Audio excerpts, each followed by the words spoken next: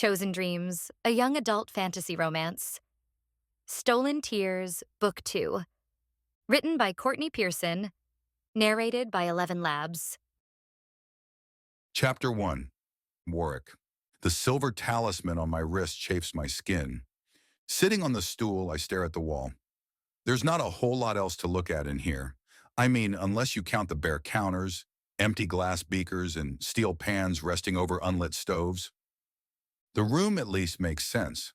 I'm a chemist, it's what I do. Or what I did before they took me. As for why they took me, that's another matter. I rub the talisman. It makes me think of my grandma's tarnished silver spoons. My thoughts wander.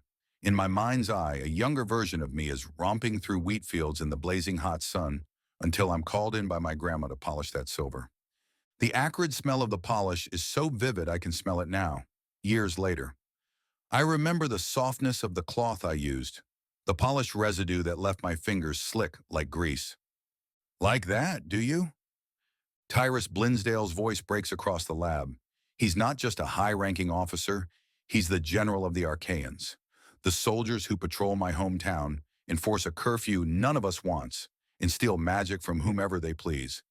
I have no respect for any of them, but sitting here with him now, a trickle of fear sweeps up my spine. He steps closer to my stool, wearing a tan uniform. A stiff, short hat with a narrow brim is tucked under one arm. His hair is dark, and a sturdy mustache nestles above his thin lips like a caterpillar on a branch. When I don't answer, he uses his hat to gesture to the talisman I'm not aware I've been rubbing, and I remember his question. I'm not sure if I like the talisman or not. It's interesting, to say the least. Some kind of technology that's wired into the metal released my emotions the instant I put it on. Just shortly after Miss Hawks stole my magic. Just shortly after her will overrode my own. She works for him, so yeah, I'm scared right now. It's been a day since it happened, but my thigh still burns where the blonde woman thrust her yan claw into my flesh and claimed me as her minion. The sound of high heels clacks on the hard floor, and there she is, strutting in behind the general. Her face beams in my direction, like I'm some adorable puppy she just picked up at the pet store. Despite my efforts to reject the feelings, fear layers itself through me at the sight of her. Fear and anger so hot it makes sweat bead down my spine beneath my shirt. I lose my grip on the stool I'm sitting on. My strength gives out and I collapse to the marble floor. She is so much more than a pretty face. She's evil. Just plain evil. I can't fathom what made someone this lovely so dark and twisted. She stole my magic, and the lack of emotions about that fact was a blessed release. Yet the instant she slapped this bracelet on me, the wharf blocking those emotions opened once more. A collision of pain struck me, not only in the wound she stabbed in my leg, but in my chest too, in my heart. Miss Hawks laughed at my pain. She laughed at my reaction to it. Now Tyrus gestures her forward. The heels of her pointed nude shoes snick their way to where I kneel, trembling on the marble.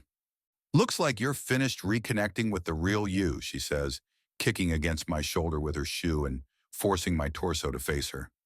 She is disgustingly beautiful with porcelain skin and tapered celery green eyes. She wears a fitted pink suit that cinches in at her narrow waist. You should consider yourself lucky, she goes on.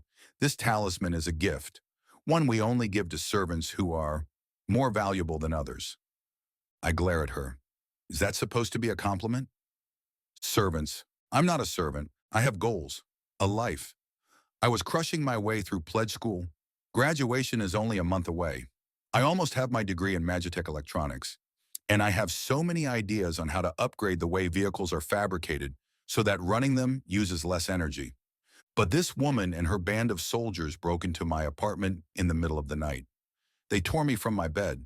They dragged me outside and, without answering any of my questions, she sneered at me, verified my identity, and then stabbed her claw into my leg. I hate how weak I feel after that, how heartsick I am, how I was forced to leave everyone I love and everything I was working toward behind. I have nothing now. I'm beyond powerless now. And it's all her fault. What do you want with me? I ask, struggling to my feet. General Blinsdale retrieves a clipboard from the cupboard behind him. He peruses the papers as though he's a physician examining my medical history. Warwick Alexer Cunningham, top of your class at the Nickel School in Genki, graduating with highest marks in a degree in Magitech, chemistry, and engineering. Miss Hawkes's smile widens at each statement of my accomplishments. Like she had anything to do with them. I suddenly wish I wasn't quite so ambitious. Mom warned me against taking on so much, but I assured her I could handle it. Light, I wish I'd listened to her now. Blinsdale looks at me, and I freeze. Do they expect me to reply to a readout of my transcripts? Why do they want me to say? I know full well that they already know who I am. A sour twinge eddies in my stomach. It pulls me to open my mouth despite the strong desire to deny either of them the satisfaction of an answer. That's me, I say without knowing why. Come here, Warwick. Miss Hawkes wags the first finger of her petite, well-manicured hand. I root my feet into place, but it doesn't work. I can't resist her request, so I obey. I stagger on weak legs closer to where she stands. She's even lovelier up close. Her golden hair weaves into a braid banding around her head, while straw-colored tresses tumble down her back. Her face isn't one I'll likely forget either, but something beneath the pretty exterior is poisoned, a shiny red apple that's rotted inside by worms. Do you realize how important you are, she asks. Well, that's a pathetic attempt to sound smart if I've ever heard one. I roll my eyes. What does this woman know? Why did she come after me? What does she want from me? This grows tiresome, I say. Why don't you ask a question I can legitimately answer? General Blinsdale booms a heavy laugh. The sound echoes through the quiet lab, and he steps forward to clap me on the back. I like him, he says in response to the pointed dagger glare she's pelting at me. Clearly she doesn't. I can't tell if that's good or bad. I shake off the general's touch. Stop playing games with me. Tell me why you took me from my studies. Why you took my freedom. I brandish the talisman at them as if they need the reminder. Miss Hawkes's face frames into a pout. My guess is that she doesn't like being criticized. She huffs and opens her mouth to speak when the thick door at the lab's far end swings open. A pair of soldiers in khaki uniforms the same color as the generals rush in, their expressions harried. General Blinsdale directs his attention toward them. Otis, you see I'm here with someone. It's rude to interrupt. The dark-skinned man I'm assuming is Otis inclines his head toward the general, then Miss Hawkes, and then, surprisingly, at me before turning back to the general. Apologies, sir. You said to report immediately. There's still no sign of the sills, sir. A curse escapes the general's lips. He slams the clipboard back on the counter, and the sound ricochets through the room, making one of the other soldiers startle. Admittedly, my heart beings pounding harder as well. Who are the shills?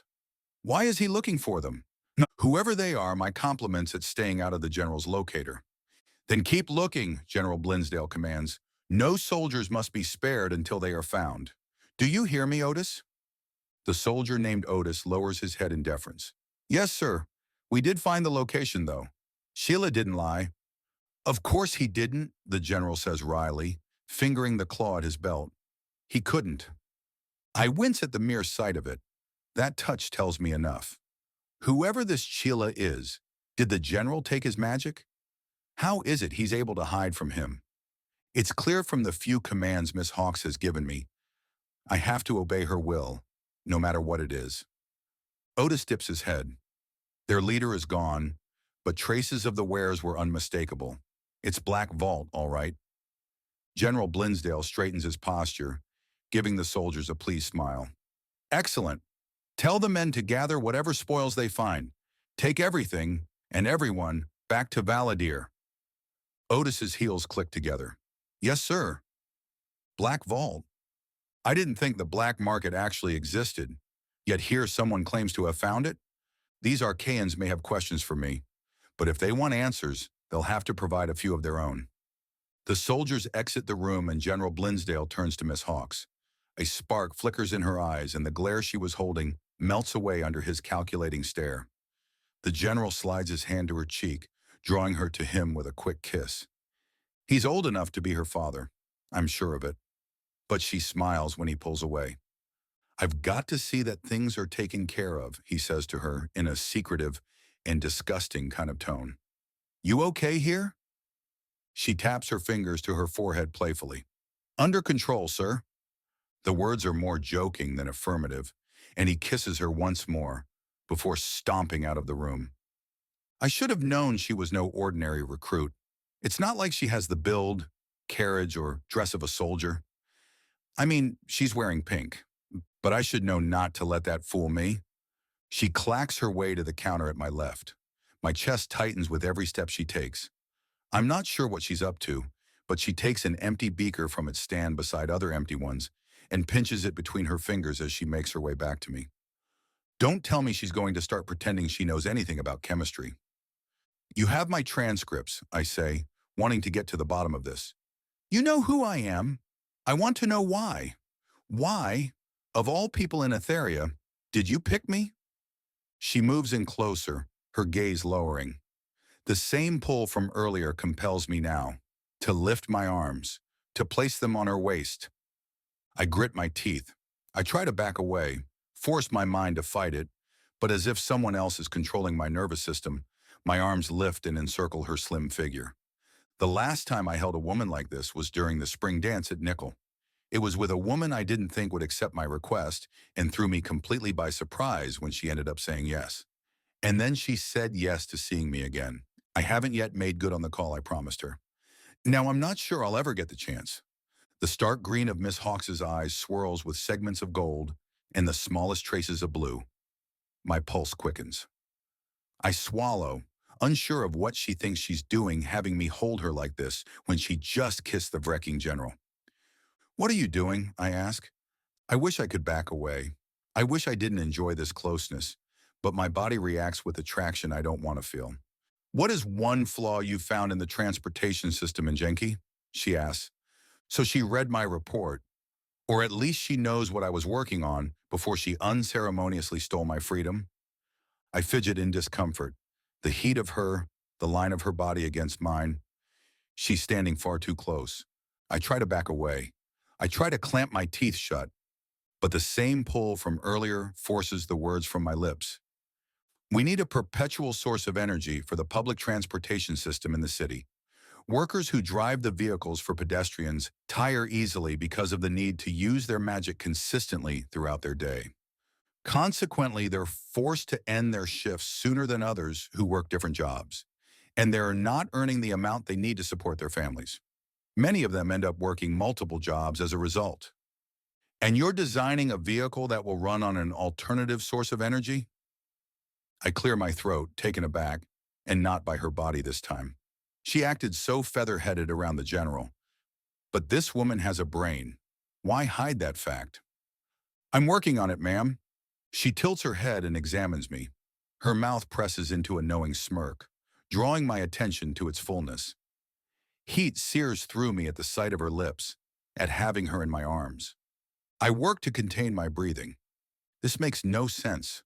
Why would she stab me, steal my magic, kiss the general goodbye, and now hold me like this?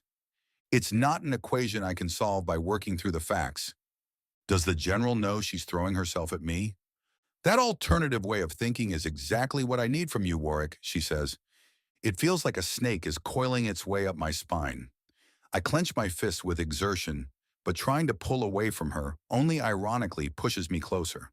Why me? I ask again, needing the answer.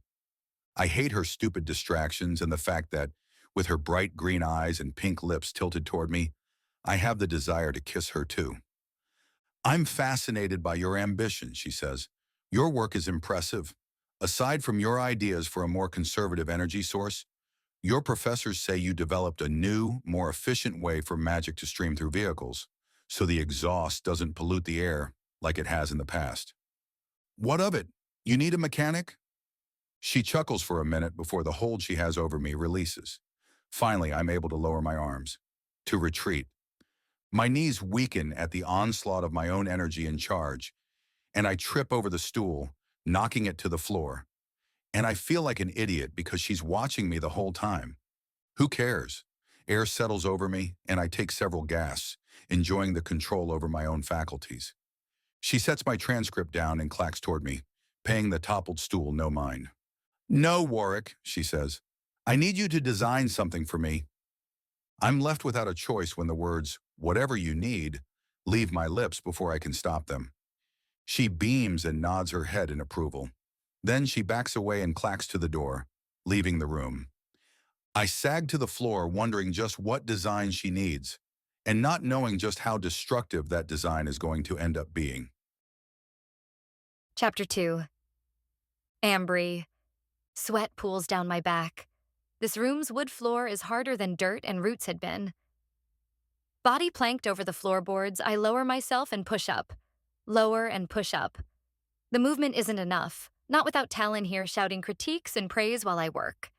It's already been 2 sunsets. Gwyn said Talon was set for execution, and I have no doubt Tyrus will make good on that promise as soon as he can. I can't wait here much longer. Tell me again what the holdup is, I ask my brother. Ren's Black Vault friends won't let us out. They don't trust that Ren could actually be free from the Arcaians, more specifically, from Tyrus Blinsdale, the tyrannical Arcaian general who stole my brother's magic and used it to control him. Ren sits at a desk near the window, one of his socked feet propped on the side of an open drawer. He wears a pair of wrinkled khaki slacks and the undershirt that was beneath his Arcaian uniform. He's been sitting there, watching me, for at least 4 minutes. "I'm not sure," he says. "They're probably waiting for one of the higher authorities to come and deal with me." As far as the other gatekeepers know, Ren betrayed their location to Tyrus. It's why they're here in Valadir in the first place, hiding right under the Arcaians' nose. The fact is, my brother did betray their location. Consequently, several of them were captured and forced to fight in this upcoming war. But he was forced to. They know that. Arcaian control is nothing new to them. But they failed to see how Ren could do that, and suddenly not be under Tyrus's control anymore. It's only because they won't stick around long enough to hear my side of the story. And how long will that take? No idea. You know, he adds, I've never seen you so much as run around the block, let alone do all these push-ups and lunges. So get down here and join me. I puff a breath of air with the effort. I close my eyes, trying to remember the counsel Talon would give. My magic froths beneath my skin, bubbling up from within my bones and seasoning the air with sparks and tinges of electricity. The back of my neck prickles. The doorknob rattles from the sudden gust of energy. "Seriously?" says Ren, gaping at the door. He leans forward just enough to playfully tap at my forehead with the tip of his toes. "What else are you hiding from me?" "Hiding?" I pause, badgering the magic back down. The Black Vault gatekeepers who are detaining us can't know I'm using my power despite their magic blocking prone. Not if we want them to trust Ren again. My leg throbs where Gwyn's Xian claw stabbed in, but I ignore it. I got my magic back, but as for healing myself? Healing isn't something I've learned how to do yet. So the wound is packed beneath a bandage. Ren sniffs. "Yeah, I was taken for 2 months thinking I was a lost cause. Then you show up with Tyrus Blinsdale's surrogate son who just happened to include you in his title of Etheria's Most Wanted. Not to mention you suddenly have magic. I can't figure it out." I sit up, absent-mindedly fingering the teardrop beneath my shirt. I'm not sure where to start. Unwanted reminders of the First's charge. When Natty initially gave me the teardrop that was the result of their attempt to recreate tears. Burble forward. How the tears were shed for me. How I'm to use them to save Etherians and break a spell that's been stealing people's emotions and tears for years now. I couldn't bring myself to tell Talon after I first heard it. I certainly can't tell my brother the first creatures of Etheria think I'm some angel-chosen savior. Ren said as much himself. I couldn't channel a thing 2 months ago. How do the First possibly think I'm supposed to break a spell as powerful as the one Solomus Straylark cast to bind people's emotions the minute their magic is stolen? My brother will snigger at the mere mention of it. He will ask exactly how I plan to use a jar of tears I no longer have to accomplish such a feat. Tears that burned my hand when I tried to drink them. What else is a girl to do with a vial of magical tears if they aren't meant to be drunk? I got some tears at Black Vault the night you got Gwyn and me in, I tell him. And before I knew it, Tyrus and Talon were both after me for them. When Tyrus managed to steal my tears, Talon agreed to help me rescue you if I helped him get them back. I wait for his reaction, which, sure enough, ends up being a skeptical raise of the brows. He purses his lips when I don't change my answer. And where are these tears now? Haraway has them? I shake my head. I left them with the sirens. They promised to keep the tears safe. Silence passes between us. Ren bops a fist on his knees. Do I want to know how you managed to meet sirens? Probably not, I say with a grin, lowering my head. I used the sirens song to get Ren out of the triad. I wonder how much he remembers. A pang strikes through me. I wish I still had it. I wish I saved the song and used it on Tyrus like I planned. Then he wouldn't have been able to turn Gwyn against me. Was that really her? I ask, surprised at how soft my tone is. His head bent. He lifts only his eyelids to glance up at me. Was that really who? Gwyn. Back in the station. I mean, of course it was her, but she wasn't like that before. I shudder at the thought of the crazed hunger in her eyes as she accepted the claw from Tyrus. I used to think it couldn't have been her doing all those things I saw her do, but she was right there alongside Tyrus Ambry, following his orders with that same power lust, just like the rest of his lackeys. Doubt furrows my brow. I try to picture her like that, prancing at Tyrus's side, drinking in commands, but it can't be true. But you saw her behavior yourself. She stabbed a claw into you. I stamp away the unwelcome thoughts. No, that wasn't Gwyn. Tyrus has some kind of hold over her. Ren scratches his eyebrow and hesitates for far too long. I know you want to think the best of her, but I refuse to believe the warning. I can't believe it. She was my friend, Ren. If we can get to her, we can free her from whatever manipulation he has her under. She's not the person you knew. The pity in his tone grates at me. I'm already shaking my head before he finishes. Friendship like ours can't change over a few drops of tears. Ren holds up his hands in fake surrender. Whatever you say. I huff in frustration, wanting to change the subject. I gesture to the rundown ceiling. So this is the main headquarters? For Black Vault? I've only been here once before, Ren says, glancing around the room. I was stationed in Cadet City, and they always came to me. While I want to press him for our exact location and its distance from the Triad Palace, Tyrus Blinsdale's main point of operation, a different thought emerges. I lie against the floor, breathing, staring at the crumbling paneling in the ceiling. Sweat sticks my shirt to my lower back. How did you even get in with them in the first place? I ask. By accident. Devin and I had gone in one night and... He shakes his head, seeming to think better of saying whatever he was about to say. We got in with IDs like you and Gwyn did, and then I overheard a couple gatekeepers talking while I got a Magitat. You what? I stop my inspection of the ceiling and stare at my brother. I want to see it. Ren runs a hand over his shaved head. I take in the maturity in his nose, the line of his jaw, the intelligence in his eyes. They're the same as they've always been, but something is different about him. He was Tyrus's prisoner. Here I am telling him about what I've done since we parted, but I'm sure he's seen his share of horrors as well. I rise from the floor as he hikes up the sleeve of his shirt. A silver circle stamps the roundest part of his muscle, and several symbols intertwine within.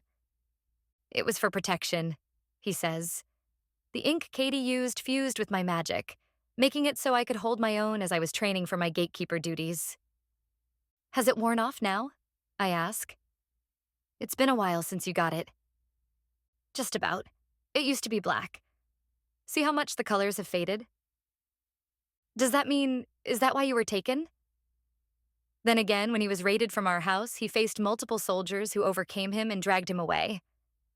I think so, Ren says. A somber silence settles between us, one where I'm not sure either of us knows what to say.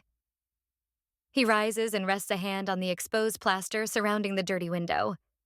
Nail holes peg along around the rectangle. The window had a frame once. I wonder who tore it off. He glances over his shoulder at me.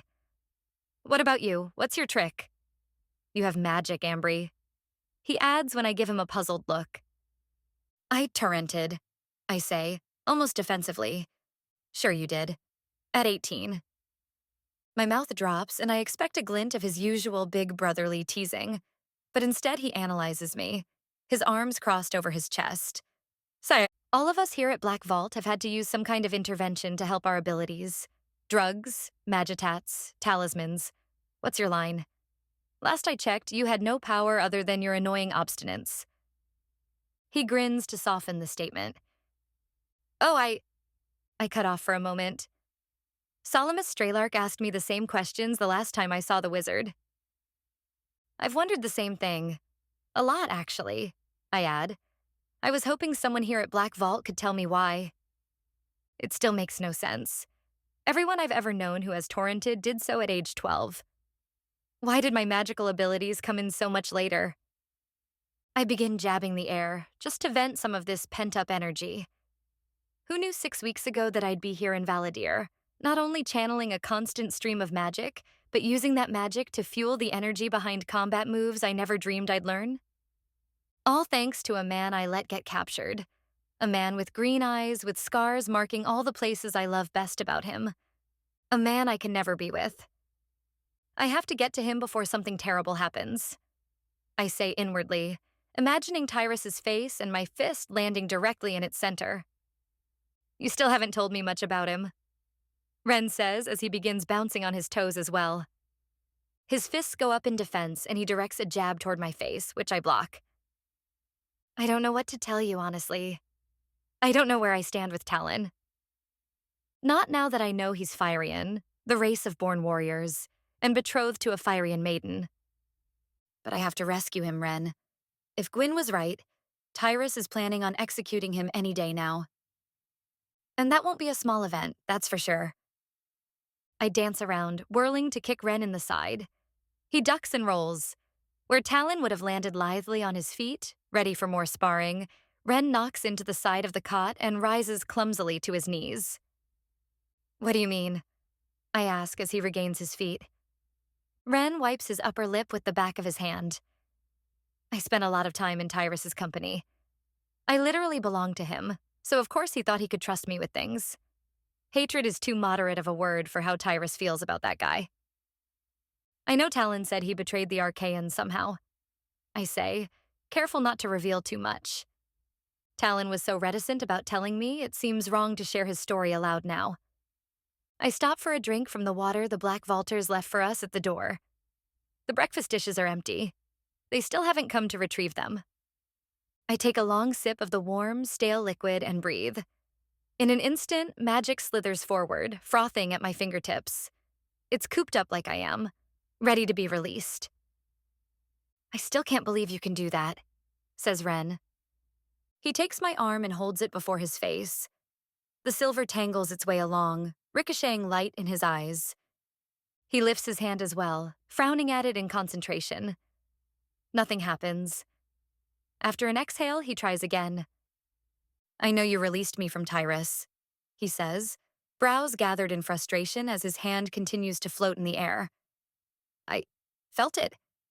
But are you sure you restored my magic? I rest my head against the wall. It's the prone. You can't use yours in here. Then why can you? You still haven't told me how you found yours? We all tried for years to get you to torrent. I turn away and go back to the window. Sunlight casts an orange haze across the spread of burlap tents in the distance within Valadir's city gates. The Arcaians have destroyed more of the city than I realized. Remnants of the businesses and homes that once stood here have been thrusted in piles along the gates and streets, making way for the mass of soldiers who pace below. They create ranks as wide as the streets, marching in haphazard lines and rhythms, some shuffling, some with heads lolling. Which one of those soldiers below managed to best Talon, I wonder? It was Talon, I say. Talon helped me? The memory drives into the deepest parts of me, a current touching all the fear of that night, the feverish urgency, the heartache and utter shock at finding Talon had come to the city after all. The Arcaians must have been expecting him. They must have been prepared. I saw Talon go up against Tyrus himself once, as well as multiple soldiers at one time. There's no way they could have taken him easily. If only I could see the Triad Palace from here. Too many buildings block the way, but that's where I'm certain Talon is being held. There must be dungeons in a palace like that. Now that Tyrus has Talon, he will keep him as secure as possible. Citizens dressed casually in contrast to the sea of khaki uniforms below intermingle, trudging with drawn expressions, hung-down heads, and a placid unresponse. I watch a soldier laugh as he casts a long whip at several stragglers. Red marks lick their way up a woman's back through her white shirt as she attempts to push herself up from the sidewalk. Unwittingly, my fist pounds the window as the whip hits its mark once more. A man in a red shirt this time. The man winces and falls to the ground, and like the woman in white, he picks himself back up again without a hint of fury or any threat of a backlash, his face flaccid and expressionless. They've lost their magic, and because of that, now they don't have their emotions to care that they're being mistreated. It's wrong on so many levels. I know, says Ren. It's bad. It was bad when I was down there. What are they doing with them all? Why not let these people go like before? My voice rises. I know I should be quieter, but anger simmers in my chest. And besides, it might be good to draw some attention in here. We need to get out already. What do you mean? Ren asks, joining me at the window. When Talon and I came into the city, people were meandering around like vagabonds.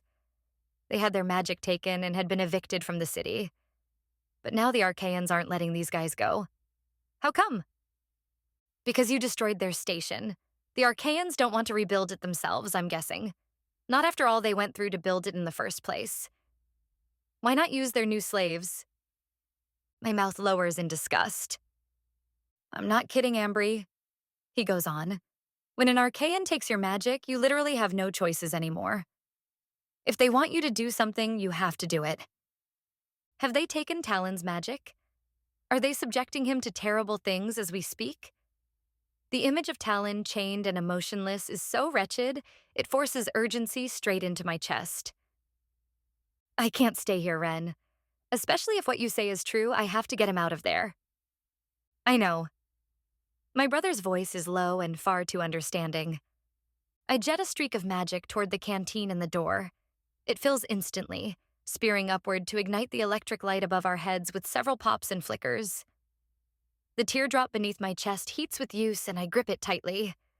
A muffled voice comes from behind the door and Ren grasps my biceps, drawing me to the room's center. Come on, he says, jabbing a fist at my shoulder. I hurry to fake spar him once more, knowing he's right. The man who's been bringing us our food steps in. His bulky shoulders threaten to topple him over, along with the muscles bulging along his torso and arms.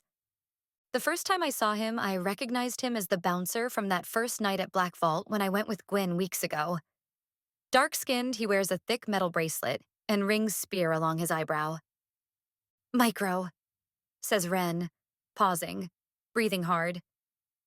Micro folds his arms, making his large muscles lump from within his tank top. Dury's here, he says. She wants to talk to you. Ren and I exchange a glance, and while I can't tell what he's thinking, from the fear in his eyes, whoever this Dury is, she must hold a lot of sway. I'll do whatever it takes to turn that in our favor. Chapter 3. Ambry. I brace myself, not sure of what to expect. A woman walks into our small room. She's short and slim, her face sharp and angled as though its edges have been honed with a barber's knife. She wears a baggy t-shirt with the sleeves rolled up and skin-tight jeans tucked into ankle boots. Micro stands stiffly by the door like he never takes his bodyguard suit off. Dury strolls in and sinks down on Ren's cot. Beneath a knit cap, her jet black hair is streaked with white and braided down one shoulder so the two colors swirl together. Magatats color down her left arm, making me wonder what power they give her. I'd say it's good to see you again, Ren, but I'm not so sure that would be true. she says. Her voice is scratchy and low. If sandpaper could speak, it would sound like Dury. Ren and I swap another look. He obviously knows these people, but he says nothing in reply. She gestures to my cot across from her, and reluctantly, I follow Ren's lead and perch on its edge. So, she leans forward and rests her elbows across her knees. Little sister, let me get this straight. Tyrus had control of my keeper. He got Ren to spill the location of our base in Genki. And you just waltzed in there and undid everything? Her eyes level into me, hammering down my gaze. I meet her stare for stare. Yeah, that's about right. Her tongue rolls against the inside of her cheek, jutting it out for a moment. She glances back at Micro, who maintains his steady posture, then to Ren beside me. Dury straightens and gives a couple of lazy blinks. You want to tell me how you supposedly undid the claw? Because last I checked, that's impossible. I rub my thigh, remembering all too well the feel of the metal nail digging through my flesh, gnawing hungrily, parting my muscle on its way to the bone, almost as if it came to life the minute Gwyn sank it in. Dury's right to be skeptical. Once an Arcaian soldier uses his Xian claw to remove your magic, there's no way to get it back. I could try telling her, but we don't have much time. If she doesn't believe me, she could walk right back out again and leave us in here. And I'm not risking that. The prone is on. Ren hasn't been able to use his magic at all since we were stuffed in here. But I inhale and call mine. Cold cloaks my bones with an icy chill, and though the magic capers beneath the surface, chomping at the bit, aching to be released, I contain it to wrap around my hands like sparkling silver tinsel. Micro barges forward, but Dury stands and stops him with an outstretched arm. Flecks of light shimmer and reflect in each of their eyes. That's impossible, she says. No one can use magic in this room. We don't just have it rigged with a prone. Our goods can get around those. We sealed the door with talc powder. Even I can't use magic in here. Dury. Her name tastes weird to my tongue. Dear C. I could have done this at any time, I say, offering my glittering hands to her.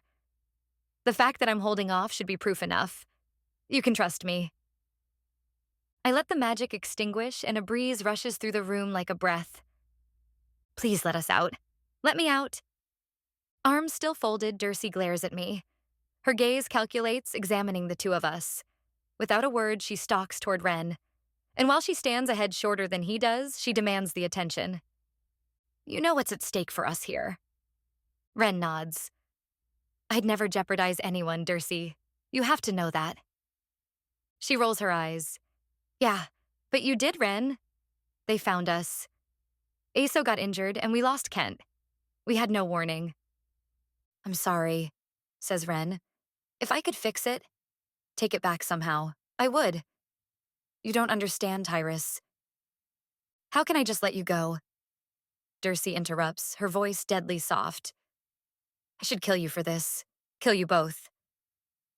Let me prove myself, Ren pleads. I don't like the unease in his voice. He knows more of what they'll do to us than I do. I prep my magic, ready to fend off whatever they attempt. One thing I'm certain of. I will not die here. Not before I have the chance to help Talon. Dury retreats, arms folded across her chest. She reaches for the doorknob, thrusting the door open and gesturing to the hall. Move, she orders. But you try anything, Chilla, and I won't hesitate to take you down. Ren leads the way out. It's not a hallway, like I expect. It's a main foyer, like that in the waiting room of an extravagant office building. The walls are faded and peeling, chunks of plaster missing as though nibbled away by local city wildlife. A few of the ceiling rectangles are missing as well, forming an odd checkerboard over our heads. Light breaks through multiple windows surrounding the space, and off to the side are what must have been elevators. A stairway set off by 2 columns is now covered in graffiti. No one sits in the mismatched chairs placed here and there, no one to see or greet us. If what you say is true, prove it. Channel your magic out here, says Dury to Ren. Set that chair. She points to a chair with thin metal legs and a red plastic back near the door we just exited. Beside the stairs. She points to the stairwell. Ren closes his eyes and inhales. Sparks begin at his elbows, and I marvel at the confidence in my brother's shoulders as he spears the stream toward the chair, lifting it and using 2 hands to modify its situation. Dury's mouth works, and she watches through half-lowered lids. Micro stands beside her as if waiting for her call. Hands glittering, Ren bares his teeth, crumpling to his knees as the chair crashes down on the tile. "That's convenient," says Dury with a doubtful grunt. She nudges him with her boot. "You never lost it, did you?" Ren's face blanches. "Dury, I swear. Show me the scar." Ren pants, kneeling on the floor before her. My hand travels to the sore point on my own thigh where the wide, 3-pointed wound still mars my skin. A scar left by a jean claw isn't something that can be replicated easily, not with the way the purplish bruise surrounding it never fades. Inhaling, Ren adjusts himself to sit and reaches for the hemline of his pants. He hikes the left pant leg up to his mid-thigh, revealing the triangular patch of purpled skin surrounding 3 whitish bumps where the skeletal prongs punctured him. "Satisfied?" he says. "I didn't betray you." Dury analyzes the scar before returning her attention to the chair Ren just moved with magic. She's lost in thought for several moments. "I didn't think it was possible," she says. "Neither did I," says Ren, panting, staring at his hands. He slouches back, capturing his breath. "Not having used his magic for a couple of months, I imagine it must be that much more taxing." Dury steps toward us, dusting her hands. My heart pounds, pleading that it's enough for her. "Please, angels, let it be enough. We need to go. We need to go now." Shouts resound outside. Dury snaps her head in Ren's direction. I startle as well at the sight of the khaki uniforms visible through gaps in the darkened windows. "What did you do?" "Nothing," Ren cries, gesturing to the chair. "I knew it," Dury grumbles, marching toward Ren, one hand upturning her shirt to retrieve the knife tucked into her belt. "I knew you were a traitor." A window shatters, and 4 Arcaians pile into the large abandoned foyer. The first 2 wield brief swords whose blades are about as long as my forearm. They pause only for a moment to scan the area, but their faces smirk with satisfaction the minute they see Ren and me. One with dark hair, pockmarked skin, and a magitat below his ear jerks the cyan claw free from his belt, snarling in my direction. "It's her," he says. "Ain't the general been looking for her?" The other, a large man with blonde hair and a ring through his nose, digs a small device from his pocket, the same device used outside the gate to check people's magic levels. He holds it up, guiding it in each of our directions. "Not just her, they're all tainted," he shouts. "You axe rat, Renchila," Dury calls over her shoulder as she prepares to meet the oncoming raiders. Balls of light collect in her palms. "I gave you a chance, and you betrayed us at the first shot." "I didn't call them here," Ren yells. I run forward, arms outstretched and magic coiling along my arms, and smack the device from the blonde one's grasp. The pockmarked soldier glowers at me. "You're the one they're after, aren't you?" "You're about to find out." I bow for his waist to practice the takedown Talon taught me. I'm rusty. The move doesn't give the result I know it should, but it knocks him off guard enough for me to follow with an elbow to his nose. Micro takes the Arcaian with the claw down with a heavy fist. Dury goes to his side, dodging a swing from a brief sword. It's clear none of them have Talon's footwork, or his quick reflexes and skill at prejudging an opponent's moves. But still, they're good. The Arcaian's blade slices against Micro's side, marring it with a huge gash. Dury growls, baring her teeth. Her blue magic sizzles on impact, instantly shocking and freezing the Arcaian's movements. He stumbles to the floor, giving Micro a chance to smash his face with a thick boot. Dury turns to heal Micro's gash. Ren makes it to his feet and manages to take on 2 soldiers at once. I propel my palm at the remaining soldier's jaw, knocking him back before going to my brother's side. Dury thinks you called them here? How could they have gotten here so fast? Don't ask me, Ren snaps. I try to remember what I did in the other fights I've had, and those aren't many. After Ripken abducted me, I lashed out, kicking him in the throat. Things came so naturally. If only I knew how to make that happen again. Another soldier attempts to fight with Ren, and they do well enough to hold each other back. It's clear he's a newer recruit. His feet are all wrong. He's too absorbed with Ren's fists, not watching the motion of Ren's body instead and gauging his tactics accordingly. Still, he manages to knock Ren down. The fear, the panic that flooded me the first time Ren was taken, charges into me. They can't have him again, not after all I went through to get him back. It came naturally, I think. How did I get it to come naturally? Maybe it's Talon. Maybe I need him nearby. Then again, I fought Ripken, and Tyrus and Gwyn, and Talon wasn't there then. Dury falters after a fist to her face. Blood shoots from her mouth and she staggers back toward the chair Ren moved, her hand colliding with the shattered bits of glass from the broken windows. The blue fizzles out from her skin, and her arms shake several times before she collapses. One Arcaian is down as well, while another cowers in a corner, speaking into an odd. There's only one person he could be calling. My magic triggers to life, whipping upward like a snake, fangs bared and dripping with venom. I rush past Micro kneeling near Dury and whirl my hands above my head, lashing magic through the air as though winding it up, coiling it to spring in the soldier's direction. It snaps at the release of my hands, vaulting the soldier back until he hits the wall, crackling the plaster even more and winning several chunks of dislocated wall on his head before slumping down. Dury is propped limply in Micro's arms. She and the gatekeeper stare at the dead soldier near them, then across to the other two. Ren and I took out. Dury, I swear, says Ren, his shoulders heaving. Blood drips down his lip and on his hands. I didn't call them here. Her black and white hair dangles down her left shoulder in its messy braid. She lost her hat through the ambush, and more hair falls in her face, which is dripping with blood. She wipes her nose with the back of her hand. Micro offers a hand for support, and with his help, she sits up straighter. Get back in that room, Chilla, she says to him. I guess with our last name, she's referring to me too. At first, I resist. I want to dash off, make for the palace, and begin my rescue. But the last time I took off without a plan, I got abducted by Ripken, and Talon had to get me out. The truth is, I need a plan. I need their help. So I duck my tail between my legs and do as she says, hoping there's a way to convince her before it's too late. Chapter 4. Ambry. I dab at Ren's temple with wet napkins from the tray still discarded near the door and glance toward the window. We had no warning. This is Black Vault. I thought they were supposed to be this impermeable superpower. Ren winces, and I pull back to find a bruise budding just below his eye. Where did they come from?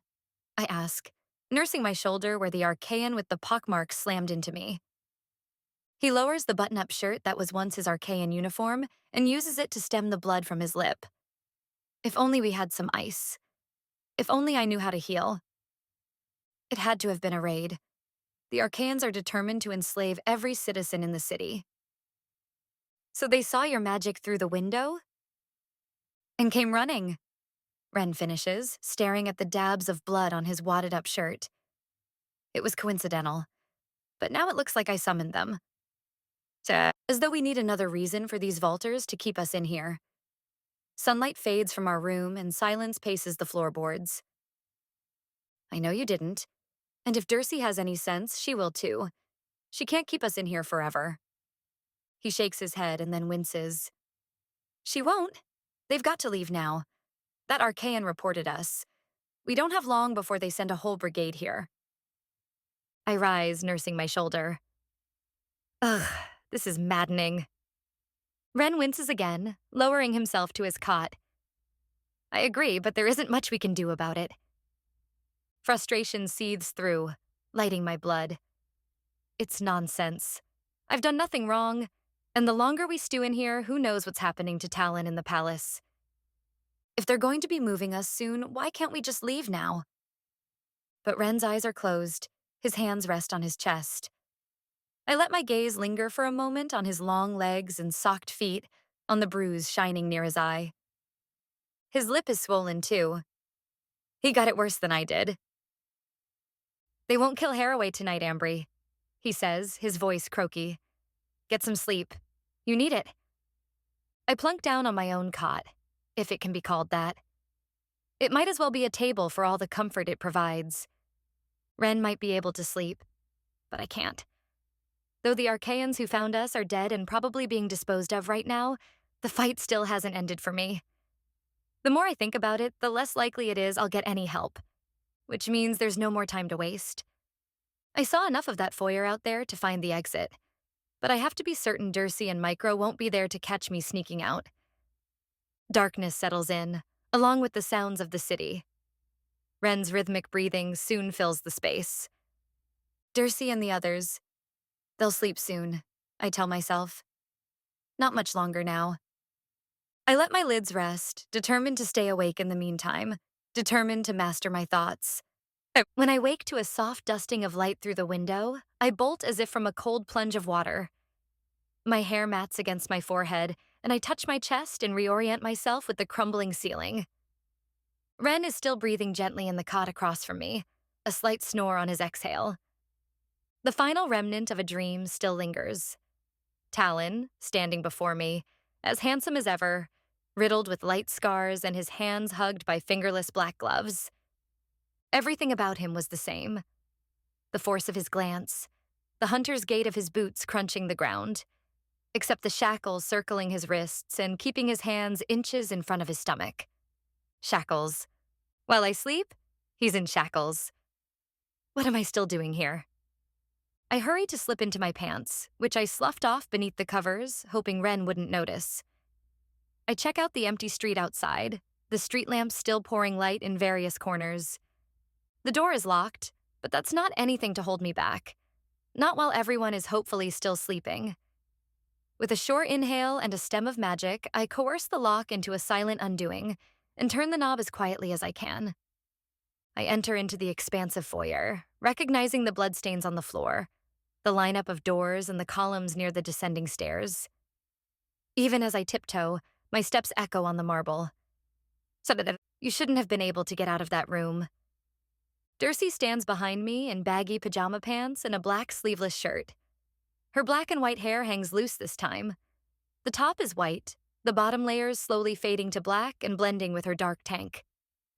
It wasn't Ren, I say, all nerves. He's on your side. To my surprise, Dury nods. Those soldiers didn't go for us. The one Micro stopped was heading for you two. That Arcaian couldn't have sensed Micro's magic. The talisman he wears protects him from their detection. So you believe me? Us? Why else did they focus on you two? We're Black Vault, little sister. Tyrus has been after me for years. Yet those soldiers headed straight for the Siles. I don't say anything. Dury steps closer, looking up at me. They're newer soldiers. They've got to be. They didn't recognize me or Micro. Tyrus didn't send them specifically for us, and they wouldn't have been after you and Ren if Ren had been the one to summon them here. We didn't summon them. We've stayed in that room. We've done everything you asked. Dury looks down her nose at me. You really got his magic back, she says, though it's not a question. More like an acceptance. It's my turn to nod. Upon first acquaintance, I thought she was younger. But this close-up, I catch the crow's feet at the corners of her eyes and the laugh lines in her cheeks. Better get some sleep, little sister, she says before padding off down the hall. I pause for the smallest moment, considering the doors, the crumbling walls and marble floor. I'm not about to go back to sleep. Not now that she's allowing me out. So I follow her. Dury leads me down the stairs and into the kitchen area. A dismal amount of cupboard space joins a sink and small black fridge. It looks as if this could once have been a break room of some kind. She sits at one of the two small, round tables in the room's center while a food warmer slowly rotates to heat something that smells of blueberries. Glowing near the light switch, the canteen's levels dissipate the slightest bit as the machine beeps. A woman with ice-white hair twisted into several braids across her head, with the remainder pooling down her back, rises from the other table, leaving a book, a pair of glasses, and a steaming mug behind. She cuts me off on her way to retrieve her blueberry pastry from the food warmer. "Morning, Aso," Dury says to the woman. Aso gives Dury a wave. "Morning." Then, with a small smile in my direction and a slight limp, she takes her pastry back to the table. Dury clears her throat, capturing my attention. She directs her hand to the empty seat beside her, at a different table from Aso's. A smell I can't exactly place swirls from the steaming cup in her hand. Dury mixes a few things into her drink and chugs it back, hacking at the taste. "Tastes bad?" I ask, sitting across from her, trying to think of a way to broach the subject I need to. "My magic is weaker than I like. This keeps me on my game," Dury says, tipping the cup toward me to display a grayish-green liquid. "You mean—" I'm not quite sure how to ask the question. I remember the blue lightning streaking through her power. "Is this why? And you sell that?" One of her delicate brows rises. "I came up with it. I keep it," she says. I raise my hands. "I don't want it. I'm just curious." Dury gestures to Aso, whose attention is currently trapped by the book next to her half-eaten pastry. She's returned the glasses to her nose. Aso has been growing the basol plant for some time now, so she takes it too. My brows furrow. I thought that plant was deadly. "It is deadly," Aso says, speaking for the first time since I entered the break room. She pushes the thick-rimmed glasses onto her nose with her middle finger. When ingested without being primed first, anyway. I strip it of its prime. It's prime? I don't remember reading about that. "The deadly parts," Aso explains. "Plants have a primary element that makes them what they are. Basol is poisonous. I just help Dury to poison it." Dury gulps down the last of the drink before tossing the cup into the garbage behind me. "Treasures aren't meant to be shared," she says with a wink. "And Aso is a treasure with the way she can work the magic out of plants. Don't know what I'd do without her." Aso ignores her praise and resumes eating her breakfast and poring over the dense book beside her bowl. I hope to talk to these people, to see if they'll be willing to help rescue Talon. But now that we're here, I'm trying to figure out the best way to bring it up. Ren stops in the doorway, his hands on either side of the jam. His mouth drops as if he wants to speak but isn't sure what to say. It's no wonder he's surprised, waking up to find me gone and his prison door for the past 3 days suddenly open. "Morning," says Dury with a grin. "What's going on?" he asks, stepping in. "I thought you didn't trust me." "They believe us," I say, before Dury gets a chance. Ren rubs a hand over his chin, which prickles with several days' growth. "Okay," he says, as if waiting for more. "Good, 'cause I'm starving." He struts toward the fridge and checks out its insides. Dury gives me a shrug. "We don't have much," she says to me, "but you're welcome to it." "Thank you," I say. I join my brother, taking an apple from the basket near the fridge. At that, a child enters the room. I take a bite of my apple, its juices bursting over my tongue. And then I nearly choke on the fruit in my mouth. It's not a child, a nymph. And the tiny creature's limbs aren't short in the way that children's are, that shows they still have room to grow. This creature is full grown, a woman in miniature. Thin wings pulse between her shoulder blades, and she walks like the sirens do, as though it's for show and not really a necessity. "Katie," says Ren in acknowledgement. "Let you out, have they?" says the small creature. I take in her neon purple hair, remembering her telling me to wait my turn, that her ink was in short supply. "You give them magitats," I say stupidly. I'm not sure why, but the nymph intimidates me. Perhaps it's her tiny size that makes her that much more of a mystery. Ren clears his throat as if embarrassed. Dury looks amused. "From what I hear," says the nymph, "you don't need one. Katie, this is... Ren gestures. Your sister. Yeah, I know, and anyone who can sneak magic back out after those wrecking claws take it can keep her distance from me. The bite in her tone gets my back up. What's her problem? I look to Dury for direction, but the nymph stalks toward me as though she's the taller one in this equation. I keep my chin up. I'm not about to let her think she can tread on me. See this finger? Says Katie. It can do the same things those Zeons can. I don't need any humans thinking they can subvert me. Don't mind her, Ren says before I can respond. He's still standing near the fridge, and while I feel threatened and the tense need to defend myself rises like mist inside me, he's smiling. Katie's known for being touchy. Katie glowers at him. Only because you wouldn't stop pestering me, Ren Sheila. No, I don't want a magatat, I tell the nymph, wanting to move on. It's the first time I've ever really talked to one beyond a simple greeting. But I do need a way into the Triad Palace. The soft chatter halts almost at once. Ren closes the fridge door. Dury rests a palm on the table. Aso actually glances up from her book. Though their gazes make me feel smaller, I keep going. There's no way I can get in on my own. I need help. A map. Anything. And Dury clears her throat again and juts her chin toward the door. Aso taps her glasses higher on her nose with a middle finger before closing her book, and together she and Katie respond to the quiet command, leaving us. Once they're gone, Dury readjusts herself so that instead of sitting, she crouches on her toes on the chair and interlocks her fingers. That's right into the lion's den, little sister, she says. I'd avoid the triad like a disease. I'm going, so if you know of some way, I'd really appreciate it, I say, my heart pounding. Maybe you have something like the basol plant that can make me stronger, or that can make me turn invisible like you did with that golden outline, I suggest to Ren. And the night Gwyn and I met him outside the ice cream shop, he shielded us from being seen by the guards on the street. Now that I have magic, it's about time for some lessons in magic usage. I missed out on so much in school. Tyrus used the golden outline against me the last time I saw him. Talon did it too, come to think of it, under the bleachers at my school. I'm not sure I can maintain the shield long enough to get us in there and keep us hidden, says Ren. With that option out, I return my attention to Dury. Please, my friend is there. They're going to kill him any day.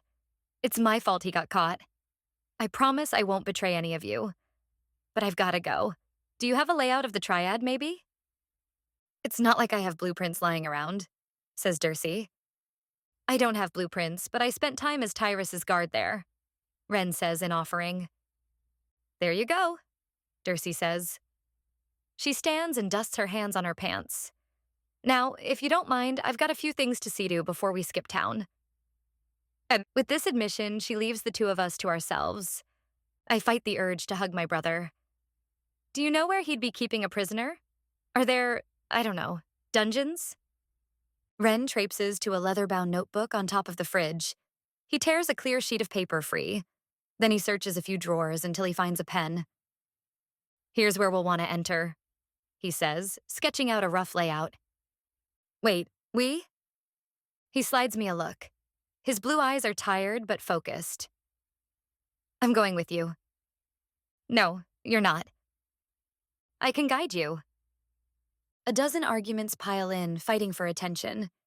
He can't be serious. No way, Ren. You just got away from Tyrus. Thanks to you and Haraway. I open my mouth to argue more. Exasperated, he presses a palm to the table. You're my sister. I can't let you go back there without me. Especially not when you've never even been to the Triad, and I've lived there. Gradually, my defenses lower, and a beat at a time, my arguments fade along with them. He has a point. A guide would definitely come in handy and save me from wandering around like a futz. Fine. Walk me through the layout at least. I need to know my way in case we get separated. Agreed, Ren says. So, here. He draws a crude outline of a courtyard. A small square, really, bordered by columns. So, this is where Tyrus has all the new recruits brought in for extraction and training. Extraction? Yeah. Ren tugs at his ear. Once the last group of deserters got away, Tyrus quit taking chances with prones. My stomach turns as understanding comes. Now, he takes magic without question. It makes me think of the deserters Talon and I bumped into. Were they the reason Tyrus took such drastic action? How kind of him, I say, biting back all the nasty things I'd like to say. My thoughts exactly. They go through a room here. He draws, creating several more lines that lead toward the box he draws next. And once their magic is taken, they go here to await training. Everyone else who isn't soldier material gets carted off to the station. The station. Just the sound of those two words makes me shudder. How do they manage with so much stolen magic? How can the Arcaians control that many people, especially now? When I saw it with Talon that first time, it made me sick. The masses were shot with poison darts all at once, losing their magic in a huddle in that station. I doubt the axe rats even know the people they took magic from, and yet they have control over them. That much magic only makes them stronger, Ren says. But Arcaians have to keep their victim close by if they want to use their magic. I remember that girl Shasa freaking out and hurrying back to Craven that night, I say. I told him all about her during our first day here. That was a delightful conversation. Let me tell you.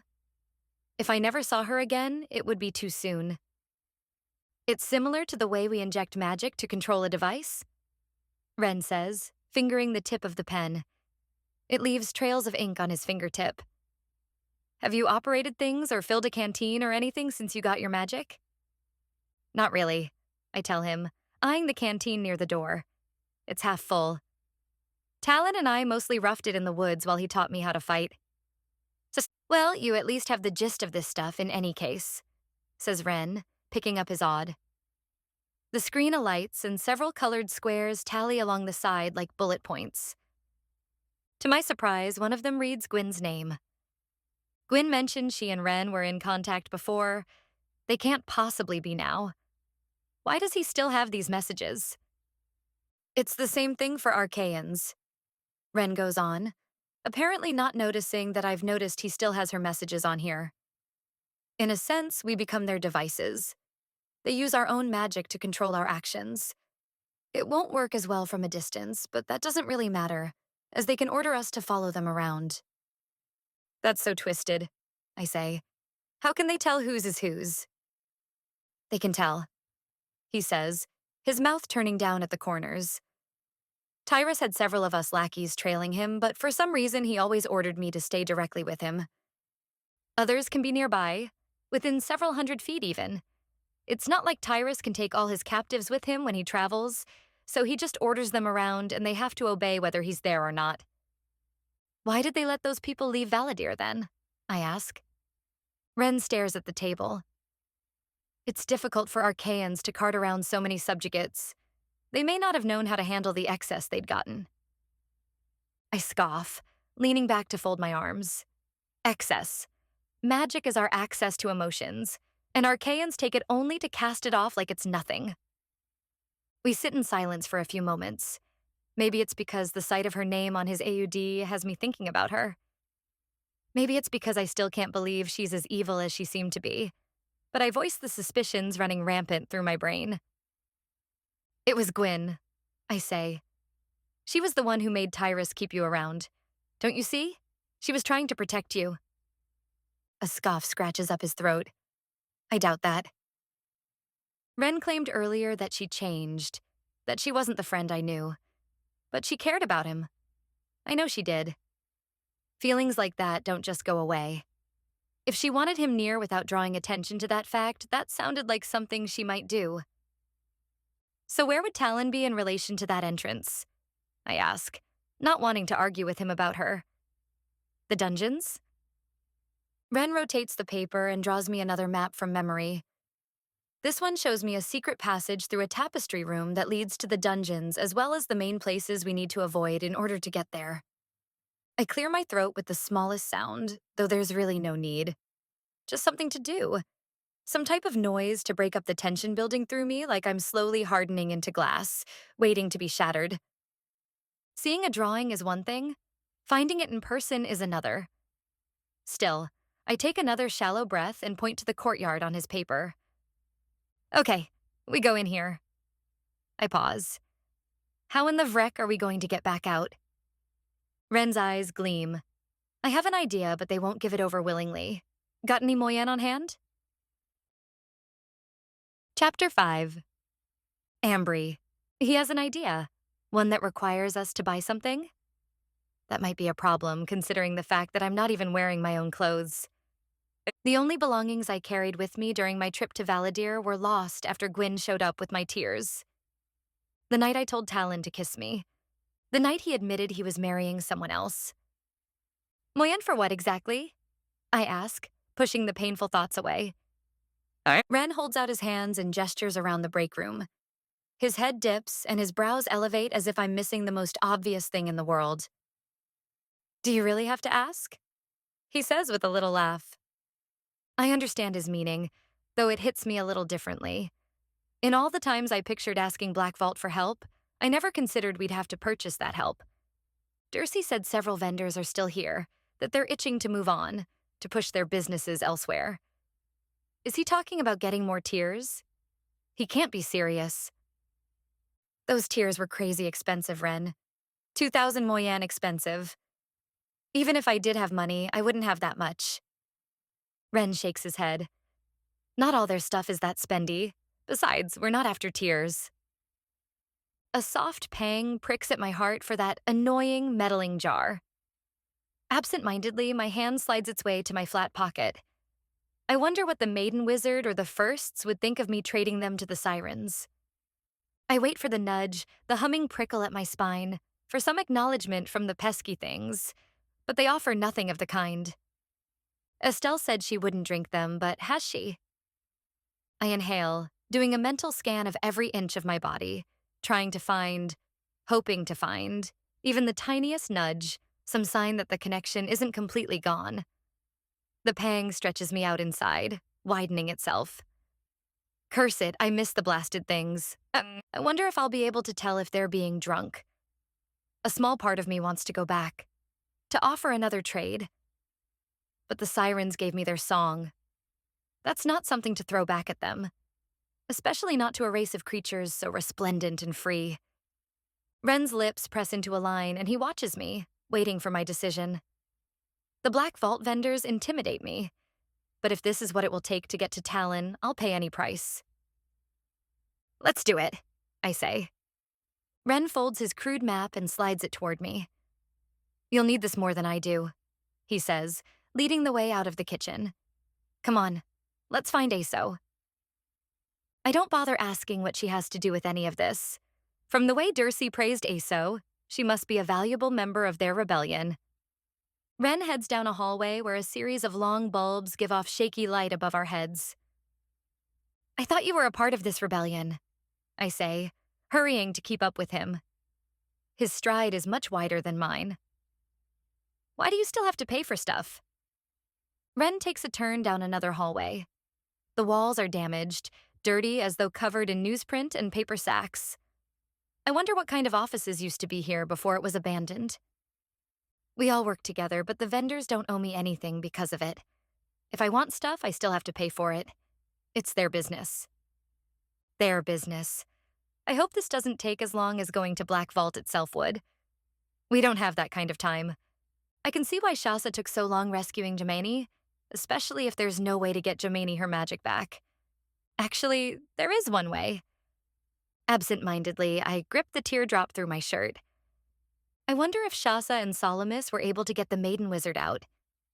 They were planning on heading out the morning after I destroyed the station.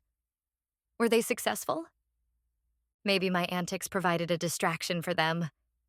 I guess I'll never know. I wouldn't mind talking to Jemani and seeing what she saw me do.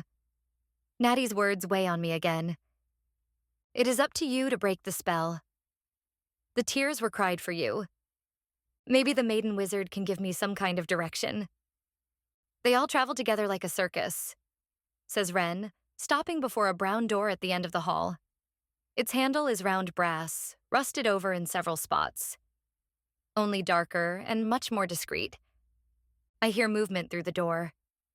A deep voice says something, earning a gale of laughter, and the sound rattles my already teeming nerves. Ren lifts a fist to knock. Are you sure? I ask, suddenly anything but. This detour only increases my agitation. We need to get going.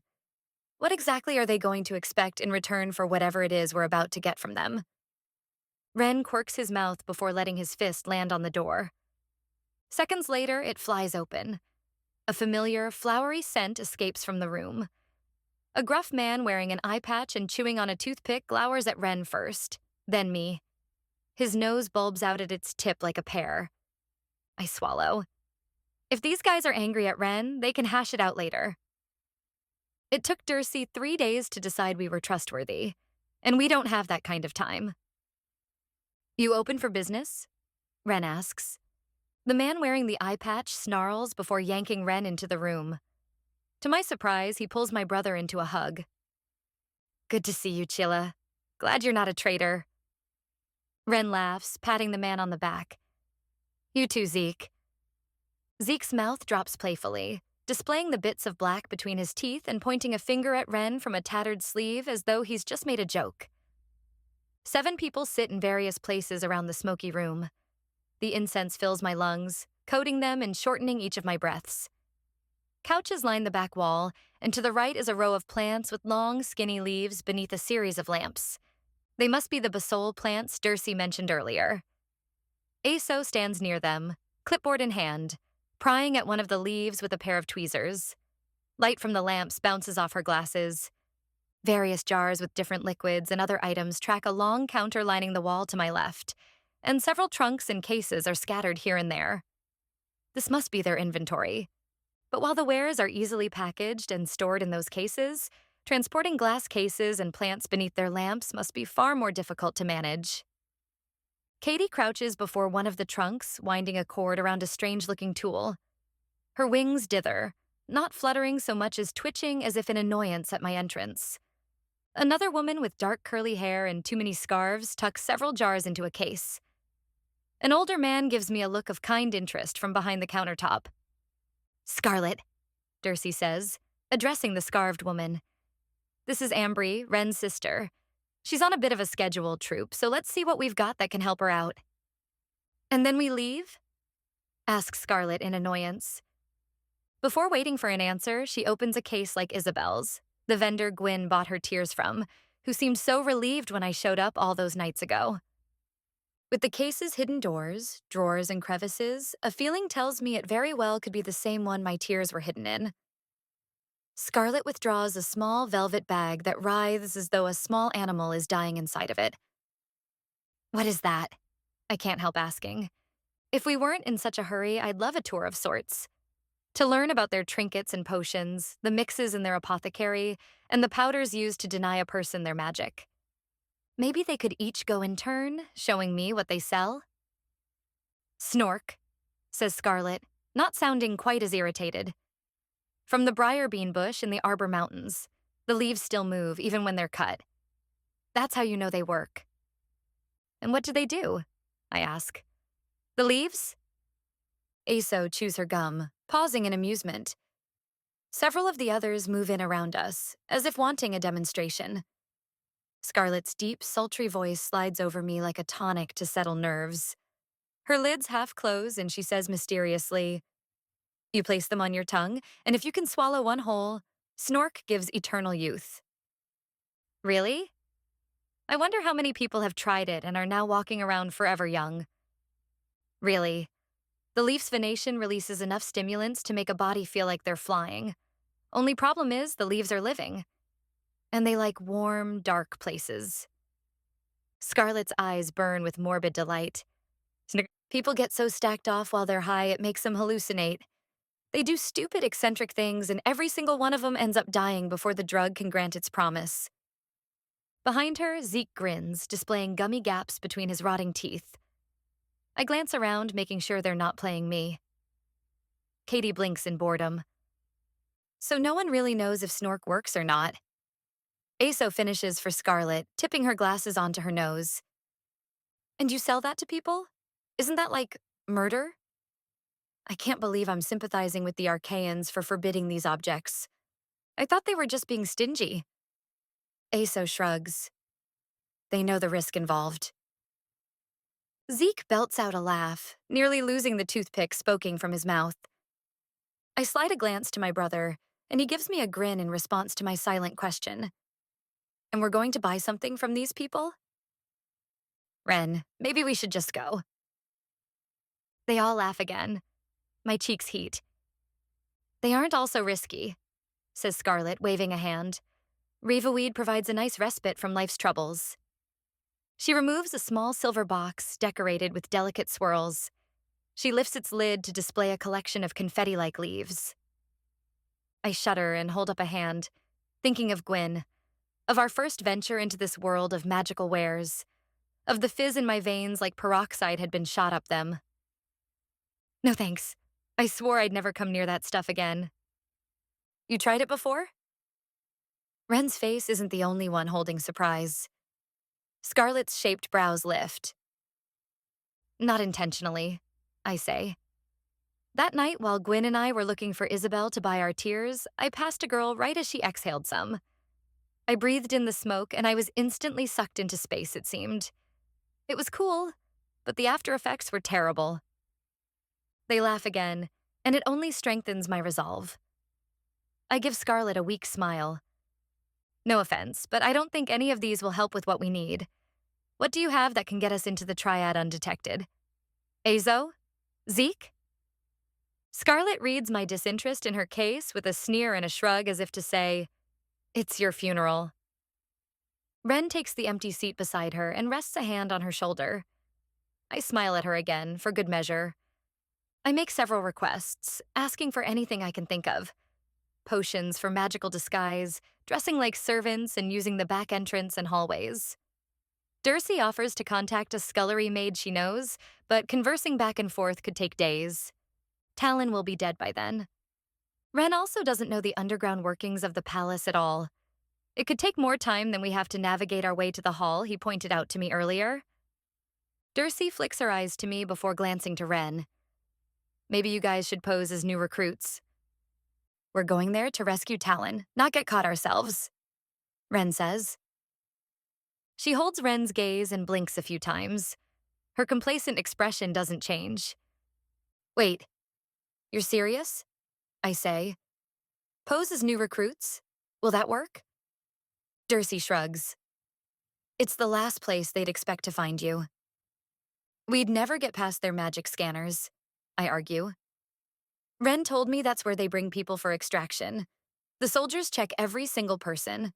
They subject every single person. If we pose as new recruits, we might as well turn ourselves in. How can we get past them? Aso lets out a little squeak. She pulls her fingers away from her white blonde hair and fans them toward us. The five of us all turn to her as her mouth opens in sudden inspiration. She rambles off a few giddy, incoherent phrases. Hasn't been tested, but it would do the trick.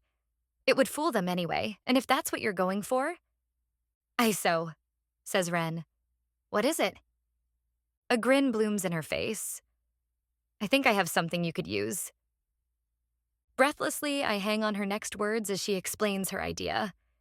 Ren grins at me, mirroring my anticipation. She walks us through the next steps, and I take the concoction she offers, hoping that it will actually work. I guess there's only one way to find out. Chapter 6. Ambry. The mid-morning sunlight loses its heat and leaves a cool chill in the outside air instead. I pump my arms to get my blood flowing. It's strange to not have anything with me. But if we were actually new recruits, the raiders wouldn't have given us time to gather anything together. Ren and I left almost the instant Aso ran through the plan. He, at least, can pass as a soldier since he's wearing the pants from his uniform. But I'll fit the part of a raided citizen in the faded shirt and pants I took from the safe house Talon and I hid in before we found Shasa. My brother's stride is wider than mine, but I do my best to keep pace. We run across town, following the path I took the night before and sticking to the shadows as much as possible. Soldiers march as their commanders shout orders. Others gather on the wide porch of an abandoned courthouse with its nude brick and boxy colonial structure. We stop under the eaves of a house a block away, but near enough to hear the shink of weapons being sharpened. Ren grips the brick just enough to peer around the corner. Angels, they're everywhere, he says. This is worse than when I was here, and it hasn't been that long since Tyrus had me at the station every day. I shudder. Thanks to that station, Tyrus basically has Valadir in hand. It won't be long until he has all of Etheria. But the Arcaians dominated our government before, even without owning all of our magic. Why is he going to such lengths for the sake of a war he's already winning? What's Tyrus playing at? Ren ducks his head and grips my elbow, leading me into the inky shadows of an alleyway. I release a shiver in the cooler air. Now that we're hidden, Ren removes the potion Aso gave us from his pocket. She called it Illusio. The jar's rectangular shape fits perfectly in his palm, its edges rounded and solid. It has no label, but steam oozes from the cork like something possessed. He then takes another jar, empty this time, and uncorks the top with a soft pop. Tipping the illusion toward the other, he transfers half of the steaming liquid into the empty jar before handing it to me. You ready? He asks, his chest heaving. I exhale, trying to catch my breath as well. This potion is dangerous. Aso seemed a little too giddy about that fact, but it's our best option. As I'll ever be. The glass is cool under my touch, and while fear punches a hole in my chest, I swat the unease away. Instead, I focus on my other worries. What if the Illusio doesn't work? What if we get in but can't get back out again? Or the worst one of all, what if Talon is already dead? Acid builds in my throat. The dark stone terraces and rising spires of the Triad point upward, a veritable fortress barricading me in all the ways that matter.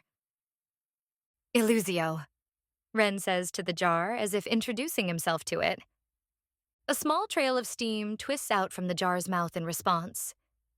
His hand shakes as he wedges the cork back into place, and I don't blame him. The last time he was here, he didn't belong to himself. And here he is, about to stroll right back in, relying on Aso's experimental concoction. It will work, I tell him, knowing it's not enough. How can I assure him of something I'm not sure of myself? He hands me a cork from my jar before returning his to his inner jacket pocket. I tuck my own flat jar into my pants waistline before replacing my shirt. The jar will be too noticeable sticking out from the top of a pocket. Why are you going along with this? I ask him. Ren's eyes soften, and he flicks my nose like he used to when we were little. Along with the gesture, his presence is reassuring. He's here. He's coming with me. You're my sister, and whether Haraway wanted to or not, he helped you. More than once from the sound of things. I filled Ren in on as much as I could after I woke up. I left out little things like feelings and just stuck to details. Knowing Ren, he probably saw right through me. Love isn't that easy to hide. Ren, I begin. I don't want to sound like a coward. He may be just as nervous as I am, and strangely enough, that brings me comfort. I'm glad you came with me. He inclines his head and musses my hair. Crouching like he's ready to spring, he peers around the corner. Between Haraway's skill, my knowledge of the route, and your magic, I don't think getting out will be a problem. Ren. Ambry. He mocks my name, letting me know he's sick of talking. I know. We need to go. I inhale, deciding not to tell him the other issue plaguing me with regret. I left the teardrop back at Black Vault. According to Aso, the Illusio will copy us. When we drink it, we'll duplicate ourselves, leaving an imprint behind. The Arcaians will go after the shadow, giving the real Ren and me time to make our way to the dungeons. The biggest risk is that we have to make sure we leave the right part of ourselves behind. Unlike our illusions, we won't fade after a few minutes. It's the whole reason I left the teardrop behind. I wasn't sure if it would allow the Illusio's magic to duplicate it, and I couldn't risk anything going wrong with it. I plan to get the teardrop back just as quickly as I can, so there's no need to tell him and add to his worries. We'll probably see Gwyn there, I say instead. I know, he says, glaring at the sea, which is visible on the horizon beyond the palace. I saw her there every day. Of course she'll be there. I don't have the heart to mention her name on his Audi's messenger. Instead, I grip the jar. Remember, Ren says, if anything happens, drink your Illusio and make for the tapestry hall. Sneak behind the 5th tapestry on the right. If we get separated, that's where I'll meet you. I run back through the directions in my head and nod. Okay, let's do this. Sweat collects in my palms and trickles down my back. Aso's jar digs into my hip. I wait, hearing the pounding of feet, engage the steps, waiting for the best moment to sneak in and pretend I've been there the whole time. The forlorn glances of those who are lined up are so lifeless and bled of all hope. It's not hard for me to cut in line. Like jumping rope, I wait to spring up with the next rotation and duck at the right time. Our line slows and narrows out until we march single file toward the courtyard entrance. Several people shuffle to accommodate this, forcing Ren to step in several more places ahead of me. Angels. I knew we might get separated, but having it happen so soon throws me. A beeping sound strikes with every forward step we take. I tiptoe upward and glimpse a bearded Arcaian soldier waving a small metal tube over people's arms, his purple hand glowing with each swipe. My throat shrinks. I can hardly breathe. This was the plan I agreed to, but reality has more force than a hard slap. Whether they catch me or my duplicate, they'll know I have magic. They'll try to take it again. My hand flies to my chest, but for the first time since we left Dury and the others, I'm glad I left my teardrop behind. This is why I left it behind. It wasn't just my worries about it interfering with Aso's concoction. If anything goes wrong, I don't want the teardrop getting stolen. We inch closer and closer as men and women are scanned and sent to various areas of the courtyard within for instructions and weapon distribution. Screams break out every minute or so from the extraction area to my right, every time the line moves forward. I try not to think about it, but the blood-curdling screeches are pretty hard to ignore. My determination falters. I urge my feet to move, though I want nothing more than to break for it. I could whip out some magic, bust my way through, but that would draw far too much attention. I need to get both Ren and Talon and myself back out again. Alive, preferably. Clean, says the Arcaian at the door as each person passes and we all take another step forward. Clean. Scan. Clean. This is worse than Tyrus waiting to scan us back at school after Black Vault. One more step, and it's Ren. Is he ready? Am I? I think back to our conversation with Iso, but the memory of her words do little to comfort me. How do we know we'll be leaving the impression behind and not the real us? I asked her. The illusion will copy you exactly as you are when you drink the potion, she said. And just as you want to be sure you don't get left behind, well, the illusion won't want to be left behind either. It's an exact copy of you. It's a matter of beating the illusion before it overtakes you and gets itself out first. Aso had a delicate, intellectual look about her, with her broad, porcelain cheeks and inquisitive brown eyes, her long lashes and the single crooked tooth in the front of her mouth when she smiled. There was something childlike about her eagerness to help us. Ren trusted her. That means I should trust her too. Why doesn't that make me feel any better about this? I pull out the jar and grip it hard. Beat the illusion, I tell myself, hearing Iso's warning one final time. Get yourself out first. Ignoring the escaping steam, I quickly uncork it and duck into a strange sideways hunch, trying to hide in plain sight. I ram aside my fears and tip the jar to my lips. To you, Talon. The liquid is cold. Smoke cloaks my tongue like I've just licked charred meat. The spice of cayenne drizzles after, and the strange combination clacks on my taste buds. Wincing, I work my tongue several times while the smoke and cayenne spread through me. Several other flavors join in, trickling through my teeth to seep up into my skull and down my throat. Each weaves in and out through the crevices in my bones like a series of threads zigzagging through a loom. Then the pressure hits, all at once. It crashes into me. I stumble into the back of the man in front of me, gripping his shirt for balance. Several people glance back at me while more shouting ensues ahead. "This one's dirty," the soldier cries. I try to stay focused, to regain my balance, to release the man currently helping me stand. If there's a duplicate of my brother ahead, I can't tell. But sure enough, the soldiers stop him when they recognize him. "Ren, you just couldn't get enough, could you, Sheila?" one says before slamming a fist to Ren's gut. He then shouts over his shoulder, "That means his sister could be close. Call her." Call me? Like I'm a dog who'll come running? Ren fights against their grips, but the soldiers hold him fast. One of them plunges a glowing daze blade right into Ren's chest. The sight hits me as though the knife has gone into me instead.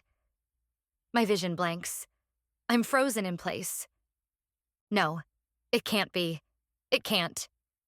"Officer's orders," the soldier says, leering in Ren's face as he goggles over the injury. Blood gushes from Ren's chest. "You should have known not to come back here." The air expels from my lungs. I struggle for breath, but I'm caught in a tide. Something pulls at my skin, tearing it from my bones. It's as though two halves make up the whole of me, and they're slowly being drawn, snipping each connecting edge. I can't concentrate. Ren is being hurt. It's his duplicate. It's got to be. Please tell me it's his duplicate. The snipping separates my awareness, my motions, until I finally fall, scuffing the heels of my hands. The edges of my body burn as surely as meat cooked too close to the flame. Colors burst across my vision. I'm on the ground with the stark realization that I've missed something. A girl wearing a pink shirt and blue pants exactly like mine dashes toward a passing crowd in the street, her strawberry blonde hair flapping behind her. Oh no. My veins buzz, whirring like a wind-up toy. From down here, I see through the lineup of legs. The soldiers ahead begin kicking Ren's lifeless body, laughing all the while until the bloodied image of Ren fades like ash in the wind. "What the wreck?" a soldier stammers when his leg goes right through where the body was moments before. I swallow a massive breath, and relief whooshes in right along with it. Ren's illusion faded. Mine took off. It's now or never. Taking advantage of their distraction, I push past them like a runner at the crack of a whip and brake for the gap behind them. No duplicate to be left behind. "Hey!" Several soldiers veer around. A peculiar thrumming hammers in my veins, clouding my brain, but I run straight for the palace's open doors at the top of the courtyard. A high-vaulted ceiling angles above. The mist of magic in my bones staggers, making my movements sluggish. I slow, hugging my arms to my busy chest. Concentrating on Ren's instructions, I take the left corridor, push into a hidden alcove in the stone wall, and close my eyes. At least Ren got away. At least he is safe. Conditioned air cools my skin. Blood speeds along, going way too fast for how little I'm moving. I grasp onto the magic, praising the angels I still have mine. Only moments pass before a hand claws around my elbow. My eyes snap open. A man no older than I am, with dark hair and hazel eyes, raises an eyebrow at me, his full lips drawn into a smirk. He wears the Arcaian khaki, and a mole dots the space between his mouth and his nose. His eyes follow mine as I glance down to his hand, cutting off my circulation. "Think you can use magic around here and not be noticed? Especially your inborn magic?" A shorter soldier with a shaved head and earrings in each ear snickers from behind the one gripping me. He nudges past, looking me over. The Jian claw at his belt taps its metal fingers in anticipation. "That's odd," says the shorter man, his brows drawn as he examines me. I could have sworn I just saw her across the street. I pull against the soldier's grasp, sweat beating down my back. He steps closer. "It's a replication," says the other, pulling a daze blade from his belt. He presses it against my side. I feel a smart sting, and I inhale through my teeth. "Her brother's faded before we finished with him, which means he's somewhere in the palace," the other finishes, glancing over his shoulder. "Search him out." I grip my jaw and jerk away, attempting to slip free. The soldier's knife stabs harder into my side, though not enough to pierce, and he pulls me tight against him once more. His hot breath hits my cheek. "You don't want to do this," I say, my brain racing, shoving against him. If I had my teardrop, I wouldn't be in this predicament. His blade digs in harder. If Ren's replica faded, that means mine must have too.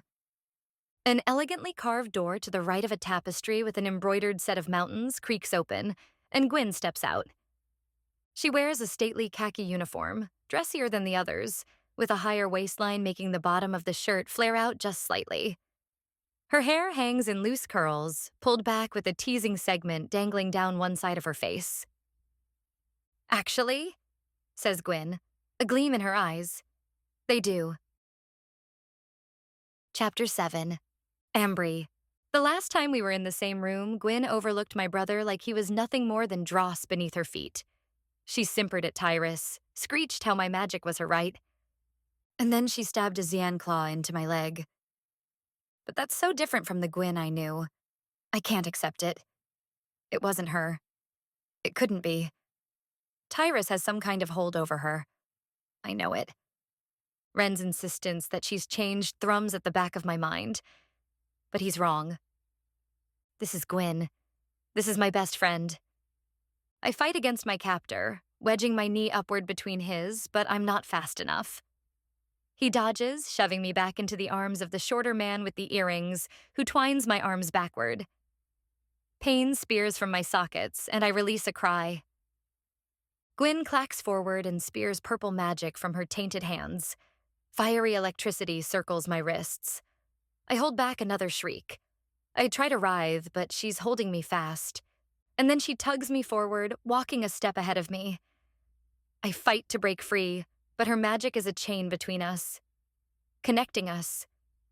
"Gwyn," I begin, searching the corridor. "Is the tapestry room nearby? That's where I'm supposed to be meeting Ren." "Shh."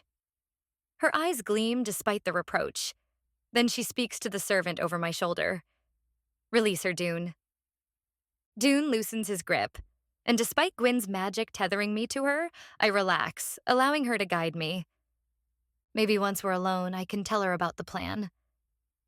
I wonder if she'll help when she realizes Ren is waiting for me.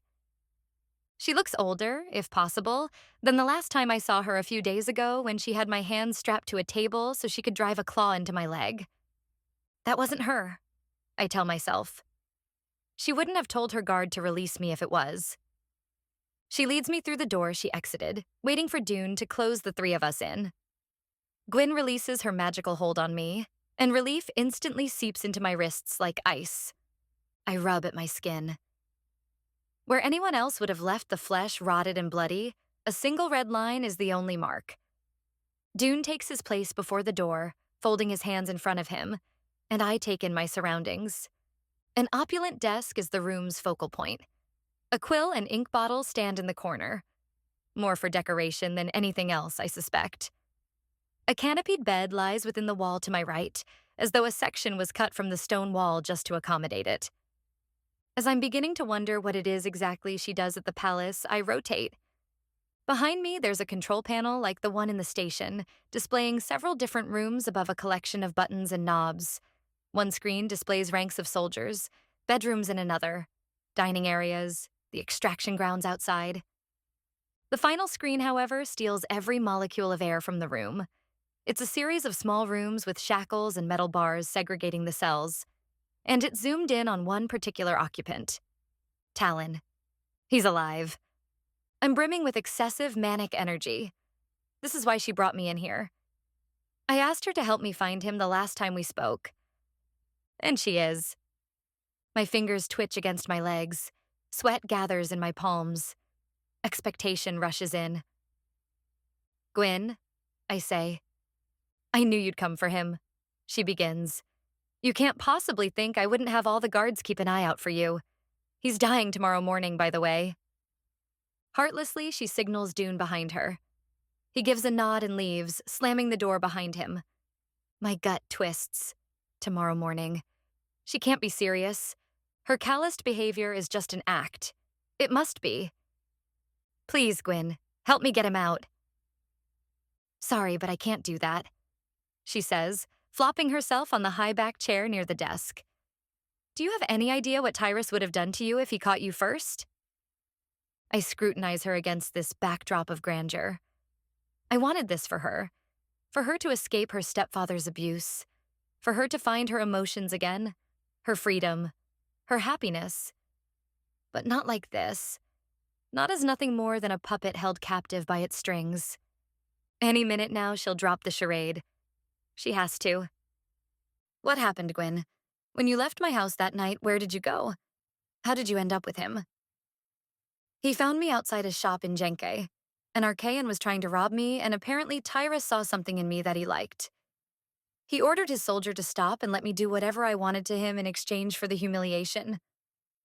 Her lips purse in some kind of secret delight. I blink at her. For someone who went from living under the grasp of an abusive, controlling stepfather to having full range of her life, it only makes sense for her to latch on to the first person to show interest in her. Too bad that someone happened to be Tyrus Blinsdale. I step across the rug toward her, an agonizing curl in my stomach. My voice lands softer than I mean for it to. You were my best friend. What did Tyrus do to change you like this?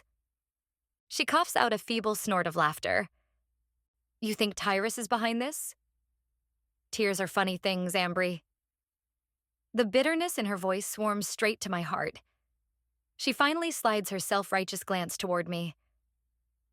They reveal the truth, and I saw the truth almost the instant I drank mine. What does that mean? It means I saw how eager you were to let me go. You never wanted me around. I saw how you looked when Ren kissed me that night, how disgusted you were. And the way you rammed in to get to the vendor even though you knew I wanted her tears. You just barged right in front of me. It wasn't like that at all. I came to you for help. I heard through the way you used to talk to me, back when I couldn't feel like you could. You were always annoyed at me. I wasn't annoyed at you. At the spell, Gwyn. At your stepdad. At what he was doing to you. I wanted you to feel what I did. You don't understand. I didn't want you to leave, don't you get that? Gwyn holds one hand in the other, sitting far too still for the anger in her tone. And then it was much clearer when I saw you again. Tyrus told me you couldn't be trusted. I hoped he was misled about the bounty he placed on you, but there you were with that traitor Haraway. And then you attacked me, and you wonder why I'm angry. Gwyn, please, I can explain. She flutters a hand in my direction. I don't care anymore. Besides, you've elicited a kill-on-sight order from Tyrus. We've all received the mandate. I'm not about to disobey him. I can't believe I'm hearing this. I force softness to my voice, though I want nothing more than to scream at her. So now, if that were true, then you would have your guard kill me instead of dragging me in here. She lifts the hand she's been cradling. It glows a soiled, vibrant purple, and her eyes flicker with a devious glint. That's the thing. Why would I let someone else do it when I could do it myself? I call my magic forward carefully, letting it sizzle just below the surface. With its appearance, my hope rematerializes. She hasn't proned the room. Gwyn rises from her chair, straightening the flared bottom of her fitted khaki shirt. With her mouth pursed, her fingers slip toward the daze blade tucked at her thigh. She won't do it, she won't. Not the girl who used to come over for ice cream, who used to stare blank-faced back at me while I dabbed at her bruises. The girl who waited to walk home with me every day after school.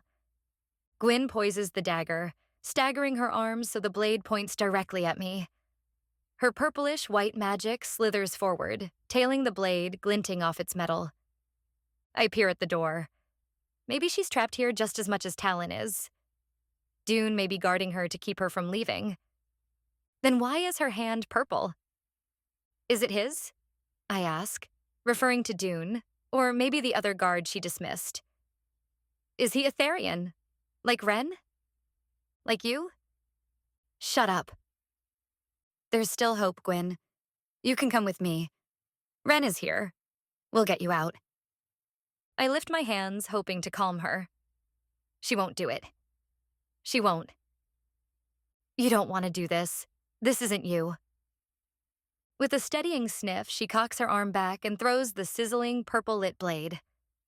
I duck and divert it with a spurt of my own magic, but it's not enough to keep it from slashing an arrow of blood across my thigh. Pain hisses through me, and Gwyn inhales noisily in satisfaction. Her chest rises and falls. A few blonde hairs straggle over her forehead, and we stare at each other across the rug. She was aiming for the wall. It's all for show. As if in affirmation, Dune knocks on the door outside. "My lady, are you all right?" Though my body trembles, I can hardly move. Her fallen daze blade lies pathetically on the floor, feet away. The purple gleam drains, leaving the blade a bloodied gray. "There," I say. "He heard your attack. Now, come on, let's get out of here." She quivers, battling with the disillusionment raging through her. "Give in. Let this go," I plead inwardly. But she remains motionless as I use the control panel for support and rise to my feet. She can stop me at any moment. But she doesn't. "We can get down to the dungeons," I say, thinking aloud as I scan the screens. "We can get you out of here." I glance around the display of different rooms for the image I saw before. And there. He's there, crumpled against the wall of the cell. 5th floor down, just where Wren said he would be. "No," Gwyn finally says. "I'm not going anywhere with you." My magic curdles up in an instant, licking along my bones, waiting to be used. With a quick motion, I touch the power canister on the panel and release a volt into it. The singe seems to knock sense back into her. "Stop!" Gwyn shrieks, diving forward and spiraling magic at me. I dodge it just as a high-pitched fizz resounds, emitting the strong scent of burned wire. Steam rises from the buttons, and every image on every screen dissolves into black and white blurs. The door behind her crashes open.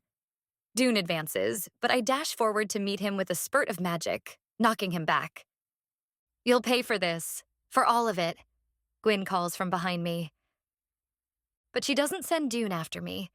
She doesn't make any kind of threatening advance. I turn, and her light green eyes capture mine. They soften for a flicker in time, and the reality of what just happened pounds straight through me. She was supposed to kill me, but she didn't. She won't leave with me now. But there is still hope. "I'm not giving up on you," I say through heavy breaths. Her scowl deepens. "Tell Tyrus that if you want," I add. I gesture to her daze blade still lying on the floor. With her attention diverted, I slip out the door. It's time to find Wren. To find Talon. Chapter 8. Wren. I gritted my teeth at the painful shredding feeling. It was just as Aso warned. My duplicate took form, even pushed me down, and tried to run for it. But I was faster. With intense concentration, I caught the replica by the back, rammed the other me down instead, and bolted as the soldiers moved in. His screams follow me now as I dash down the lavish carpet, covering the stone all along this corridor. That must have been what I sounded like when Tyrus first took my magic 2 months ago. The memories of that horror don't leave me alone, ever. But I ram them away, like I did to my duplicate, and sprint toward the tapestry hall. The room is vast, speared down the center with a long swag of red carpet leading to the throne at the far end. A throne that, as far as I know, has never been occupied since the wizards were eradicated from Valadir, from all of Etheria. I don't stop to wonder whether we'll ever have a wizard rule in his or her rightful place again. I keep my mind to the task at hand, taking in the elaborately woven tapestries hanging from the tall, sunlight-filled windows along the angled ceiling clear down to the marble floor. They must be 30 feet long at least. Hearing commotion behind me, I count swiftly. 1, 2, 3, 4. I duck beneath the 5th tapestry, a depiction of a golden tree that was woven with thick growth, twining upward like tiny birds awaiting a meal. The stony wall ices my back. It's cold and secluded, and best of all, hidden. I press my fingertips against the rigid surface, my pulse hammering. The soldiers' taunts continue, as does the sound of their fists hitting flesh. My replicas, probably. I'm so glad I'm not feeling this right now. Hopefully, The illusion will vanish soon. From his screams, I'd venture a guess that his short life isn't a pleasant one. I slide along, feeling for the notch I described to Ambry. A notch I only discovered because Tyrus ordered me to use this stairwell to check on new prisoners. Finally, my fingers hit the small variance and press. Just as I know it will, the stone gives way under my touch, slowly and soundlessly. I dart into the darkness before it closes again. Blackness hits me on every side. Small slivers of light spoke through arrow notches in the stone, and I wait for my eyes to adjust. I wait for any sound of footsteps, for Ambry to make her way here with me like we planned. Time passes, more time than I like. I begin reciting the gatekeeper pledge in my head, a fallback habit I resorted to whenever I had to stand for long periods of time, waiting for Tyrus. Magic for the people, not for control. Secrecy is vital, trust above all. Hands alone can rescue, hands alone can save. I pledge to use my hands for good, to conceal that which is most grave. Minutes pass. By the time I've made it through 3 rounds of recitation, the impatience nagging at me flourishes into full-blown worry. Where is she? Come on, Ambry, I whisper, catching my breath and staring into the darkness. Come on. We've taken enough time as it is. I could go on without her, but a sense of unease holds me back. Where is she? Did she get lost? I told her which tapestry and where to push, remind myself, though it's not as reassuring as I hoped. The triad is huge. It took me days to find my way through the various halls. My illusion worked. Did hers? Did she drink it in time? I consider retreating, going back out to find her and help her if I can. But the soldiers recognized me, and they hurt my illusion from the sound of things. I'd only be handing myself over. They know we're here now, I think. No doubt Tyrus will amp up the security and begin searching for me himself. If that's the case, I can't wait around any longer. There's nothing for it.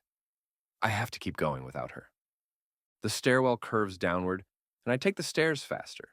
A faint light crawls in my direction from a branching corridor.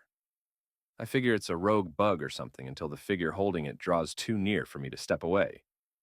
I complete the curve and nearly collide with, not a soldier, a civilian woman.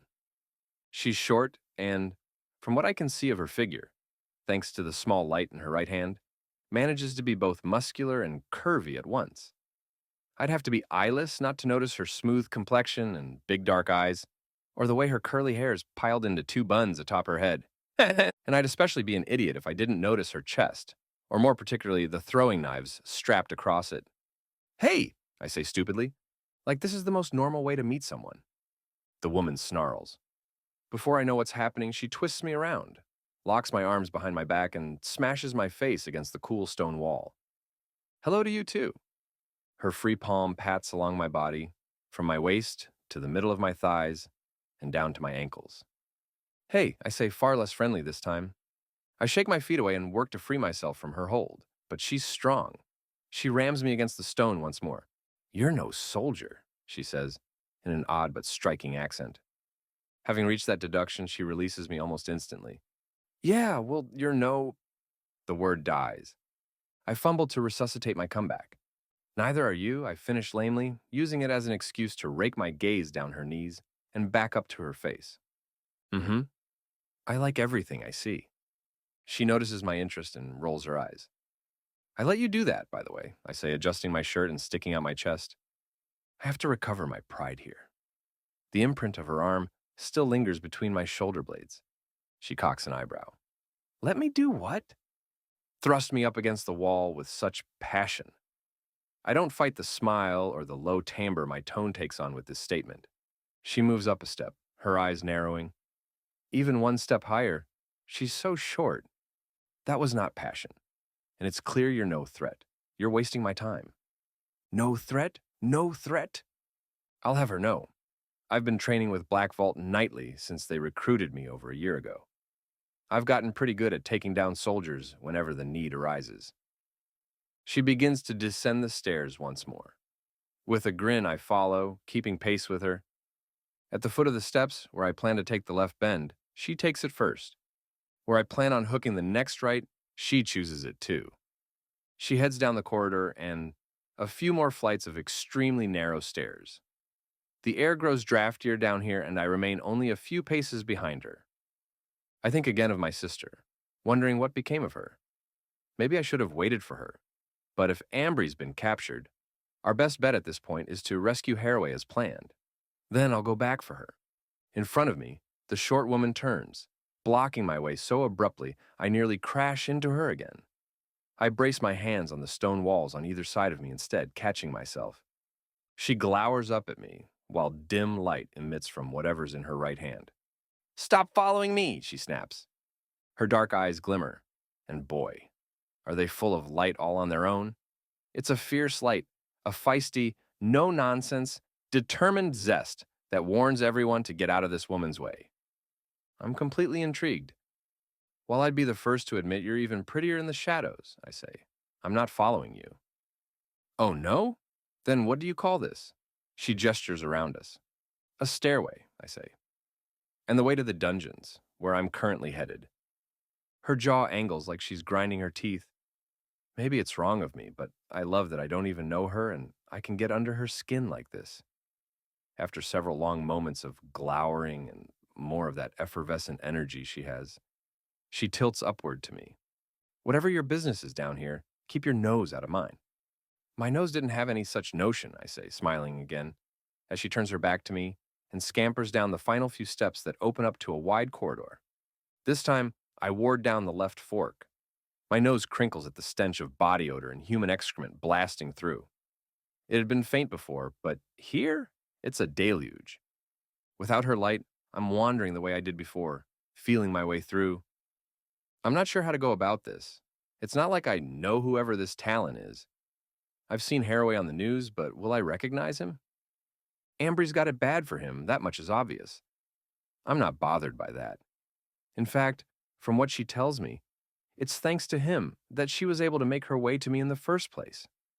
By the time I was taken, Talon Haraway already abandoned his post as Tyrus's second man, a feat which Tyrus will never let Talon live down. I remember all too well when Tyrus returned with the tears and entrusted them to Gwyn's care. I'd never seen the Arcaian leader so angry, but I knew it had something to do with Haraway. Tyrus ranted and raved about his betrayal. He did so again several nights ago when Gwyn returned without the tears. He threw things, screaming at me how he sacrificed everything to get Talon here, how he took the boy into his care and appointed him his second, and how Talon had thrown it all away over something petty like duty.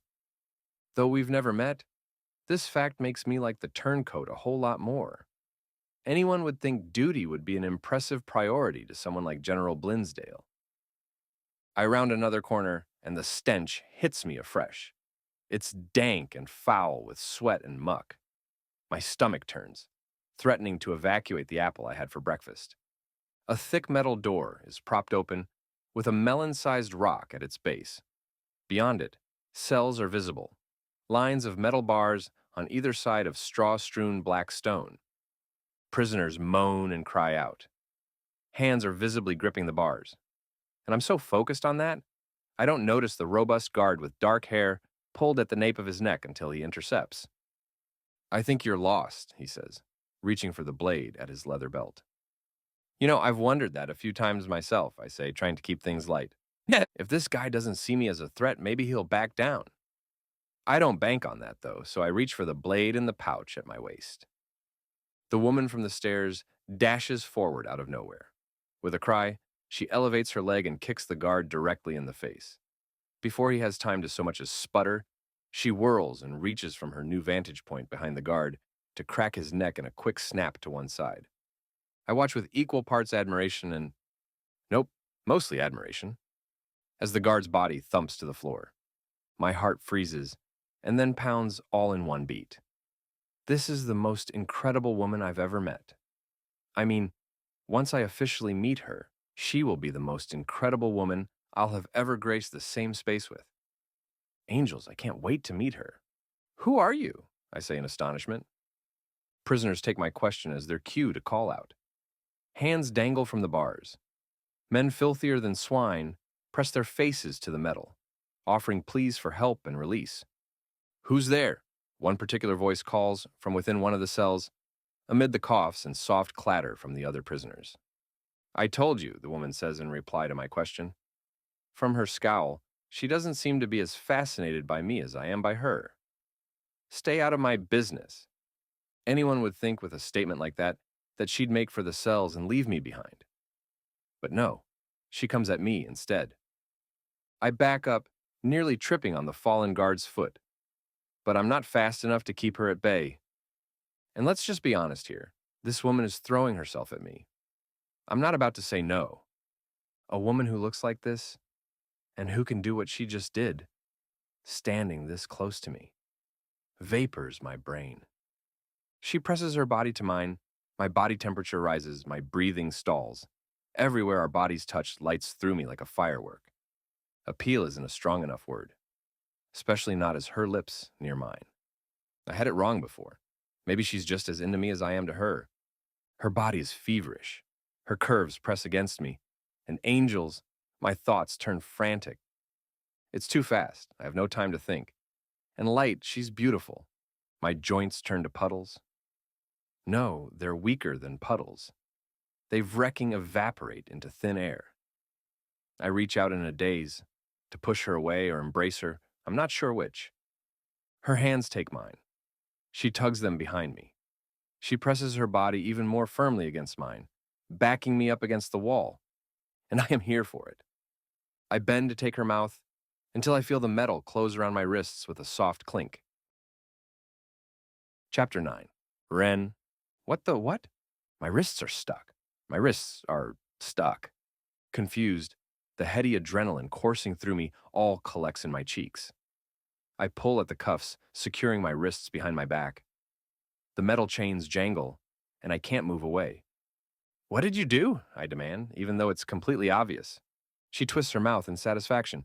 "You were warned," she says in her accent. Her chest is still against mine. She breathes my air for only seconds before she steps back. Bloody vixen. She shackled me to the wall.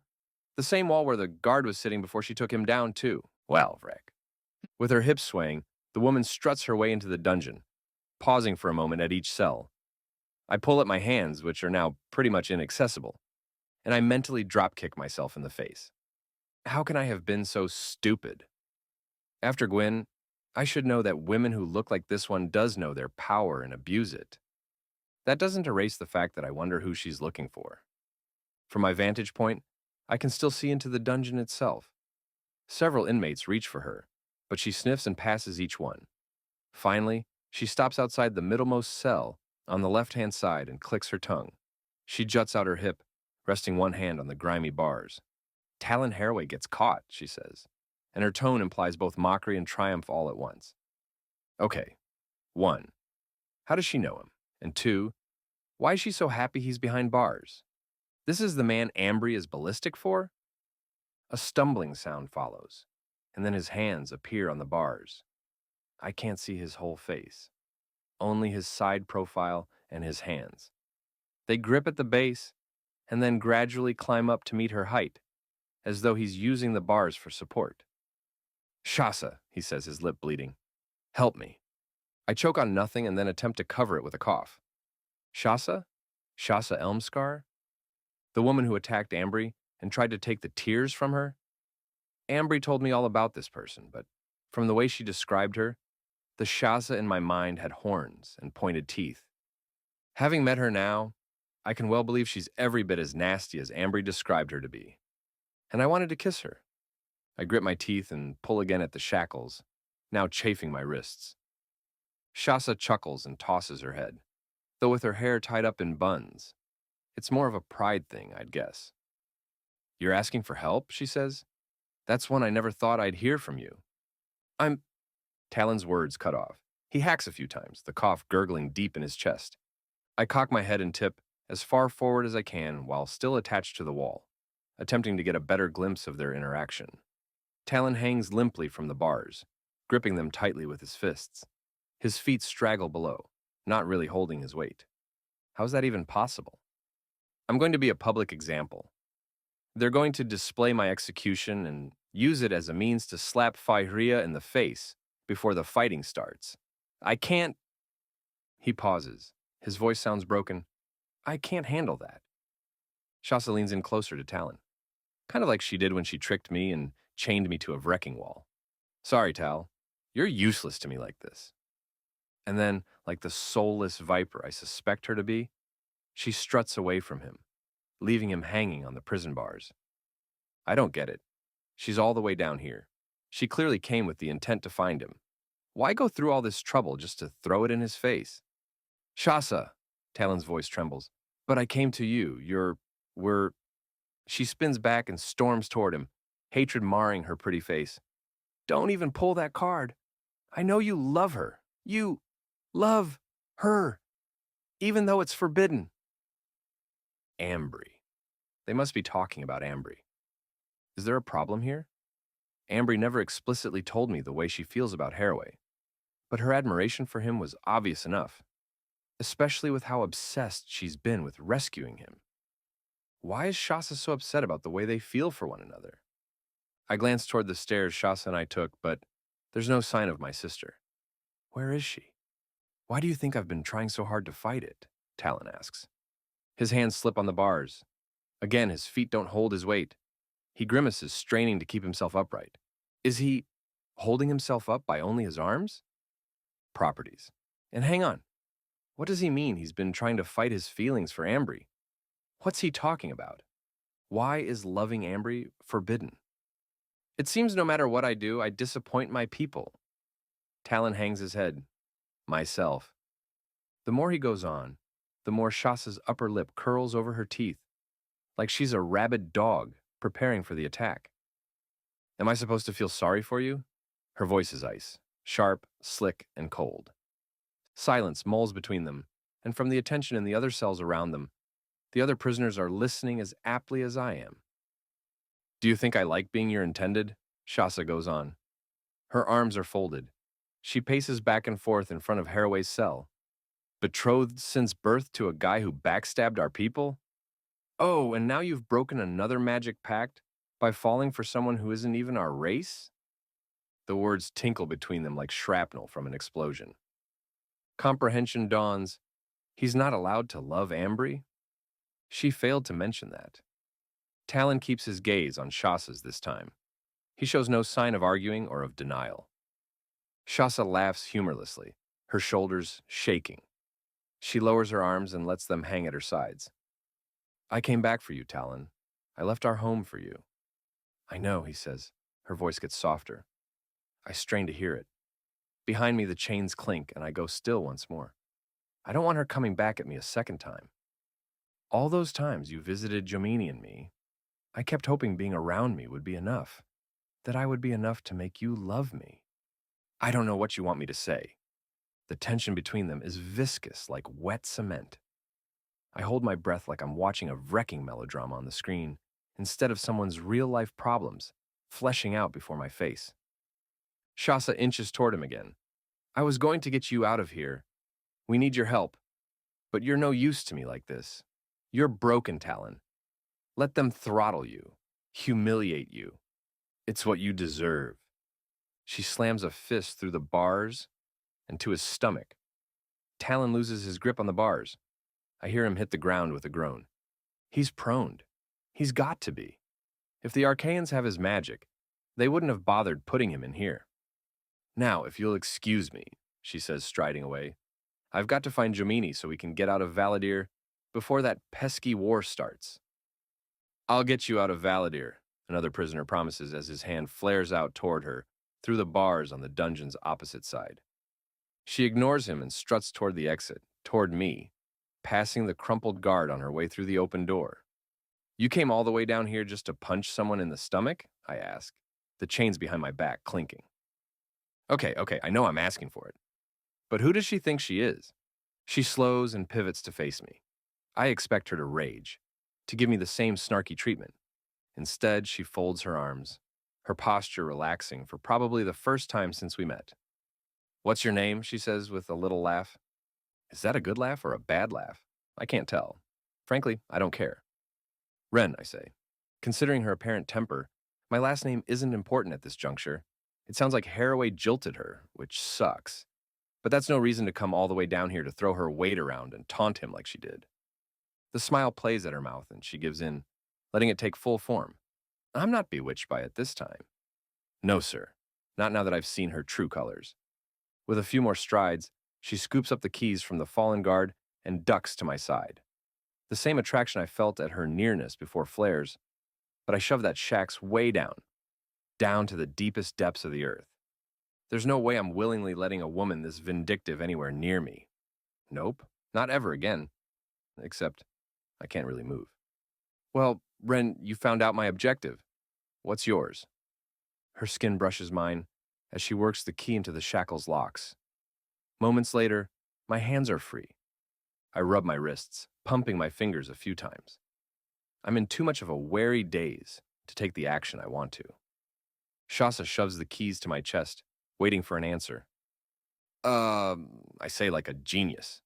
Footsteps resound, and then Ambry bounds around the stairs corner. Blood trails heavily from her arm, along with an even longer gash at her thigh. What happened to you? I ask her, ignoring Shasa. Ambry's hair is disheveled. She's panting heavily, and without a word, she kicks away the melon rock. The metal door is free. It whines as though its hinges haven't gotten much use. With obvious effort, she guides the metal door shut, barring us in. Aren't we supposed to be on the other side before the door's closed? I mutter, rubbing my wrists. All traces of amusement on Shasa's face vanish. If I thought her glare was vicious before, I was wrong on so many levels. For all that's angelic, what are you doing here? Shasa snaps. You made it, Ambry says to me. She glances at the fallen guard and then at me, either not noticing Shasa or not wanting to show that she notices her. You got the keys. Shasa whirls around and gapes at me, as though I've committed some kind of crime just by being on speaking terms with my sister. Wait, you're with her? Ambry's eyebrows twitch. He's my brother. I wince and stick out a thumb toward Talon's cell. We're here for him, the same as you. Well, I add after a second thought, maybe not exactly the same. With her brows furrowed, Ambry peers past me toward the line of cells and the abysmally awful smell. Clearly, she hasn't seen Haraway yet. Shuffling sounds build from outside the door, but Shasa pins her glower on me. Ren. Shasa repeats my name and plants her hands on her hips, making the sash holding the throw knives across her chest shift. Ren Chile? I shrug. Shasa releases a grunt. She wheels around to face Ambry. You want to tell me why you're dooming us to become prisoners along with these other losers? As if in answer to her question, the scuffling sounds increase, and voices crawl their way through the closed door. They're not loud enough to make any sense of, but someone is coming. I take Ambry by the shoulders. Were you followed? Ambry opens her mouth to answer, but from within the depths of the dungeon, Talon calls her name. The attention in this room shifts under that one word. Maybe it's the desperation, the disbelief, shrouded in its sound. But whatever the case, it makes each of us go still. Shasa slams her eyes shut as if it's painful. Considering what I overheard, seeing the two of them together probably is. Ambry disregards her. In that moment, I'm forgotten too. It's clear the scent down here doesn't matter. The bars don't matter. The dead guard on the floor is nothing more than scenery, as my sister steps over him and makes her inevitable way to the most wanted man in Etheria. From the curl of her upper lip, I'm pretty sure Shasa is going to tear her hair out if she gets close to him. Chapter 10. Ambry. My gaze darts down the filthy center of the cells. Bits of straw are strewn across the stone floor. People's faces are visible as my attention darts from one cell to the next, but I recognize the dirty hands in their leather, fingerless gloves visible through the bars in the room's center. I can't get there fast enough. Shasa, Ren, and the other prisoners watching us are all forgotten the minute I see Talon's face. He lies in a crumpled lump on the filthy stone floor. Though dirt smudges cover the lines of his face, they don't drown out the brutal green of his eyes. His legs lie unmoving, almost like they're weights attached to his belt, holding him down. A thick metal cuff surrounds each of his wrists, which are streaked with grime. A desert fills my mouth. I grip the bars, sinking to meet him on his level. Oh, angels, Talon, what have they done to you? You shouldn't have come here. he says, trying to push himself up. Of course, he had to know I'd come here. I take in the state of him once more. Straw litters his cell. There are lightless corners not even rats dare scurry to. Every angle is a cage. His hands hang, imprisoned by the same shackles I saw in my dream. My heartbeat races, and I press my eyes closed once more before rising to my feet. Hurry! I call to Ren, who still stands feet away from Shasa. Bring the keys over here. And Ren, did you find that door? What door? Shasa demands. A hidden passage, Ren explains, his voice trailing from the outer chamber. In case the castle ever came under siege, it was a way for the guards to escape. Tyra showed it to me the last time I was down here. I glance toward them as fury darkens her gaze. Tyra showed you? Without waiting for an answer, she snatches the keys from Ren and shouts, Well, go find it, before charging her way back to where I stand by Talon's cell. Move it, Nodgepole. She butts me away. I catch myself, sliming my fingers with the stone's filth and stirring the repulsive smell of excrement. She begins flicking through keys, scowling over her shoulder at me. Haven't you ruined enough? Ren makes his way toward the end of the long dungeon, mumbling something like, First, you punch him. Now, you're rescuing him? He stops at the back wall where a line of shackles dangles. Daggers are sheathed in a row of iron alongside long-handled tongs used for I don't want to know what. The sight sends a shiver down my spine. The sound of metal whines overhead. A long empty cage big enough to fit a person inside hangs from the ceiling above, and Ren dips beneath it, feeling along the stone. Muttering under her breath, Shasa picks a key at random and inserts it in the tiny keyhole of Talon's cell. A light red flush climbs up her cheeks. Ambry, Talon says. His dirty fingers inch closer to mine through the bars. Don't, I say, reaching through to touch his shoulder and soiling his shirt in the process. And I'm not about to let him tell me again that I shouldn't have come here. A heavy object pounds against the door I closed, spiking my nerves. I jump and let out a little squeak. What was that? Shasa demands, glaring behind her. Talon scrutinizes me, waiting for an answer as well. I got away from Gwyn easily enough, but the Arcaians were expecting me by then. I warded them off by heading down a completely different hallway, and then doubling back to the tapestry hall Ren told me about. I knew my escape wouldn't last long. Of course, they knew where I was headed. I blew their surveillance system, but they followed me down here. Forget this, Shasa grunts, slamming the keys down and pushing to her feet. I take her place, fumbling to find the next key and the next, trying each one with agitated hands. What about your Illusio? Ren calls to me from the dungeon's other end. My duplicate got away. What? Talon asks, his voice not breaking past a weak whisper. Shh, I tell him, reaching through to touch his arm but thinking better of it. Shasa mutters under her breath once more. I gesture behind her. This is taking too long. Can you go help Ren? Are you talking? Shasa says, one hip jutted out, her arms folded. Hate me all you want, I say in exasperation. But if Ren doesn't find that passageway, we don't get out. Got it? Shasa lifts her chin just enough that, though she's shorter, she looks down her nose at me. The pounding on the door strikes again. An echoing boom resounds through the chamber, making me jolt. It's followed by the whine of bending metal. They're going to bust down the door. We don't have time to argue about this. Please, I say insistently. The sound of bending metal increases. Inverted marks are beginning to appear on this side of the door. It won't be long now, and they'll have it broken down. We're running out of time. With an inhale and a deeper scowl at me, she turns and heads down toward Ren. Move! A deep voice roars on the other side of the door. A scuffle ensues, feet shuffling out of the way before a very distinct mustache appears through the latticed bars of the small window. My fingers grip the keys so hard they pinch into my skin. I know you're in there, Miss Casilla. Tyrus calls through the window. His teeth are white and straight. I've never noticed before. I want to smash them in. Talon's gaze pins to mine, and he gives me a knowing nod.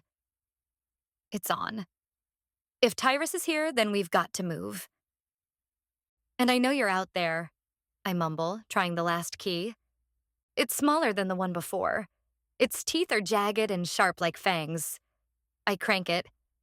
The lock finally takes, and with a heavy clank, Talon's barred door swings free. At the same moment, I hear Shasa's throaty criticism. You saw Tyrus open this? She asks, standing behind Ren. It was right here, he says in a panic, his fingers grazing along the grout between stones. He took me down here so he could use my magic to interrogate a prisoner. He opened the passage to taunt the prisoner right before he killed him. I shudder. We spent most of our time catching up and discussing what I'd experienced. I didn't ask him much about his time as Tyrus's subjugate. Ren pushes the rough surfaces, a large flat one here, a smaller, gray one there. Prisoners behind him shout out directions. It's left. Try left. Come on, Ren, I think. You can do this. Ren's hands ignite. The glistening balls of magic light the dim space, and he spurts them along the seam between stones, encouraging with his thoughts. Come on. I think as another heavy thud hits the door barring us from Tyrus. Find it. Behind his shoulder, Shasa gasps and pats his arm. Look. The silver trail of sparks streams along, taking a rectangular path on the wall, edging behind a dangling chain rusted over from years of neglect. You did it, Shasa says, pushing the chain aside. She digs her fingers along the newly revealed seam. Hope spears straight into me. I turn back to Talon, who lies weakly on the grimy floor. He did it, I say. Ren rushes to where I stand with one hand on Talon's cell door. Black marks streak my brother's wrists like grease, and he uses a hand to wipe sweat from his forehead. We got it, he says. But it's cramped. I'm not sure we'll be able to drag Talon through it. My eyes widen. Behind us, another boom strikes the door, filling the dungeon with a thunderous echo, making me tense. Then get yourselves out, Talon says with effort. He crawls forward on his elbows, leaving trails in the grime where his body was. Sudden worry fists over my heart. What's wrong with his legs?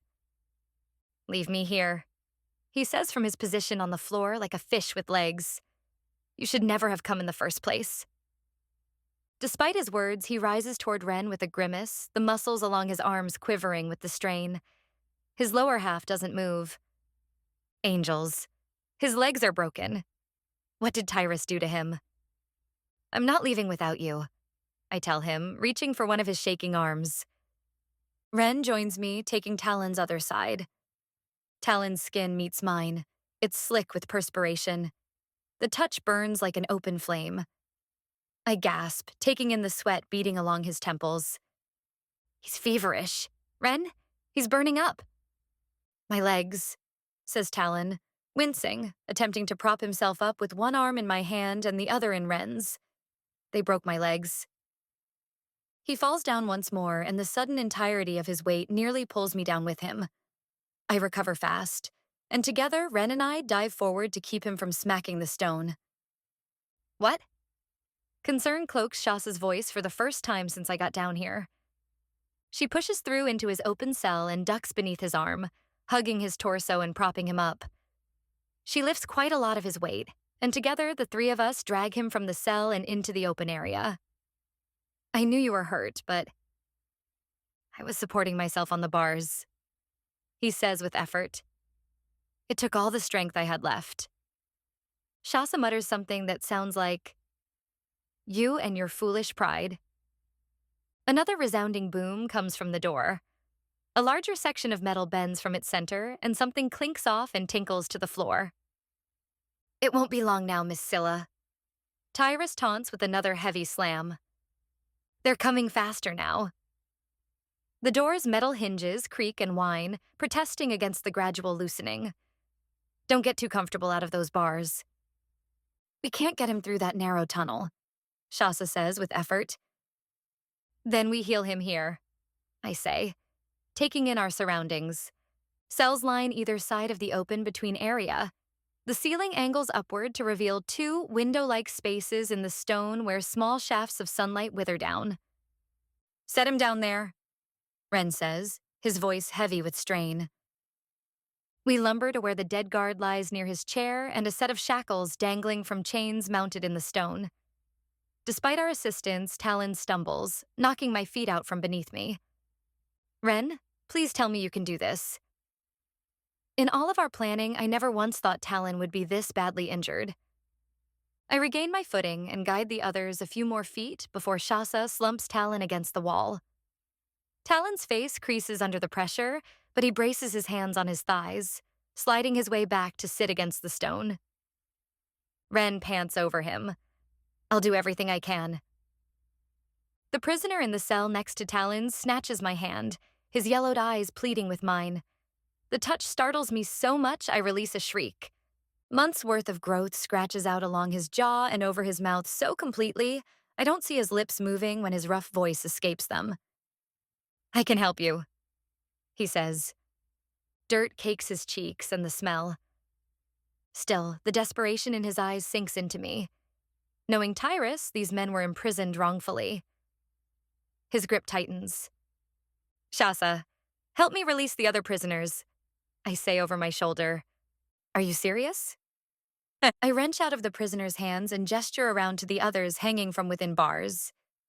It's not like the Arcaians who imprisoned them are upholding just and helpful laws. To my surprise, she nods in agreement. She grabs the keys from the doorway of Talon's cell. "I'm on it." Talon's head lolls from side to side and he grimaces in obvious pain. I kneel opposite Ren, inadvertently putting pressure on Talon's leg. Talon sucks in a cramped breath. "Sorry," I tell him, lifting my hand away. Something else tacks onto my fingers this time. I thought it was grime and silt from the utter filthiness down here, but now I see the stains on his pants for what they really are. Blood. The Arcaians hurt him. Badly. Anger spikes my bloodstream in a rush. Gingerly, I hold my hands over Talon's legs. "I'll try healing. I've got to help him. To do something." Ren shoves my hands away. "I can help. Just keep watch," Ren orders, pointing away. Unable to help it, I run a hand through Talon's sullied hair, pulling it away from his forehead and revealing several bruises disguised as dirt. Ren's hands light with magic, and I know I can't watch this. Talon grabs my wrist, securing me before I get the chance to go far. My gaze captures his. You, he stammers. "Shh," I tell him, stroking his hair once more. "I'm not going anywhere." Shasa yanks on the metal door where the prisoner who grabbed my hand waits. She tries keys, muttering curses in between phrases like, "I never should have come here." And Salamis was right. And now Craven has probably already taken her. Sweat beads along Talon's temples. His brow pinches at the pain I know he's in, and his hand clamps my wrist as though he's my own personal shackle. I know I shouldn't be the one who's here beside him, but how can I leave Talon to face this alone? Another pound badgers the door. I glance at the faces appearing through the latticed window in between each slam as desperation slicks its way over me. Seconds later, another hit follows. Then another, and another. And I stiffen in fear. With a low murmur, Ren catapults a storm of magic into Talon's legs. Talon lets out a throaty screech, rearing his head against the stone as several cracking noises snap from the direction of his knees. "Sorry about that," says Ren. "Had to set the bones." Talon's head slumps back. His gloved hands clench on his thighs. "It's fine," he says through hefty breaths. Ren continues streaming magic into Talon's legs, and I kneel, looking for a way to remove the cuffs from his wrists. They're wide and rusty, and though it's only been days, Talon's skin beneath them is raw and red. I try to turn the irons without rubbing his skin any more than it already is. The smallest of keyholes appears just near the chain links. "Shasa, bring those keys here," I demand. She replies with a suggestion of exactly where I can stuff the keys as she tries another one in the prison cell nearest to where the hidden tunnel gapes open. The latch clicks. She swings the cell door wide enough for the bedraggled man in tattered clothes and bare feet to hobble toward the tunnel. We need to follow them. We've got to get out of here. Is that enough? I demand of Ren, urgency rippling through. Can he stand? We've got to get him into that tunnel. We have to leave now. Here, men. Someone calls from the corridor outside. The soldiers' grunts and shouts grow louder as a final pound strikes. The door's hinges rasp a final, weak moan. I lift Talon's arm around my shoulder. Ren crouches to do the same from his other side.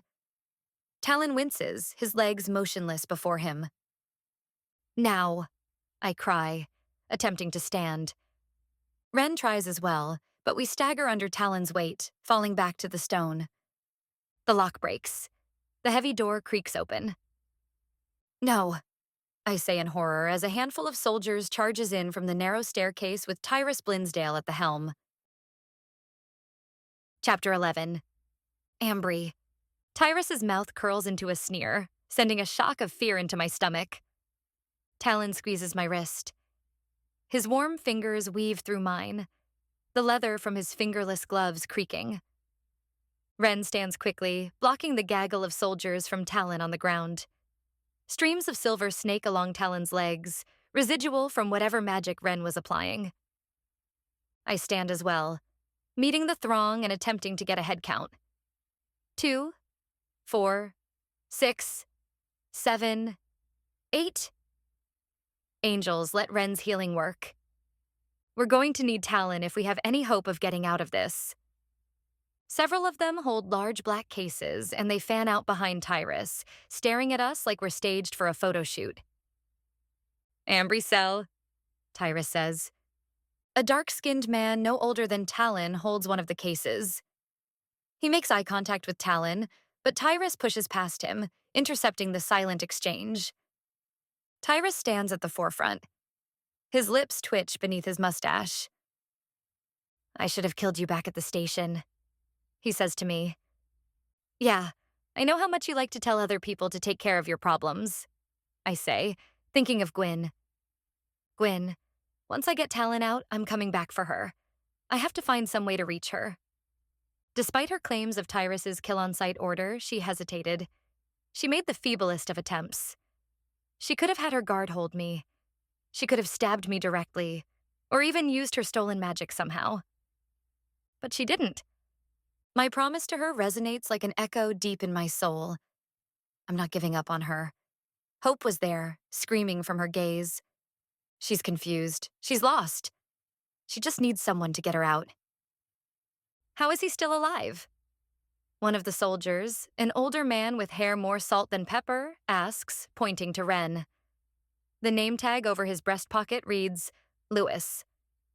I stabbed him myself. My jaw clenches. It had to be his illusion. Thank you, Aso. Lucky break, I guess, says Ren. Tyrus wears the same commanding officer uniform I've seen him in before.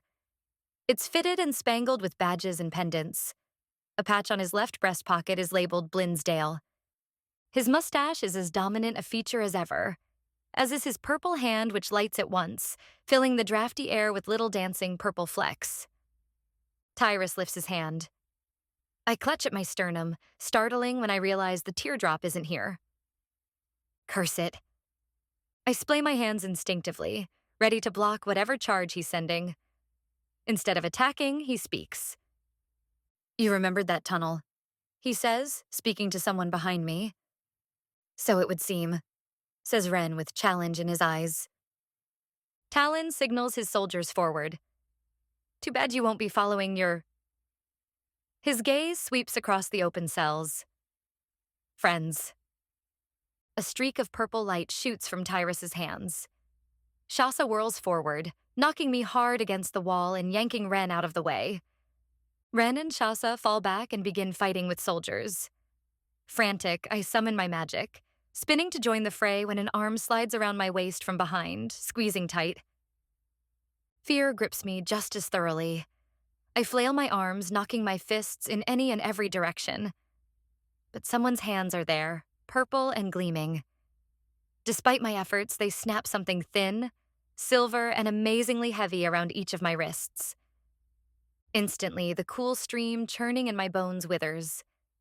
My magic pinches out into nothing but steam like a fire doused with water, and chills tingle all the way down to my fingers. It's gone. I can't access my magic. It's gone. Sweating, I jab an elbow back against the man holding me. He shoves me to the stone, my palms scraping against the grit. I wheel around to see the soldier's single golden tooth inserted among the white ones of his menacing smile. His name tag reads, Nailer.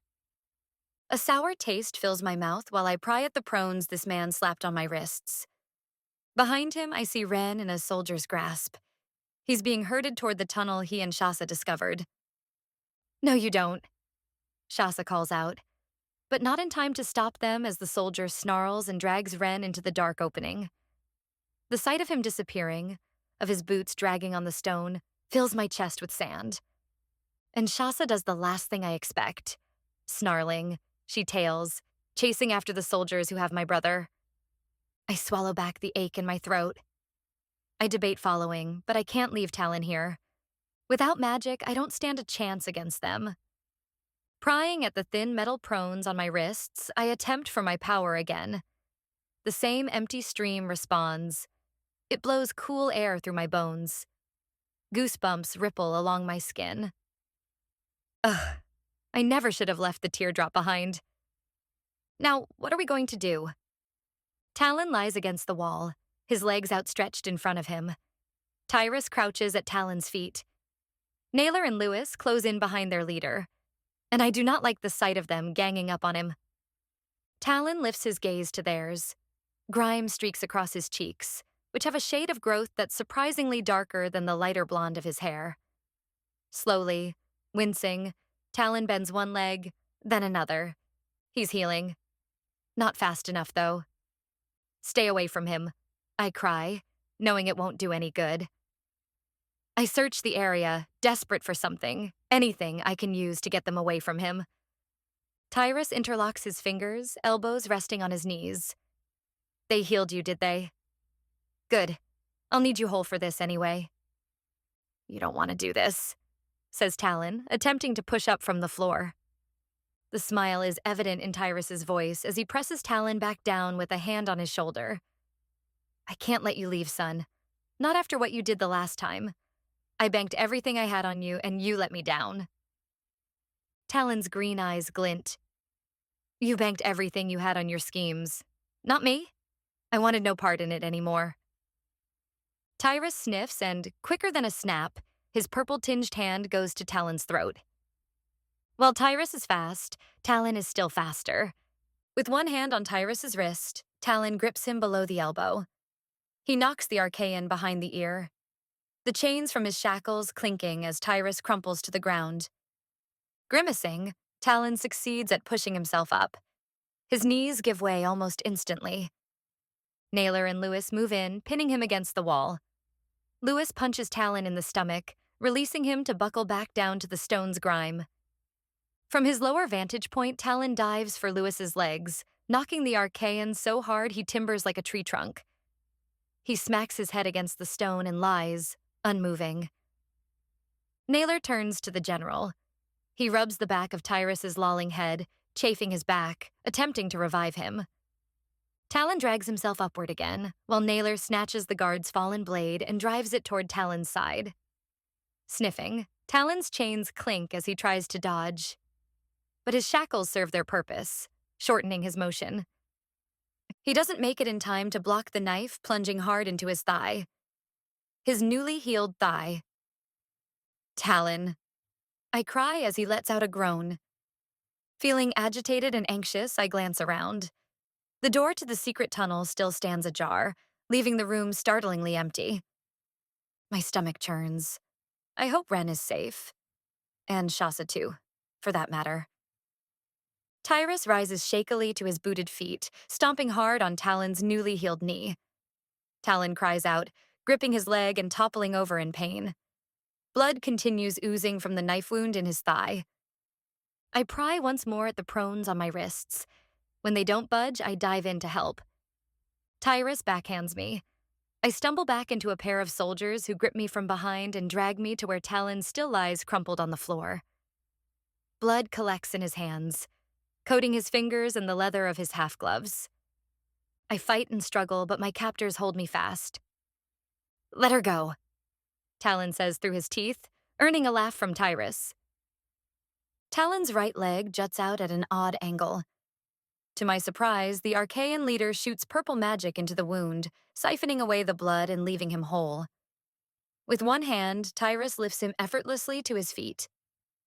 "Haraway's right," the soldier to my right says. "She's in the way. Shall we end her, sir?" His grip tightens around my arm, and the claw at his belt clicks. My pulse thunders, and my gaze darts to the open tunnel door behind the general. But I have no helpful thoughts. No flashes of inspiration on just how to get out of here.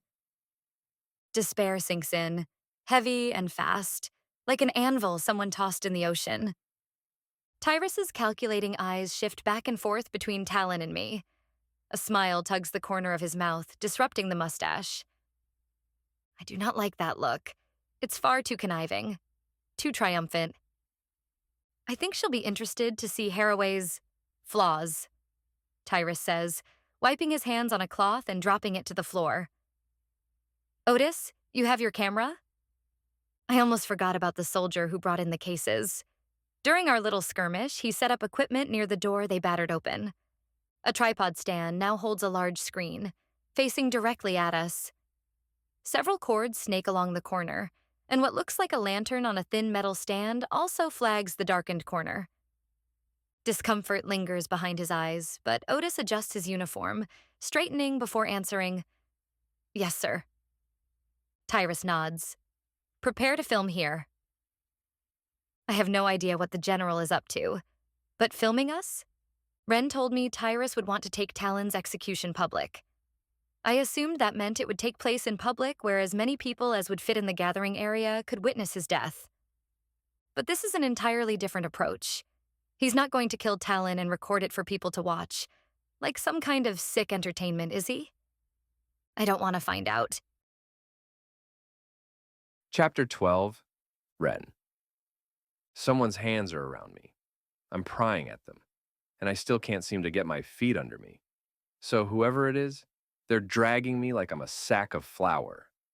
To make matters worse, this tunnel is dark. Too dark.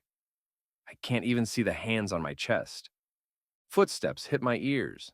They slap the stone, coming closer to me. Shasa and her palm light come into view, as do the walls enclosing this narrow space. "Shasa, duck!" she cries. I don't hesitate. I drop, making myself dead weight in the soldier's grasp. Whoever he is, he releases a grunt, his progress stopping. Retrieving a throw knife from the band across her chest, Shasa chucks it at me. Or not at me. But it's still in my direction, so I may or may not have released a little squeal, which I'll attribute to the soldier if anyone asks. The knife hits its target. The soldier behind me releases a grunt. His grip slackens and he topples over, taking up way too much space in this narrow tunnel. "Come on!"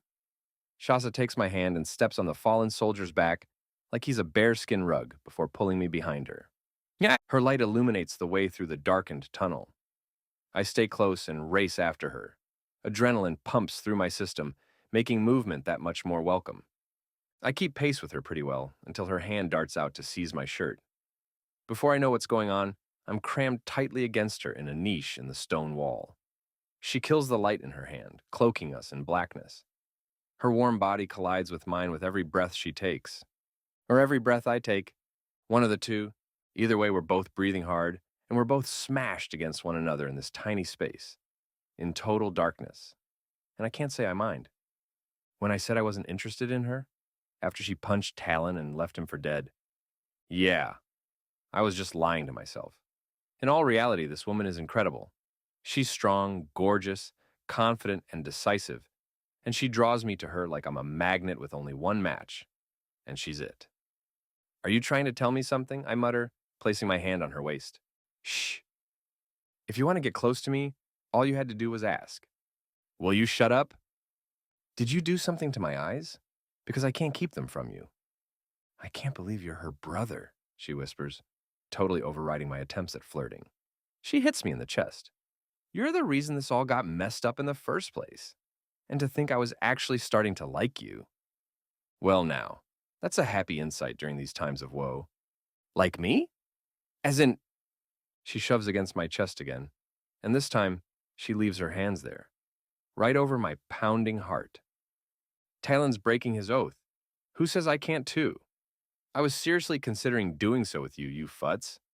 And now you go and be related to the girl I hate more than anyone else? Why doesn't anything go my way? She asks this last question as though this isn't a petulant thing to say, as though she expects an answer. I say. Well? I blink, wishing I could see her face. But the darkness is too deep. I might as well keep my eyes closed for all the good that looking at her does me. So you and Talon are betrothed. Because of some kind of oath? I ask, reaching for more clarity. Yes, and he's ruining it all. Then again, he's always ruined it. He's never wanted to be with me. Not even when we were children. Not even when I first found him after he came back to Etheria. She's prattling on, and while I pick up bits and pieces that make sense, I don't fully grasp it all, and I'm not sure I will right now. Not while we're wedged together, hiding, potentially running for our lives. Or potentially about to kiss, one of the two. I rub my fingers along her bare arm. Her hand fists my shirt. Look, I say. I'd love to hear your dark ruminations, and we can definitely go back to that part where you said you liked me. But shouldn't we get out of here first? First, Talon is totally useless. I mean, how is he supposed to help me when his legs are broken? Now, She pauses, planting a hand on my chest, as if struck by some realization. Wait a minute. Does she hear something? Is that why she goes so quiet all of a sudden? I peel my ears for an indication that we've been followed, or that soldiers are sneaking up to slaughter us in this little crevice she found. Have we lost them? I ask, attempting to peer out, though for what reason I can't say. Blind darkness and all that. She pats my chest, and when she speaks, her voice is fraught with discovery. You can help me. What? She grows more animated. I can't see it, but I hear it. I came to get Talon. I can't attack Craven, and neither can Joe. And Solomus is pretty much useless with his magic so depleted. And considering how he almost killed Jomini the last time he tried to rescue us.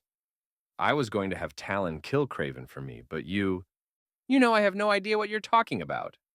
Jomini, Shasa says that one word, as if it will make everything clear. I've never heard that name before in my life. Who?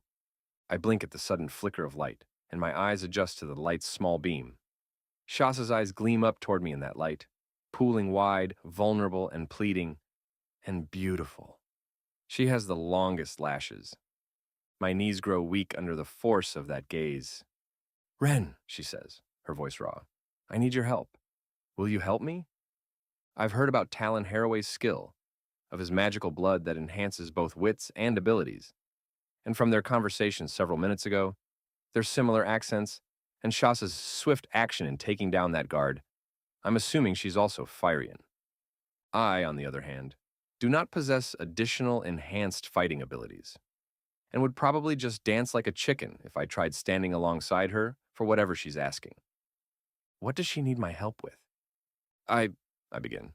She silences me again. Peers around the corner, with one hand resting on my stomach. Angels.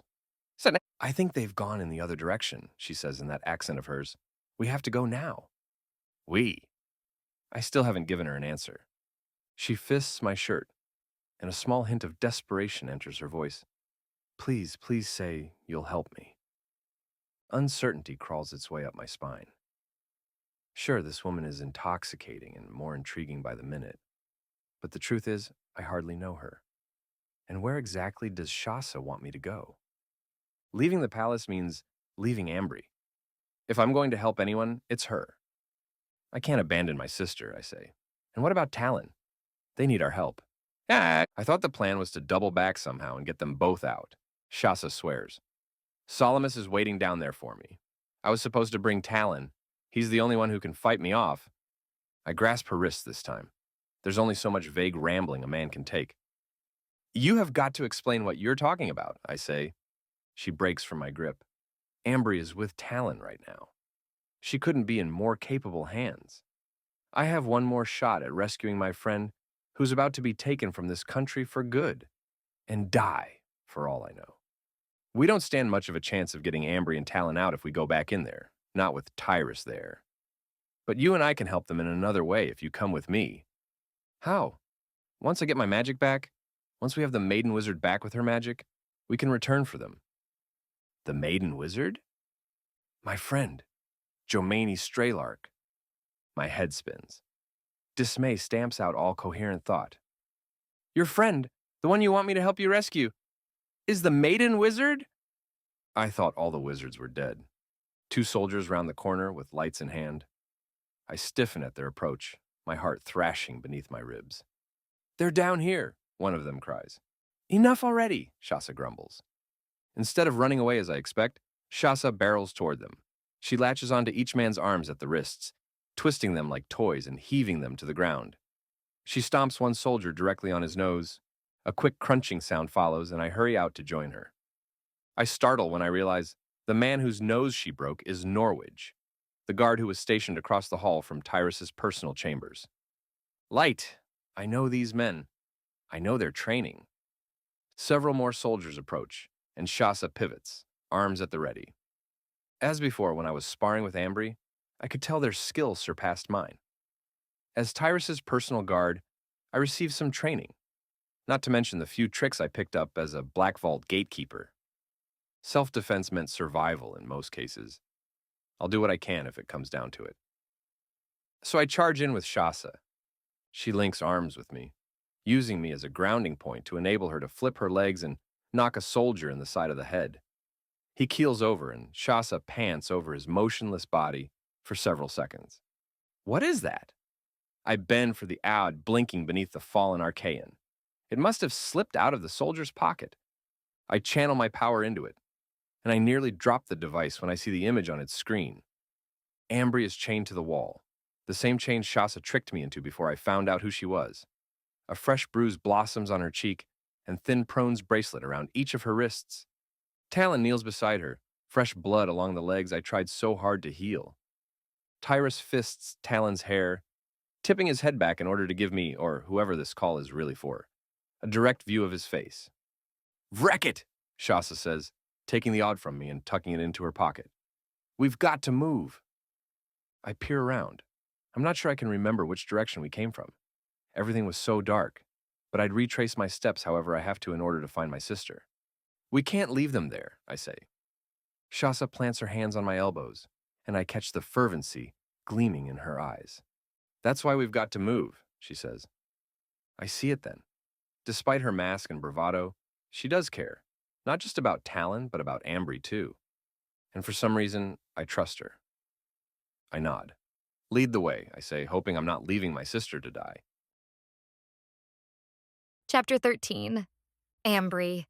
My shoulder throbs, my face stinging from Tyrus's backhand. And the shackles now around the prones on my wrists, securing me to a metal hook in the wall, aren't exactly light. Tyrus paces, waiting for Otis to complete his setup. Soon the man's hand glistens around the black camera, propping the machine on his shoulder.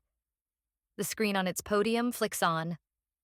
I can't fathom why Tyrus needs broadcast equipment, but if we die here, it won't be because I didn't try. Talon flinches, attempting to elevate himself as an image comes into view on the screen. An army of men and women flock behind three men wearing black armor etched with symbols and swirls of every kind, molding perfectly to fit their contours. Each person's unsmiling face is as grim as the weapons they carry, steely, sharp, and unmoving. Talon inhales. The chains around his wrists clank. No, escapes his lips. I'm too busy examining the screen's occupants to question him. In the corner, an image shows Talon and me near Tyrus's simpering expression. I ignore it and focus on the three in front of the swarming troop. The man on the left has curling brown hair shaved on the sides. The one to the right has a pear-shaped face encircled by a well-trimmed beard. The man in the center is older, his hair graying at the temples, and his features are strikingly familiar. Too familiar. He's handsome, with a rigid jawline, harsh brow, and startling green eyes. In fact, as my suspicions rise, a lump rises in my throat right along with them. Talon mentioned his family back in Phyrea. Are these Phaerians? Is this his father? The sun has darkened his skin to a tan crisp. Lines around his eyes define his age to be somewhere around 40, I would guess. You have our attention, Blinsdale, says the handsome one in the center. His armor is etched like the others, black and sleek like obsidian. But on the breastplate, 3 symbols are chiseled in a metallic orange, setting him apart and making me wonder what they mean. Be sure you don't waste my time. From the glee in his tone, Tyrus takes pleasure in this. Oh, rest assured, Brighter. This will be well worth your time. Are the rest of your people within earshot? As you can see, my army stands behind me at the foot of the Arbor Mountains. We don't cross until I see this supposed evidence you claim to have that is worthy of leaving our home. Breeder turns and spans his camera behind him. Hundreds, thousands of people wearing black armor and wielding swords, scythes, and spears have collected, streaming beyond the path and filing out as far as I can see from the screen. Who are they? I whisper to Talon. Talon fights against the chains on his wrists. He slides me a look that's full of sadness, full of defiance. They're my people, he says. His solemn tone hits me with the force of his grief. Phaerians, they're here. They came, just as Solemnis and Shasa said they would. One man wields a flag. It's orange with a single flame in the center and the silhouette of a man inside the flame. Tyrus must have gathered them like this in order to humiliate Talon before his execution. The Arcaian general turns, facing us. The 2 men match one another's stares. Tyrus's with glee, Talon's with dread and pleading. Tyrus, Talon says, don't do this. You axe rat. I struggle against the chains, their weight pulling at my shoulders. If only there was more I could do. If only I'd brought that blasted teardrop. Tyrus smiles under his stupid mustache, his black eyes glistening. Wind blows through the cavern in my bones, an empty, pointless stream of nothing. My magic is plugged. I curse the thin wire cutting at my wrists. Your turn, Breeder says from his screen. Who is at your side, Blinsdale? I heard a woman. You shall see, Haraway. Soon enough. The name stabs like stepping on a nail, sudden, hidden, and surprising. Haraway. Talon locks eyes with me. He gives a subtle blink to my unasked question. Good light. That is his father. I've failed, Talon mutters under his breath. The meaning of his words strikes me slowly. This is what Talon was trying to prevent. It's why he was there at Black Vault the night we met. It's why he cornered me at the school. Why he took me with him when I was the only person who could handle the tears. He told me it was to make things right with his people. Does he really think the tears were his only chance? Whatever happened, you don't need tears to fix it, I mutter, hoping he hears the urgency in my voice. His face is a mask, but I can tell he's struggling. When was the last time he saw his father? Does his father know he's here beside Tyrus? Talon shakes his head. I think it's clear that I can't do this alone. I work to keep my voice quiet. Those tears aren't meant to be drunk, Talon. And in case you didn't notice, you're not alone. His eyes flit to mine, a cocktail of confusion, hope, and hurt swimming in his expression. I long to reach out to him, to touch him. He's not mine to comfort, I remind myself. As if sharing the thought, Talon turns his head away. Tyrus laughs at something Brighter says and then lunges, clawing Talon's hair. Talon groans. I fight against my chains, my stomach hardening. Tyrus cranes Talon's head back, exposing his face to the screen, and I see the small square of what the Phaerians are seeing at this moment, and their reaction is one communal gasp. The unison pounding of their spears, the spreading whispers, every sound goes straight to my spine. With Talon's throat bared, he works to keep his eyes on the screen. Father, he says, but Tyrus jostles his head, silencing him. Discord continues to rustle from the onlookers on the screen. A few Firians let out angry shouts. You recognize him? This boy forced your secrets on us. He wanted to expose you. Tyrus thrusts Talon away with the word, expose. Talon topples toward me, catching himself with his bound hands. Several men draw closer. Lies, someone cries. Their leader forces his hands out, keeping them at bay. I have footage of his training, Breedar, Tyrus booms. He insisted on being a part of this. We know your ways because of him. Silence. Breedar commands his group before turning back to the screen. His chest heaves, his nostrils flare, and rage boils in his eyes. When he speaks again, his voice resonates with authority. Blinsdale, let me speak to my son. Tyrus hefts Talon to his feet and shoves him forward. Talon stumbles, his injured leg buckling beneath him. The sight makes me cringe. Of course, he hurt him again. Tyrus could never humiliate Talon like this if he were at his peak. Instead of a look from a loving parent unexpectedly reunited with his lost son, uncertainty rims Breedar's eyes, as though he isn't sure he wants to believe what he's seeing. I thought you were dead, boy. His harsh tone hurts my heart. I think of my dad, of how he would react if we were reunited after such a long separation. He would have embraced me. He would have been his tender, gentle self. This man doesn't have a tender, gentle bone in his body. Talon blinks. His body trembles. I'm not dead. Breeder analyzes him for several moments, somehow managing to look down his nose at his son, even from within an image on a screen. Is what he says true? You sold our spirit, the soul of Faeria, for the sake of a war? Shasa warned us, sir. We should have listened to her, says the man at Brightar's side. One thumb tucks at his belt where an axe hangs. Streaks of gray line his curling hair. Silence. Breedar orders once more, and the man shuffles back. A pause stretches, spanning miles and ages and yet seconds all at once while they wait for Talon's reply. Don't say it. Don't say it. Yes, Talon finally says, lifting his eyes to the camera. It's true. It's not like that, I interject, tugging at the chains behind me, but they hold fast. Talon, don't do this. Who are you? Breidar demands, squinting and searching as though blind. Whose voice is that, Blinsdale? I demand to see who is with you. I'm afraid I can't grant that request just yet, Haraway. What do you say we cut to the chase? Fyria stirs. Several weapons clink. Muttering breaks among the soldiers, and Breidar silences them. As he does so, Talon's strength gives out.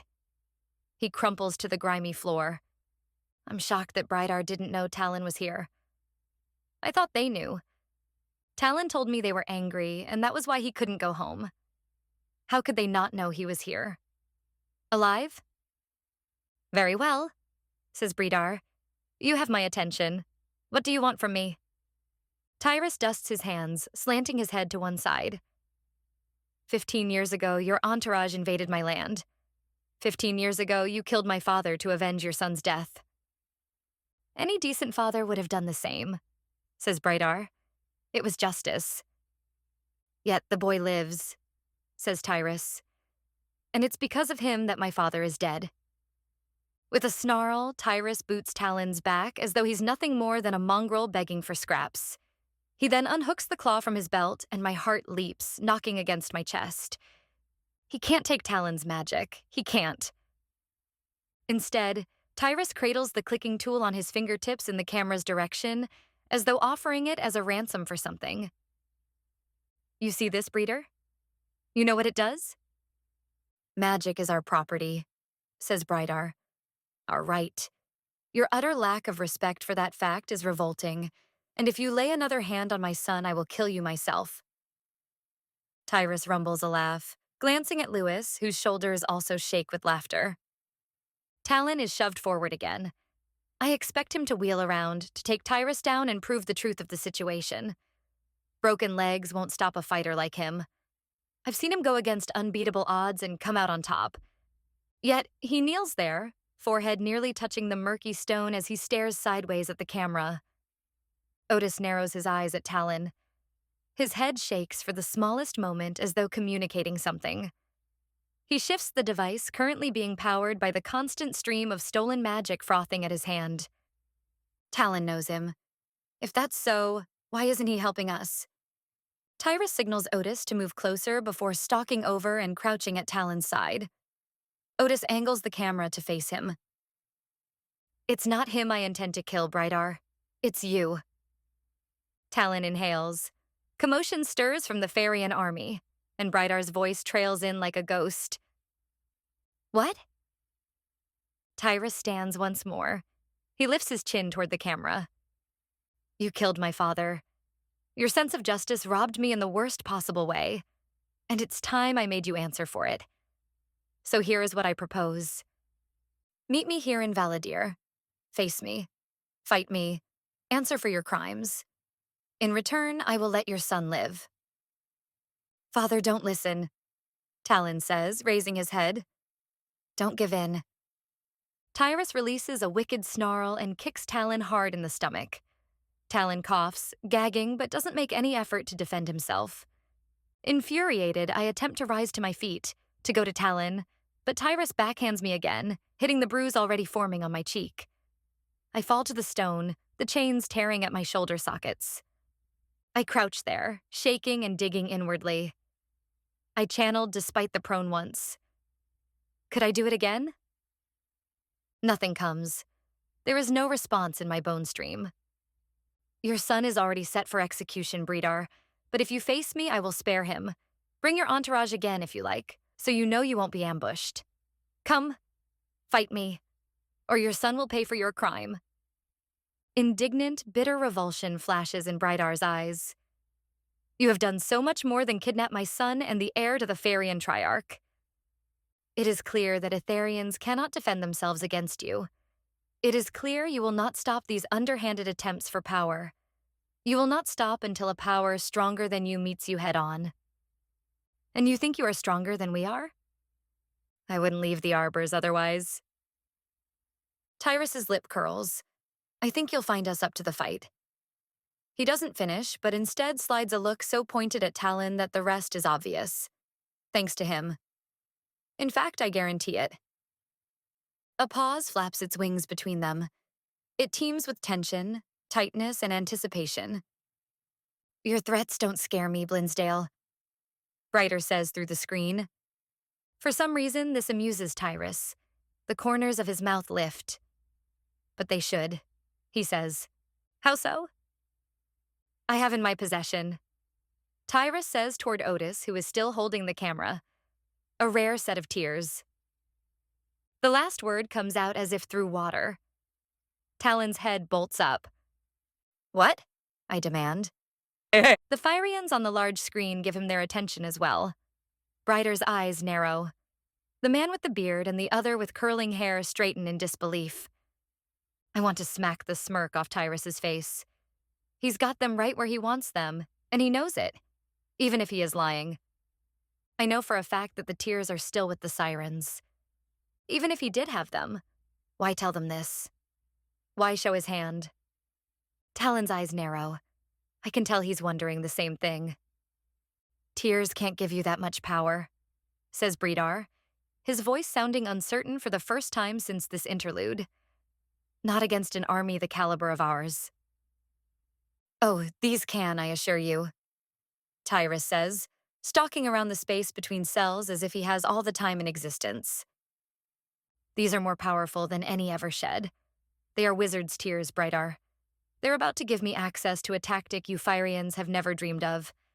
And now that my men are equal to your maneuvers, he gestures back to Talon. Nothing can stop us. Not even you. I will get my vengeance. He adds through gritted teeth.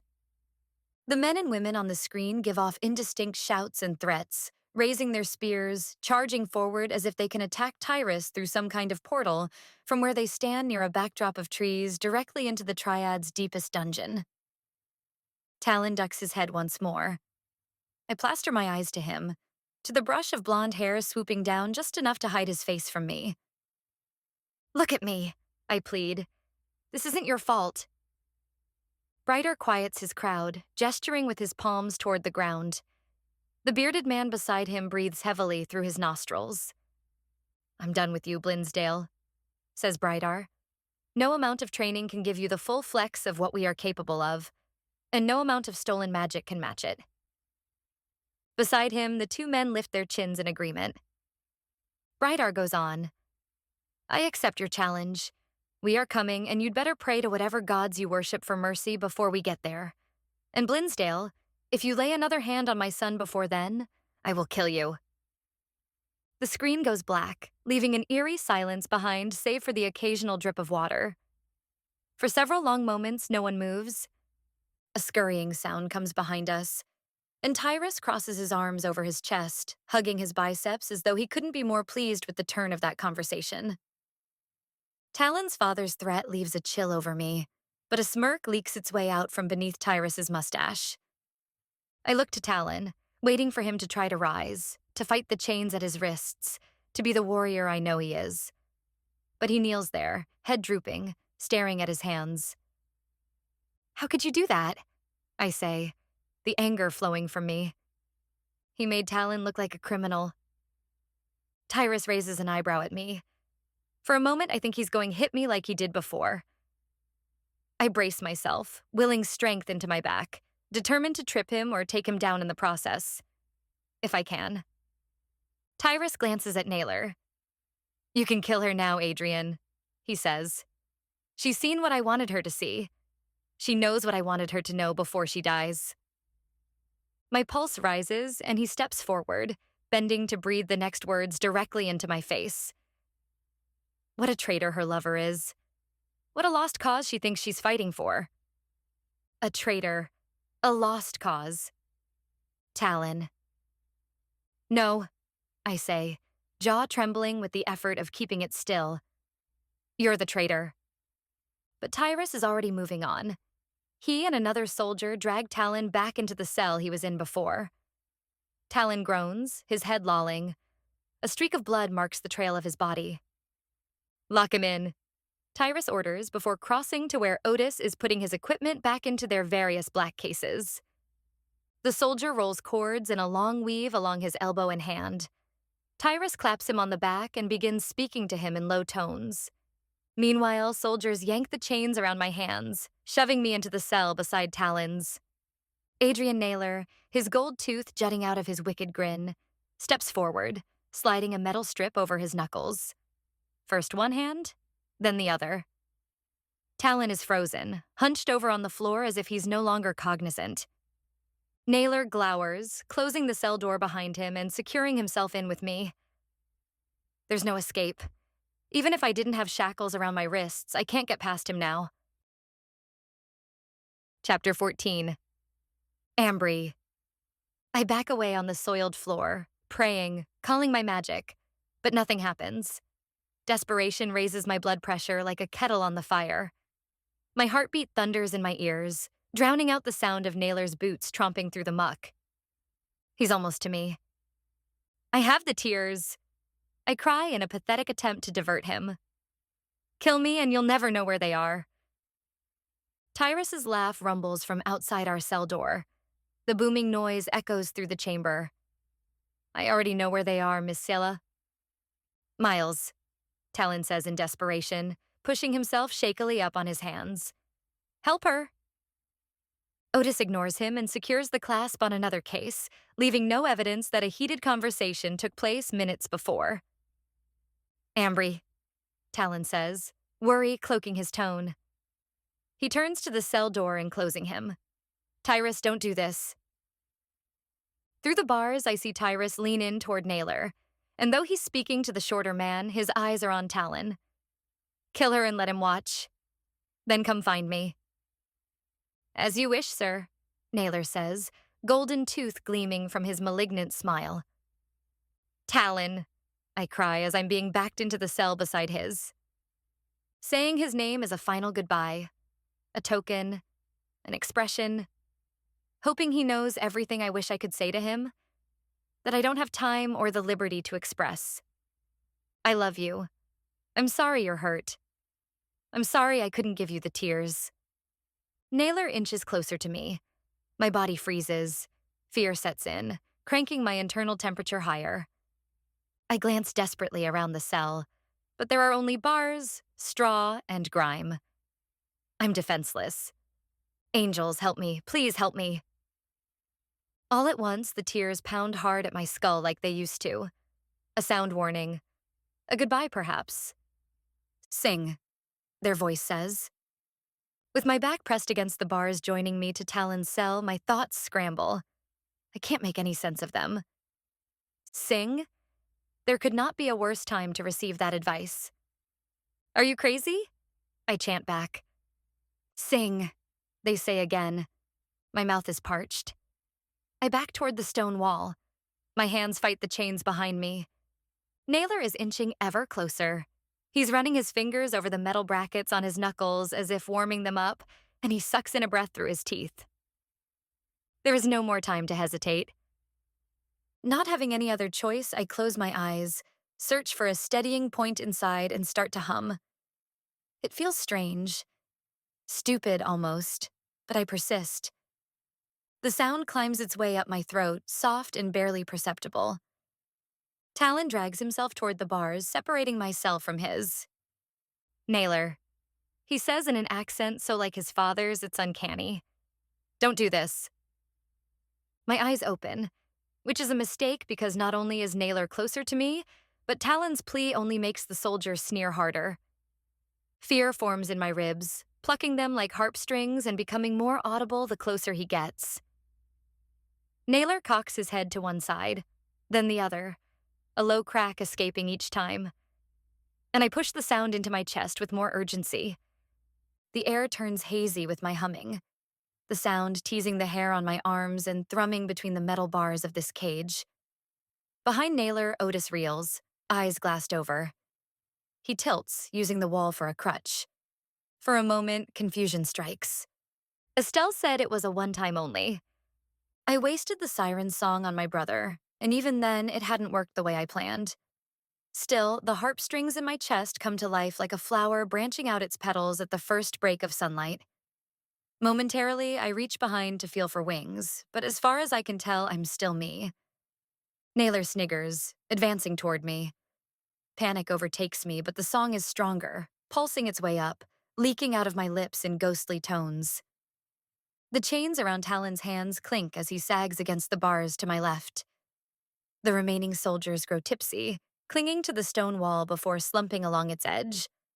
Blood oozes from one of the man's mouths, which drops as he turns in my direction. Naylor doesn't stop, though.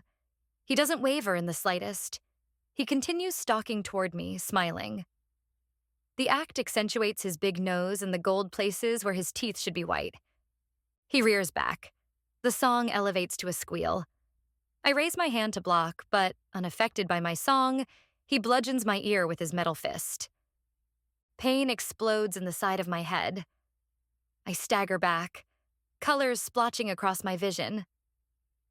Ambry, Talon cries, waking from his stupor now that I'm no longer singing. He's yanking at the bars, reaching his hands through as far as they'll go, which isn't much. Siren song won't work on me, Naylor says as I teeter. My vision polka dots, blacking in and out, and I clutch my throbbing ear. I lift my hands to the thumping above my ear to meet what feels like syrup. My fingers return red instead of flesh. Ambry, watch out!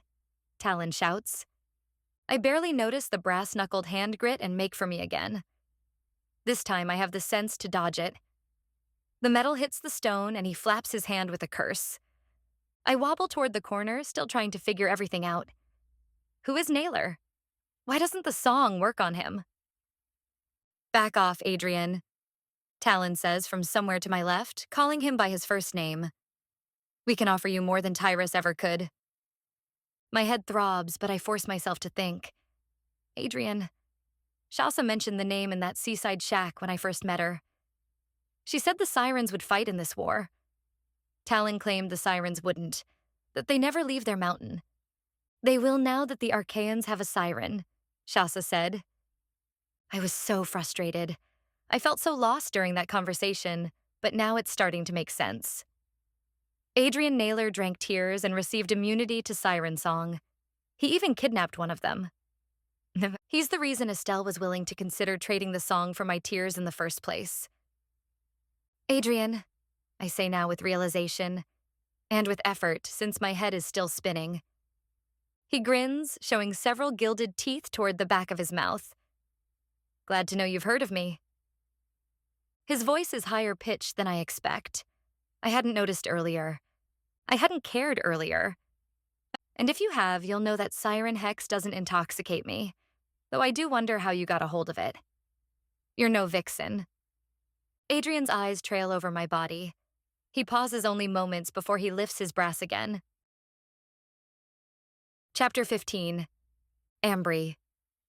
No, Talon yells, raising his fists and lunging toward the bars between his cell and mine. He bangs against them, the chains connecting his wrists clanging loudly. I drive my arms upward to block, but it's not enough. Adrian knocks my head in almost the same spot as before, the metal knuckles hitting like a hammer. My eyes roll in my skull, and I clutch my head. I've bested the wenches who own that song. He continues, wiping my blood from his metal knuckles on his shirt.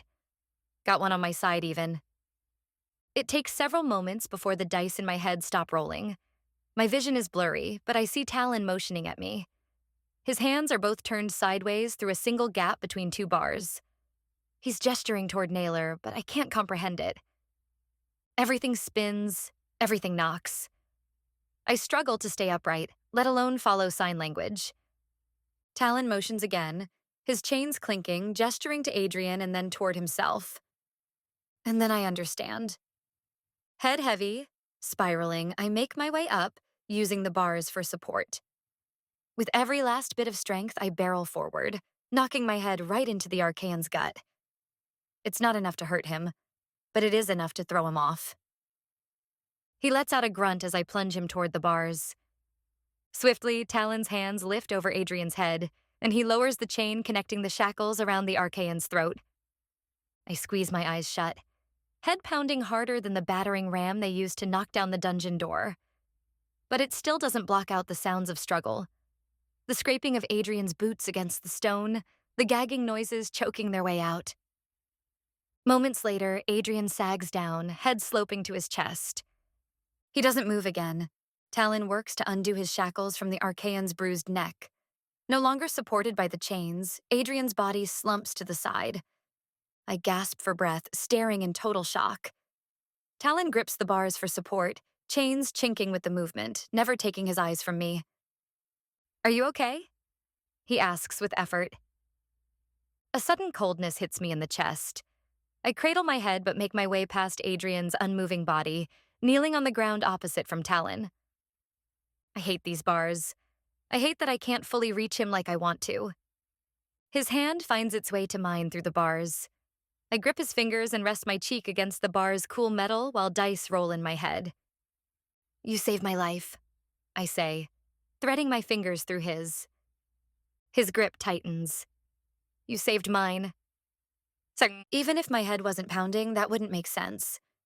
My eyes are still closed, and I shake my head, feeling the bar's metal against my cheek. I'm the reason you're in here, Talon. I'm sorry. Sorry doesn't seem to be enough. I'm dizzy, disoriented, overwhelmed, but I'm alive.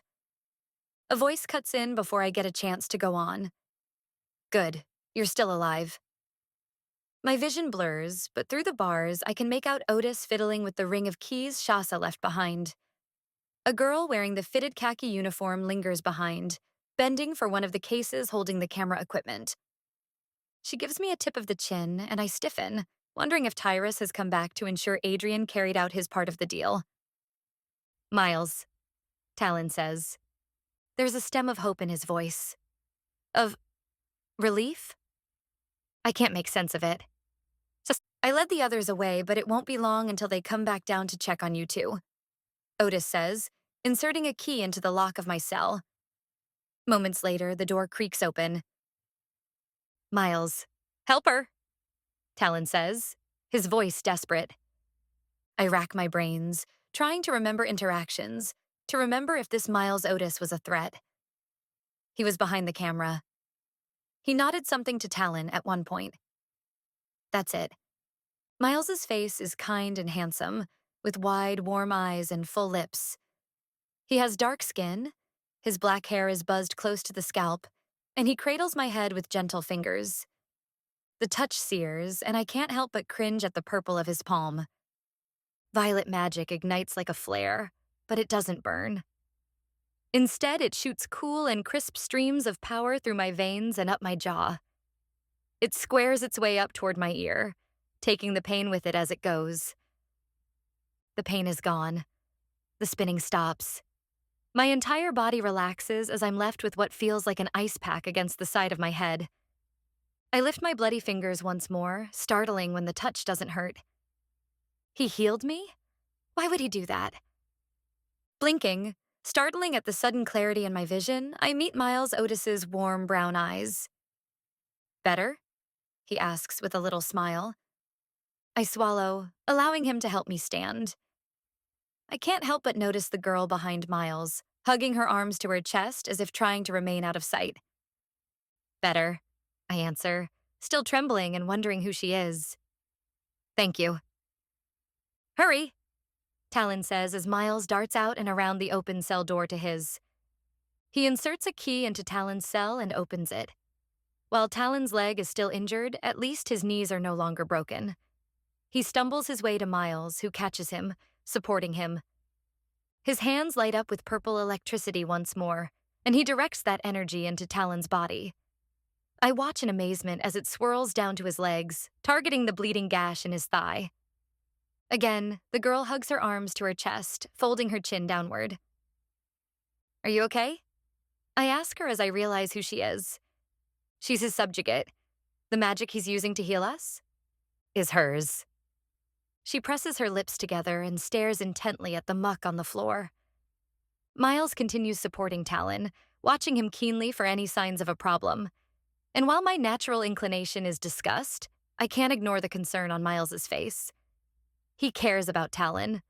He's helping us, despite the risk. This throws me. I've been so inclined to think the worst of Arcaians because of who they are and what they do. I never considered that there could be good people among them, too. Talon's other friend helped me once before, too. Why didn't the thought occur to me then? I'm conflicted. I don't love that he stole magic from this woman. But am I grateful he's using that stolen power to help us? Immeasurably. The magic from Miles's hands continues spiraling around Talon's arms and legs. It slithers its way up to the bruise along Talon's forehead, healing every scrape, every hurt I noticed and those I didn't. Second by second, Talon stands straighter. The strain erases from his brow, though it still bends in concern for his friend, until finally Miles releases him, and Talon treads out of the cell with him. I wish I could do more, says Miles, removing the prones first from Talon's wrists, then mine. But you're on your own from here.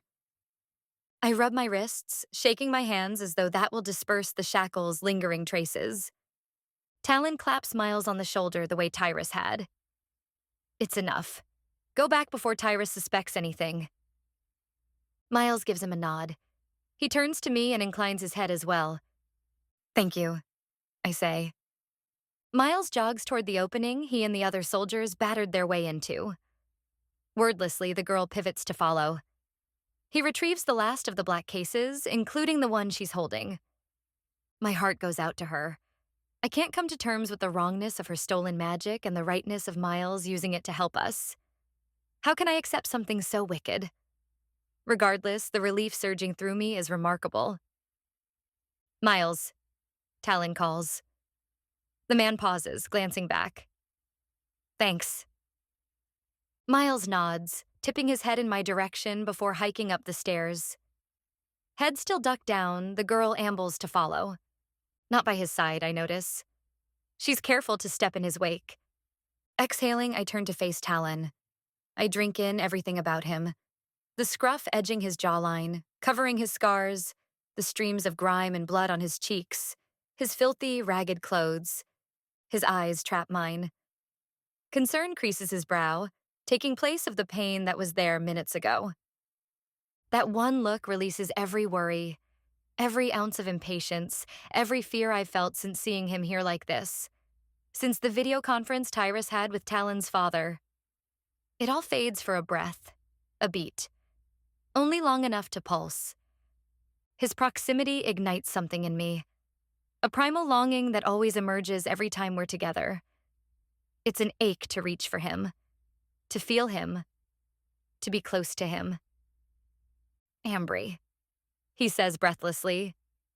He's alive. We're both alive. His fingers reach for my face when he takes in the sight of his hand and retracts. I want to reach for it, to pull him to me and lose myself in his arms. But Shasa stands between us, even when she isn't here. He grimaces as if the same thought occurs to him as well. The collar of Talon's shirt has been ripped, revealing the sight of his chest. He remains motionless, and I mirror his stance, not sure what to do next. There's so much I want to say to him, to thank him, to apologize.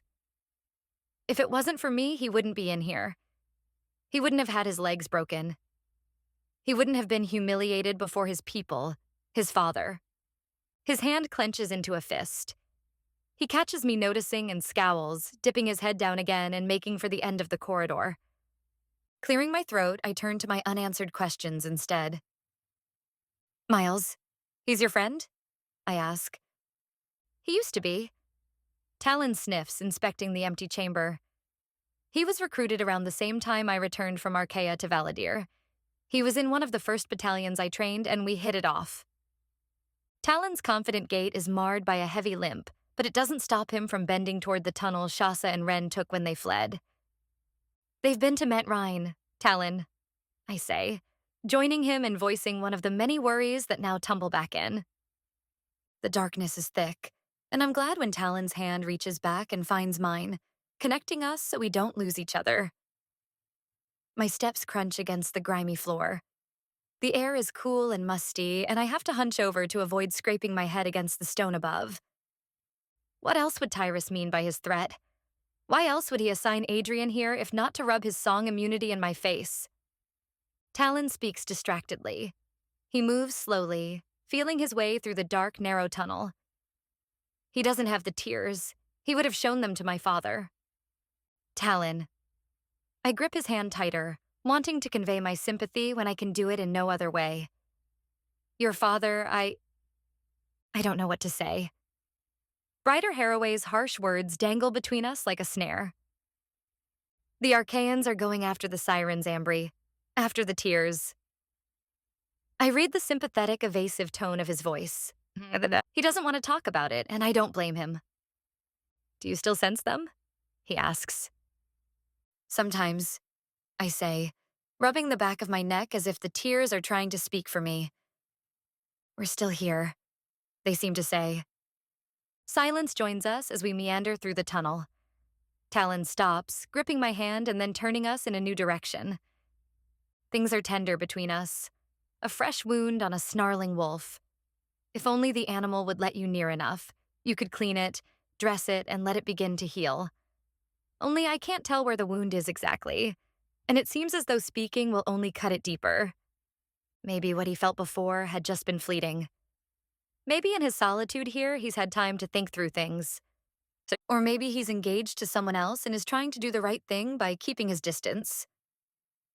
If Tyrus is heading to Mount Rhine, I say, staying close, placing my free hand on his back, then we've got to get there first.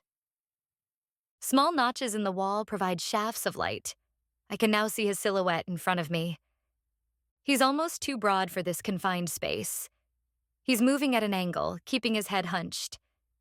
He takes the tunnel's left bend, and a rectangle of light becomes visible. The end. Praise angels. We're almost to the end. They had to have known this would happen, I finish. They're tears, Ambry, he says. His wry tone stings. I release his hand, and not only because I no longer need his help to find my way. Angels, I'm so tired of people telling me that. There's a grand scheme in all of this, Talon. Bigger than you, than me, than the Arcaians. Even so, tears can't tell the future, he says, stepping through the exit.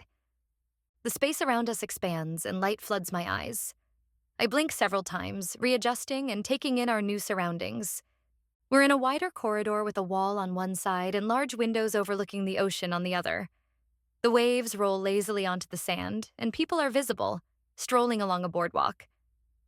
His words about telling the future answer a question I hadn't known I asked. No, I say with dawning realization, but they came from someone who could. His brows draw together as he analyzes our surroundings. You mean Jamini? He gestures to his right and begins heading in that direction. I quicken my pace to keep up. Yes, Talon. We need her. Especially if the Arcaians are moving in on Mount Rhine, we need her. You know her, don't you? I walk sideways for a moment, wanting to keep my gaze on him. I've met her, he says, maintaining his scowl and his quick pace.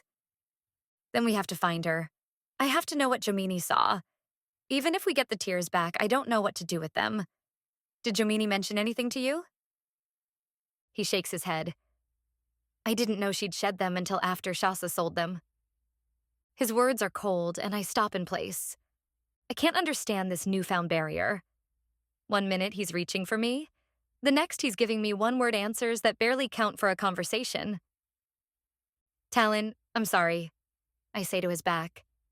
He slows, then stops. Shaking his head, he backtracks. Turning, he faces me, and the sight hitches inside of me like he's the hook and I'm the sinker. His expression shifts to fierce and pointed, an arrow bent for a specific target. He's angry, but I can't figure out why. You don't have to apologize, Ambry. I lean in, aching to hear it. Don't close up, I plead. You know me. You can be open with me. The fierceness in his face dissolves, and he releases a sigh and scratches the short beard on his jaw. I'm sorry. I've just seen my father for the first time since I was taken by Tyrus, and it's... He scrapes a hand through his hair. Why didn't he seem happy to see you? I ask. His shoulders hunch. My father is the general of the Farian army.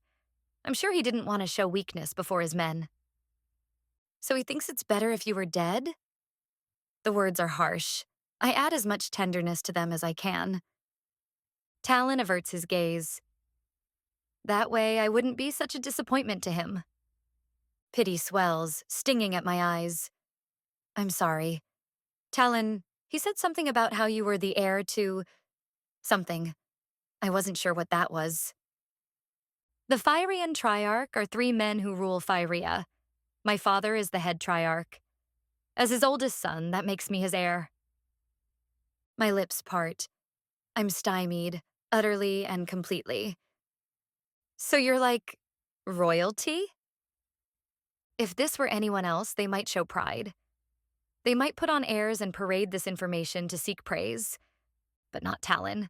If anything, this admission brings him down a few more notches. He gives me a solemn nod before taking my hand again. Come on. Miles will distract Tyrus if he can, but we don't have long. Let's go. Chapter 16, Ren. Shasa leads me through back corridors I don't even know existed. Granted, I only served at the Triad for a month or so, and I stuck to the main stomping grounds used by Tyrus and the other commanding officers of Arcaia. But still, I should know my way around better than this.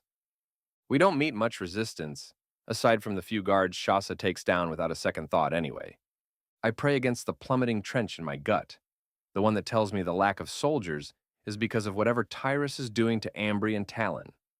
She's with the warrior, I tell myself. He'll get her out. I couldn't have helped her.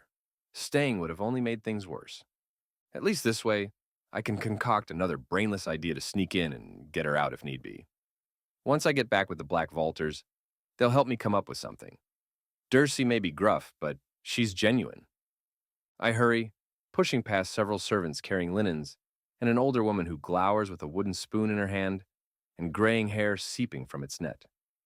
We reach a room where several women wearing aprons bustle over pots and pans. The air steams with heat and moisture from the spray of running water. Shasa dashes down the line of several sinks and kicks through the door. The sunlight is so blinding I lift a hand to shield my eyes. Before Shasa gets far, an old man with long, graying hair and rope-like tangles hobbles out from behind a tree near a row of manicured shrubs and snags Shasa by the arm. And she lets him. "What took you so long?" the old man demands. He's stooped, and his dark skin is wrinkled, like the rumpled linens the women in the palace were carrying. "You should have been back here an hour ago." "We had a bit of a distraction," Shasa replies, shaking out of his hold. Her chest heaves. "But we're ready." "Where is Haraway?" The old man glances around from the line of shrubs to the triad's stony exterior, and back again as though he expects Talon to pop up any moment out of midair. Shasa gestures a hand toward me. "I got someone better." I hold up my hands as if to stop her. "You're talking about me? What do you want from me?" She never quite explained that part.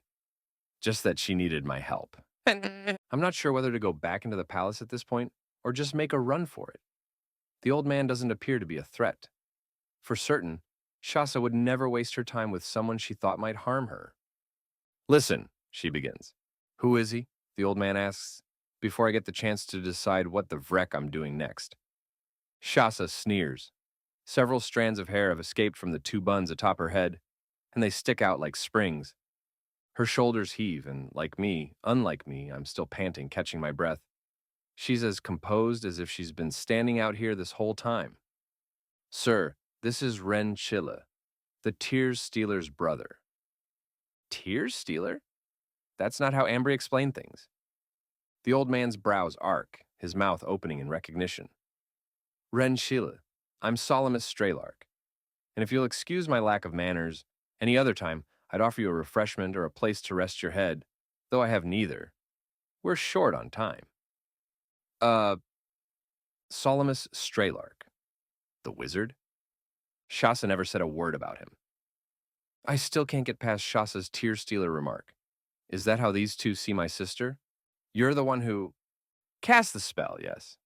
The spell blocking our tears. If anyone is a tear stealer here, it's him. "It's a pleasure to meet you, Ren Sheila," Solemnus goes on. "I must apologize. I had the opportunity to join your sister in your rescue, and I neglected to take it. I'm glad to see that you made it out after all. Now, if you'll excuse me." Another inaudible noise escapes my lips. How much does he know about me? Solemnus shuffles past, hobbling toward the end of the manicured pathway where the walkway becomes pavement. Beyond that, he heads toward the ocean and the gate separating us from it. The sun hangs low over the ocean, warming the sky to a brilliant orange that casts its reflection in the crystalline, unsettled water. "He's coming," Shasa says without moving. "Oh." Solemnus glances back at the same time I ask, "Coming where exactly?" Ambry and Talon. The wizard hobbles back to retrace the few steps he took, but he doesn't respond to me. His attention is on Shasa. "You think this boy's skill matches Haraway's? The plan was to get someone who could best you, Shasa. You know what's at stake." Shasa spits blood on the cobblestone, and the sight surprises me. Then again, she did a huge amount of the fighting in there. I didn't realize she was injured. My hands throb, for the record. My left shoulder stings where a soldier punched me. "See, I contributed." "Cursed," the wizard says, wagging a shaky finger in the shorter woman's face. "This is our only chance. If what you say is true, and Craven really is leaving the country with her, Jomini may not last long enough for us to come back another time." "Then what are we standing around for?" Shasa says. She turns to me. "I need you to fight me. That alone is a sock to the gut." "What?" "My magic was taken by a man named Craven. He also holds the Maiden Wizard's magic. We need to be free of him. And the only way to do that is to kill him." "You can't handle that?" I say. I lost count of how many soldiers she sent to their graves in the last hour alone. "I can't," she says. "Jomini can't. And if anyone tries to kill Craven, I've been ordered to protect him to the end of my life, if necessary." "So you need me to kill Craven," Shasa says. Like it's as easy as picking a beverage for dinner. "And because of his command over me, I'm going to try to stop you. So you'll have to take me out to get to him." My mouth hangs open. I'm speechless. I am literally without words of any kind. I look to the wizard for some kind of explanation. Or maybe not an explanation. Maybe for him to bust into some magical wizardy laughter and say, "Ha ha, the joke's on you." Salamis tried to rescue us once, she explains, reading something in my gaze, and he ended up hurting Jomini, really badly. So that's out. Salamis can help you, though. I'll be by your side, Renshiel, the wizard says. My magic isn't what it used to be, but I'll make sure Shasa doesn't win. He'll make sure I don't die, he means. Light, that's comforting. And that you don't seriously hurt me while going after Craven, Shasa adds with utter and complete confidence in this ridiculous plan. The pavement beneath my boots becomes an ocean floor, sifting out from under my feet with every additional wave. I hold out an arm. You're asking me to just kill someone and fight you in order to do it? You're fiery, Shasa. Shasa and Salamis exchange a look. The wizard analyzes me for mere moments before he drags a finger beneath his nose and says, "Maybe we should wait for Haraway." "There's no time," Shasa huffs. "Look, Chile, your sister's with Talon. If they're trapped, our best chance of getting them out is having Jomini's and my magic freed." The confusion, the morning's rush, and the resulting adrenaline all build in me like a balloon about to burst. And it does. I bark out a laugh. I can't help it. This is asinine. I just met this woman. How can she have so much confidence in me? I saw her in action in there. She attacked my sister. She verbally gut-punched Talon and then physically sucker-punched him. She took out numerous guards along the way. And she expects me to fight her? But what else can I do? If I walk away, I abandon Ambry. I could call Dury. They're packing up shop and sneaking out of town today. By all accounts, that's my best option. And yet, I rub my forehead, pacing a few steps away before returning to the two crazies. You do realize that I only just met you? There is a very good chance that you will end up taking me down instead of the other way around. Shasa's lips break into a smile that's borderline flirtatious. It's the look she gave me before she shackled me to the wall. I have a suspicion the result of this will be just as hazardous.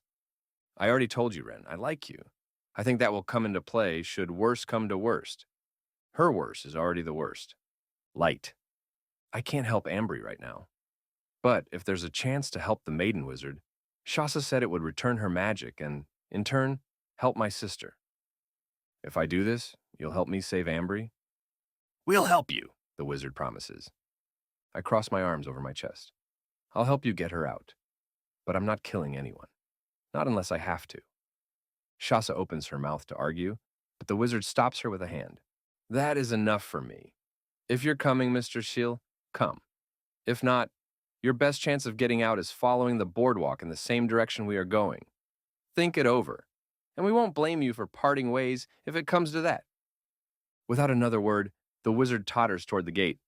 Shasa lingers, chewing her bottom lip and gazing at me with those big brown eyes. I hope you'll come, she says, turning and strutting toward the gate after him. I peer behind me at the looming palace and its manicured gardens and trees dotting the grounds. She believes in me. For some reason, I don't want to let her down. I jog forward across the pavement, joining Shasa and the wizard as they step through the gate. Once we're through, my boots sink into the sand. Just as the wizard said, the boardwalk stretches to my left, providing a direct route to the small restaurants and businesses selling trivial but necessary beachy things like swimwear and sunglasses.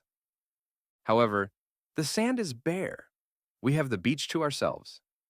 You want to tell me where we're going? I ask. I get no response. Shasa and Salamis keep their attention fixed on the boat shed, growing larger with every step we take. Waves, slow and small, crash into the stone and curl against the posts below the pier. Several gulls coast above our heads. I squint out the sunlight shining directly into my eyes and glaring from the water.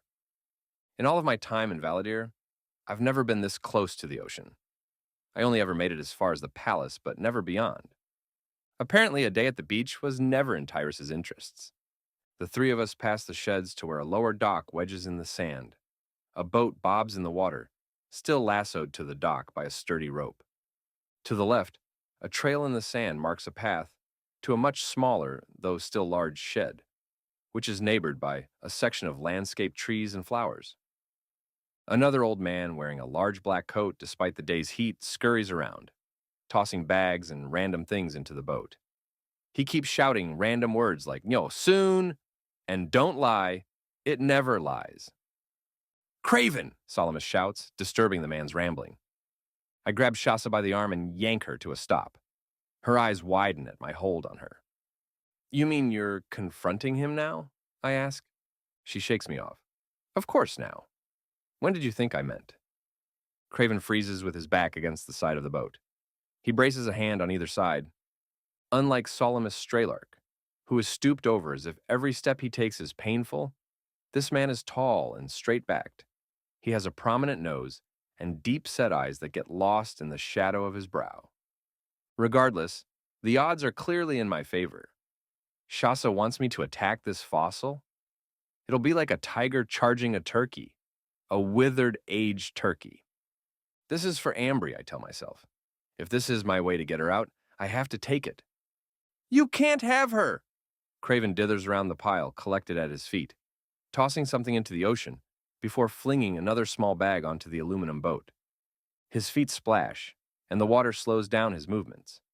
The ocean stretches toward the horizon until it hits the bottom of the sky.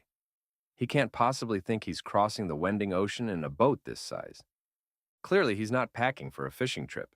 I mean, he pitches a sleeping bag onto the pile of clutter within. "Craven," Salamis says, "it's time this ends." "Had to get help, did we, Straylark?" the old man taunts. "Couldn't curse me on your own again?" He laughs and then cuts off to shout, "Jomini!" I peer around. Shasa and Salamis do as well. Soon, I see someone crossing the sand toward us. A petite girl, pretty and dark-skinned, with black hair clumping and waving in the breeze, marches out from the shed. The structure is separate from the newer sheds, which are closer to the pier. Fiberry trees are planted nearby, their roots upending several planks. The place is a dump. Without having to set foot inside, I can already tell it's falling apart at the seams. "Jomini!" Salamis cries out as the girl approaches Craven's side. She wears a faded gray dress that looks as though it hasn't been washed in months. With her chin lowered, she glances toward Shasa, Salamis, and me with a timid, fearful expression. Though she's short, her manner ages her. I'd guess she's at least 16. When her eyes meet mine, they boggle, and then her fingers fly to the thick metal band around her neck, almost like she's self-conscious about being collared. I don't blame her. Who wouldn't be? What is she wearing that thing for? "Like her new necklace," Craven says. "Say goodbye, Straylark, since this will be the last time you see your granddaughter." Shasa shrieks and darts forward. Her hands are lifted, her fingers splayed like she's ready to claw his face off.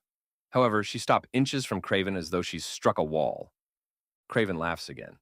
"You can't hurt me, Elmscar. Your special powder can't stop everything. You still belong to me, and when we leave, you're coming too." "I'm not going anywhere with you," Shasa snarls. The stray strands of her curls waver in the breeze. Not now, not ever again. And neither is she. Shasa continues stepping on the sand, but it's as though an invisible barrier blocks her from moving forward. Similarly, the wizard pushes against something he can't penetrate through. Jomini tries reaching for her grandfather, but Craven shoves her to the sand. The girl lands on all fours with a thud and a whimper. I suddenly don't need coercion to pitch in and help like Shasa wants me to. I can't stand to see this oaf treat the girl in such a despicable way. Jomini wipes sand from her chin and pushes to her feet, giving Shasa and her grandfather one last fleeting look before tromping away and into the open shed door. Shasa punches the air with a scream of frustration. "You can't do this," she cries. "You can't take her from me." Her passion stirs a memory in me. Tyrus did this to me once, to demonstrate the depths of the control he had over me. He ordered me not to come near him. I tried several times, if for nothing else, than to smack the Arcaian upside the head. But no matter how hard I tried, I wasn't able to move forward. "You must see how foolish this all is," Salamis pleads, unable to move any closer to the other old man. "It was years ago, Craven, and it was an accident. Let her go." "Or what?" Shasa and Salamis seem preoccupied with a pointless argument. one which I was done listening to 5 minutes ago. I take a step to the side, then another, and another. I've decided what my part in this little plan of theirs is, and it's not what they want it to be. Despite what they say, I won't fight Shasa. I won't kill this craven either. From the look of things, none of them even notice that I'm gone, so I pick up my steps. It's not long before I reach the door the girl snuck back into.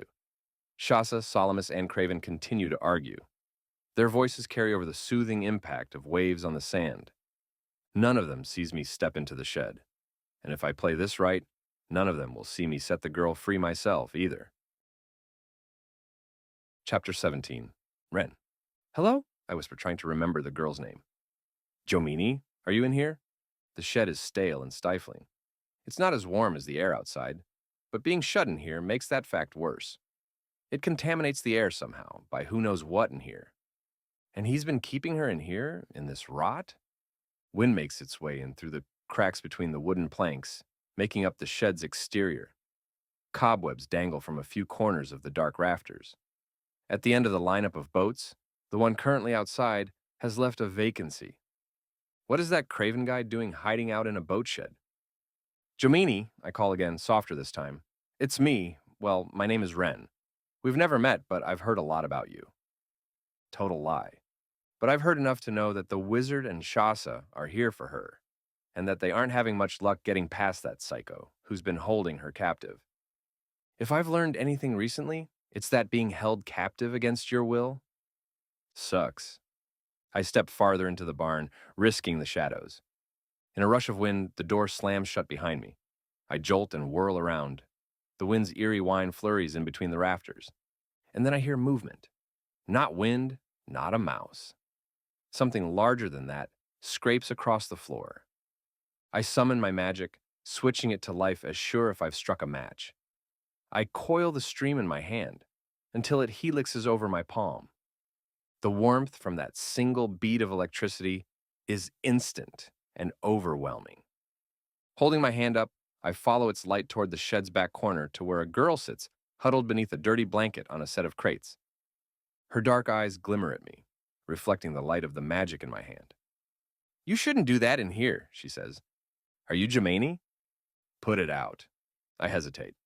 We don't have much time until the three psychos outside stop arguing and decide to do something. My name is Ren. Shasa sent me.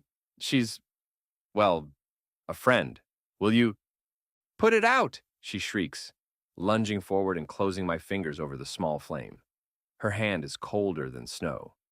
He knows, she whispers, keeping her cold fingers clamped over mine. He knows whenever magic is used anywhere near me. He watches me. Who watches you, I ask. Craven?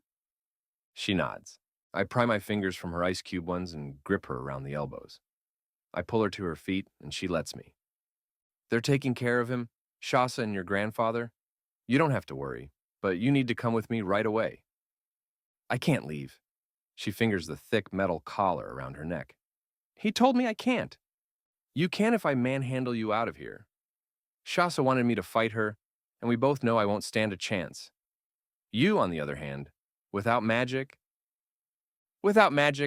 I'm just a girl. Exactly, I say. And no offense, but I am bigger than you are. I think I can carry you, even if you struggle against me. Won't work. Jomini shakes her head and pushes farther back into the dark corner. Her feet scrape against the floor. She loses her balance and tumbles from the crate. Ah! She shrieks, streaking to her feet. She hugs herself, checking left and right at unseen gazes. With her hair gathered to one side, I get a better glimpse of the metal encasing her throat. It's all right, I say, not knowing what else to do. This wasn't the plan. The one I invented minutes ago, anyway. I didn't expect her to want to stay. Solomus, your grandfather. He's with me. Jomini shakes her head again. You're not real. You're a trick. Craven does this, you know. Tests me to see where my loyalty is. I'm proving my loyalty right now, and I'm telling you, you've got to come with me. Do you know what happens? When he knows? When he senses I'm going against him? Even thinking of it? I can't. I can't think it. I can't do it. Ever since Shasa left, it hasn't been the same. He's worse. You can right now, but it has to be now. Sooner or later, Craven is going to come back. More head shaking ensues. Jomini! I'm trying to keep my patience in check, but this is maddening. Of course she doesn't trust me. Of course she's got some serious issues because of whatever this guy has done to her. I can't blame her. I'm a stranger. Why should she want to come with me? Especially after I basically told her I'm kidnapping her. You don't know what it's like to lose it, the girl rambles on. She rocks back and forth. To lose yourself. I've been alone for months now. I've been alone since Shasa left, and it's worse now. He was never this mean. He's worse since she left. I had my magic taken once, I say, trying to help her rein in her hysteria. I got it back with the help of my sister, Ambry. Jomani's eyes narrow, darting to me, looking directly at me for the first time since I came in here. She stills. The insanity cycling in her gaze washes out, making room for lucidity to take its place. Ambry? She says, calmer than before. You saw her, didn't you? In your vision? Jomini inhales, blinks. Slowly, she lifts her eyes to meet mine. She gives a slow, definitive nod. Now, we're getting somewhere. Did that vision tell you anything, I ask? About this? About her? I'm here to help you. That's all I want, I promise. Shasa and Solomus, they're distracting Craven right now. Shasa said it won't last. We've got to go right now. And then what? I offer her hand. I've got some friends out there. I think they'll help us. Friends? Jomini trembles, but allows me to slip a hand below her arm and hoist her to her feet. She takes a shaky step, and another. I want to dash to the door, to pick this girl up and carry her. I work to keep my pace slow. Meanwhile, I dig my AUD from my pocket. I scroll through the tabs on the side, searching for Dury's number. You're doing fine, but we need to move faster. I'm unchained, she says absent-mindedly, touching the collar at her throat. Then, with more energy, she adds, I need my pack. Before I know what's happening, she turns away, releasing my hand. I peer at the door I entered through. Wind whines through the cracks in the wood, but the most distinctive thing is that I can't hear any more shouting. I don't know if that's good or bad. Okay, I say, where is it? Jomini crouches, pulling up tarps and searching behind discarded buckets. She tosses aside fishing poles and nets. I can't leave it in here, she says. We'll get it. Let's... This way. In an instant, the girl's timidity vanishes. She snatches my hand with her cold one and leads me through the darkened shed and its various piles. Away from the exit. Joe, we need to... The girl fists my shirt in her hand and tugs me down until my face is directly across from hers. Purpose gleams in her eyes. I saw you, sister, she whispers. And what she needs to do can't happen without that pack. Shivers dust down my arms and snake around my spine. Well, in that case... Hurry, I say, peering behind me. I'm not sure what Shasa and Solomus are up to out there, but on impulse, I snatch a knife lying abandoned on a shabby wooden table covered in tools. Jomini leads me to a set of rickety metal stairs that climb up to a single door above. She points. I can't go in, he's forbidden me. You'll have to get it. How long have they been out there? How long, she demands when I don't respond immediately. 6, maybe 8 minutes at least, I say in confusion as she shoves me up the first few steps. Why is she asking that? She was just out there herself. Then again, I suspect she's not completely there in the head. Brimstone, the girl curses. Very well, hurry! I dash up the rest of the stairs and open the door. Inside, it's a dark space that reeks of worn socks and days-old garbage. Blocking my nose with my sleeve, I fill the canteen in the wall with a branch of magic and flick the light switch. A soft glow reveals a dank room with a single bunk, a desk, and a cabinet. From the look of things, these two have been camping out here for several weeks at least. I can't figure out how that is. Soldiers patrol every inch of the palace. But Jomini is a wizard. Her magic is more powerful. Maybe with it, Craven has managed to conceal them here. It's not like Tyrus has been all that preoccupied with the boats, not when he's been building the station and extracting magic from every citizen in Valadir. Check the cabinet. Her voice climbs to me in a loud whisper. Get my satchel. Please. My odd blinks with a reply. I type my response to Dury, and then kick through the space and yank open the door. Inside, several folders are stacked full of paperwork. At the bottom of the tall cabinet, beneath several rumpled shirts, lies a lumpy gray satchel. My Aud lights up again with a reply to my request. To my relief, she's in favor of helping us get out of town. I lug the satchel over my shoulders and hustle back down the stairs, my foot slipping on the last one. This way, she says when I pass the satchel over to her. No, I say. This way. Trust me. Caution flares in her eyes, but she consents and allows me to escort her out. I just hope we won't get caught before Dury can get here. Chapter 18. Shusser. I should have known Wren would let me down.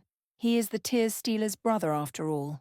Unpredictability and dishonesty must be family traits because right when I need him, he's nowhere in sight.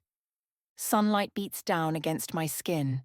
Aside from the occasional gull, the muted golden sand, and soldiers who are too preoccupied to see us from their vantage point on the street, the shore is bare. Men, I mutter. The pit of my stomach churns. I played off the nausea earlier as nerves, but this is more than just nerves. I finger the pouch that's tucked inside my weapons vest, but it's empty. I used the last of the banshing powder this morning. That powder is the only reason I've been able to defy Craven's wishes at all. And it's gone. Craven hasn't moved from the boat's side. He still clings to it, one hand purpled like lilac petals, as though he's in the water instead of standing firmly on sand. I have the perfect shot, and I can't take it. Not without Wren here. I look again toward the boardwalk while hopelessness descends. There's still no sign of him. Frustrated, I kick the sand. How come I thought this would work? Current history should be proof enough that my attempts never work. Look at Ambry now, stuck in the dungeon with Talon. Solomus shakes his head at me and I didn't realize I was staring at him. And I know his unspoken message. It's no use. He doesn't dare attack either, not with what little magic he has left. Talon's legs are broken, and Wren has run off like a coward.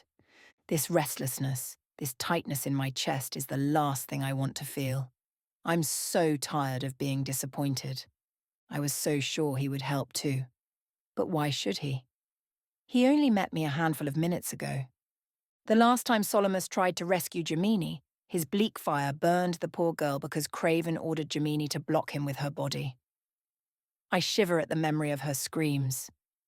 We can't keep standing here in this pointless face-off. Hasn't it been long enough?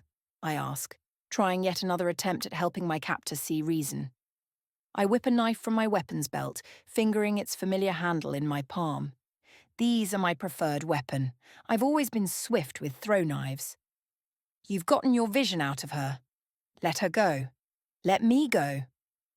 Craven shakes his head, scaling his way along the boat's outer edge hand over hand, never releasing his grip from its sides. Waves worm up and pool around his boots. Tyrus is crossing the ocean, he says. She told me. She saw it. And I can't follow without her to guide my way.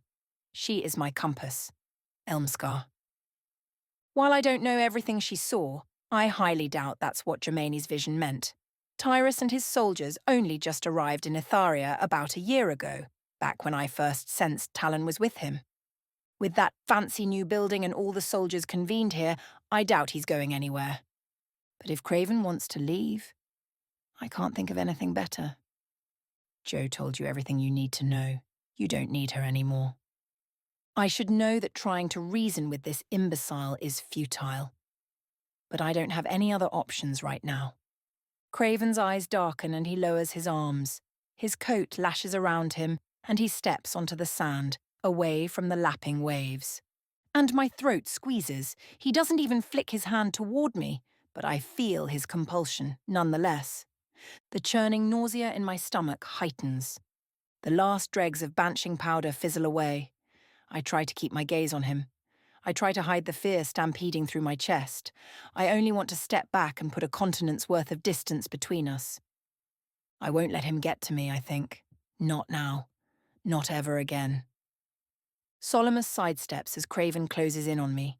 He's been reserving what little magic he has for the ideal moment, when it will matter most. Maybe now is that moment. I force my eyes away from the wizard in an attempt to give him time for whatever he's trying. The thought of killing Craven to purchase my freedom has been fleeting at best. I considered it when he first took me. I even attacked him once, causing him to give that ridiculous order that neither Joe nor I can ever harm him. I think about killing him now, though. Try to figure out the best angle to take. Can I? Will it work? Your thirst for revenge has driven you to madness, I say. You've let it control you and keep you in the past. You've kidnapped Jomini for her power, tormented her, demanded visions to somehow fix your mistakes and get the revenge you crave. Stop it, stop! Craven covers his ears with his hands. Jomini saw into your memories once, did you know that? I go on, ignoring his hysterical shouting. You've spent all this time blaming Solomus when he never made you hurt that girl. That was all you. Shut up! Craven screeches. His eyes are wild with fury. You're worthless, I go on, and this little trip you've planned is your worst idea yet. Craven goes rigid. He claws at his face, his arms stiff, his eyes bulging out as he hisses in my direction. You shall not speak, Miss Elmscar. What makes you think? Though my mouth moves, my voice escapes me.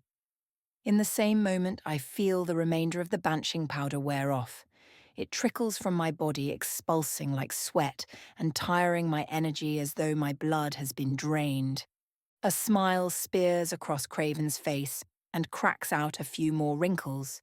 Jubilation glimmers in his eyes, and he arches his back in a strange, victorious stance. Faded off, has it? Come here. He crosses the sand to me. His long fingers circle my wrist. The touch sickens me. Biting down my rage, I charge at him. I reach out my hands, willing them to land around his throat, but they don't, as I know they won't. My hair is falling loose from the buns I twisted it into earlier, and Craven manages to snatch a lock in his grubby fist. Pain streaks into my scalp, making me screech with ferocity, with hatred, with desperation. Ren! I shriek. Curse you. Why did you leave me? Still holding my hair, Craven drags me down into the sand. I dig for my magic, scraping for it, but not even an empty stream responds. There's nothing in my bones but marrow. A loud crack resounds behind Craven. The old man staggers to the sand under the pressure, releasing his hold on me.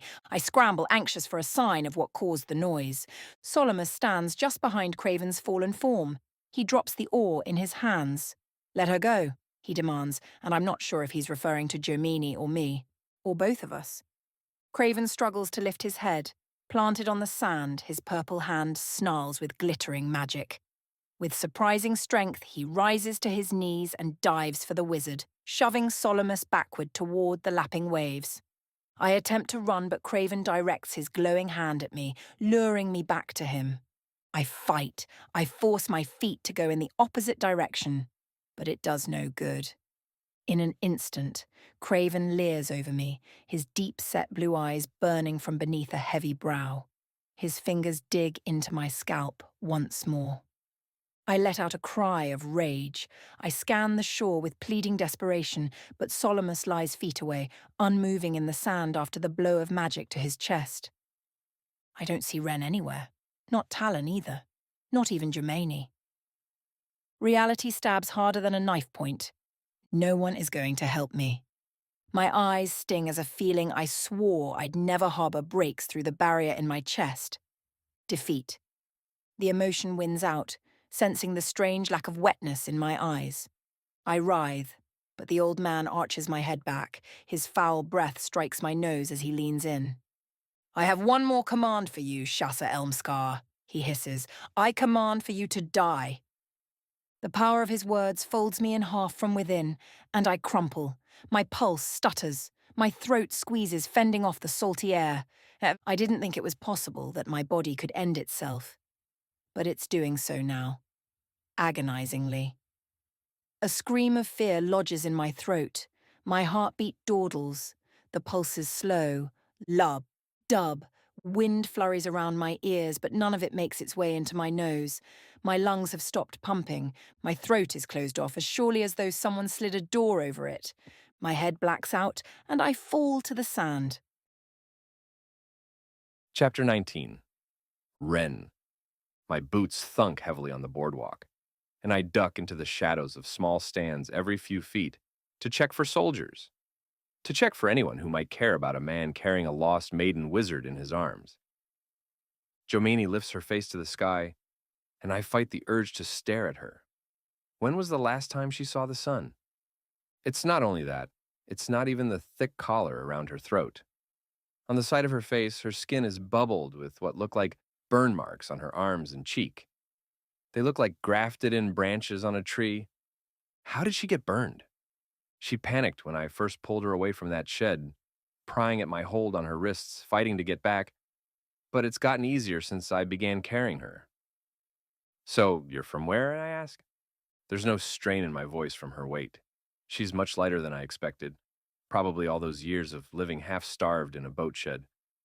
Jomani's grip on my shoulders tightens. She trembles in my arms, wincing as though I have knives instead of hands at her back and beneath her knees. What is it? I ask. Take me back. I tighten my hold. You're doing great. My friends will have their van at the end of the boardwalk. We'll get you away. They're Black Vault gatekeepers and vendors. They'll have something that can help you. I can't leave. Can't leave. Her fingers dig through her hair. Suddenly, she writhes in my grasp. I try to keep my hold on her, but she fights against me like a trapped badger, her body flailing. She flops, going board stiff, and then completely limp and back again. I nearly drop her more than once. Hey, I say in frustration, hang in there. I dip, placing her down and attempting to hug her around her waist. She hits me. Hits me! She thrashes, punching my shoulders with more force than I thought possible. Her thrashing and screeches gather an audience. Several people peek out from their vending stands, gawking at us. I do my best to ignore them. I just need to get her away. I told Shas I would help. I'm just, getting her away. Ahead, a familiar white van pulls up at the end of the boardwalk. The passenger window rolls down, and Micro, with his stern, blocky face and piercings, glares out. Help me, I say, but Jomini writhes, kicking me near enough to the crotch that I buckle over. She slips from my grasp. Stop! I cry, bolting after her. Two figures dash out from behind a silver stand, selling some kind of cinnamon rolls. I raise my hands in automatic defense when the smaller of the two barrels into me and throws her arms around my waist. Ambry? I say in shock, recognizing the unpleasantly putrid smell of dungeon in her hair. Ren? Disbelieving, I pull her back to get a good look and make sure she's who I think she is. Sure enough, I recognize her red blonde hair, bright eyes, and the nose that we share. I'm not, however, prepared for the sight of blood gelling on the side of her head and smeared down her neck. Are you okay? I ask, lifting my hands and hesitating. If she's injured, I don't want to make it worse by touching the wounds. I'm also going to deck whoever did this to her. Talon staggers to her side with bits of straw in his blonde hair. Dark blood mats down his pant legs and torn shirt. You look terrible, I tell him. At least he's walking now, I suppose. He doesn't answer. His attention is on the horizon, on the sand. I follow the line of his gaze and realize Jomini is nearly back to the shed. What in the world happened? Why didn't she just let me take her? Let me help her? Anyone would think she would want to get away. Maybe she's been chained up so long, it's all she's used to. Like a bird not wanting to leave its cage, even when freedom is offered. Someone is on the sand, Talon mutters with a scowl. My eyes traipse across the beach to the boat, to Solomus and Craven, and my heart leaps into my throat. Is that? I ask. But Talon breaks for the boat, for the two old men circling one another, for the small dark-haired woman lying motionless on the sand. At that moment, Dury and Micro trace after him, looking formidable in their black garb in the heat of the day. Dury's knife is in her hand. Micro's thick torso and arms are threats all their own. She can't be Shasa. She was so strong. That can't be her in the sand. With my heart thundering, I break for it, following in their wake. The closer we draw to the older men, the more apparent it becomes. Shasa's curls escaping their buns on top of her head are splayed in the sand. Her body is motionless, her leg bent to one side. One of her hands grips the handle of a knife on her chest. The other is limp on the sand, and her eyes stare at the shed, seeing nothing. Heat rises behind my eyelids. It's wrong. It's so wrong. The heaviness weighing me down, the unease catapulting through me, is also disarming because it's not like I knew her all that well, or much at all. I only met her, 2, maybe 3 hours ago? Yet, in that hour, I saw a streak of lightning, a flash of dynamite, a formidable woman who was full of zest, strength, and courage, who was admittedly sexy, even as she was stabbing me in the back by chaining me to a wrecking wall. She didn't play by any rules but her own. And judging by the passion she showed for rescuing Jomini, she loved fiercely, and she was gone. She gave everything she had to save someone other than herself. I don't know of anything more admirable than that. The two older men stare at her body like the rest of us. Their chests heave, their hands hand at their sides, and no one says a word. The only sound is the waves' quiet lullaby on the sand. I'm struck by the amount of emotion saturating my throat.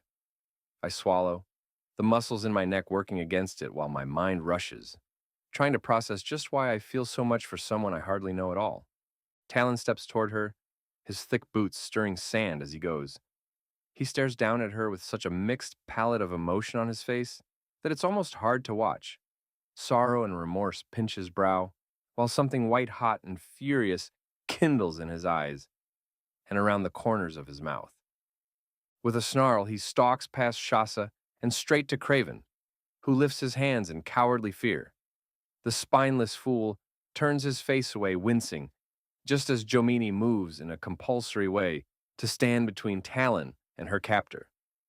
She lifts her hands against Haraway, but she's so petite, so childlike, it's almost laughable. Talon can crush her like a bug. "What have you done to her?" Talon demands, speaking over Jomini. Now that Jomini stands as a buffer between him and the warrior, Craven grins. His posture elevates once more, no longer wilted and spineless, though he's the worst kind of coward I've ever seen. Forcing a young captive girl to stand as a buffer between him and an attacker? Like he doesn't care that Jomini will get hurt in the process. As long as Craven doesn't, who cares, right? It makes me sick. Shasa did as she was told, Craven finally answers. Voices behind us call on the salty breeze. I peer back at the same time Dury and Micro look for the source of the disturbance, and fear seizes me in a different way. Soldiers circle the van they left behind. They kick the wheels and talk over the hood like they're trying to figure out who the vehicle belongs to. Not good, Dury mutters. Not good at all. It won't be long before the Arcaians spot us here. Dury pulls my elbow, tugging me down so I meet the agitation in her eyes. "We can't stay here," she says, in her scratchy voice. Her gaze darts to Craven sneering at Talon, to Jomini's attempts to calm the argument. "I don't know what you have going on, but if you're coming with us, you've got to come now. Otherwise, we leave you here." I look at Ambry, whose gritty hair swirls in the breeze. She watches Talon with unfathomable worry in her eyes. "Just give us a few more minutes," I say. I can't leave my sister here, and something tells me she won't leave Talon, which means I have to give this just a bit more time.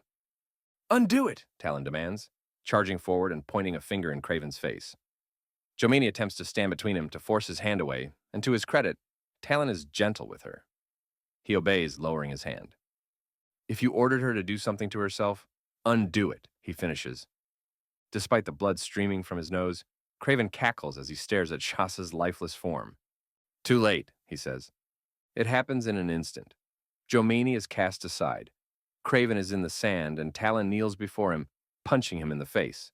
Over and over, all while prattling like they're playing a board game. "I never wanted to kill you, old man," Talon says, baring his teeth as he strikes the man again. "Looks like you've helped me think otherwise." "We don't have time for this. We need to leave. Now." I dash forward, circling Talon as he beats the old man against the sand. Unsure how to intervene, I glance at Ambry, at Dury, and Micro. The number of soldiers around the van has doubled. The black vaulters trot back to ward them off, right as a second van with the Arcaian symbol above its back wheel pulls up beside Dury's. Vrek. Dury isn't going to wait. Not after this. Once she and Micro get to the van, they're leaving. Then, we'll have no way out of the city, assuming I can get Ambry and Talon to join me. I pull the knife I nabbed while in the boat shed from my belt and hold it out, ready to use it in any way I can. To threaten Ambry and Talon, maybe. Get them to see reason. Solomus crouches on the sand near Shassa's body, nursing a wound in his side. Jomini keeps fighting to get to Craven, but Ambry is holding her down. She and the wizard both attempt to keep her out of the battle. And Shassa. The thought of someone so strong, so fearless, being gone is almost unbearable. I should have stayed with her. I should have helped and stuck to her original plan, and probably gotten myself killed doing so? Then again. In any case, we've delayed long enough. Talon has stopped his pummeling. Breathing hard, he wipes moisture from his upper lip with the back of his hand, and I take advantage of his pause. We've got to go now, I say. Craven's face is a bloody mess. He's on the sand, too, and somehow he's still breathing. He raises his hand as if trying to rise. Jomini is shrieking, worming out of Ambry's reach, trying to get to him.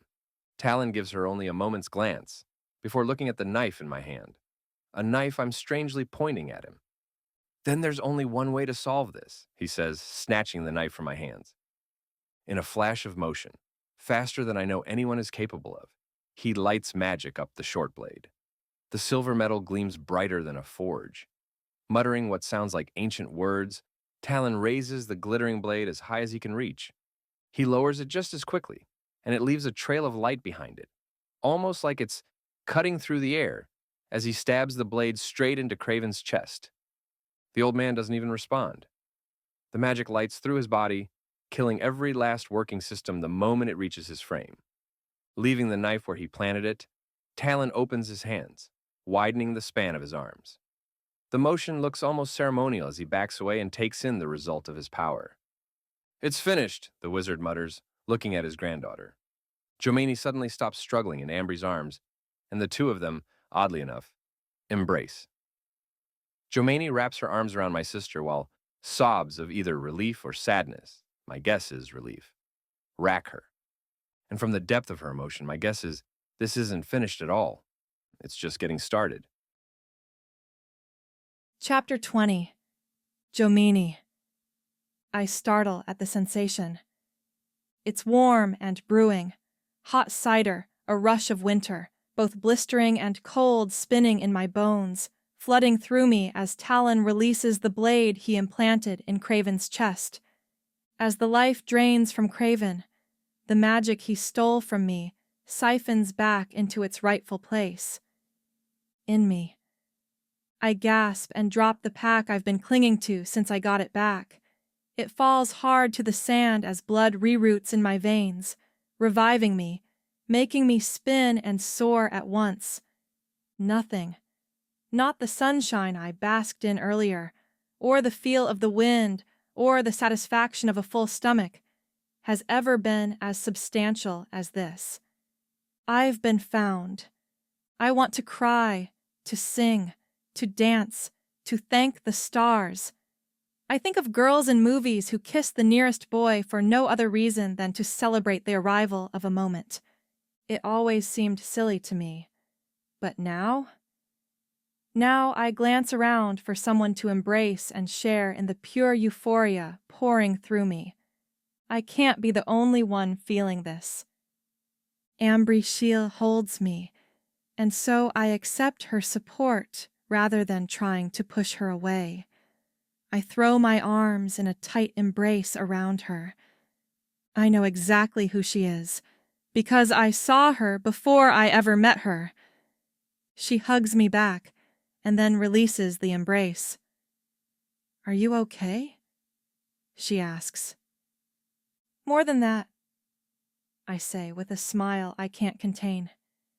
"Craven is dead. What is rightfully mine has been returned. Nothing can upset me now." Nothing. The blue sky that seemed endless and daunting now gleams full of hope. Every sunbeam is a shard of promise, a shaft of optimism. There are exactly two people I want to share this with. Shassa should be experiencing it with me. Craven held her magic too. Not just mine. She should be getting hers back too. But the sight of her dead on the sand pulls several tears from my eyes. It's wrong. It's not fair. She did so much for me, and I never got to return the favor. I never got the chance to thank you, I told her, stepping away from Ambry to peer down at her lifeless body. Someone so strong shouldn't look so broken. The other person I've longed to be with is nowhere in sight, which I don't understand. Grandfather was here with her. Where did he go? He tried helping me before, but never could do it. What does he think now that I'm free? I search across the sand, at the soldiers near those 2 vehicles in the distance, at the shed that I hate, the shed that held me captive. And there he is. Grandfather is hobbling toward that shed, away from me. I'm here! I cry, prying at the thick collar still locked tightly around my throat and wishing I could take it off. It weighs me down. So much. Baba, I'm here! Grandfather glances over his shoulder at me. The tangled silver locks of his hair are tied behind his head.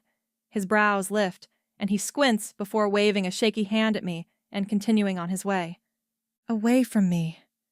The sense of injustice I've been swimming in swells over me like a riptide. It covers my head, threatening to drown me once more. Where is he going? What is he doing? I thought he was here for me. Each of his steps drains something out of me. Nothing works. Not my mouth or my feet, not with this tremor rupturing through me. My whole body tenses. After all this time, Baba is walking away. Shasa, the only friend I have, is dead on the sand. And it's all because of him.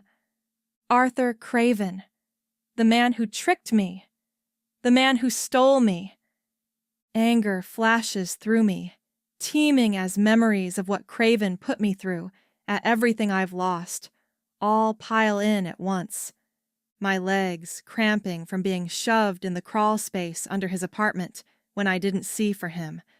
His rough hands slapping my cheeks when I tried to explain why I didn't see for him. Hours and days and weeks and months and all the minutes and seconds in between of isolation. Isolation that stripped parts of me away, bit by bit, until I was nothing more than a reed. Now! Wren shouts at us, responding to the commotion near the vans. Commotion I'm only barely aware of. Come on, Talon says, resting a hand on Ambry's shoulder before offering one to me. I stare at his dirty leather glove, a glove that only covers his palm. I remember the day he showed up wearing those gloves, and I have my suspicions of why, though he's never admitted as much to me. Not to Shasa either.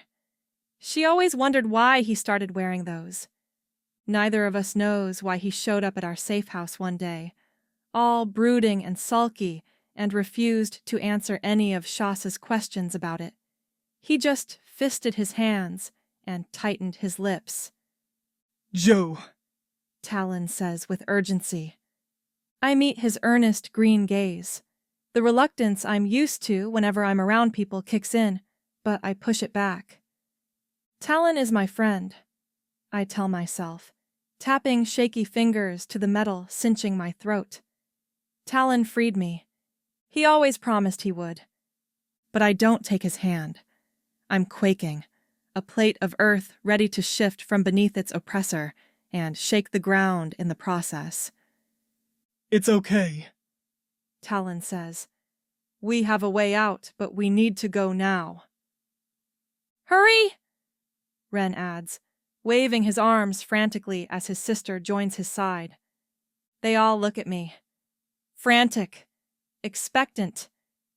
For some reason, my anger deepens. They think we can just walk away from this? He could come back. He could hurt me again. He could trap me. He could take my magic. I can't let him. If anything, my anger deepens. It's an emotion so on hand I could live off of it. This time, though, I have my magic back to feed off that anger, and it fuels me like a once-broken engine. Flames, fiery orange and tinged with silver stardust, ignite along my arms and travel to my hands. Talon and the others flinch and duck away from me. My light is blinding. It fills my vision, and I shriek, channeling my anger where it belongs, spiraling it toward Craven's lifeless body. He's already dead. I know this. But still, I have to do this. Heat spires across the sand, twirling through it. Talon and the others stagger backward once more as the fire laps up Craven's body, as he blackens like coal before my eyes. Simultaneously, the metal enclosing my throat unlatches, dropping to the sand with a thump. I douse the flames. My shoulders heave. Breath inflates my lungs more than ever, with more life than I've ever felt. And I stare at Craven. His body is charred, his arms cradled to his chest, his mouth gaping in a macabre, silent scream. A lump on the sand, and I revel in it. I revisit every hurdle that led me to this moment, and warmth radiates through my entire body. That was deliberate. That was my choice, not his. It was retribution for all those nights spent shoved in a crawlspace while Craven demanded for me to have a vision for him. The hunger gnawing at my stomach like a rat, the fear, panic, paranoia, they all became a kaleidoscope of images shifting in my brain. Never fading, just changing, but always present. I blink as the exhilaration fades. The waves come into view. The sand caves around my bare feet, filtering through my toes. Heat slams into my cheeks, and a breeze flags through my hair, my filthy hair. Every eye is on me, including the attention of the soldiers who were patrolling the boardwalk. The men in khaki file through the sand, leaving the white vans and making straight for us. Straight for me. My anger reignites once more. The flames sprout of their own accord, licking along my skin, testing the particles in the air. Now that I have my magic back, I can't contain it any longer. I direct my hands at the soldiers. As if lifted by invisible hands, they're thrust backward, flinging through the air at the sheer force of my power. A stillness follows, but it doesn't last long. Talon pushes up from the sand, his brows gathered in concern. Beside him, Ambry Sheila and her brother stare in shock. The two others whose names I don't know gape. I don't know what to say. Why are they looking at me like that? Shasa would know. She would explain it. She would help me understand. But she's not here. Her body rests feet away. Sand feathers her cheeks. Her hair splays out. She's a beautiful contrast to Craven's pathetic remains. Come on. Talon says again once the heat leaves me. The energy, the frustration, the hate, it all cools to a simmer. I jerk back at his touch, but he doesn't take his eyes from me. His gaze is insistent, concerned. Beyond him, I see Grandfather. He's returning from the boat shed with a book in his hand, and he's frozen on the sand, staring at me in dismay. Baba left me. For a book? Joe, Talon says, tugging on my hand. Talon. Kind, thoughtful Talon. Talon who resented Shasa, but came to visit us anyway. Talon who swore he would free us, and finally did. This time, my hand is steady as I slide it into his. It's back, I tell him, smiling. My magic. It's back. A thick stream burns in my bones, as if saying hello. Apparently so. He sounds disconcerted, and instead of looking at me, he glances back at Craven, who is now burned and brittle. Shaking off whatever thoughts plague him, he pats my hand. urging me to move faster past the lifeless soldiers in the sand. But seeing them only makes me stop. I might be able to leave them behind, but not Shasa. I tug Talon back. He pauses, frowning at me in confusion. Wind whips his blonde hair around his head. His jaw has too much scruff. I have never seen him with so much scruff. We can't leave her here, I say, gesturing to Shasa. It's wrong. She deserves a burial. She deserves to be returned to her people. She shouldn't be left as food for birds. We won't, Talon says, but he looks down at our hands, and I think I can read the torment on his face. He wants to help me, but he's worried about letting me go in order to get Shasa. I've got her, Ren says.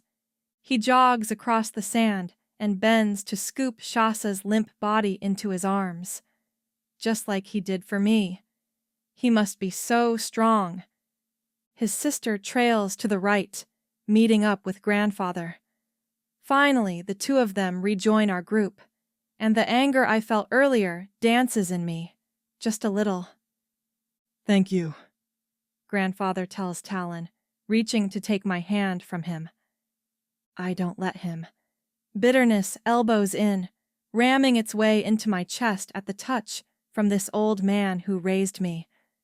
I don't want to look at him again, because I saw how he looked at me when he came out of the shed holding that book. He's disappointed, like always. I used my bleak fire against Craven. I used it against every way Baba ever taught me. I hear his voice from the days he spent training me even now. Control, Joe. It's all about control. I snort. I was in control, all right. And I did that. And the worst part is, I felt good doing it. Maybe that's the best part. Baba, I say, not sure what will come now. I'm not sorry. His expression wilts. The disappointment is gone, replaced by something that looks like sadness. I wish I could read emotions during my waking hours, as well as I do during what I see. I never should have left you, Grandfather says, as tears stream from his eyes. I should have brought you with me. I don't want to relive those days. Not now. Maybe not ever. It's true. 3 years ago, he left without warning. He left me on my own. He left me, and days later I got captured. But what good is holding it against him going to do me now? It's done, I say, though the words have so much animosity. Talon's eyes narrow. Grandfather rears back, brow furrowing more than the usual line that's always between his eyes. Did you find what you went after? I add. And again, this question has a bite, and I know why. I'm not sure if I'm asking about how he left me to go to that shed and come back with some random book, or when he left me 3 years ago without telling me why. Grandfather blinks in confusion. A hint of pain passes over his eyes. He clutches the book to his chest with his free hand. Yes, he says. I did. I don't know what to say. Do I ask him what book is so important? Do I ask him why he left me 3 years ago? I don't want any more heaviness. The collar that's choking me is gone, but it feels like having these conversations is going to bring its clamp right back again somehow. To my left, a woman with silver hair and thick-rimmed glasses stands near one of the white vans, whose door is open as if waiting for us. She windmills her arms, gesturing to us, urging us on. "Let's go! Let's go!" she says. The 5 of us, 6 if you count Ren holding Shasa, increase our pace. We pile into the awaiting van as the silver-haired woman closes us in and darts up to the driver's seat. And I stare at the city, wondering what will happen now. Chapter 21. Ambry. Talon looks as though he's ready to stumble from exhaustion, but he helps Ren and me lift Shasa's limp body into the van. His shirt, vest, and pants are torn and filthy, and I can't tell whether the dismal smell of waste is wafting from him or me. Despite Miles Otis's healing, Talon can barely walk and looks worse than I've ever seen him. Worse even than he looked after being weakened from the siren's spell. Jomani sits beside her grandfather on a large supply trunk near the front of the truck's cargo hatch, which is separated from the driver by a wall of metal indented with a single window. The wizard frames a book under his arm. He hunches over more than usual in order to shuffle to the back to be with her. I can only imagine what they must be feeling right now. Solomus's head is lowered, and he lifts a tentative arm around his granddaughter, whose eyes shift before she leans into the embrace. I glance away, toward Talon. His absent gaze is pinned to Shasa's lifeless body on the vehicle's black liner. So much loss. So much death. Sitting here in silence, I relive it all. Shasa. The sounds of Craven's body burning, of his cries, the shrill of Jomini's tortured shriek as she released the fire. They're all permanently planted in my mind, playing through on repeat. Talon presses his palms to his knees, trying to force his body upright. But his hands slip, and he nearly collapses forward. Staying bent over, I weave through the collection of trunks and sit by him. To thank him, to apologize. The same urge I got in the dungeon to comfort him swells up, and just like before, I hold myself back. Shasa's eyes are closed. Her head lolls as we drive slowly through streets, her hand sliding from its place on her chest. A hollowness fills me. In our brief acquaintance, Shasa and I had our fair share of disagreements, but I never would have wished this on her. I never would have thought she would die. As if Talon has the same thought, his subdued eyes catch mine. Are you okay? I ask. It takes ages for him to answer. He blinks at me in that mask of his, an expression put on to hide whatever else he's really feeling. If only we'd gotten out there sooner. I could have saved her. I could have stopped him. I can't believe she's gone. You can't blame yourself, I say. You did all you could. Talon's shoulders quake with repressed emotion. She asked me to free them a long time ago, he says with remorse. I never wanted to kill Craven, though.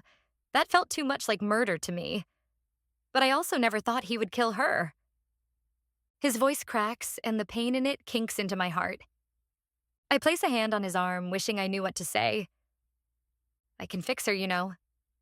My lids flick up. Talon stiffens. Jomini weaves her way around the supply trunks we sit on, offering me a tentative smile. I scoot closer to Talon, making room for her to join us, when instead she kneels at Shasa's head. Shasa's body jostles again as we go over another jagged bit of road, and Jomini lifts Shasa's head to rest in her lap. You can fix her? Talon looks at Jomini before his hesitant eyes find mine again. I have my magic now, Jomini says, her fingers brushing Shasa's cheek. She hasn't yet been dead for a full hour. I can restore her life.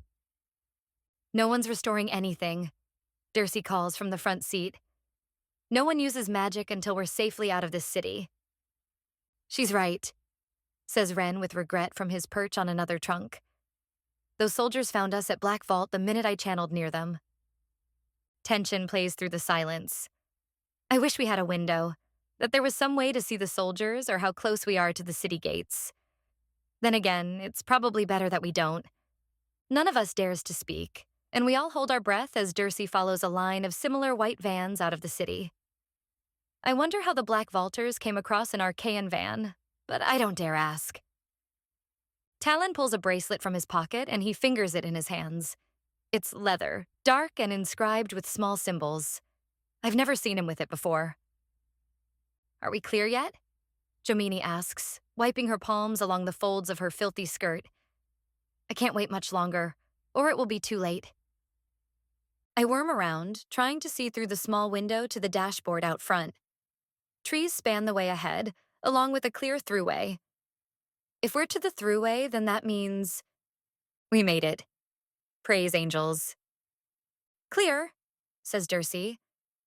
The van jostles a few times. Ren braces himself with an arm against the wall.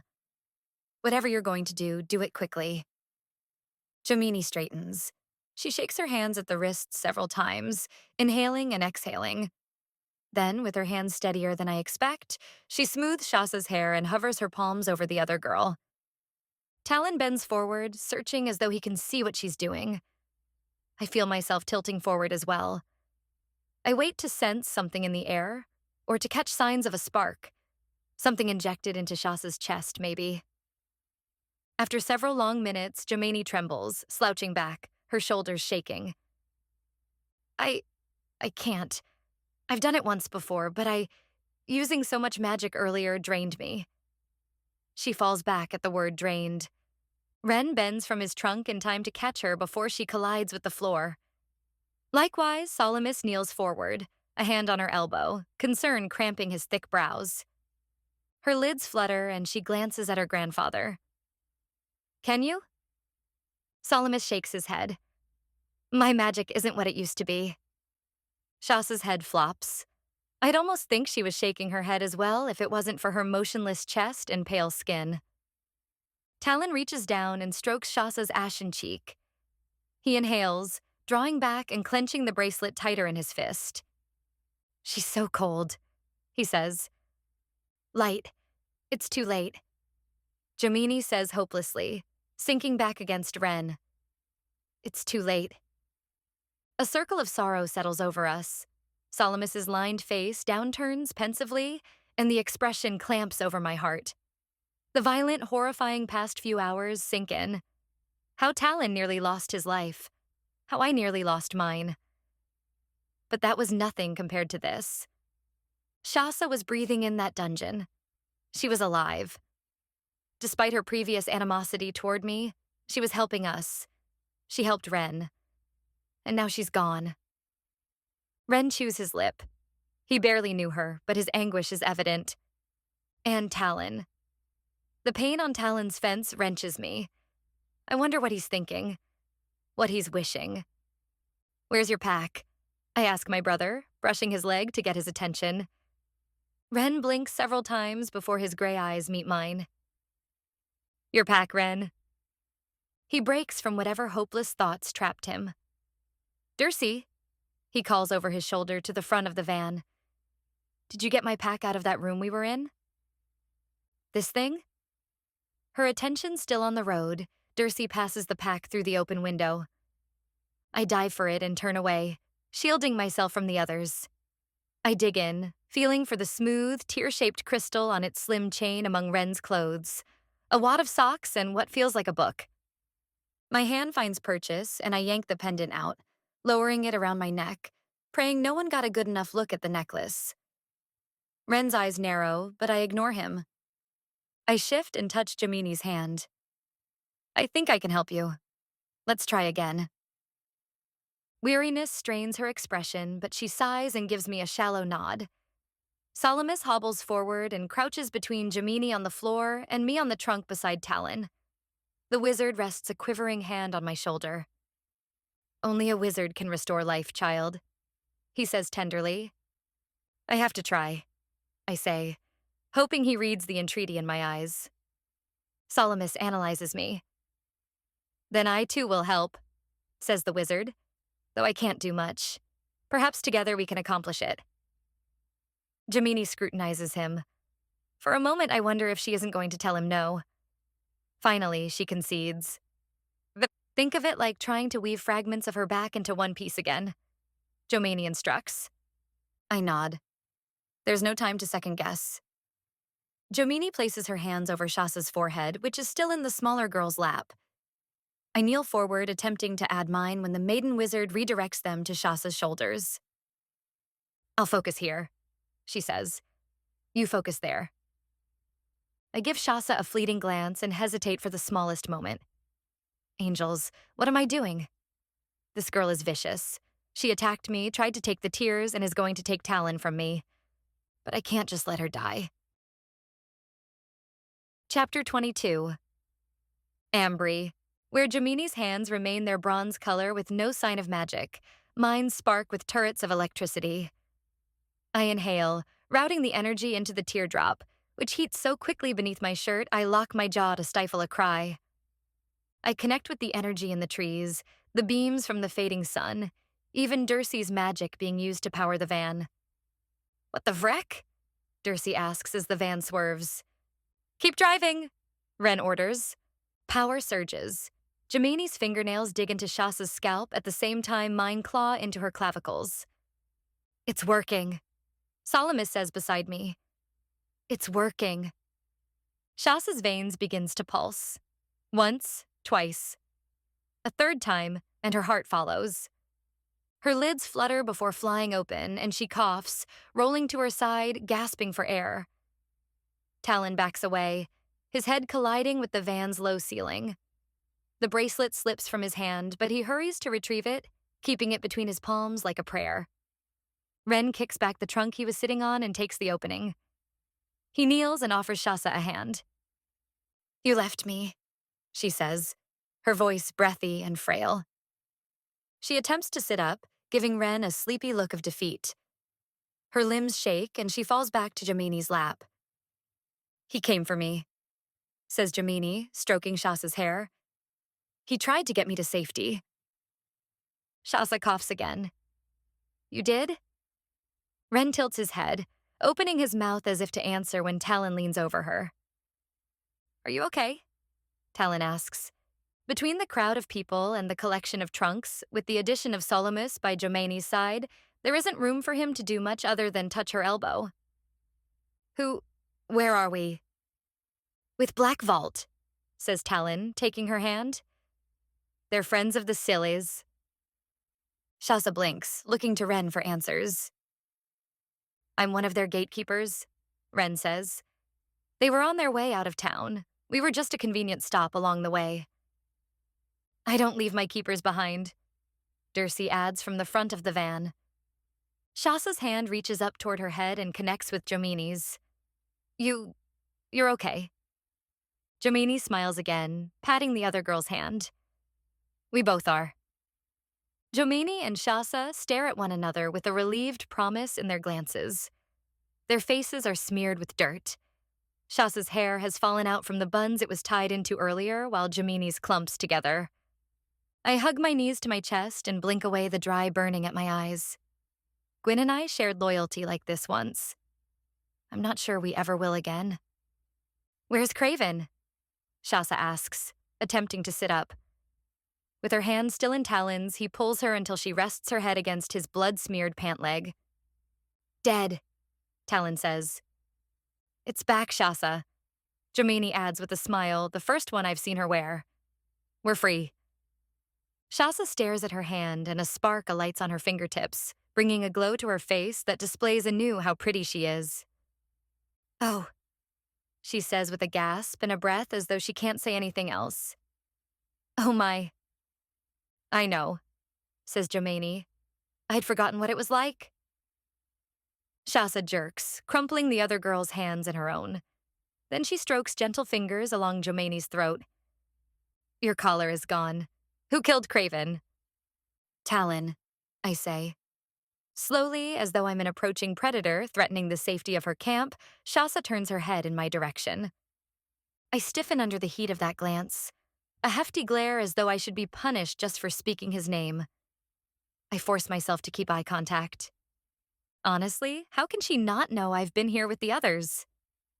Jemini shuffles forward, a hand on Shasa's leg, stealing her attention back. Shasa breaks her glare and pulls the other girl into a tight hug. I thought... The two embrace again for several long moments. "You were gone for a short while," says Jemini. Shasa's eyes squeeze shut. "But I'm back, thanks to you." Jemini pulls away and gives Shasa a soft smile. Then she points to me. "And Ambry. I couldn't have done it without Ambry's help." Shasa tucks in her upper lip. She blinks once, twice, and releases an unamused laugh. "Sorry, what?" Jemini gestures to me. "Ambry helped me bring you back." This time, Shasa's gaze sweeps right to me, settling into a glower as the realization sinks in. My back stiffens. I wait, wondering what she'll say. It's way too quiet for way too long. Shasa? Jomini says. Shasa grunts, sinking back against Talon's legs and folding her arms. An uncomfortable silence bridges the space between. Ren's brows lift. He captures my gaze, but I shake my head. The truth is, warmth spreads through my body, lightening me. I don't need her gratitude. I'm just happy she's no longer lying dead in Jomini's lap. I'm happy to have my teardrop back. On that note, the wizard says from behind his granddaughter, "How did you manage it? It shouldn't have been possible." The group waits for an answer, but I don't know what to say. Talon mentioned something similar to me once, the night he kissed me. I used fire that night without knowing how. Another magical trait only belonging to wizards. But I'm no wizard. Thankfully, Jomini speaks up. It must have been the mix of magics, my elemental with her electrical. Talon and Ren both watch me, but I can't tell them about the teardrop. I won't. "Where are we going?" Shasa asks, drawing the conversation in another direction. "Hyerton," Dury replies from behind the wheel.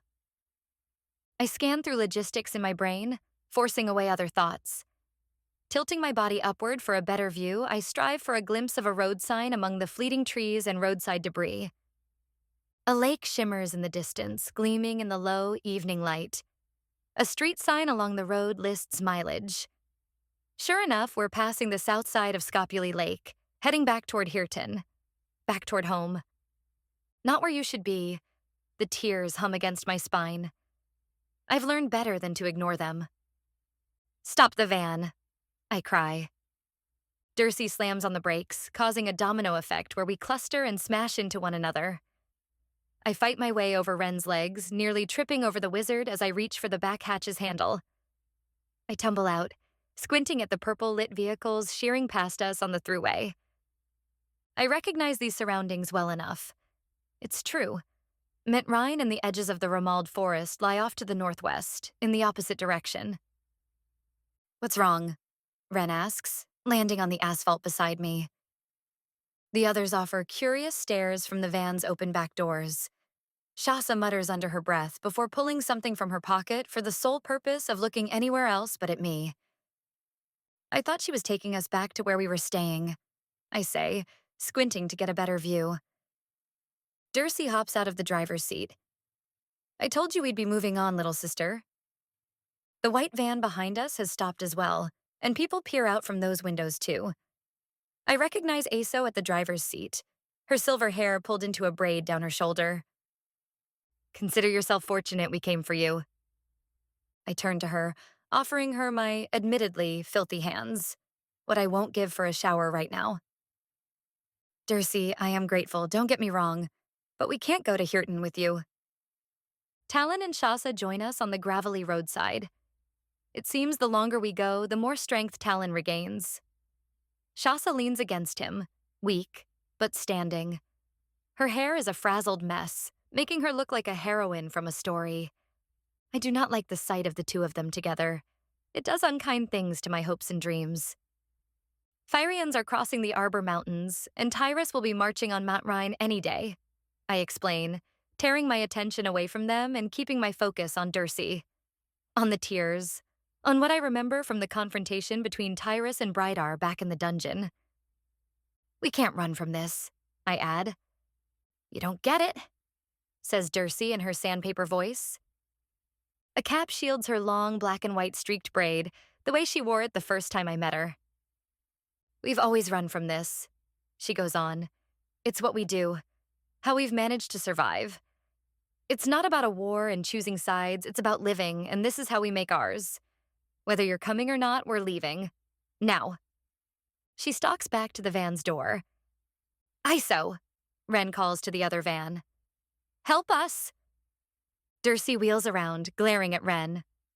"What?" Ren raises his hands. "I'm grateful for your help. We wouldn't be alive right now if it wasn't for you. But sooner or later, you won't have anywhere to run to." "They got me, Dury. Who will it be next? And what if you have no warning that time? What if you don't get away? This is about you too." Don't try to pretend it isn't. It has been all along, I add. Otherwise, why would you keep running from place to place? You said you've been doing this for 10 years. Dury bares her teeth. You're not in charge, Renshil. I am. And I say we're going to Hurton. Micro, Aso, Zeke, let's go. She reaches in, grabs Ren's pack, and tosses it to the dirt at my feet. Aso exits her van, joining a few others from its back hatch. This has never been a dictatorship, Dury, says the silver-haired girl.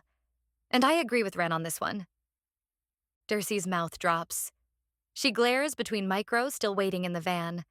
Then her glower jumps from Shasa to Solomus and Jomani, then to Talon at Shasa's side, and the other gatekeepers now piling out. Unbelievable, Dury says, her gaze dancing from one person to the next. Fine. Those who want to throw your lives away? Stay. See if I care. But Micro and I are heading to Hurton. If you're coming, get your gear in my van and let's move. A few filter through, including Scarlet. They carry their things to Dury's van, while Katie and Zeke remove trunks and cart them to Aso's, which is parked behind Dury's. Ren bends for his pack, lacing his arms through to secure it to his back. And Chilla? Don't think you'll earn my trust back this time, she adds before slamming her door shut. The wheels ignite and the van peels out, wheels scraping into the dirt as they spin away, leaving us on the roadside. Chapter 23. Ambry. It's a much tighter fit in Aso's van, with Zeke and Katie now in the back with us. Like before, most of us sit atop trunks, wedged in together like sardines. Shasa and Talon sit nearest to the door, speaking in small voices. I haven't spoken to him since she revived, but even if he was close, I'm not sure what I would say. He's betrothed to her. He should be with her. That truth kills me a little more every time I look their way. Our reunion wasn't what I expected. I'm not sure what that was exactly, but I miss him. This aching won't go away. Thoughts of him especially won't. Thoughts of campfire talks, of training sessions and late nights staring at each other through the flickering fire, of heated forbidden kisses that I long to share. And he's feet from me, but I've never been farther from anyone. Solomus and Jomani likewise sit secluded, or as secluded as possible in such a cramped space. He smiles down at her, stroking her back while they speak under their breaths. I glance up to catch the scenery through the driver's window. I can't wait to be back in the forest. This is how things started for me. This is familiar territory. It's the city, with the congested buildings and the threat of the Arcaians that crashes in on me. Out here I can breathe. I sit beside Ren on a large trunk, staring absent-mindedly out the tinted window. His arms drape. His head hangs low. I'm sorry, Ren, I say, taking a guess at what's bothering him. Dury and Micro should have stayed. They had to do what they thought was best, he says, still watching the distance. I saw Gwyn back there at the palace. When my duplicate didn't work, she found me. Ren squints, his tone emotionless. I wondered. You still care about her, don't you? With his wrists draped over his knees, he bobs his head. I'm not sure how it happened. One day we were hanging out, and then next, it was like I saw her through a new lens. Before that, it was like I was looking through a muddied window all my life. I could sort of tell there was something outside, but nothing was distinct. He cups his shoulder. And then I could finally see how bright colors were. He lifts his head and looks straight at me. How bright she was. I press my lips together, nodding to let him know I'm listening. I was hauled off in a brigade of other captured civilians, he says. They slapped prones around our wrists, forced us to march from place to place. One day, a group of us were hanging out along the outskirts of Jenke, about a day away from Valadir. And Tyrus drives up in this fancy black vehicle. The guys had all talked smack about him for days, so I was pretty sure of what to expect. Several of them had met Tyrus already. Believe me, they had nothing good to say.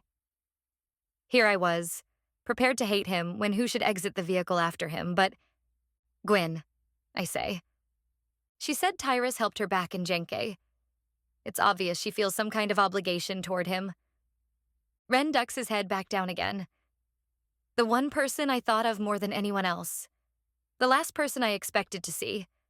I was sure he kidnapped her, taken her in a raid just like the Arcaians did to me. He pauses. I jumped to my feet and charged at him, but I didn't get far. Tyra struck me down. He whipped out his claw. I fiddle with the silver clasps on the trunk beneath me, not sure if I want to hear this. Ren goes on. So you can imagine my surprise when Gwyn told him to wait, and he actually listened to her. She said she knew me. It was crazy to see her, and not only that, but to have Tyrus obey her. It was baffling. He shakes his head. That's not all. She'd been pretty before, but it was like she'd blossomed somehow. I thought maybe she'd had medical alterations, but I knew it couldn't be possible. Not when it had only been days since I last saw her. He plucks a leaf from the floor near his feet and slowly tears the thing into pieces, one bit at a time. She stepped right up to me, Ambry, looked right into my face. My throat was so dense I could hardly breathe. I couldn't figure out what she was doing there. And with him. It hadn't been that long since I'd seen her, and yet she and Tyrus seemed joined somehow, like a team, like they'd been that way for years. He plucks a few more leaves only to toss them down. Soft conversations continue around us, and I turn, wondering if the others heard. But Talon's attention is locked on Shasa. Salamis squeezes Jamini's shoulders, his attention on the book he retrieved, not paying Ren and me any notice. Tyrus has some kind of hold over her. I tell him under my breath. She told me he rescued her in Jenke when a soldier tried to rob her. I think she feels some kind of obligation to him, Ren. She never had this much freedom before. Can you imagine how confused she must have been in that moment? After how awful Clark was, Tyrus must have seemed like some sort of hero to her. It's clear they bonded. Ren stares at his hands. I don't know what I expected. For her to kiss me? Defend me somehow, since she seemed to be in good standing with the axe rat. But I heard her muttering to Tyrus how inconsequential I was, how I was just someone who looked like someone she knew back home. And then he stabbed that claw into me. She stood there as he drained my magic, as he owned me. He lowers his head once more. Ren. I place a hand on his arm while sympathy strings through me. I'm so sorry that happened to you. He sniffs. I still can't believe she just stood there, egging him on. That wasn't her, I say, my stubbornness kicking in. That wasn't the real Gwyn. She got tears at Black Vault. I watched her drink them. Whosever tears those were, they changed her. And not for the better. The old Gwyn would never have done that, he says. I know her stepdad was harsh on her, but I can't believe it of her. I stood there and watched her yan you, Ambry, and I could do nothing. I remember, I say with a shiver. Angels, do I remember? Ren's face was so strained. What a position to be in. What can we do about it? He asks. Too many thoughts rush in, remembering that night and the dream Gwyn had. The dream, Black Vault, the tears, all of it. Who knew it would have led to this? We can't give up on her, I say. We have to find a way to get back the old Gwyn. She has to be made to see what Tyrus is doing, to see how wrong he is. And exactly how do we do that? I'm not sure, is my pathetic reply. But there is always hope, Ren. I refuse to give up on her. Hope. Natty said that in relation to me as well, how I was the hope of the world. But the first's admonition wears on me. I glance back at Jamini snuggled into the crook of her grandfather's shoulder. Her youthful hand twines with his aged one. It's just too much. I don't have the first idea how to break the spell. My tears are gone, but from the sound of things, they won't be safe much longer if Tyrus is going after them. I need to speak with Jamini to get some kind of direction from her. I need Talon's help to assemble a coup at Mount Rhine. But most of all, I need to figure out how to save my best friend. Did you love her? I ask. The words escape so softly, I'm half surprised I say them. With one hand in his pocket, Ren keeps his attention on the orange horizon. He doesn't answer, but he doesn't need to. Iso slows and pulls off onto a dirt road leading to a stretch of houses. This street is a blink away from being noticed by any type of traveler. She pulls into the driveway of a 2-story house with blue siding and brick along its lower half. A collection of squat bushes dot the way to the door. "Come on," Ren says to the group at large, rising and making his way to the back hatch as Aso kills the ignition. He reaches for the handle.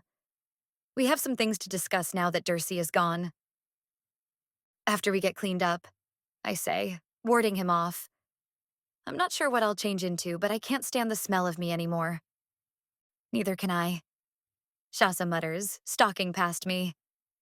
I open my mouth to bicker when Iso steps in. "This is one of our safe houses.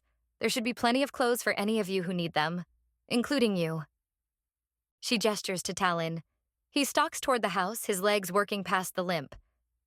"That would be much appreciated," he says. "All right," Ren says, holding the screen door open for the rest of us. "We'll get cleaned up. Everyone meet in the living room in an hour." Chapter 24. Ambry. The house has a large living room interrupted by the long banister of a staircase. Aso leads me into one of the back bedrooms where she retrieves a set of clothes for me. She offers them to me, but then, upon seeing the state of my hands, holds them back. "I'll just set them in the bathroom, shall I? There should be soap in the shower. And there's more under the sink because, sorry, but you need it." I laugh and pluck my shirt away from my body. Don't I know it? This is probably the best shower I've taken in my whole life. After tossing my disgusting clothes in the garbage, trust me, no one wants to wear those ever again. I steam under the stream of hot water, allowing it to soothe the tight muscles of my back. I don't shower for as long as I'd like. Not when so many others need to. So I hurry to scrub off, get cleaned up, dried, and dressed once more. When I finish, Zeke and Katie sit on the couch, while the 6 of us newcomers take whatever spot we can find. Talon, Shasa, and Jamini look infinitely better than they did before. Shasa's damp curls dangle down to her shoulders.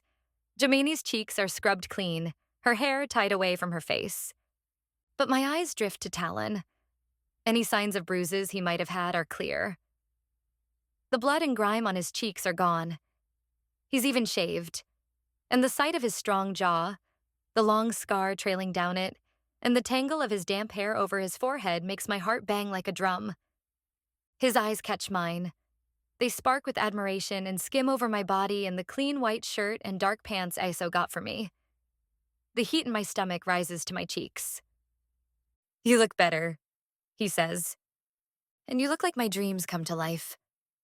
Shasa huffs at him and slinks to the carpet. Jomini sidles over to join her. The side of Talon's jaw jumps, and he lowers his head, not saying anything more. I do my best to play off whatever just happened. "So he complimented me. So he checked me out. We can't keep doing this. Ren is cleaned up too. He's wearing a green shirt, darker pants than before, and his brown hair, not quite as long as Talon's, sticks up just above his forehead.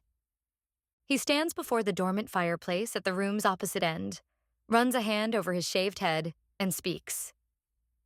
"Aso, Zeke, Katie, I know this was probably hard for you, but I'm glad you're here." Their chattering dies off, and the black vaulters rotate, giving Ren their attention. Zeke lowers the matches he was scraping against his thumbnail. Aso folds her arms.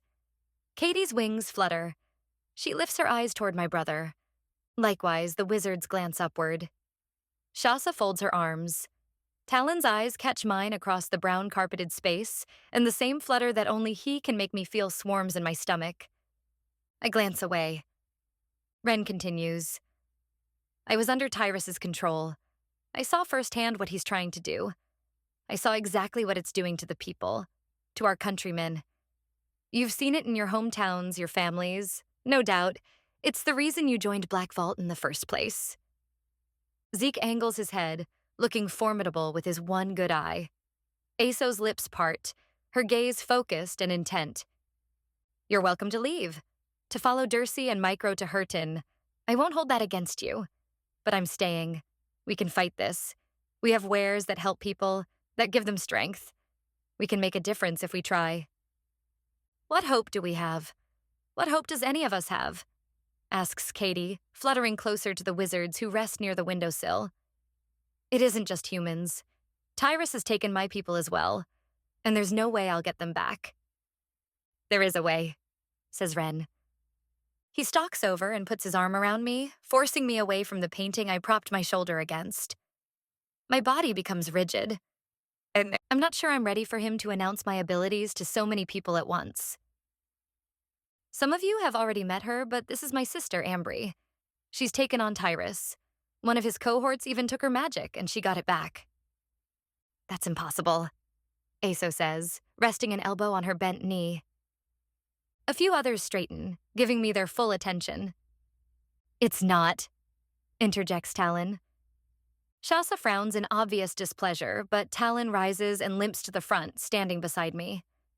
The mere sight of him coming toward me turns me weak, and I take an extra breath as he stands on my other side. Tyrus ranted about it back in the dungeon. Ambry gave Ren back his magic. She destroyed that station. I saw it when the Arcaians took me away. Tyrus had a huge battalion out looking just for her because he knew how powerful she is. You make me sound like some indomitable force, I say under my breath, the heat of the fire getting to my cheeks. His eyes slide to mine. They glimmer with the slightest traces of mischief. Aren't you? Heat pools through me. I make the mistake of looking at the wicked twist on his lips, and it's kindling for a whole new fire inside of me. A feral longing claws its way toward him, but I swallow. Muscling down that longing and trying to cool the flush just standing near him brings to my skin. My glance drifts toward Shasa, who looks like she's ready to tear out every single throw knife strapped on her chest and launch them all at me. Go sit down, Talon. I tell him as mildly as I can. I can't get in the middle again. Angels, this is complicated. Talon doesn't move. The other gatekeepers all stare, expecting more from me. We're sitting here, hashing out our next move. And they're looking at me as though expecting me to lead the fray. I'm just a girl from Cadet City, I want to tell them. Just a girl from a small town who stumbled across a jar of tears. But I know I can never go back to being just a girl. I am clay for a mold, and things in life leave imprints. They change you without you even realizing it. And boy, have I been molded during the past several weeks. With a sigh, I rub my eyebrow and step forward, away from Talon and Ren flanking my sides. He's right, I say, deciding to be upfront. I did get Ren's magic back, and mine, and together we can save people. How? Zeke asks, this time a match jutting from between his teeth instead of a toothpick. I pause a moment, trying to figure out where to start. Aso, you guys might have been aware of a particular jar of tears circulating in your market. Wait a minute, Shasa says, placing a hand on Jomani's shoulder before rising from the floor. She wavers. Her face pales and she rests a hand on the wall for support. Let's not get carried away with the details. They deserve to know, I say. Tyrus already announced the tear's existence to Faria. What? She looks at Talon as though affronted that he didn't tell her first. Jomini. I address the maiden wizard, feeling all kinds of weird about it. Because she's, the maiden wizard. She's the one who shed my tears. Jomini glances at me with curiosity in her dark eyes. With your permission, I say. I think they have a right to know. Tyrus found out I traded the tears to the sirens, and he's planning on attacking Mount Rhine to get them back. My tears shouldn't be a secret, says the small girl, rising to join the conversation. She's so petite, she barely reaches Shasa's shoulder. I thought Shasa was short. Go ahead and tell them. Shasa rolls her eyes and huffs, but the only person whose opinion matters about those tears right now has spoken. I pause for a moment, wondering whether the wizard girl wouldn't prefer to share the details herself. I don't doubt that she knows far more about the tears than I do. Then again, these people don't need specifics. I went to Black Vault about 6 weeks ago and obtained a jar of tears that were shed by Jomini Straylark. I gesture to the girl. The maiden wizard, Salamis Straylark's granddaughter. I expect an angry reaction, and so I'm not surprised by Zeke's glare and knuckle cracking in the wizard's general direction, or by Katie's mouth dropping open at him. Apparently, thus far, the Black Vaulters didn't know Salamis is in the company. And if any of you have a problem with Salamis, you can take it up with me, I add. The wizard inclines his head. Thank you, Ambry. You're still alive? Zeke says, shifting to face him more directly. As you can see, says the wizard. I'm listening, Aso says, keeping her gaze on me. And the rest of you should too. Their brief uproar dies down again. Talon gives me an encouraging gesture. I got some tears in my store, Zeke says, glowering from behind his eye patch. What makes these any different? Well, Jomini. Angels. How do I explain this without sounding like I'm completely full of myself? They were shed after a vision I had. The girl seer pipes up. Regarding Ambry. Every eye is on me. I read the questions stewing in their eyes. They're the same ones I have. They want to know, just like I do. What did Jomini see about me? I swallow, forcing myself to continue. Talon and I have reason to believe Tyrus is about to attack Matt Rhine for these tears. I gave them to the sirens for safekeeping, and Tyrus informed us that he is determined to get them back.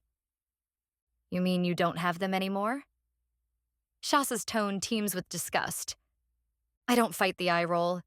In fact, I'd back it up and replay it just for her if I could. Hasn't she been listening? I give Talon a look. He shakes his head as if answering my unspoken question. No, I didn't tell her you took them to the sirens. Even if I had them, they weren't meant to be drunk, I tell her. Are you certain?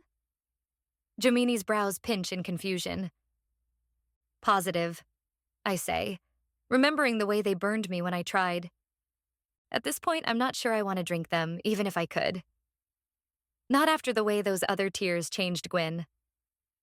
Tyrus thinks they'll give him limitless power. From the sound of a conversation Talon and I were privy to, conquering Etheria isn't his only objective. He's after Farians as well. That's no surprise, someone says, but Shassa pipes up again before I realize who. Are you serious? He can't really be that stupid. I talk over them before things get any more out of hand than they already are. We have to set up camp around Matt Rhine. We have to warn the sirens and then stand guard to defend them. To do everything we can to keep Tyrus from getting those tears once more. You're kidding, right? Says Katie. You seem like a nice girl, Zeke says to me. But I'm gonna need a lot more to go on than your word in this case. You're talking about Tyrus wrecking Blinsdale, and last I checked, we was staying as far from him as we possibly could. Zeke is right, says Aso. Do you know what he'd do to us if he caught us? It's silent for a moment. Their comments are so not helpful. In fact, every argument they pose only increases the room's tension, adding to the feeling of fear swirling around us like a taunting ghost. They need reassurance. I can think of only one way to offer it. Very well, I say with a sigh. I skim a finger along my neck and remove the teardrop, dangling it before them on its chain. The crystal facets catch fragments of light spearing in from the window. I would never dare display it like this. But these people have put their trust in us over their other leader. They're risking their businesses, their lives for this cause, and they need to know I can do what I say I can. The tears purr from their distant perch, soothing me, letting me know they're in favor of my actions. I concentrate all my energy into the crystal and pray to the angels, to the firsts, to the powers still keeping Etheria afloat. Please let this work. My hair stands on end. Energy crackles through the walls, short-circuiting the half-filled magic canteen near the door, draining every ounce of light from the house.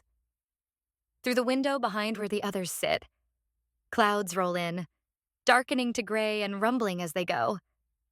Then I reach to their energies.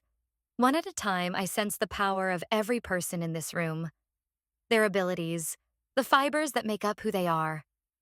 And I instruct the teardrop to dip its toes into each person's individual energy.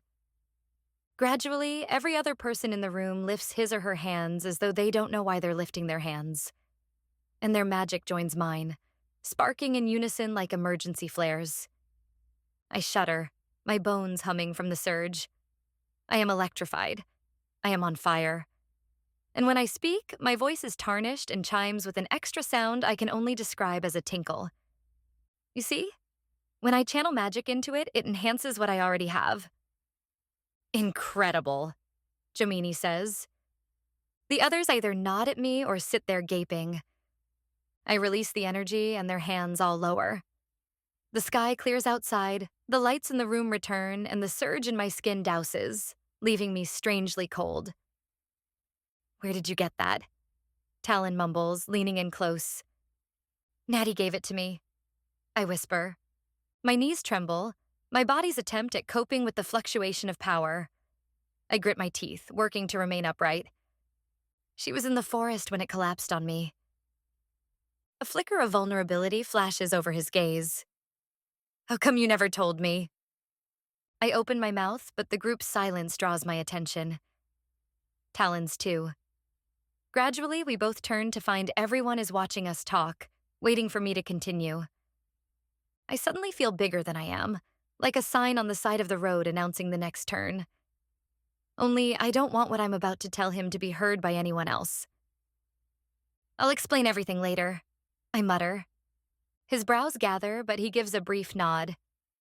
That's not enough, Katie calls out, calling my attention to her. We need proof. That's how you did it? Jomini says, pointing to my pendant. You helped me save Shasa's life. With that? Yes, I say. Shasa glances side to side as if we could possibly be talking about someone else. Remarkable. Solomus stares at me in wonder, hugging the book he got from Craven's shed. Dury told me Ambry was using magic even around the talc powder set over their room. Aso adds in a bragging kind of tone. I belong to Tyrus, Ren adds. She gave my magic back. How is that even possible? Aso asks. Tyrus isn't dead. I saw him on the news this morning. Ren beams at me. No, my sister didn't kill him to do it. She reversed it. I force away the embarrassment gathering in my cheeks. This is no time to be self-conscious, but they're all praising me far more than I deserve. I lift my hands, wanting to sway their praise. I can do a lot, but I can't do it alone. We've got to get to Met Rhine. Let's stay on track here. I still don't trust them sirens. What if they fly out and take us? Zeke asks. Sure, you've got a few tricks up your sleeve, but them vixens ain't too friendly, last I heard. Especially not toward us menfolk. It's a valid concern, considering the state the men were in when I went up their mountain to rescue Talon. I decide not to elaborate on this one. That won't happen, I assure him, hoping it's enough. Not if I'm there. They pledged their friendship to me. They won't attack anyone on my side. Shasa's mouth drops into a scoff. Still, she says nothing. Neither, for that matter, does anyone else. The other Black Vaulters look to Aso for her decision. She steps forward, hand extended to me. We're in. I exhale, my chest expanding in relief. Talon's smile spreads, and I do my best not to get caught in his wake again. With the decision made, everyone branches off. Cotton whispers, Shasa and Jomini take a seat on the now vacant couch with their legs crossed. Solomus and Zeke are speaking, a match bobbing between the vendor's lips. Ren is gripped in conversation with the other Black Vaulters, and Talon stands aside, hands in his pockets. He cocks his head to the left. I dip my chin in response to his invitation, and his mouth twists up just slightly as he strolls toward the back of the house. Chapter 25. Ambry. It takes a few minutes before I can break away from the others. Several of them have questions, which is completely understandable. I don't go into detail about how I ended up meeting sirens in the first place, and I tell Ren I just need a minute to myself, which is true. He extends his hands to the Black Vaulters, and I duck out the back door. My heart lumps in my throat. Talon stands near a solitary tree with its clustered trunk and branches speckled with blossoms. a sure sign that summer is in full swing. I take a moment to watch him before he sees me. With a hand braced against the twining trunk, Talon bends at the knees as though testing the limit of the healing. His broad shoulders, the line of his posture. His blonde hair curls over his ears as it dries. Breathe, I tell myself. We're just going to talk. It's nothing more. I take the final few steps, crossing the grass and broaching the line of trees at the end of the yard.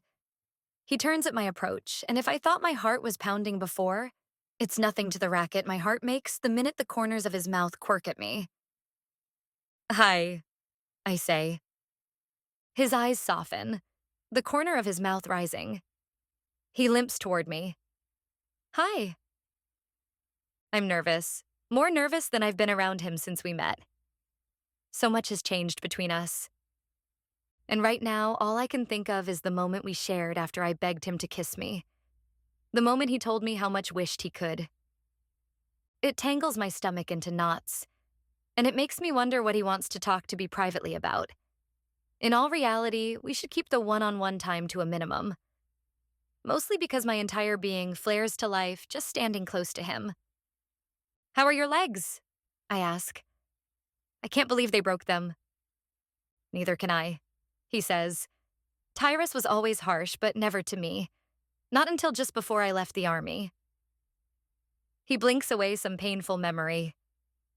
You'll continue healing, won't you? He glances down at his lower half. I think so. I hope so. It fluctuates. Sometimes I'm stronger, then other times I'm back to limping again. Either way, I can't fight, not the way I am now. Speaking of fighting, I wonder what he thinks of this latest idea. You're the only one of us who has seen battle, Talon. I begin. Would you lead us? His brows rise. To Met Rhine? These aren't warriors, Ambry. They're salesmen. Dury was right to run. Is that what we should do? Just let the Arcaians charge in? Adrian may be dead, but he implied that he created some type of immunity elixir from the siren he captured. Tyrus is going to get the tears. And then what do we do? Talon answers my question with one of his own. Why does he want them? What do you mean? Did anything about that conversation strike you as odd? Talon asks. You mean besides finding out that you're basically a Farian prince? Because I've also been thinking about that fact a little too much. Talon chuckles and digs at the dirt with the toe of his boot. That makes it sound too glamorous. We're warriors. I'm just next in line to rule the people. That is assuming they let me. I mean, it almost seemed like Tyrus was determined to get my father, my people, to attack him. Goading him with tears, taunting him that he would be invincible because of them. You think Tyrus has some other motive? I ask.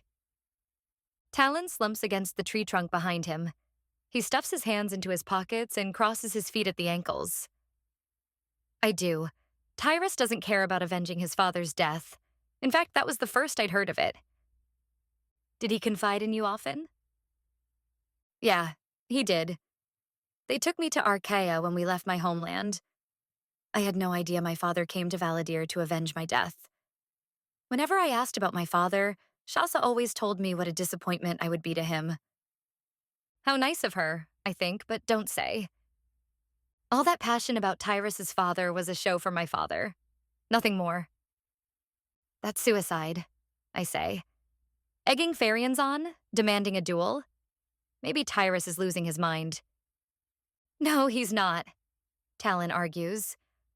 Tyrus knew exactly what he was doing down there. He was trying way too hard to get my father to come to him. Talon's words slow, as if he's realizing something at the admission. I wait for him to elaborate, but he doesn't. Then you think he wanted to lure them away from Faria? I ask. What could the Arcaians possibly want there?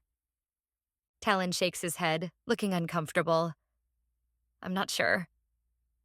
He glowers, turning his face away from me. So whatever it is, the tears have something to do with it. What if he's right, Talon? What if those tears make him so powerful that not even your people will be able to stop him? Maybe that's what Natty's prophecy about me meant. Maybe I'm just supposed to keep them from being drunk by those who would seek to tear down my world. We have to get to the tiers first, I conclude. Talon thrusts out a hand toward the house behind us. These black vaulters can't fight, he insists. Is that what's really holding you back? He exhales, and then to my surprise, he laughs humorlessly. I'm sorry you were captured. I blurt before he can say anything else. I have to get it out before another word is spoken. It's my fault. You should have stayed with Shasa. You should have... He turns, stalking away from the tree. His head hangs so his hair falls into his eyes. Don't blame yourself. I was outnumbered. They proned me when Ren dragged you off. They were watching for us. I should have figured as much. He limps to a thicker tree and lowers himself to sit at the base of its trunk. Then, he raises his eyes to me. That look guts me. He's sad, like he left a piece of himself back at the palace. It makes me wonder what his life with Tyrus was like. That was some show you gave everyone, he says, patting the ground next to him. You never told me Natty gave you anything in that archway. I sink beside him, resting my head against the trunk. I wasn't sure whether I should or not. She didn't say not to, but she was very clear about my purpose. I finally settle on the word. In this war. His eyes glitter like emeralds. You're the one who's supposed to drink the tears. I shudder. Natty told me as much. I just don't see how. They burned me when I tried. They burned you. The tears told me to take them to the sirens, Talon. Maybe it was just a matter of timing, he suggests. Maybe. I wish I could see the end from the beginning. Have you talked to Jamini yet? Shasa is always with her. And you're always with Shasa. I shouldn't be bitter, but I can't help this pebble in my chest wherever the Fiery maiden is concerned. Talon stands again, brushing leaves from his pants. He offers a hand, and I take it while I make it to my feet. I long to keep mine in his, to have him close to me in whatever way we're allowed. But I'm not sure what that is anymore. I'm not ready to go back inside yet. I want this moment together to last as long as it can. So I wander, and to my relief, Talon wanders with me. We go from tree to tree, admiring branches, a particularly large dragonfly that lands on a bush nearby, and stealing glances in between. He bends to rub the bush's leaves between his fingers and peers up at me, smiling and bearing that dimple. My heart catches. This is how I like him best. Unguarded and alone with only me. Too soon, that smile falters, and the conflict I've seen raging in his gaze returns. What's wrong? I ask. He kicks at a rock. I know how you must feel about her, he says. About me. You must hate me. I lower my head, remembering the way he showed up in the city after I left him and the wizard, stealing me back into an alleyway and threatening to kiss me to stop my petulant rant. He told me she wasn't a choice, but an obligation, and that he didn't know what would happen with her. I resolved to get him out of the palace, and I did. I know I can't expect anything more with him. So why do I want him to draw his arms around me, to pull me in and make me promises I know he can't keep? I had a lot of time to think in that cell. I tighten all along my edges. He has that tone. The tone of someone about to let a girl down easy. Chapter 26. Ambry. Talon's eyes glisten. They're both hard and soft at once, telling me there's so much more going on inside of him than he's admitting. I can't keep balancing between loyalties, Ambry, he says. My stomach drops to my feet. So this is why he wanted to talk to me alone out here. I stare back at the Black Vault safe house and try to force emotion out of my voice. You don't have to say anything else. I already know. I know it by heart. I'm sorry, I tried... His voice breaks and he clears his throat. I tried to keep you at arm's length, but the closer we got, the less motivated I felt. Until...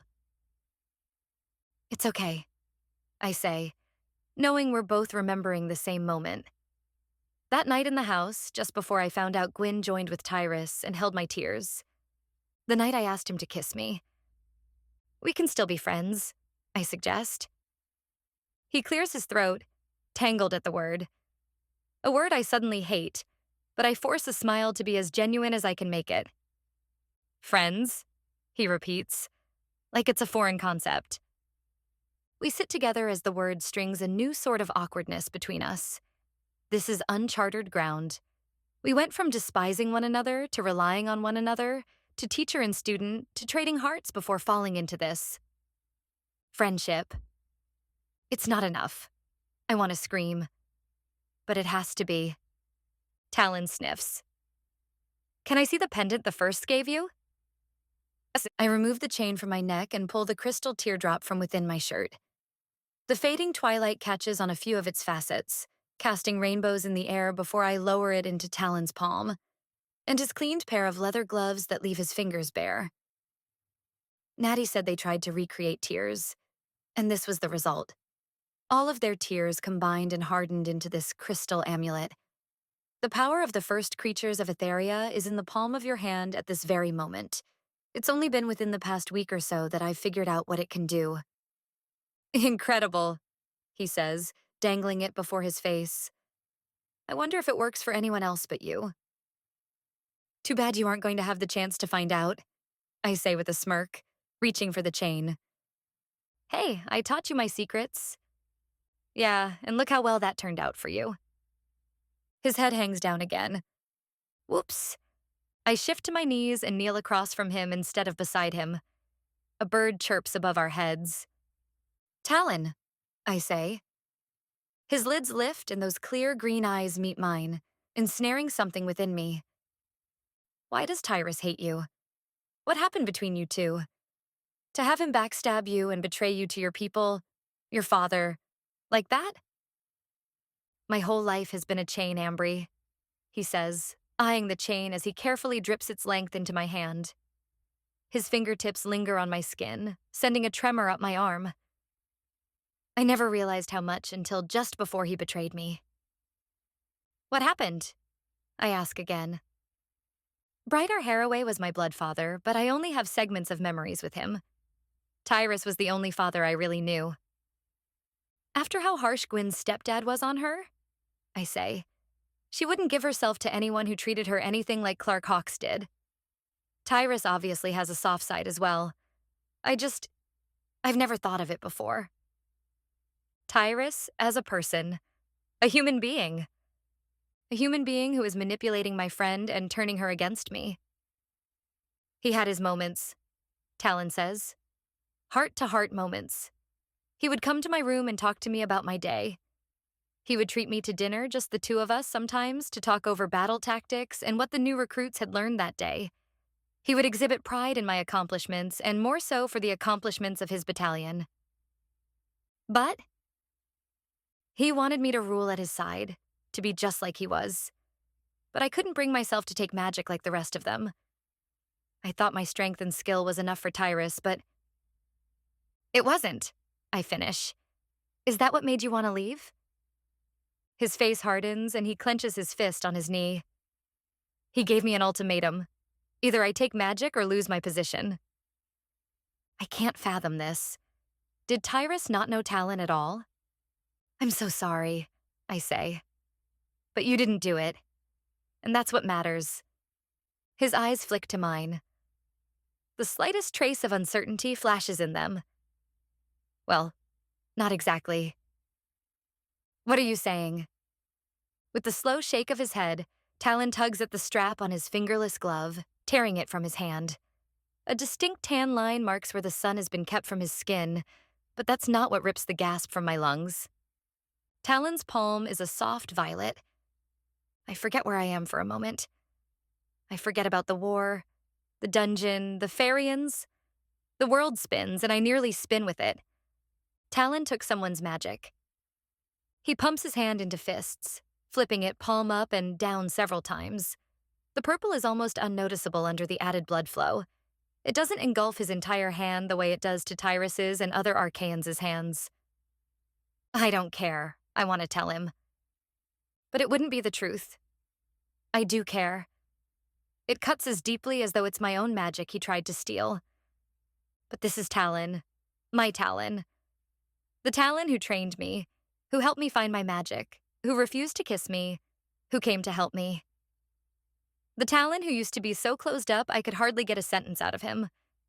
But he showed me this, without request. He opened up to me. He could have kept this from me. But he didn't. I paused before pushing out the words. Whose magic was it? Tyrus can be very persuasive, Talon says, his throat catching. He knows the right things to say to get people to think foolish things, to think they have the right to subdue others. I was so stupid. You fought him, I say, trying to convince myself as much as him. You ran away. You fought against that teaching, that influence. Maybe there's hope for Gwyn, too. She's got to want it, Ambry. I don't know. I wish I could promise you that she will change, that she'll wake up and listen to reason instead of his tainted promises. But it took me years. And if she's not pure to the core, and Talon thinks he is, you took magic, Talon. I shouldn't be so defensive about it, but Gwyn was my friend too. My only friend.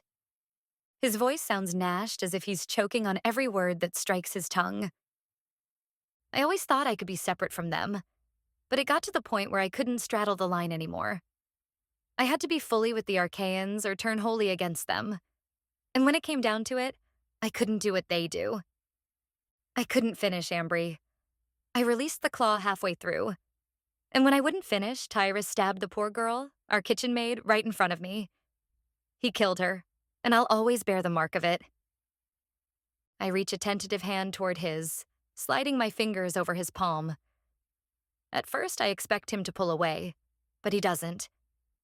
He closes his eyes, his hand quivers at the touch, and he lets me stroke my fingers against his warm, broad palm. The touch lifts the hairs on my arms. It's strange, feeling his skin against mine instead of the leather I'm used to. Seeming to realize this, he pulls away, but I tighten my grip. I want to pull his hand to my mouth, to press a reassuring kiss there, but I keep it at bay. I don't care. It's not who you are now. And it's true. I doubted him for a moment, but it's clear he's ashamed of what he's done. He's changed. He presses my hand, folding it between both of his, and it feels like he's holding all of me in this touch. I ran away after that and never turned back. I started wearing these then. I only take them off if I have to. He releases me to slip the glove back on.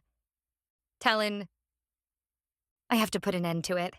I don't know how many people he owns, Ambry, but someone has to stop him. The sight of the gloves on his hands reassures me for some reason, like he's back to being himself. Those gloves are part of who he is. He should know he doesn't have to hide it, and ironically, seeing him without the gloves seemed like the opposite.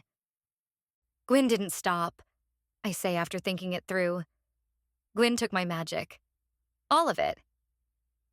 Talon purses his lips. The silence between us is comfortable like an old friend. Friendship. It will work. If it's all we have, we can make it work. That's what he wanted for you, isn't it? I say. He wanted you to lead his army against Phyrea, against your own people. I should have known he wasn't only after Etherians. I'm going to kill him for what he's done. My head rears back at the declaration. I blink at him a few times, but the stern set of his brow doesn't change. I'm not sure what to say. Tyrus humiliated Talon in front of his real father. Of course, Talon would want justice. Tyrus used Talon as leverage against his people. I'll help you if I can, I eventually say. Tyrus deserves death and so much worse. I can't get the image of Mile Otis's subjugate out of my mind. The way she stood there while Miles used her magic. The way she looked too frightened to even speak to me. Tyrus is the cause of it. For the girl's sake, for my people in Talon's, for Gwyn, Talon is right. Ambry, Talon says, fading away like he doesn't know what else to say. A man like Tyrus wouldn't invite his girlfriend to battle, I go on, to guard a coveted jar of tears, to lead soldiers like Gwyn was doing back at the Triad, unless she was contributing somehow other than just behind closed doors. And he certainly wouldn't do it for a girl he just met weeks ago. You think the tears she drank have given her battle tactics or some other kind of advantage? Talon asks, folding his arms across his chest. The only noticeable changes have been in her appearance, but something shifted inside her. Talon and I begin making our way back to the house, our steps unhurried. The sky is now a velvet blue, the moon fully visible outside the cover of the trees. So I don't know what those tears did to her, but they ruined her. They're allowing her to be manipulated by him. She had to accept it, Talon argues. Gwyn still had a choice in all of this. Drinking those tears hasn't forced her to do anything she didn't want already. That's what Ren keeps telling me too, I say, peering up at him. But I just can't believe it.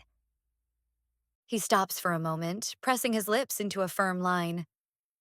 I wish there was a way to reverse its effects on her, Ambry. For your sake. If there's a way, I'll find it, I promise him. I stare at the house. I'll talk to Jamini and see what she knows about what Natty told me, about my destiny to break Solomus's spell. And if that means helping you kill Tyrus, then I've got your back. Talon chuckles at this. Not that you need me, I add, but I want you to know I'll always need you, he says, the green of his eyes spilling enough on their own that he doesn't have to say anything else. While I love that he says it, I'm filled with torment at the same time. It's just another reminder of what we both want and can never have.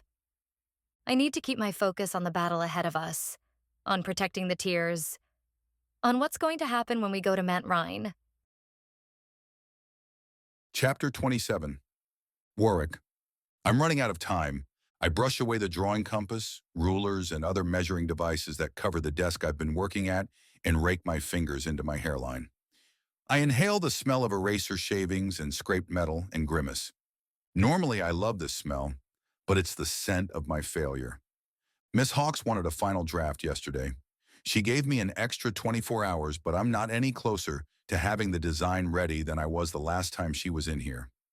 I glance at the clock, hearing the threats she gave me, hearing her shrieks of displeasure at how long it's taking me to develop the plans. Like I can just invent something and have it instantly work the minute lead hits the page.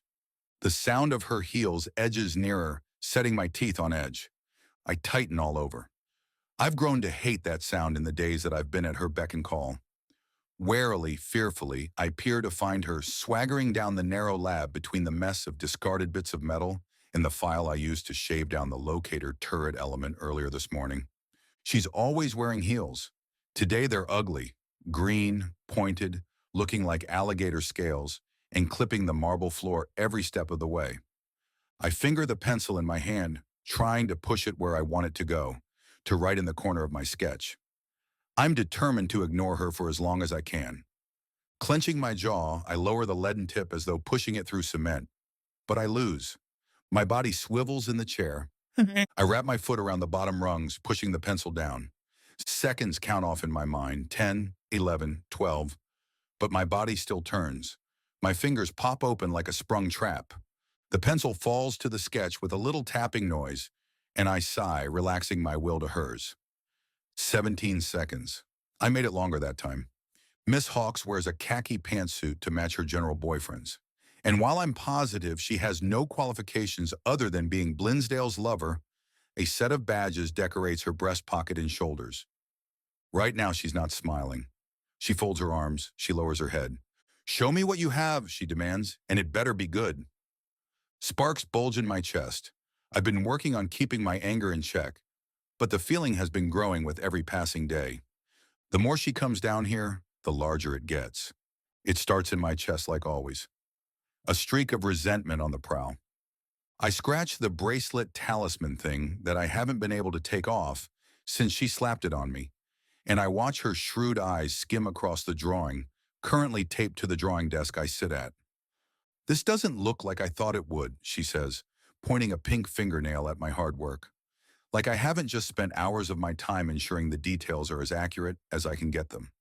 You sure it will sync with the system? There goes my anger again. I hate her questioning me. Wasn't she the one who threw my accomplishments in my face the first day I was brought here? Did she forget how capable I am so quickly? I studied the structure of your station and its blueprints, I say. The day you brought me here, I even took measurements. And you're sure? You're sure you got all the dimensions correct? We don't have much time. Our source in Firia says they've reached Haventown. They're coming, Warwick. This machine has to be ready before they get here. My jaw shakes with the effort of tamping down my ire. I keep my voice in check, which means it's deadly low when I speak. You picked me, remember? If you didn't think I could do it, maybe you should have chosen someone else. Does she have any idea how badly she's ruined my life? I missed my exams. I may have to start the semester over. So much lost time. And for what? This ridiculous machine? A crease mars her brow, but she ignores my frustration and points to another drawing, one I tucked beneath the stack of pencils I've been sharpening. What's this? Your power source, I say. It took me a full day and a half to regulate the intricacies of it, but I jumped off the research I've done for the Magitech electronics and the way the particles in Etherian magic are used to filter through machinery to charge them and get them to run properly. I'm unprepared for the unarmed glare she thrusts at me. We have a power source, she says, biting each word. I stand. I can't take her towering over me any longer. Her power source is a joke. You'll forgive me if I don't put as much trust in an unreliable jar of tears that holds no promise of a definite outcome. It's best if the machine runs on a canteen power source with the alterations I made, just like... We aren't using any other power source, she snaps, cutting me off. I brace myself. She's hit me more than once. I won't put it past her to do so now. But she pauses, toying with her head like a bird on its perch. Did you design the chamber I requested? She waves me away. Don't answer that. My throat tightens mid-sentence.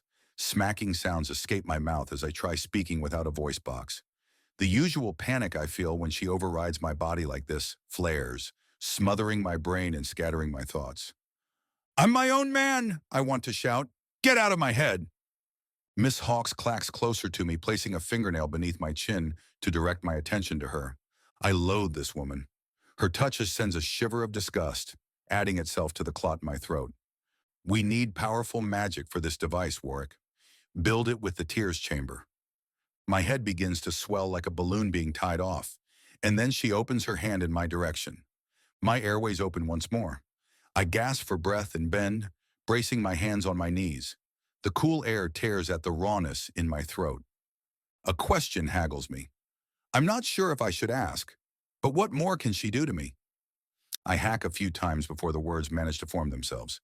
If this is as important as you say it is, why power your machine with something so unreliable and hard to find? There has never been any way to monitor the outcome tears will bring to their drinker, let alone to prove its ability to power machinery. Miss Hawks's mouth twists. Tears give the drinker what the person wants more than anything else. Considering how this machine of ours isn't alive, I'm certain it doesn't want anything. Therefore, it will work according to the calibrations we give it. That's possibly the most intelligent thing I've heard you say. Her eyes flash, and I gape, instantly wishing I could take the words back. Normally, I curb my tongue pretty well around her, but she got my back up, and it slipped out. Is the machine ready or not? She asks. I swallow, placing my hand on the drawing I'm rather pleased with. I flatten my hand when I realize how much it trembles. The sketch is done to scale, Miss Hawks, and manufacturing should only take a day or so. You have these dubious tears? She sniffs and nods her head in approval or in agreement. I'm not sure which. I will have them by the time your manufacturing is done. She rests her hip against the drawing desk and stares at the sketch, though something tells me her thoughts are elsewhere, which only makes me wonder why she's banking so much on something she doesn't even have yet. If she doesn't have the tears, then where are they? And how does she plan on getting them in time? It still doesn't make sense why she's basing such an important machine, her words, not mine, on something so unpredictable. I've never been one to play on chance. If you don't mind my saying so, how do you know they'll work? I say. You're basing a fair amount of your strategy on this, but what if the tears run out? What if they don't power the machine like you want? She elevates her head, pursing her lips. We'll be doing a test run as soon as I return, so you'll need to have the prototype ready by then. You'll have one day, Warwick. Frustration boils, snaking along the outer edges of my body, stirring everywhere it touches. I tuck my hands beneath my legs on this stool so she can't see my fists tremble any more than she already has. We can't test it using this infamous jar you claim is so powerful, I say, continuing to point the glaring flaws in her logic. It may run out before it's time to actually use it for your intended purposes. I have other tears that were found, the same time we got you, actually. Found, I scoff. Stolen is more like it. Her head swivels like it's on a peg. I could have your tongue cut out for the way you speak to me, you know. Fear seizes me. I stare at the purple shade of her hand. I remember the numerous times she slapped me, controlled me, manipulated me.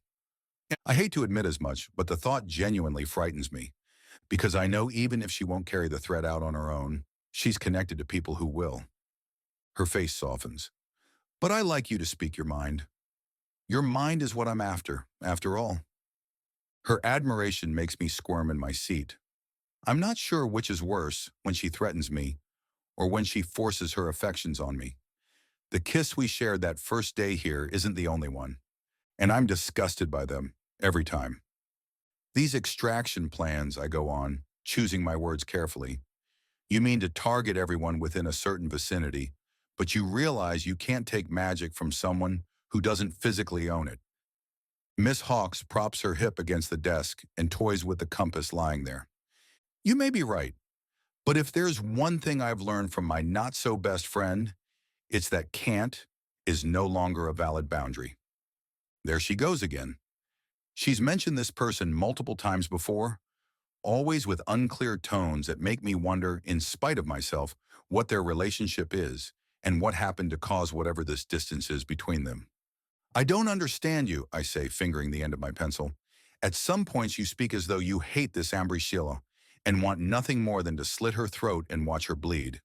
Yet other times you have this longing towards her, like you actually miss her. Miss Hawks's breathing becomes more labored. Her nostrils flare.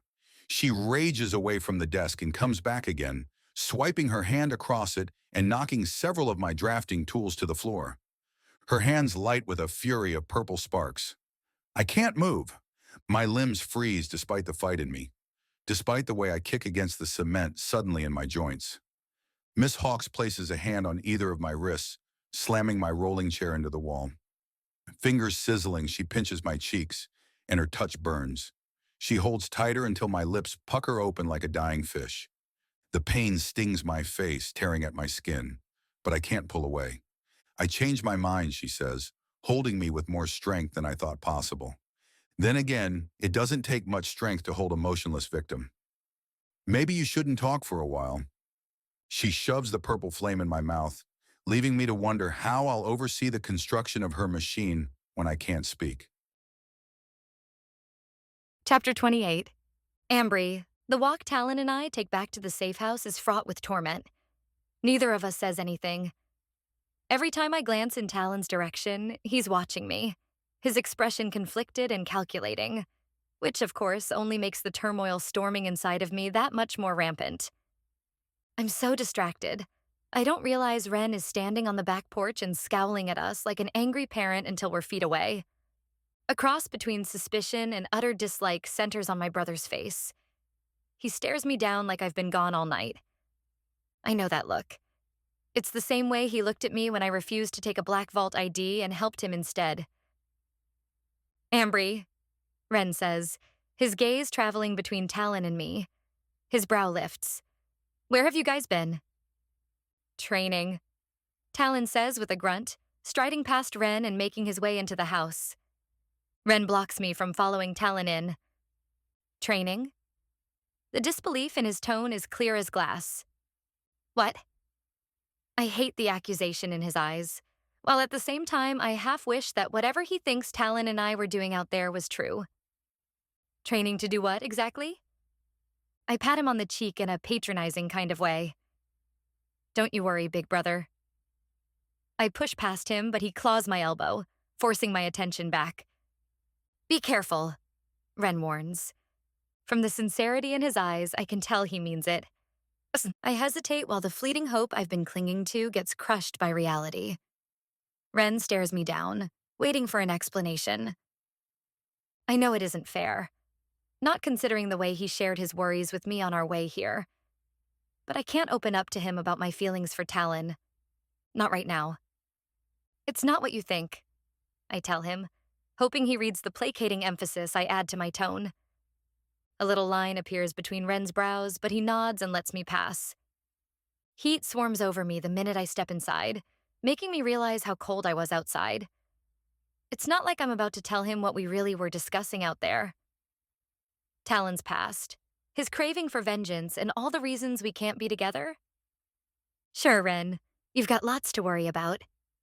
The back door leads into a laundry area, which branches into a kitchen. Distinct sounds and the unmistakable smell of bacon stir my stomach. That smells amazing, I tell Aso, who stands at the stove. She jabs at the pancakes on the long, flat pan beside the sizzling bacon and smiles at me. Need any help? I've got it, she says, lifting the pan to catch the pancake she just flipped. To the right, the Straylarks and Zeke sit at the dining table. Solomus waves me over, and I wave back, keeping my attention on Gemini. But the maiden wizard doesn't look up. She's staring at her hands. I flatten mine over my stomach. Gemini. I haven't talked to her. Not really. I'm not sure how to do it without being totally obvious. Although, after confessing to the group what I can do, I'm not sure there's any more need to be discreet. Like Talon and me, Gemini has cleaned up since we got here. Her black hair is no longer matted down to her head, but thick and curling, pulled up halfway. So pretty tendrils dangle around her face. Nice to see you again, Ambry, says Solomus. Across from me, Zeke glowers at me with his one good eye, but he tips his head as though he agrees with the wizard's sentiment. Before I get the chance to answer, raised voices travel from the hallway. Gemini lifts her head, Zeke pivots in his chair, and Iso steps away from the stove with her spatula in hand as the five of us peer toward the argument's source. It's Shasa. The shrill voice is distinctly Shasa's. I was angry. I never should have left you shackled like that. But that doesn't mean you get to disappear for hours with her. Guilt wriggles in, but I push it way down. I don't blame her for being upset. If only she knew how hard we're both trying to stay apart for her sake. I sink onto the empty seat beside Solomus and wrap my knuckles against my legs, fighting the urge to plunge my head into my hands. How could I ever have thought I could just be his friend? This is never going to work. You have a nice time? Iso asks, handing me a plate of steaming food. Her mouth kinks, implying she's guessing exactly how nice of a time Talon and I had alone in the woods together. If she only knew. Aso hands Zeke a plate as well, and he expresses his thanks and digs right in. Beside him, Jomani stares at a small flame dancing in her palm. Talon seemed so astonished when I made fire in that house after his confession to me. But mine didn't look like her fire, with beads of silver streaking through the flames like stardust. He asked if I was a wizard, the only creature known to make fire. But I'm not sure how mine came. That's really beautiful, I tell her from my spot beside her grandfather. Jomini extinguishes the flame, her hands shaking. She fans them out on the table as though she needs the added support. She's fidgety. She jerks without meaning to, then glances over her shoulder as though fearing someone is there. I reach across my plate of pancakes, eggs, and bacon, and incidentally, Solomus's book, which takes up a large amount of space on the table, and touch her hand. He's gone, I tell her. You're safe here with us. Her eyes glaze for a moment. I can only imagine what she's been through for the past 3 years. Solomus pats her on the shoulder, and then when Jomini doesn't respond, he slides the book from beneath my arm, tilting it upward to continue reading. Nowhere is safe. Jomini casts a shifty glance at her grandfather. Disappointment settles in when he doesn't return the glance. But thank you. What's so fascinating in there? I ask the wizard, taking a delicious bite of bacon. A satisfied moan escapes. Maybe it's because I'm famished, but I'm not sure any other food has tasted this good. Solomus blinks, surprised to find our attention on him. He opens his mouth when a loud slam hits from down the hall. Aso turns away from the oven with 2 more plates in her hands and stares down the hall. Her glasses slip down her nose, and she wrinkles her nose to keep them from sliding off. Zeke doesn't turn this time. He's already halfway through the mound of eggs on his plate. When Shasa stalks to another room, her dark hair flouncing behind her, Aso gives me that twisted smile. You sure know how to make people fight, don't you? Seems to be a gift I have, I say with a sigh and another bite of bacon. Poor Talon. This is delicious, by the way. Don't you worry there too much, says Zeke, taking another mouthful. His eye patch is disconcerting, so I look at his good eye, which is a soft blue. Something tells me that girl will bicker about pretty much anything she don't sit right with. I doubt he knows Shasa any better than I do, but he probably has it right. To answer your question, Miss Sheila, says the wizard, who doesn't seem to notice the plate sitting in front of him. This book is quite fascinating. Craven was a student of history and a collector of rare objects. A collector of people, too, it would seem, Aso says, resting her arms on the back of Zeke's chair. She gives Jamini what I assume is meant to be a kind wink, but panic flares in the girl's soft brown eyes and she ducks her head down. Zeke pats her hand. Don't you worry, Nun. We'll keep any more of them dirty beggars a buckshot away from you, sweet cake. The older man, gaps in his teeth, beams at her. Jomini's lashes flutter. Her eyes never leave Zeke's, and slowly, like butter on a hot skillet, her paranoia melts into a small smile. I suppose I am a bit jumpy, she says. "'S all right," says Zeke. "You jump all you like. You got plenty of people around to keep you from falling." Salamis watches her with a dejected, guilty expression that makes me wonder what happened. How was she taken in the first place? Considering how on edge the girl is, that's not a question I'll be asking anytime soon. This is a rare book on the history of Etheria, Salamis goes on, resting a hand on his granddaughter's. She squeezes his fingers. I'd wager the history taught to you by Arcaians wasn't always accurate. In any case, I doubt any of their books go back as far as this one does. How far? I ask, instantly curious. Aso pushes her glasses up onto her nose and leans forward. I remember the book she was devouring during breakfast the first day I met her. Looks like I'm not the only one who wants to know more. Back before the Blood Plague, an event happened called the Separation. This holds a record of the first creation, but it takes some deciphering. It's been a while since I've read in the Ithilien language. It's written in Ithilien? I've heard Talon speak a word here and there. My stomach shimmers at the memory when he called me Ground Eye, and the way he looked at me as he said it. It is. And what have you deciphered? What do you know of the first creation, Miss Chilla?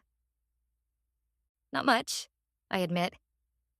Some kind of battle was fought that separated the races? Silence shrouds the room. Aso rests an elbow on the back of Zeke's chair. She reaches past him for a piece of his bacon. He doesn't protest, but instead slides what's left on his plate toward her. Aso shakes her head, pats him on the shoulder, and the three of us offer Salamis our full attention. Salamis rubs the bridge of his nose. Yes, there was a battle. Long ago. The borders we know of now didn't exist. Only one race spread across the land.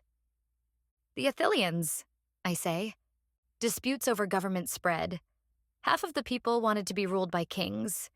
The other half wanted more of a democracy, for the voice of the people to be the law. Civil war broke out as a result. Long story short, the fighting drove them to the shores of what is now Angel's Basin in Phyrea. The fighting grew so violent that a few broke away and hid in the mountains while they watched their people die off, one by one. That's horrible, I say. I'd heard of the legendary battle before, but never like this. This small band of people agreed they couldn't let their race go extinct, and they wanted to do something to prevent a similar battle from ever taking place again. Why, though? I ask. Why were they killing each other off? Wouldn't they stop?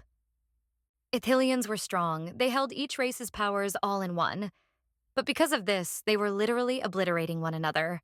The Angels intervened at Angel's Basin, separating willing Ithilians into who you refer to as the Firsts.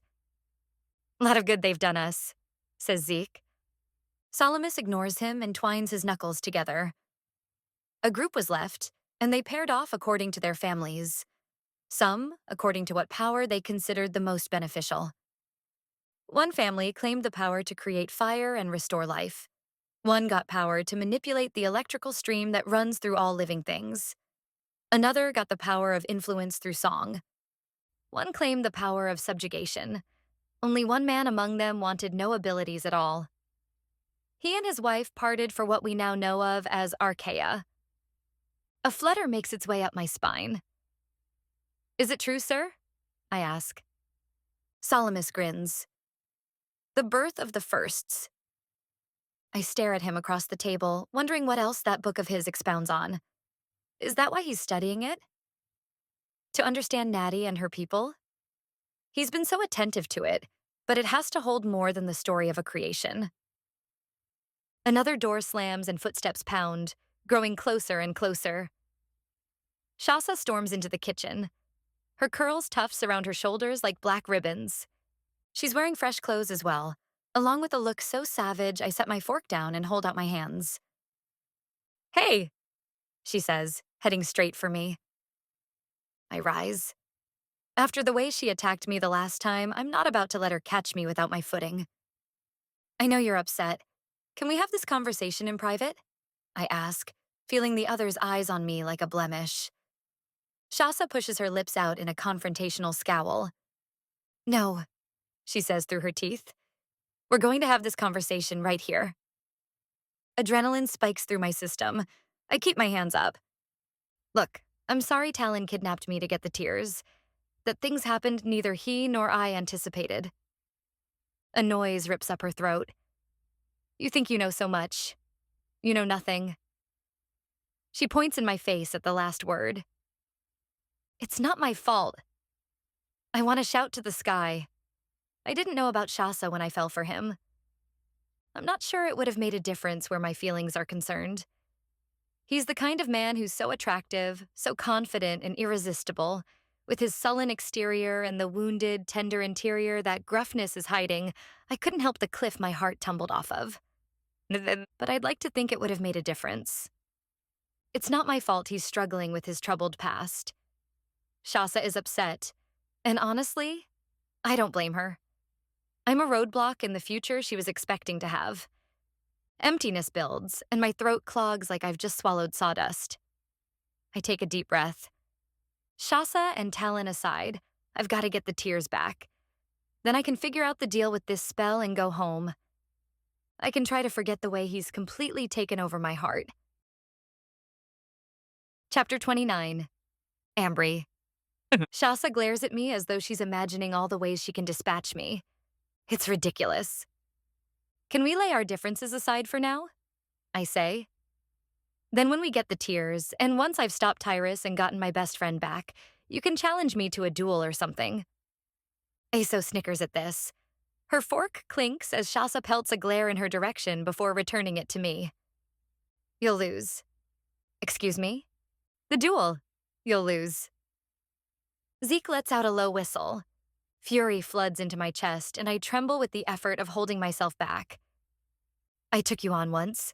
I'm fairly certain I could do it again." Confrontation and challenge buds in her blue eyes. "You only got away because Talon intervened. He won't this time." My magic merges into place, seeping out like blood from a fresh wound. It bares its teeth and paws at the ground, ready for the contest. She's tossed the gauntlet, and I am so ready to pick it up. Challenge accepted. I'll take her on. Winner takes it all. And by all, I mean Talon. I'll fight her for him. I'll do anything I can to have him like I want to. Except that would be the worst thing I could do right now. We can't afford to get distracted. Not when, for all I know, Tyrus is already on his way to Mount Rhine. I throttle back the summons taking place in my bloodstream. It spurs and sputters. It lashes out, hissing and vying for release. But I clench my hands into fists, slam on the brakes, and breathe through it. Just breathe. Shasa's breaths are heaving as well. Her chest pumps and her nostrils flare like a bull about to charge. Instead of the heated argument I anticipate, or even the fist I'm hoping she'll swing at me, her eyes harden, I'm far too aware of our audience. All eyes are pegged to us, just waiting for a show. Zeke fingers a blade, ready to intercede. Shasa notices them too. Her glance leaps from one person to the next before returning to me. Her mouth widens into a mirthless, knowing smile. I don't like the look of that smile. Does Talon spark your lips with his magic when he kisses you? No? You should ask him to sometime. It will rock your Forget this. I push past her. It's all I can do to simply walk, to keep this wild energy chained. I want to slap her, to act out in some way, but something tells me that's exactly what she's waiting for. The truth is, I don't really know if I can match her in a fight. Plus, she just got her magic back. I just saved her. I've never bested Talon in a fight, and I'm sure she's right about her threat. I would lose. Much as I try to ignore it, her question plagues me like a catchy, annoying rhythm that pits just the right place into your brain and refuses to leave. I hate that he's kissed her. I hate that he's shared things with her that I can never have. I hate that he's choosing her. Minutes ago, I thought I'd be okay just being his friend, but the thought of his hands on her waist, his breath touching her skin before his lips find hers, the emptiness that builds higher and higher, creating my own personal cavern in my chest. It all makes me ill. Back in the kitchen, I hear Zeke say, "She saved your life, you know." In reply, Shasa snaps, "Then I'll make her live to regret it." Too late, I mumble, taking the stairs at the mouth of the hall. The descent leads to a dark room, and I don't bother trying to find a light. I need space to myself, to think, to calm down. Desks line the wall on one side of the basement, and several chairs are assembled here and there. At least 4 bedrooms spread from the main L-shaped room, and I grab a blank sheet of paper from the desk on my way to the room in the farthest back. It's hot, almost stifling in here. I have to open my mouth to breathe. Plant boxes fill the space, wooden and elevated, each with its own set of heated lamps providing artificial sunlight. I sink down next to what I think are tomatoes and place the paper on the concrete floor, doing my best to sketch a map around the base of Mount Rhine, though my concentration skitters with the way my blood still races. Taking a deep breath, forcing Shasa and Talon out of my thoughts. I begin with a few lines of what I remember about the area surrounding Mount Rhine, the lake at its base, the tree line several hundred feet away.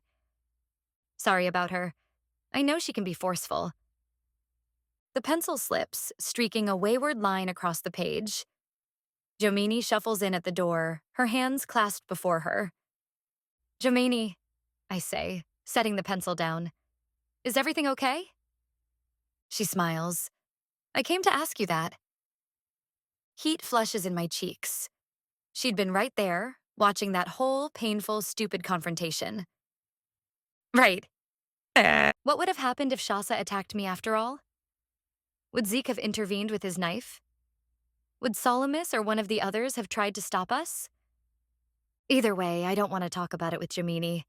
It was embarrassing enough that it happened, let alone in front of an audience. I fidget, trying to think of a way to steer the conversation away. So many questions wheedle around in my brain. What Jomini saw, what she thinks of the tears choosing me, what I need to be doing next instead of moping in the basement. I've longed to meet her, to speak with her, but now that I'm here, I don't have a clue how to start. I need this, I tell myself. I need to know what she can tell me, what she saw me do. All at once, that thought is enough to send me running to find yet another basement. More responsibility? Where do I sign? Jomini, Her dark eyes analyze me. "I have something for you." You do? I can't fathom what this girl who has been holed up for years can possibly have for me. I should be helping her, not the other way around. Jomini's black eyes glisten and the corners of her mouth tug upward. Her face holds sorrow and wisdom beyond her years, and she pulls a folded piece of cloth from the sack around her shoulders. "Can I sit with you?" she asks, not waiting for an answer to slide to the floor across from me. Heat from the lamps blazes in our direction. The floor is strangely cold in contrast. "You were brave," she says. "With Shasa in that van. You could have left things alone and let me fail. I've seen the way you look at Talon, the way he looks at you. You had good reason to let her die." Her words twist my stomach into knots. There's never a good reason to let anyone die. Pain streaks across Jamini's face, and I realize what I just said. Is it always true? Should a person always be granted life? Look at Craven. His death had been the key to her freedom. "Talon is my friend," Jamini goes on. "I want him to be happy. And Shasa, too. I'm not sure how you fit into the scenario, but you do fit, Ambry. That's why I came down here to give you this." She offers the bundle to me, but her hands are shaking so badly she nearly drops it. I catch it before she can, and she gives me a feeble smile, brushing hair from her face. "You okay?" I ask. She stares down, hands wrestling in her lap. What a stupid question. Of course she's not okay. "Never mind," I say. I open the flap of folded fabric. Inside is a small set of cards, textured like thick parchment. I rub my fingers over the wrinkled surface and press them between my hands. What is this? The cards lay face down.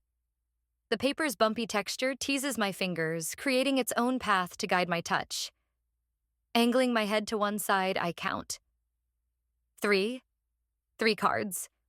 Pencil markings map their way across the first hand-sized card, streaking in lines and shading flowers of different sizes and shades. I recognize a few. The daffodil with its spire of petals and cup-like nose. The gladiolus, pink and staggered one above another while leaves peek their heads in between. Daisies, simple and beautiful. Several other flowers speckle the card like a small swatch of wallpaper. One, a round palm of purple blossoms, and another, a single blue iris with its head raised. I examine the detail in the images, watching, waiting for something. Anything to happen. When nothing does, I flip to the next card in the stack.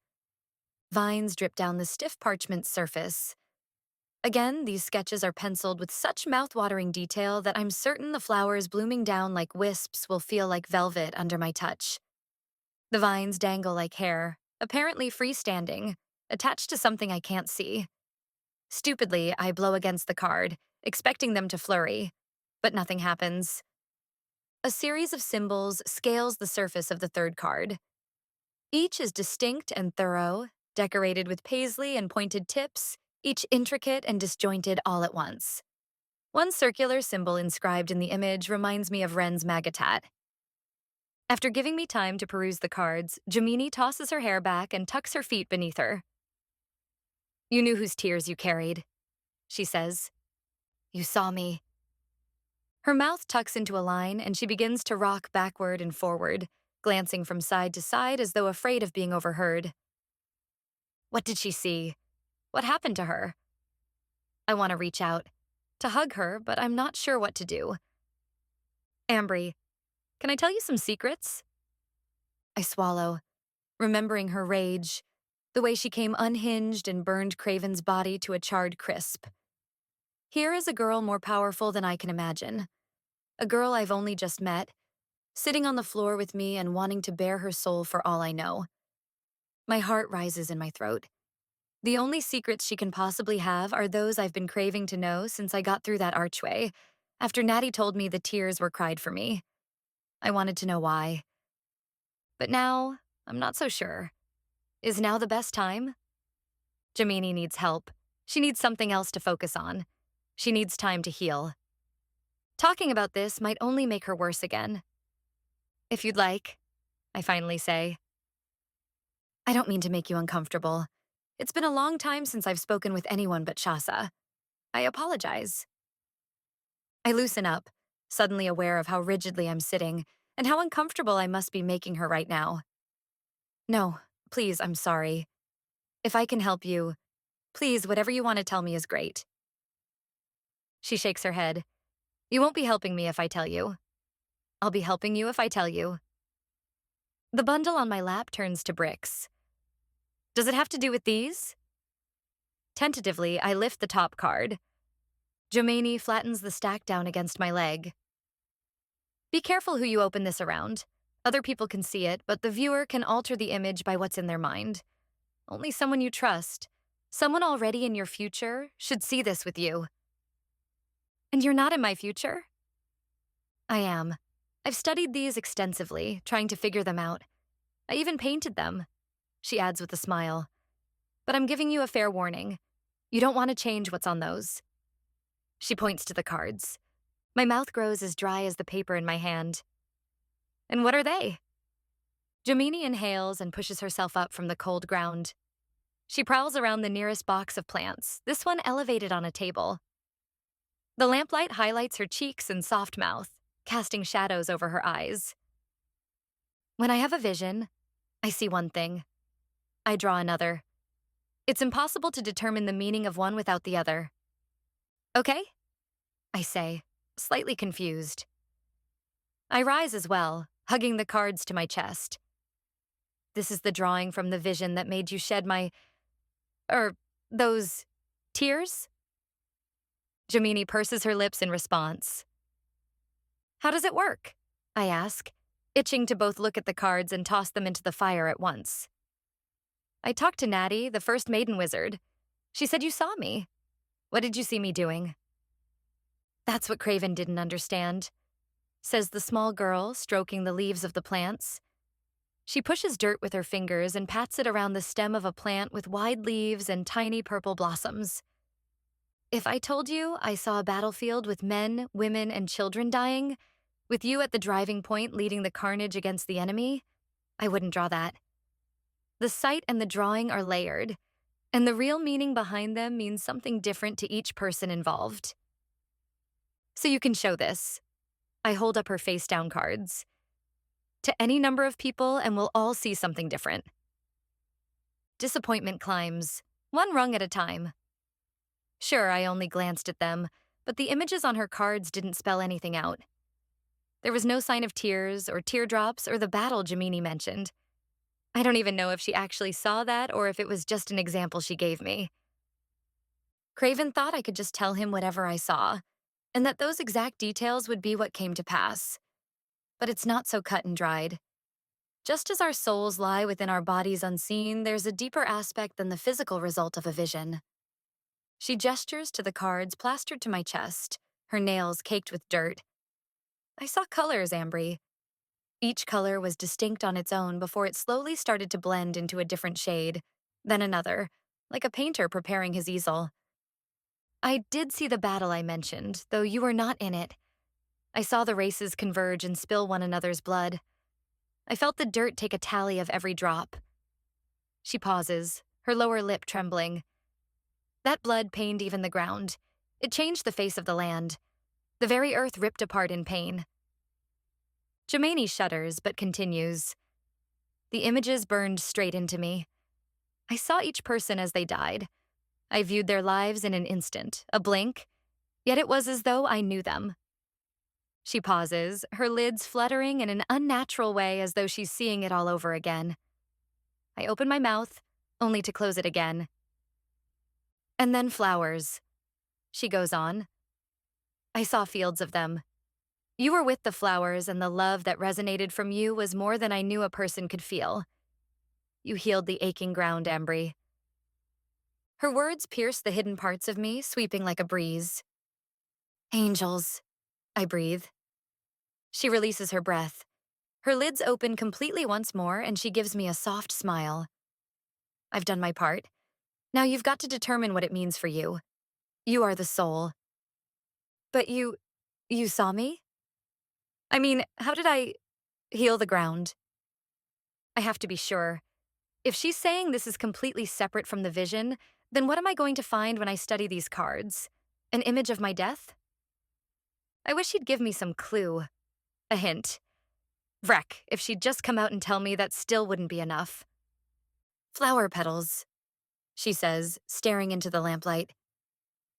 What? What does that mean? Her attention is completely focused on the beds of dirt, the vine-like plant coiling around a wire enclosure in the elevated box. Jomini, please. The soul and the body are connected. I can't fully understand the spiritual aspect of your vision if I don't know the physical too. Did you see me with your tears? Did I use them somehow?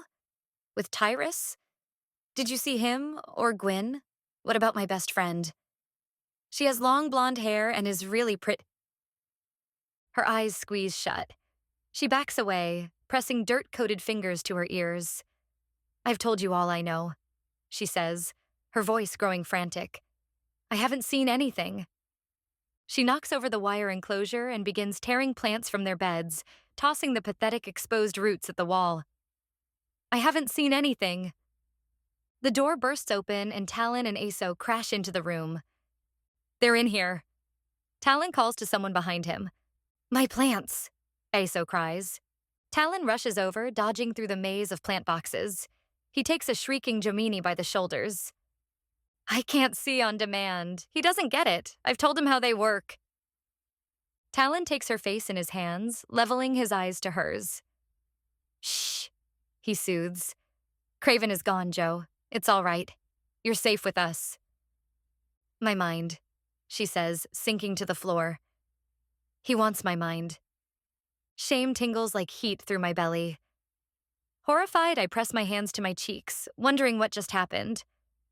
What did I do to her?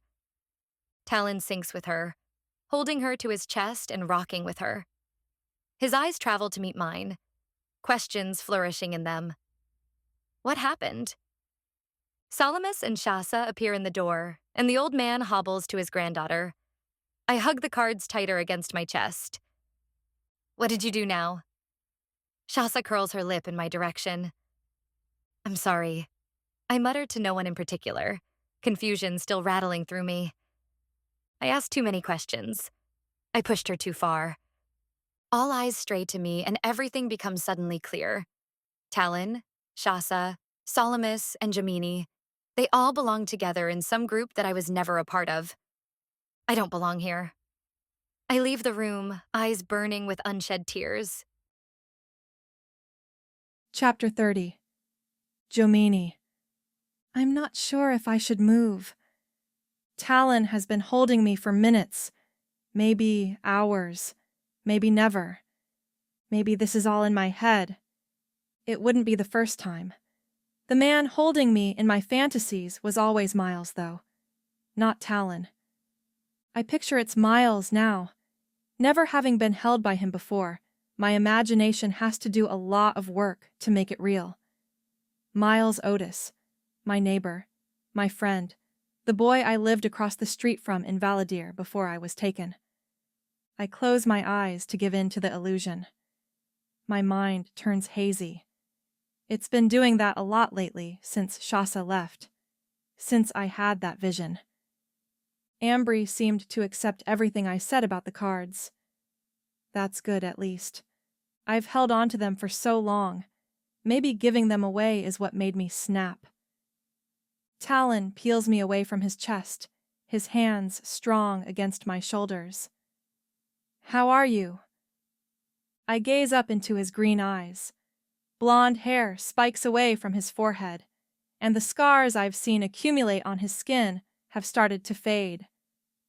You know, I say, placing my hand on his arm, you're the first person to ask me that and really care about the answer. That's not entirely true. Or fair, Wren asked. Ambry sounded like she cared. And Shasa. But grandfather? A dry sob rips from my throat. In this case, everyone just means Solamus Straylark. Brimstone. Why can't I just go back to normal? I wasn't always this fragmented, this needy. The plants bend toward me, outstretching their leaves in solace like a dozen offered hands.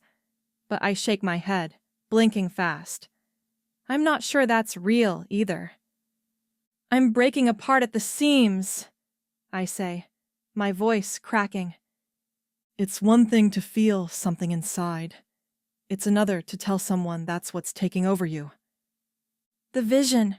That's all anyone wants to talk about. but no one seems to care about the effects that what I see have on me. There. I said it. I shudder and breathe, rattling breaths like the air is spiked. I stare at Talon's throat, watching the muscles move as he swallows. I'm sorry, he says, concern etched on his forehead. I can't blame Ambry for wanting to know more. I did give her the cards, after all. It's only natural for her to ask questions. I squeeze my eyes shut, blocking away the memory of my mind becoming so unhinged. The sounds of my shouts are like saw blades in my ears. I can't handle questions, I guess. I finish. I hug my bag, which is why I'm not telling you I have cards for you in here too. I have some for Talon. I saw for Talon. But he doesn't know. It's not the time for him to know. And even if it was, I'm not sure I can handle giving them all away at once. These cards are reflections of my mind, and handing that over to someone else, letting it go, is like losing a part of me. I hug my arms around my chest and rock against his. I had no idea, Talon says, sounding thoughtful and remorseful all at once. Not many do. Craven. My voice breaks, shattering off another frail piece of me. I fold myself in, hugging my knees and cradling into Talon's chest. He tightens his hold around me. They're the only things keeping me from splitting apart completely, right now. He didn't get that I'm a person too, behind it all. Behind the power, the magic, the role of maiden wizard and ruler that I'm somehow supposed to fill someday. I've been trained for it. Grandfather taught me since I was small how to hold myself, how to address crowds, how to use my sight for the good of humanity, nymphs and sirens alike. But being taught is different from the doing part of things. And every time I think about ruling the people, I shrivel up a little more inside. Ambry's not like that, Talon says, his hand resting on my back. I'm not looking at his face, but from the way his tone shifts while talking about her, I'd guess he's smiling. He cares about her. I don't know what happened a few minutes ago, but I know her. She's kind, Joe. She's a good person. She won't expecting anything more than what you can give her. I nod into his chest, smelling the wind in his clothes. The angels must be ruthless to curse just one wizard with this, I say, voicing another thought I've had for a while now.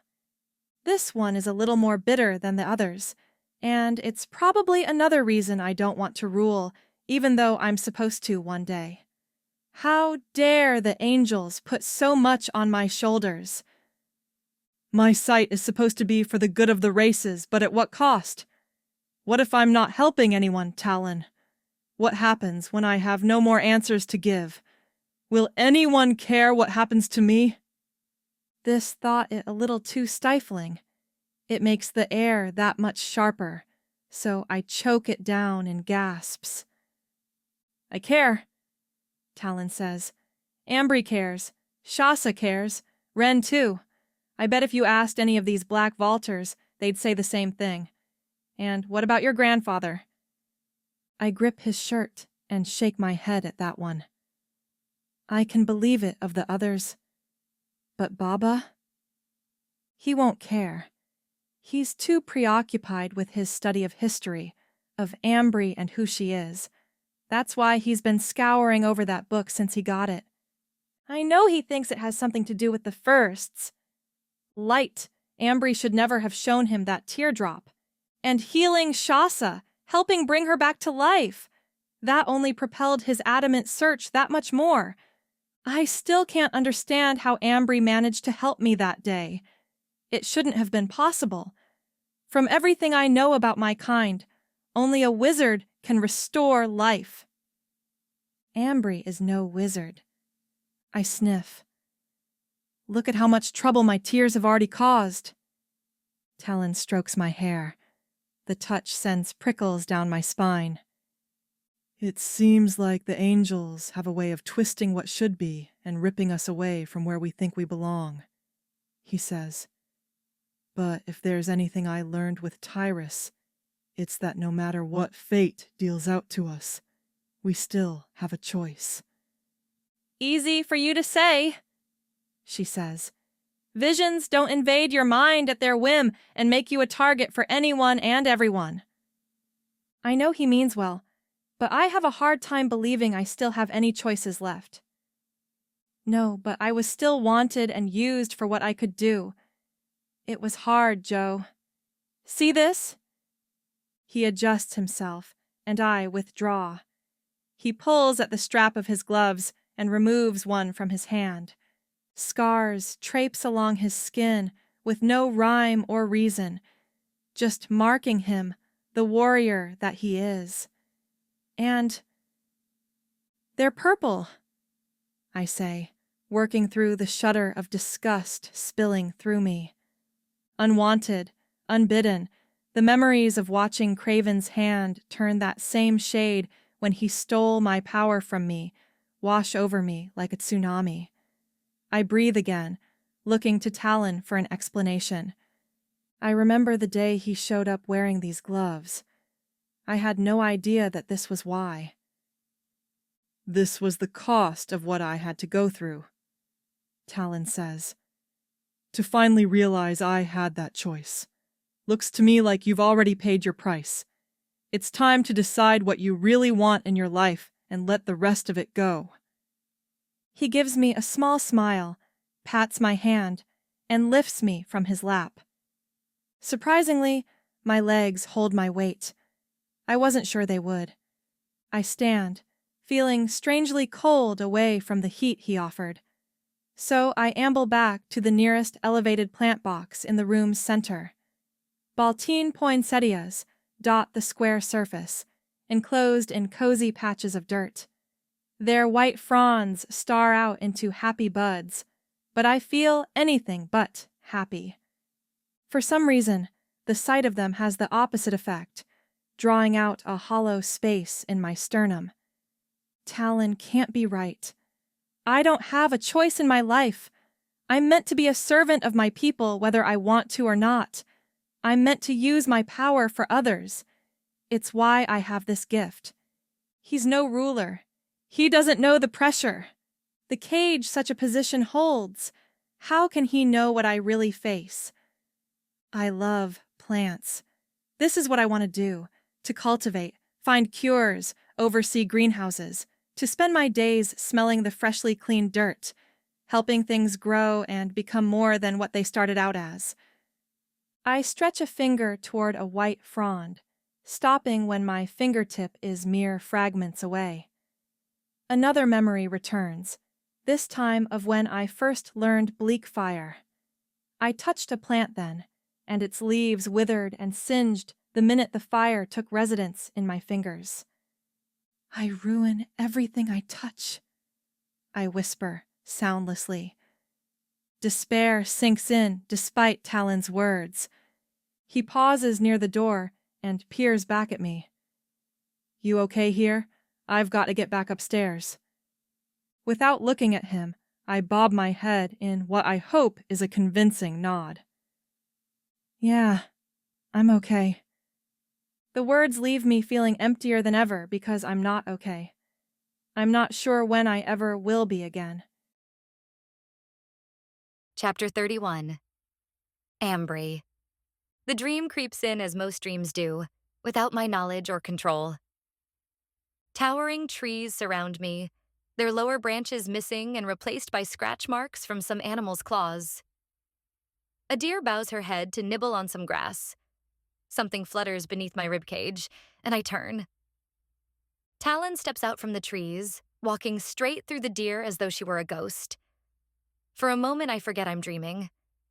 Maybe it's from the recent argument with Shasa, or the way our eyes connect, reminding me that we can be nothing more than a gaze to each other. And yet... Do you feel this? He asks, skimming a fingertip up my arm. The touch stirs something deep within me, filling me with heat. My lids flutter. Yes. And this? He takes my hand and places it over his chest. His heart thrums a steady promise to my hand, luring me to step closer. And this? He tips my chin up toward his. My heart pounds as his lips hover over mine, as his pupils dilate, as desire floods my entire body, making my mouth dry.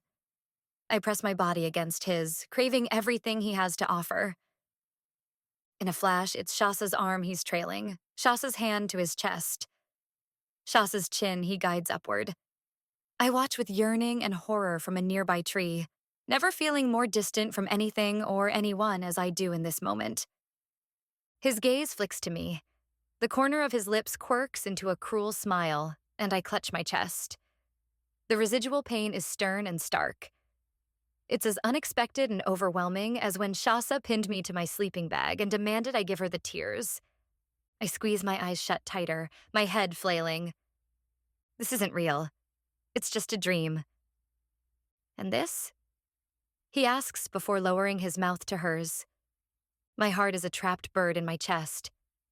Only when I step back, I find myself trapped within my own chest, watching him with her, pounding to break free. Suddenly, Talon's face looms close up, and harsh as ever, he snarls. Why? In a low hiss. Light floods my eyes, and though they're still closed, I blink. There's no sign of Talon and Shasa. I bend at the knees, waiting for the queasy sensation and the ache in my heart to fade. A clearing spreads before me now. A meadow of sorts, blanketed by grass against a backdrop of trees. But instead of a group of creatures seated in chairs and ready to bestow me with a coveted teardrop that enhances my magic, only one person stands across those familiar trees. Her long hair sweeps the grass beneath her feet. Natty? I say befuddled. Hello, Ambry. What are you doing here? She smiles, offering a hand to either side of her. I'm always here. This is my forest. I've summoned you here. I glance around. The last time I was here, this forest collapsed around me. But the meadow is open and hushed, the trees standing unawares along the edge of the open space, just the way trees should do. Am I still dreaming? In a sense. Our minds are still active, even in sleep. I pulled you from your dream into this one. You pulled me from one dream to another? A million questions thunder through. But Natty's dress and long hair brush the grass behind her as she makes her way toward me. Let me get right to it. I have a few messages for you, Ambry. We didn't give you that talisman for it to be left behind. Never take it off, child. The teardrop? I did that to protect it, I say, wondering how much of my actions she can see. Does she watch me from wherever she is? Natty doesn't argue. My second message regards Jamini's cards. They are the most precious thing to you, even if you can't see it. You saw that? I glance behind me, certain we're being watched. But the meadow is empty. A few flowers dance in a breeze I don't feel. She smiles, taking me back to the sight of her when I thought she was nothing more than a kooky old woman cutting potatoes to prepare a soup for Talon and me.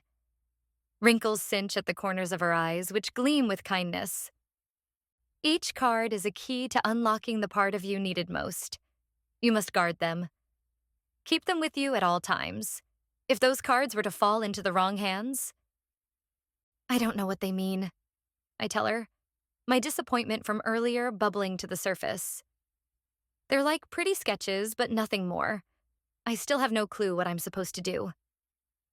Part of the bargain we made with the angels was not to interfere. They allowed me that archway you went through. I was meant to guard it until you came along. That is maddening. Why not do more? Jamini told me what she saw, but I still don't understand how it connects. She said I wasn't at the battle. If I'm not at the battle, how am I supposed to stop Tyrus and break the spell? Natty elevates her chin. What else did she tell you? About your part in this? I backtrack, attempting to remember the conversation before I pushed her too far. She said I was healing the ground, with flower petals. Natty, what do my tears have to do with flower petals? Think through everything she told you, Ambry. Why would the ground cry out for penance? What heals and is most needed by the body? I shake my head, feeling my frustration simmer. I've never been good at riddles. Though every creature is different, there is one thing we cannot live without. Natty hints. Water, I say after a few moments. All living things need water to survive. Water is used to clean wounds. Water is... Natty, are you saying I'll need water to do whatever it is Jomini saw me do? Natty smiles. Perhaps, she says. Water has something to do with my quest? With the tears? Her eyes glisten. It does, child. There is a reason you were chosen, Miss Xyla. Your land is torn even now. Your people are captives. The races are more divided than they've ever been. What they need is unity. You sound like Tyrus. She dusts her hands. Yes, but I mean it by its actual definition. And that unity will come through you. Sweat drips down my shoulder blades. I can't shake this tightness that builds the more she speaks. What's wrong? She asks. All of this is just so I know the tears chose me. I heard what you said, about them being cried for me. Jomini told me her vision, how I'm meant to heal the rift between the races and appease the ground crying out for penance. But the more I think about it, the more impossible it seems. I can't do it. Pity pools in Natty's eyes. Have you ever seen a baby chick hatch? I shake my head. It is a struggle for the creature, to break through the shell, to push it open. A human could make it easier on the fledgling bird by pulling each piece of the shell away and releasing the new creature. But when they do, the bird never flies. It didn't glean the strength it needed from hatching. The bird is stronger because of it, I say, hearing exactly what she's trying to tell me. That I have to figure it out on my own because I wouldn't learn what I need to know otherwise. But the cracks in the egg provide light as the new bird awakens, Ambry. Light is there to give the bird cause to keep trying. Light is always there. Light. A reason to keep going, to keep trying. My breath bottles in my throat, tingling there. She's telling me to have hope. A fluttering sensation jolts through me, lifting a weight I didn't know I was carrying. Keep following your heart and the ideas that spring as you look at the cards. I suspect it won't come all at once. And remember, Ambry, not everything we think comes from us. Angels are real, child, and they're on your side. I must go. You are about to wake soon. I have one more matter to discuss. Okay. I sort through my thoughts, wondering what else it could possibly be. She lifts her chin in a regal sort of way. Tell him he won't find us. What? Who are you talking about? He needs to get his priorities straight, or he will lose his granddaughter. Salamis? He's been searching for me. He has been for years. It's why he left Jomini in the first place. And she's suffering for it, Ambry. We appear only when and to whom we are needed by the most. Something he's never attempted to understand. And Salamis doesn't need you? She slants her head to one side, thinking it over for a moment. He thinks he does. But he's wasted his life and ruined his granddaughters in a pointless search, trying to restore his magic and break his spell. He needs to understand it is not his place to break it. Tell him he won't get what he's after from us. What is he after? Why don't you just tell him this? The angels limit me as well, child. I can only touch this world for mere minutes. You have the tools to figure this out, Ambry. Telling the wizard myself would defeat the purpose of trying to divert his focus. If he speaks to me once, he will think he can again. The message must come from you. He might not listen to me. Natty. It is up to you, she says as she fades. Natty, I call again. The dream shifts. The meadow fills with trees, with fallen leaves and the sounds of chittering animals. And I gasp awake. It must come from you. Can't sleep neither? Zeke lies on the floor next to me, his legs tucked into a gray sleeping bag. His head is propped up against the wall. His odd screen illuminates his face, and he lowers the device just enough to peer over it. Thankfully, he sleeps with his eye patch on. Not for the first time. I wonder what happened to his eye. The fact that he's lying here instead of somewhere else tells me I just might have stolen his bed. Aso led me to this room. She offered this corner of the floor for me to set my sleeping bag on. If he's upset, I'll blame it on her. I sit up and rake my hands through my hair, but the action makes me wince. I ache everywhere. The events of the previous day cluster in, bumping for attention. Talon, the dungeon, Shasa, Jamini. I clutch the teardrop beneath my shirt, and then with a little hiccup of realization, turn and dig for the cards snugly packed under the pillow. Phew. What are you watching? I ask, sliding onto the floor beside Zeke. This scratch-chinned and gap-toothed man who glared at me over his trunk of wares the first time I saw him at Black Vault with Gwyn now scoots over, giving me space on the sleeping bag. I sidle in, catching sight of the news on his screen. My image appears. Several different shots, actually. The school picture they displayed for my wanted poster back when I was with Talon. Me in the dungeon, face filthy and hands behind my back as I knelt on the soiled floor. Me running on the beach with the other fugitives. You're a star, he says. Wanted wherever you go. Them all wants to kill ya, and that's saying something. He grins at me as though this is the highest of compliments. You'd make a good keeper. Oh, I would? I say, catching on to his playful tone. Yeah, being good at dodging authorities. It's the #1 qualification. I chuckle, leaning in as the images change to display several different buildings, all cylindrical and white, just like the one in Valadier. Stations. They're everywhere, I say, my eyes not seeing fast enough. In Genki. In Hirton. Angels, they're building one in Cadet City. Footage shifts to display soldiers corralling people, standing guard around the lineup of civilians on their way to having their magic stabbed out of them in unison. This is disgusting, I say. Look at this, Zeke says, pointing to the screen with a stubby finger. Join the fight and restore equality. War is coming. Enlist and your family receives protection from the Arcaian army.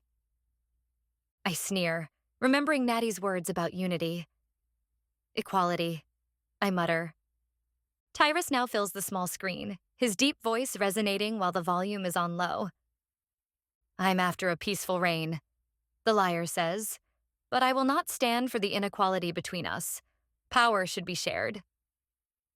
People around him cheer. Arcaians, probably, or Etherians who don't have any other choice. No group of Etherians would be this happy around their oppressors, especially not if they've had their magic taken. He doesn't want equality, Zeke grumbles. It's a fancy way of saying domination, Talon says. I peer up as he slips into the room. He's sock-footed and wearing soft pants and a tight shirt that does him all kinds of favors. He sits beside Zeke and rubs a hand behind his neck, displaying his impressive bicep and making my body temperature rise so fast, I have to tear my gaze away for a minute to recalibrate. I've been watching it too, Talon goes on. Tyrus thinks if he uses the word equality, enough people will start to believe it. That'll never work, says Zeke. Talon slopes against the wall. It did on me, until I saw sense. Who does he think he's trying to convince? Zeke asks. He's already going through towns and building stations to mass subjugate people. Seems like he's got Etheria well in hand. I don't think it's only Etheria he's after anymore, I say, pushing myself to sit up against the wall. Zeke's sleeping bag slides beneath my movements. Have you gotten any rest? I ask, finally allowing myself to look at Talon for longer than a passing glance. A little, says Talon. You? A little. And there it goes again. Zeke shares his screen, showing the images shift to a different army bearing a flag with orange colors. Orange plumes stem from the soldiers' helmets, and they march in one body, some on foot, some in thick armored vehicles, the likes of which I've never seen before. Talon moves closer, absorbed by the screen. The light gleams on his face, casting shadows over his brow. Fehria, he whispers. If that's them, this must mean... Talon. His eyes flick to mine. I know, they've crossed the arbors. They're in Etheria now. The newscaster shares as much, and then she begins talking about a series of fundraisers being put on by a local school. It's clever, really, I say, unable to get the thought of those stations out of my mind. Kadat City. Angels, I wonder how many of my kinsmen they've gotten. Flash an image of the enemy, spread word that Feria is coming to attack, and offer protection in exchange for subjugation. Tyrus has been planning this for years, Talon says, his fingers working against one another as though he's rubbing sand between them. If that's so, then why would he draw Fyria out? That was a stupid plan on his part if he wants to subject all of Etheria. Your father said it himself. It's clear our people can't defend themselves against Arcaians. Talon rubs his chin. No, Tyrus isn't stupid. He knows what he's doing. But he deliberately upset them. And for what? Now they'll be attacking any day. Talon's head lifts. Exactly, he says in sudden inspiration. Reaching across Zeke, he clasps my hand, taking me so much by surprise, a zip of electricity shoots up my arm. He takes my hand, helping me to my feet. Night, Zeke, he says over his shoulder. Don't mind me, says the older man, slipping back to lie on his sleeping bag. Talon guides me out into the darkened hall and closes the door behind us. His shoulder brushes mine, and the touch severs the connection between my brain and my body. Though I see nothing more than his silhouette, I feel him close to me. His nearness is pure torment. His heat is dizzying. To make matters worse, he leans in and begins to whisper. He got the Farians out of Angel's Basin. He wants them here. Angel's Basin? I whisper back, wishing I could see Talon's face. Though he's close, though I long to touch him, I plant my hands against my legs and fight the pull he has over me. Is that your hometown? Talon, what are you thinking? What are you not telling me? I don't see how Tyrus can know about it, Talon says. It was the one thing I kept from him. How can he know? How can he know what? You've heard of the ancient Ithilien race? He says, his breath stroking my face in the darkness and making me flutter all over again. I've heard you speak their language, I say, and Salamis mentioned them earlier today, about how a battle was fought, and the races were divided when the angels intervened. Did he tell you about the waters there, at Angel's Basin? The words sweep a shiver across my back. Natty mentioned water as well. I never considered Angel's Basin was an actual geographical basin. The angels blessed the waters there.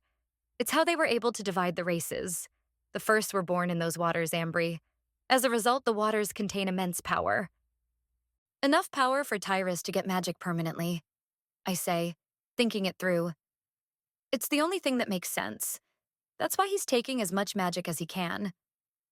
Once he drinks the water, is the water powerful enough to make the changes permanent? I don't doubt it. That's why we swore to conceal it from the world, to keep the waters protected. But Tyrus found out about them? And I have no idea how. Talon says with a resigned exhale. He could have read about it, I suggest. Salamis has that book that tells him all about the first creation. It might document the water that was used in that very process. Or is it a secret kept so tightly only Farians know it? It's part of our oaths, Talon says, to safeguard the angels' waters. Natty knew. Somehow the tears have something to do with Angel's Basin. I just don't know what yet. I reach in the darkness to find Talon's arm. He responds, placing his hand on my elbow, almost like he's been craving for the excuse to do so. I fight the urge to move in closer, to rest my head against his chest. You said he wanted you to lead his army at his side, I say. He wanted you to lead an army against your own people, to get to Angel's Basin. That must make the betrayal sink even deeper. He doesn't respond, but this thumb brushes against my skin. Talon, we can't let Tyrus beat Fyria. We can't let him get the tears and the power he wants at Angel's Basin. We need to get to Mint Rhine. I felt the urgency before, but thought we had a day to recuperate, at the very least. I was wrong. So wrong. I turn and find the doorknob and re-enter the room. Zeke pushes himself up, grimacing at whatever muscle tightness he's fighting. He rests a hand at his back before adjusting himself. I heard, he says. The end of it anyway. Y'all stopped whispering. I chew my lip. Zeke, we need to go. Tyrus is going to want the tears before Feria gets here. It's almost daybreak, he says. You may be running out of time. A stopwatch lodges in my brain, ticking down every second we sit here. Talon's eyes lock onto mine in the darkness. We don't have a strategy, he says as if reading my thoughts. We've barely even discussed anything with the others. Then you come with me. The others can stay here and we'll... Talon shakes his head before I can finish. Shasa will never go for that. Jealousy slaps like a slingshot, straight at my chest, especially after that dream or whatever it is I saw. Neither will your brother, Zeke says, stretching his back. Then we get them up now. How many men will Tyrus bring for something like this? What are we up against? I doubt he'll send more than a battalion, Talon says, especially if they're all immune to siren song. How large is a battalion usually? I ask. About 60 men. They'll probably bring climbing gear to storm the Sirens' meadow. The Sirens are known to be fierce, and they will probably take to the sky, but without their song, they'll be defenseless. Then we have to leave as soon as possible, I say as I begin to pace. Our best chance is to warn the Sirens, or try to get the tears first and hide them. It took all night when I walked from our camp in the Ramald forest, and we're farther out here. Do we have any other kind of transportation besides that van? White is a little conspicuous. We got cycles, says Zeke. Good. I nod, thinking. Talon and I can climb the mountain to warn Estelle and the others. Do you think Jomini will help us?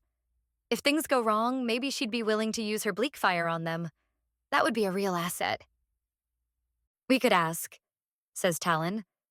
That poor girl's been through enough already, Zeke argues, pushing himself off the floor to stand beside Talon. He adjusts his eye patch, letting it settle into place once more. But these are her tears, I argue.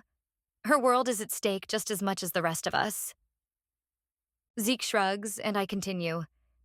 You Black Vaulters can stay hidden in the trees, armed with whatever weapons we can find. We can't let Tyrus get the tears.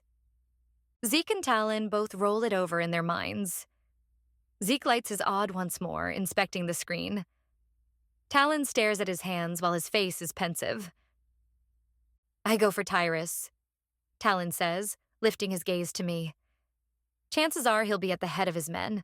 We warn Estelle, and then I take Tyrus out. His eyes gleam in the glow of Zeke's screen, resolute and solid. I place a hand on his shoulder, feeling the tension there. The odds are against us, I say. We get the tears as sneakily as possible and get them to a safe place. Fighting is a last resort, but if it comes to that, we'll have the Sirens, if they decide to join us. I don't see why they wouldn't, Talon says. They'll know we're there to help them. Not a bad plan, little sprite, Zeke adds. Talon? Talon gives him a nod of agreement. He inhales long and slow through his nose. Talk to the others. I'll go get Shasa. She'll wring my neck if I go with you anywhere without her again. I nod as anticipation powers through me, fueling me into action. We leave in 15 minutes. Chapter 32. Ambry. It doesn't take much to convince Ren about my plan. I tell him about the video confrontation we had with Talon's father, about Tyrus's threat, about seeing the news and the double-sided promise of protection. He slips into his jacket and shoes, and we meet Talon upstairs. Shasa exits a room down the hall wearing fresh pants and a blue shirt. She ties her curly hair into a ponytail, her scowl intensifying at the sight of Ren and me. Ready? Talon says.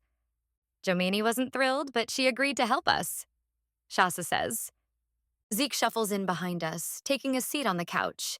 He's changed into a gray, oversized shirt and black pants. Clearly, he's not coming with us yet. I'll tell him you've gone. Anyone who wants to follow can.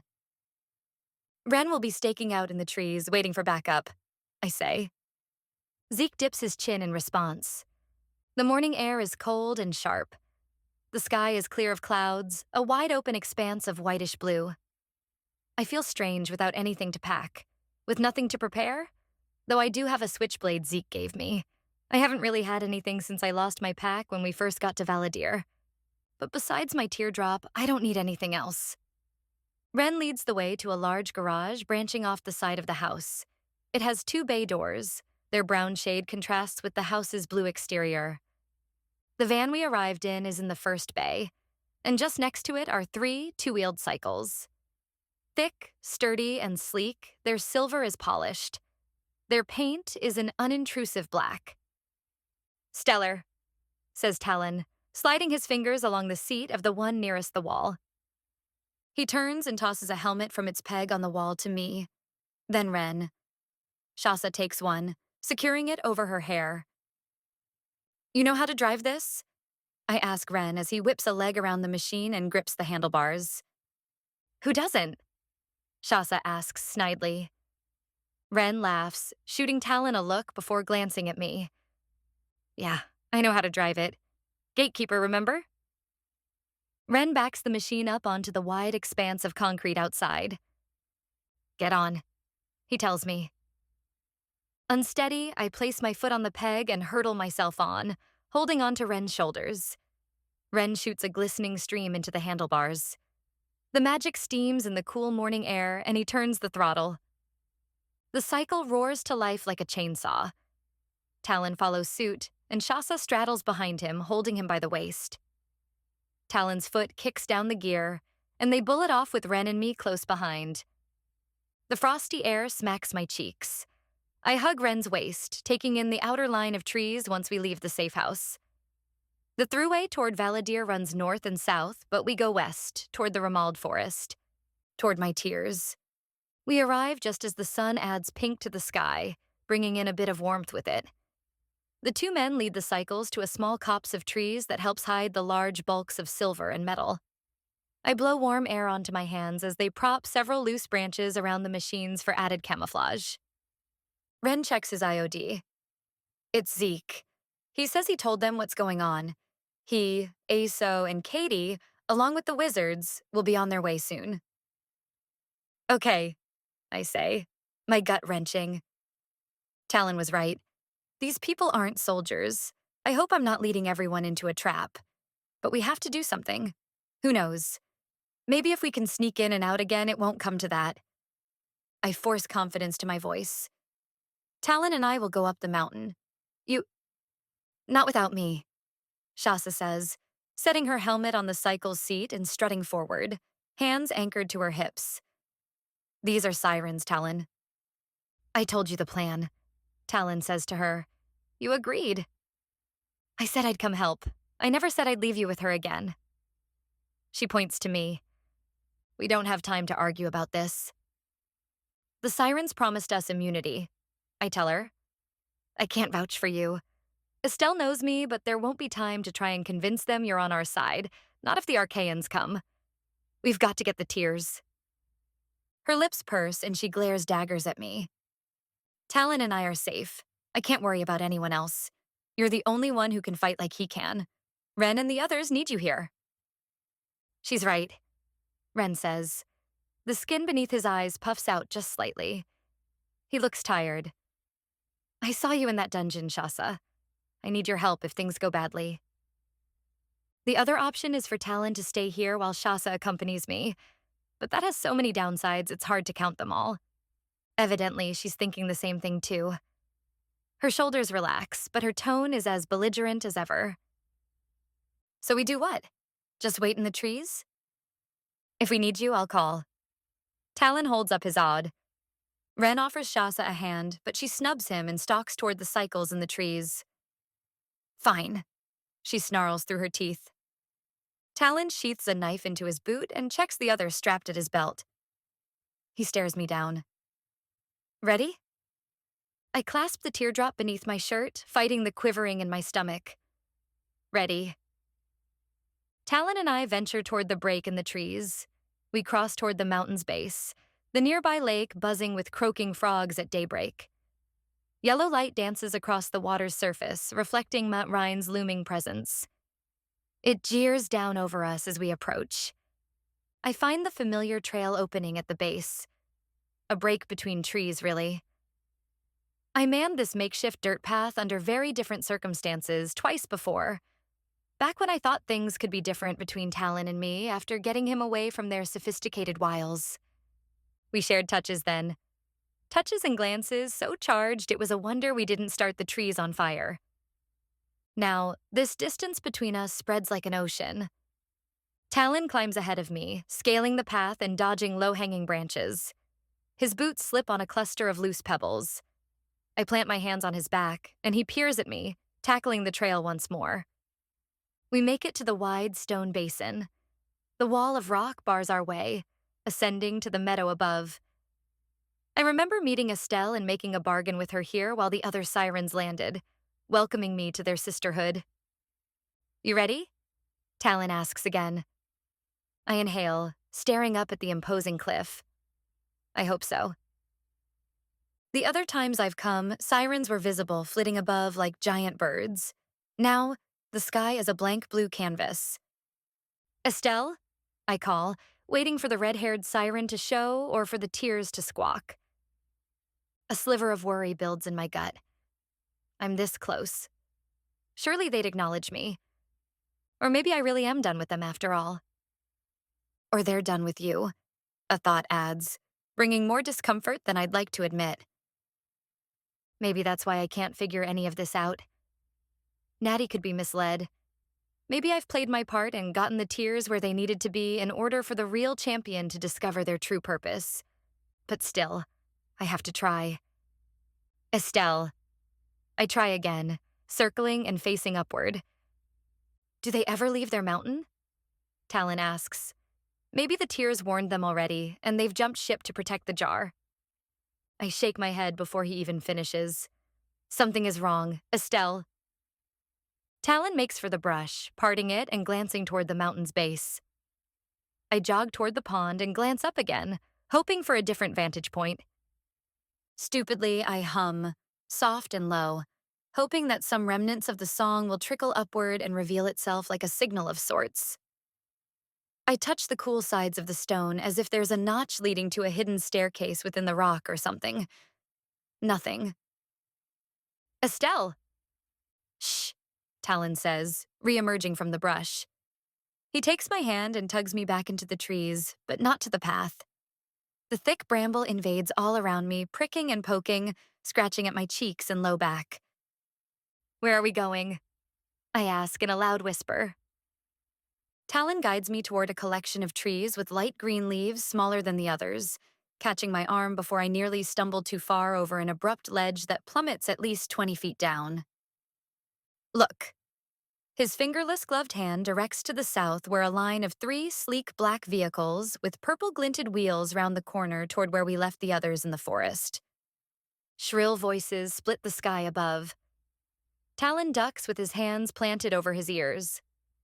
I step back to see a procession of winged women soar in a V shape, their brows bent in fierce purpose.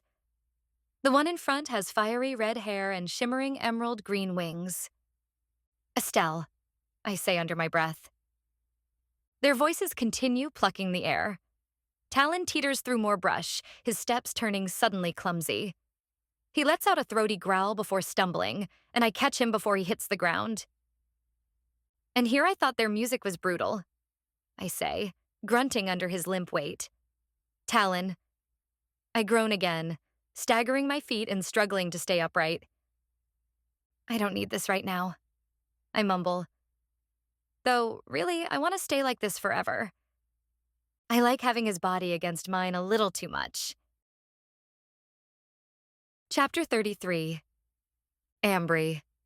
My face burrows into his neck, and I can't help but smell the forest in his skin, the cinnamon and sweat and talon of him. Sure, they said they wouldn't attempt you, I say with effort, adjusting his weight as best as I can. Oof. But that doesn't mean their voices don't still affect you just like anyone else. Curse them. I do my best to drag him along with me, trudging through the branches. Any second now, the tears will respond. They'll purr with assurance or prickle a warning. Where are you? Talon's bulk presses against me again. His hands wrench me tightly to his chest, and before I know it, he's nuzzling into my neck, nibbling on me, sending waves of heat across my limbs. Ambry, he mutters, his lips brushing my throat. Snap out of it, I whisper, shoving him away. But his hands begin to explore. They meander up my spine while his hot breath stirs the hairs on my neck. I can't have you befuddled like this right now, Talon. I grunt and hold back a giggle. Oh, come on. I need you. The procession of cars slows to a stop at the mountain's base, and at least a dozen sirens land, wings flared in a splash of formidable colors, like overlarge butterflies circling Tyrus's entourage. With their wings expanded, they have the Arcaians completely surrounded. Estelle raises her hand in a fist, and abruptly, the shrieking ends. Talon's heavy breathing strokes my neck. His hands curl at my waist, the heat of his body a siren call all in itself. Still clasping me to him, he draws back just enough. Those green eyes are almost painful to look at up close, especially now that the siren calls have stopped. Wait, they've stopped. Yet he's still looking at me like he wants to memorize me. This is him. He is doing this.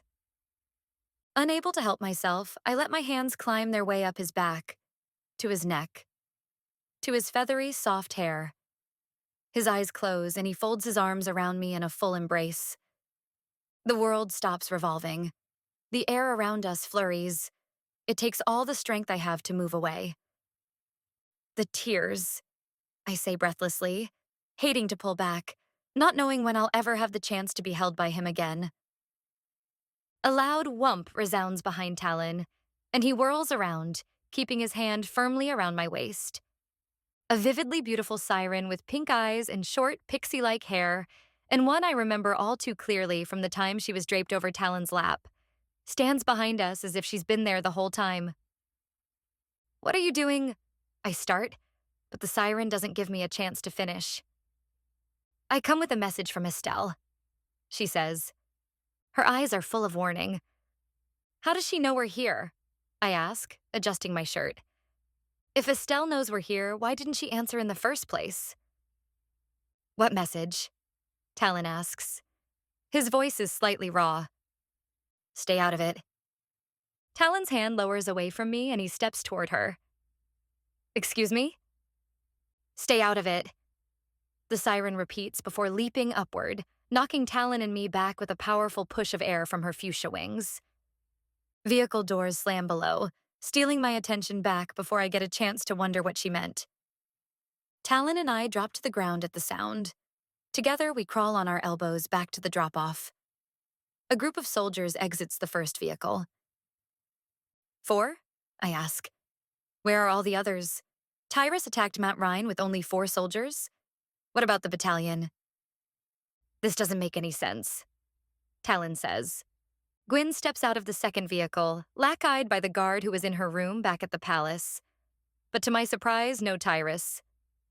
Oh no, I mumble in a wave of panic.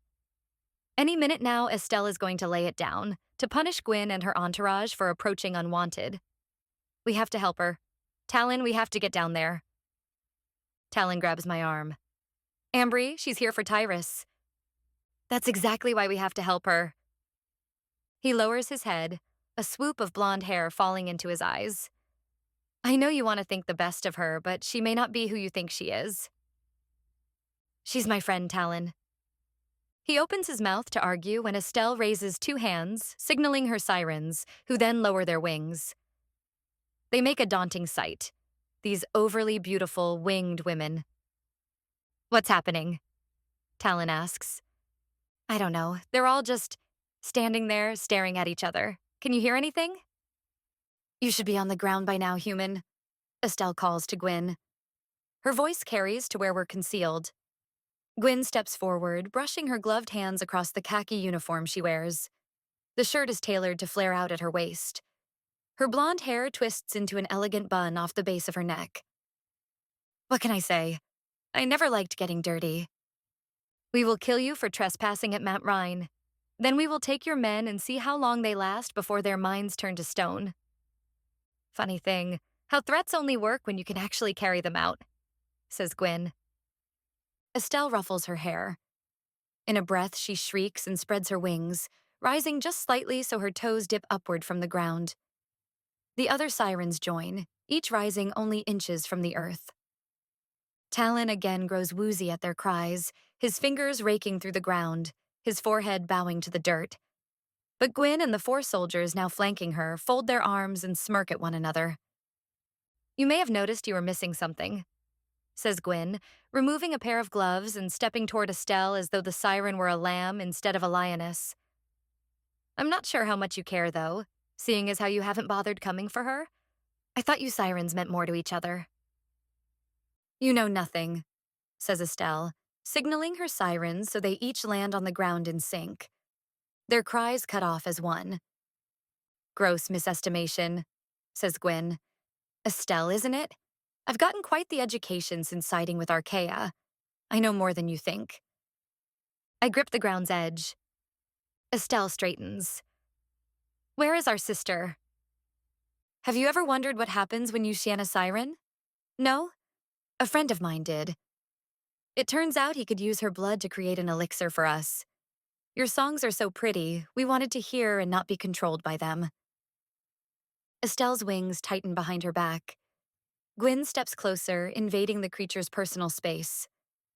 Gwyn leans in, her voice carrying. Did you know even your blood is pink? It tastes like milkweed.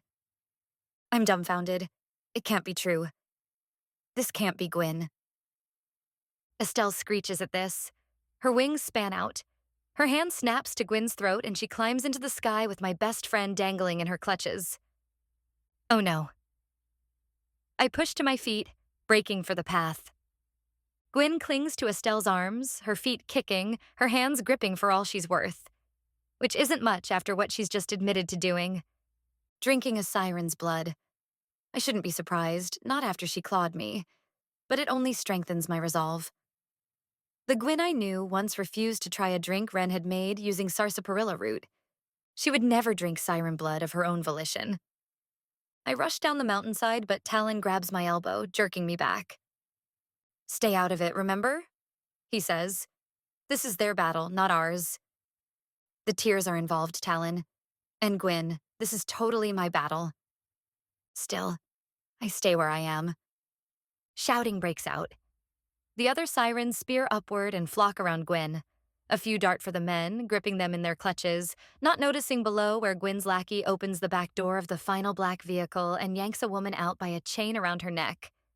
The woman stumbles to the ground at the sudden motion, but the man doesn't stop.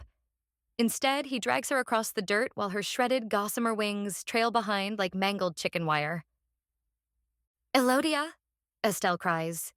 She banks for the ground in a dive, dropping Gwyn several feet up so Gwyn lands hard on her hip.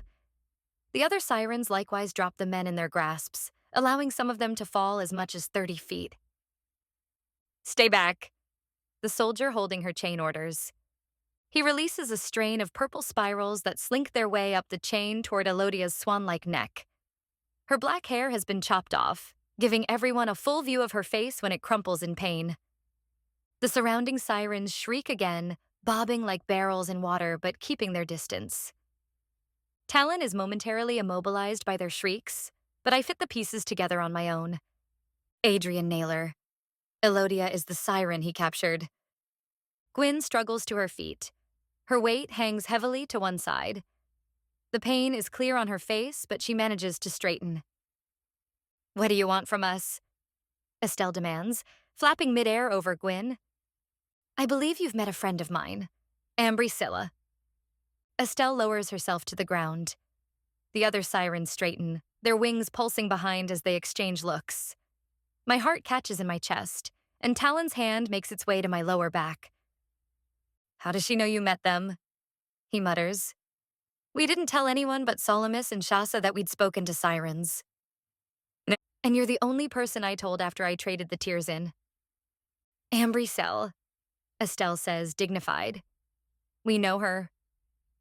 We have reason to suspect Ambry left something of great value with you here, Gwyn says. A small vial of tears, the most powerful ever shed. Estelle's nose lifts. And if she did? Gwyn holds up the chain holding Elodia. I propose a trade. No, I say, rising to my elbows. She won't. They won't. Estelle promised me the tears would be safe with her. She promised me. Talon catches my shoulders. Ambry. Call Ren, I tell him, gesturing to his odd. We've got to back up Estelle. We can't let Gwyn get the tears. Talon pulls out his Audi. I push through more bracken until it breaks at the widening path. I run down as fast as I can, but I'll never make it in time. Chapter 34. Ren.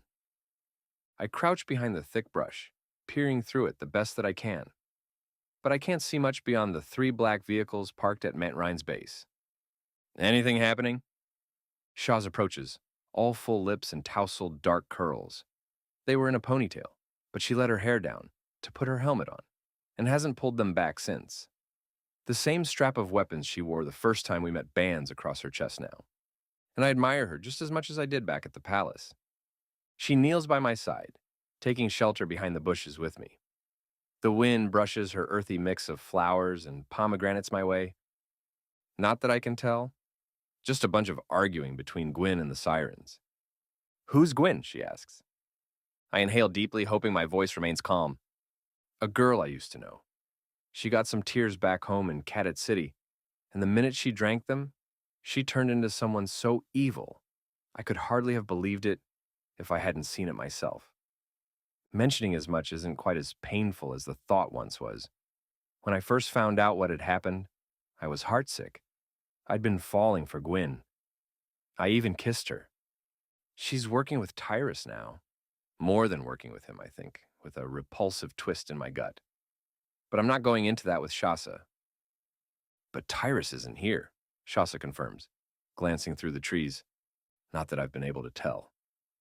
Arguing continues, but I don't pay much attention to the words. Solomus, Aso, Katie, and Jamini huddle nearby, watching the show from behind a tent of leaves in the branches overhead. They arrived not long after Shaza and me, and I'm not sure where they parked or how they got here. I'm still not sure why we're hiding. Solomus and Jamini are wizards. Can't they just bust out there, knock everyone out, and take the tears? Then again, Solomus implied something about his magic being limited. And Jomini... A chill dusts up my spine. Jomini isn't quite all there at the moment. She said she would try to help. But I'm not sure that's the best thing for her right now. Okay then, what's the plan? Shasa asks. She slides in closer, heightening my pulse. What is it about being around this woman that makes my body light up like firework? I swallow. Wait for Talon's call, I guess. Movement behind Shasa causes me to turn. Iso, with her stark silver hair, begins to pace. Katie's wings flutter. I'm betting they're as impatient as we are. Come on, Shasa says in her blunt way of both putting me down and luring me in all at once. If Ambry is with the sirens, then why would they be down here? How many of them are there? I counted 12, but I don't know if that's their whole pack. Is that what you call a group of sirens? A pack? Flock? A murder of sirens might be more fitting, like crows. Shasa folds her arms and sinks back on her heels. Your sister is full of it. She and Talon are probably enraptured up on their stupid mountain, turning to stone as we speak. This gets my back up, insulting her to my face. My sister is not a liar. Oh, and that makes her a saint? Where is this coming from? Ambry's a good person. Shasa scoffs. Sure she is. We're getting nowhere with this. I'm not sure anything I say in my sister's favor will convince Shasa to simmer down. And I'm not even sure I know why she's so against her. I release a slow breath and fold my arms across my chest. I don't have biceps like Haraway does, but it's not an attempt to show off my muscles. I just don't like the flippant way she talks about my sister. All right, what's the deal? Her brows leap. Excuse me? What do you have against my sister? Everything! Shasa whips her head away from me and folds her arms too. We probably look like sulking children. Or like we're praying. One of the two. I give off a low, sullen chuckle and nudge her with my shoulder. The ground bites into my knees, so I readjust. Gwyn, the Arcaians, and the sirens are still in a verbal battle in the distance, and none of them pays us any mind. Everything, I repeat. That's pretty all-encompassing. Care to narrow it down? Why? You'll just tell me what a good person she is. True. Shasa exhales and allows the word to settle between us. The longer we sit there, the deeper the furrow between her brows grows. I'm betrothed to Talon, you know. I heard her say as much to Talon in the dungeon when Talon tried to convince her to set him free. I'm not sure how the two of them know one another or how that betrothal came to be. In fact, I don't know all that much about Talon, period. Tyrus told me about the Farian soldier, of his stubbornness, his unreliability, and quickness to go back on promises. But Ambry's given me a different perspective. She spoke of his bravery, of his selflessness in helping her find me. I see the way she looks at him, and I see the way those glances soften the warrior's glowers and bring a calculating, almost tender admiration to Talon's eyes, too. Shasa's accusatory tone in the dungeon replays in my mind. You love her, even when it's not allowed. The pieces begin making sense. Ambry has changed. Before, she tried to remain as invisible as possible, ashamed of her differences, but here she shines like a star, bristling with power and command. It's Haraway, I know. He's had a good impact on her, drawing out the strengths she kept hidden before. I can only imagine how difficult it is for Shasa to see the same thing taking place between Ambry and Talon. The betrayal she must feel. Granted, it's not cool, but from Talon's obvious aversion to her, I get the feeling there's more to the situation than what I see. He doesn't look at her with admiration, more like trepidation, like he's bracing himself for what she'll throw at him next. Shasa's looking at me, and I realize it's been a little too long since her comment about being betrothed to Talon. So I've heard, I managed to reply. Shasa pivots to stand between me and the battle. You mean she hasn't told you? Of course not. Why would she? Because I'm her brother and it's the first time she's ever really liked a guy. You make it sound so simple. Actually, I think it's pretty complicated, I say, fingering my belt, as more shouting breaks out from the sirens ahead. Which is why you're having such a hard time with it. I know my sister. She would never hurt Shasa on purpose, which is why I see her and Haraway trying to keep their distance from one another. Shasa laughs, quiet and short, the way she did in the dungeon, as though I've paid her a compliment without meaning to. Her mirth dies down as quickly as it came. She lowers her hands to her bent knees and hangs her head, looking up at me through her long, dark lashes. Can't I just hate her for a while? You're asking me? She offers her arms as if in surrender. Why are you being so nice to me over it? Talon gets mad and huffy with me, but you're listening, caring. I kneel at the bracken's edge, peering out at the confrontation. Gwyn struts in that fitted suit of hers, her expression both taunting and vengeful all at once. And it's hard when the person you want to be with more than anything else suddenly wants something different, something that hurts you. She kneels closer to me, her eyes narrowing. Okay, who are we talking about now? Trying not to draw too much attention to my movement, I pull my ad from my pocket and search up a conversation, something I should delete, but I can't bring myself to. This is all I have of the old Gwyn. I saw her with Tyrus. I saw her drape herself across the jacker's lap, fling her hair back, and kiss the old fool as though the two of them were alone. He's old enough to be her father, which I can't even. The worst part of it was that Gwyn knew full well I was ordered to stand inside the room and guard the door. I remember the way Tyrus stroked her jaw, opened his mouth against hers, and pulled her tightly against him. The way I closed my eyes, the way my heart pulsed, the way I wanted nothing more than to charge over and smash Tyrus's face in. Of course, closing my eyes didn't block out the sound of Gwyn's giggles or the throaty, disgustingly satisfied way Tyrus called her his vixen. Worst of all was their departure. I opened my eyes to find them locking gazes instead of lips. Tyrus cupped her jaw and stroked her lower lip while they discussed tactics. With a final peck, Tyrus lifted her from his lap and sauntered past me without a glance. But Gwyn. Gwyn looked at me as she passed with a self-satisfied smirk and knowing stabs in her gaze. Her mouth turned up at the corners. The look gouged straight into me, cutting into my heart, as she undoubtedly meant for it to. You know, Gwyn? I gesture out toward them through the trees. Tyrus, is she evil? I laugh. The sensation loosens the coil over my heart. That's one way to put it. You had a thing for her? I draw in a long, loamy breath. The forest air is crisp and filters its way into my lungs. And then I hand my Aud to Shasa. She begins scanning through conversations I could never bear for Ambry to read. Conversations I know by heart. Gwyn, I want you to come with me.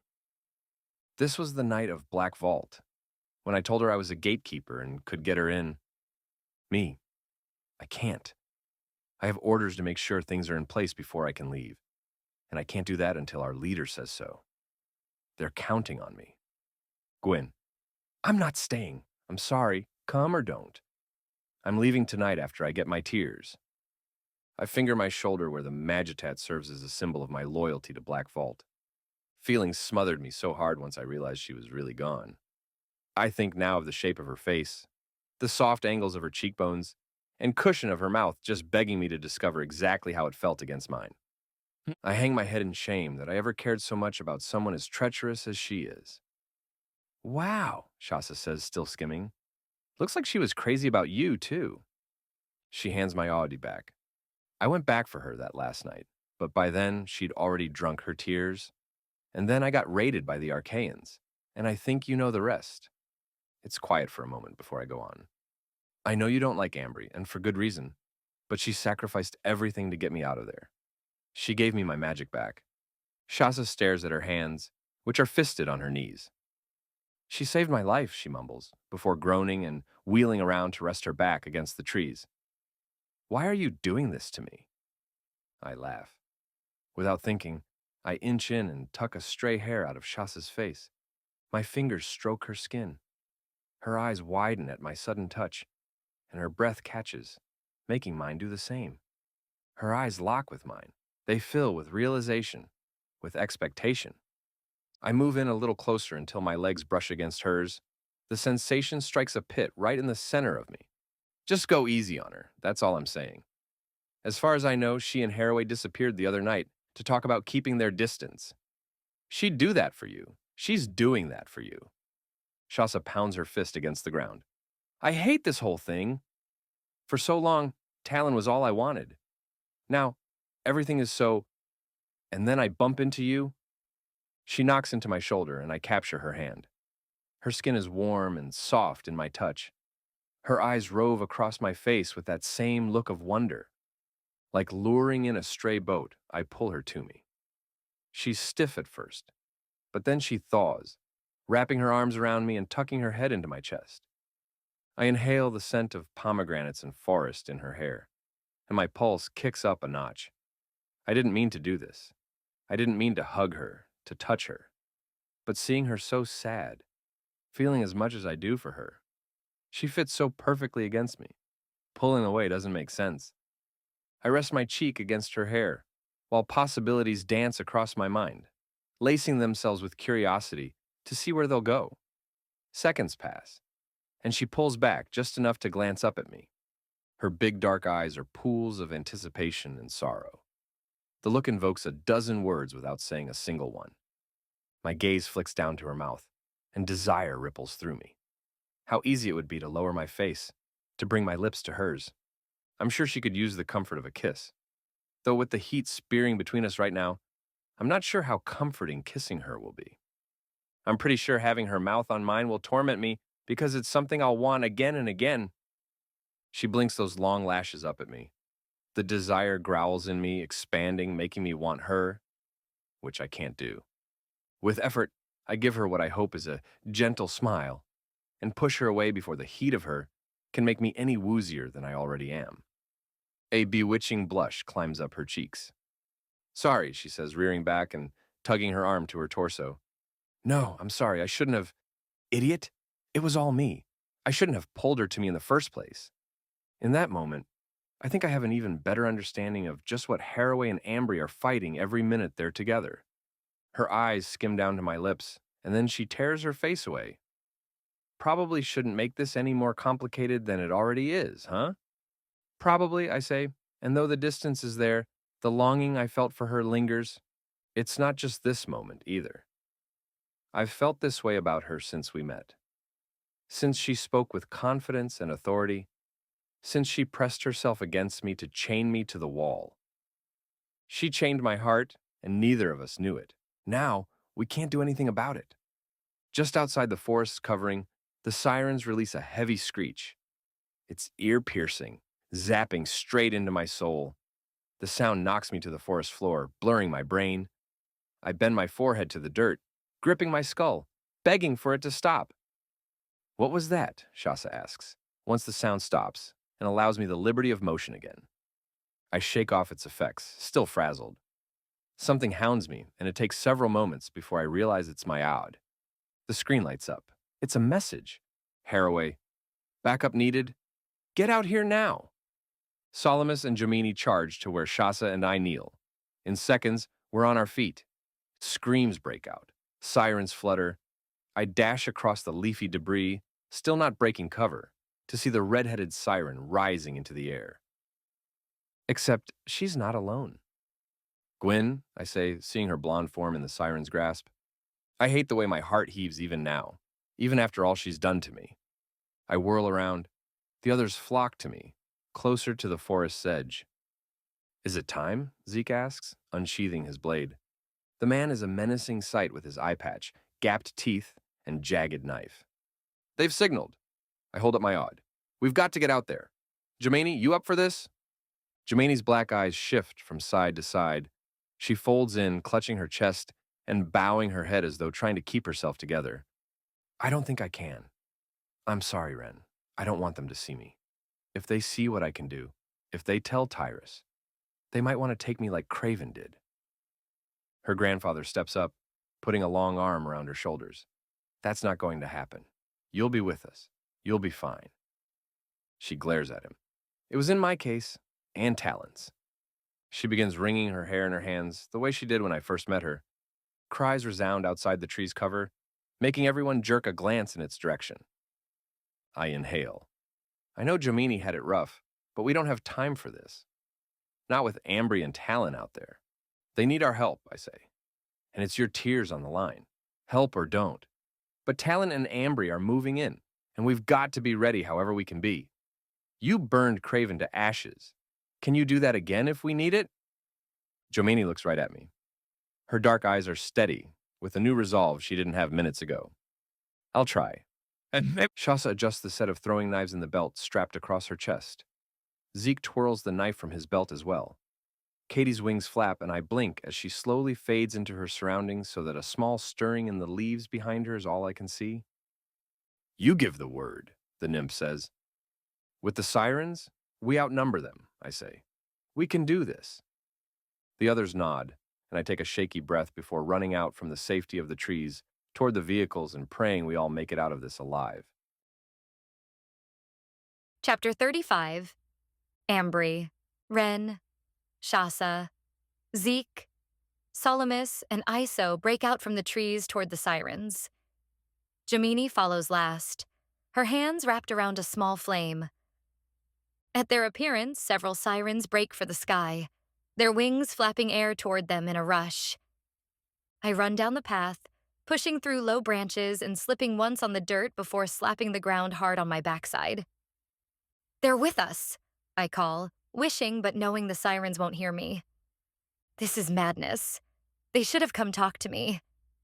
Why didn't they just come talk to me? I push myself up, tiptoeing through growth to see Jomani's hands explode into flame much larger than before. She projects it, not toward the soldiers, but at the oncoming winged women. "No, they're with us." I call again, pushing down the mountain, not sure who I'm talking to this time. I have to slow my steps at the risk of tripping again, but I finally break from the mountain's growth, back on level ground. Ren and Iso fight two soldiers near one of the vehicles. Another soldier whips back as though struck by something invisible. Jomani stands before them all, stalking forward with a detached, determined expression. "Jamini," I call. "The soldiers, Joe, the soldiers." She was in the room. She knows who the enemy is. Why is Jomini attacking the sirens? Talon barrels through from behind me, carving into the soldiers with ease. I ignore everyone else until I reach Jomini. Despite the fire lapping up her arms, I pull on her shoulder, jerking her. Clarity rings through her eyes at my touch, and she blinks as if remembering where she is. The tears, I tell her, winded. Jomini's eyes boggle at the fighting around us, and she stares at her hands, open-mouthed. The tears, she repeats. I pause for a moment to be sure she's back on board with us before turning. I scan the skirmish, searching for flowing red hair and emerald green wings.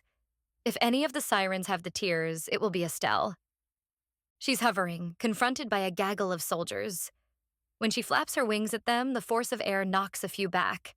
One launches a spear at her. Another soldier hits a siren behind Estelle right in the chest, knocking her from the sky.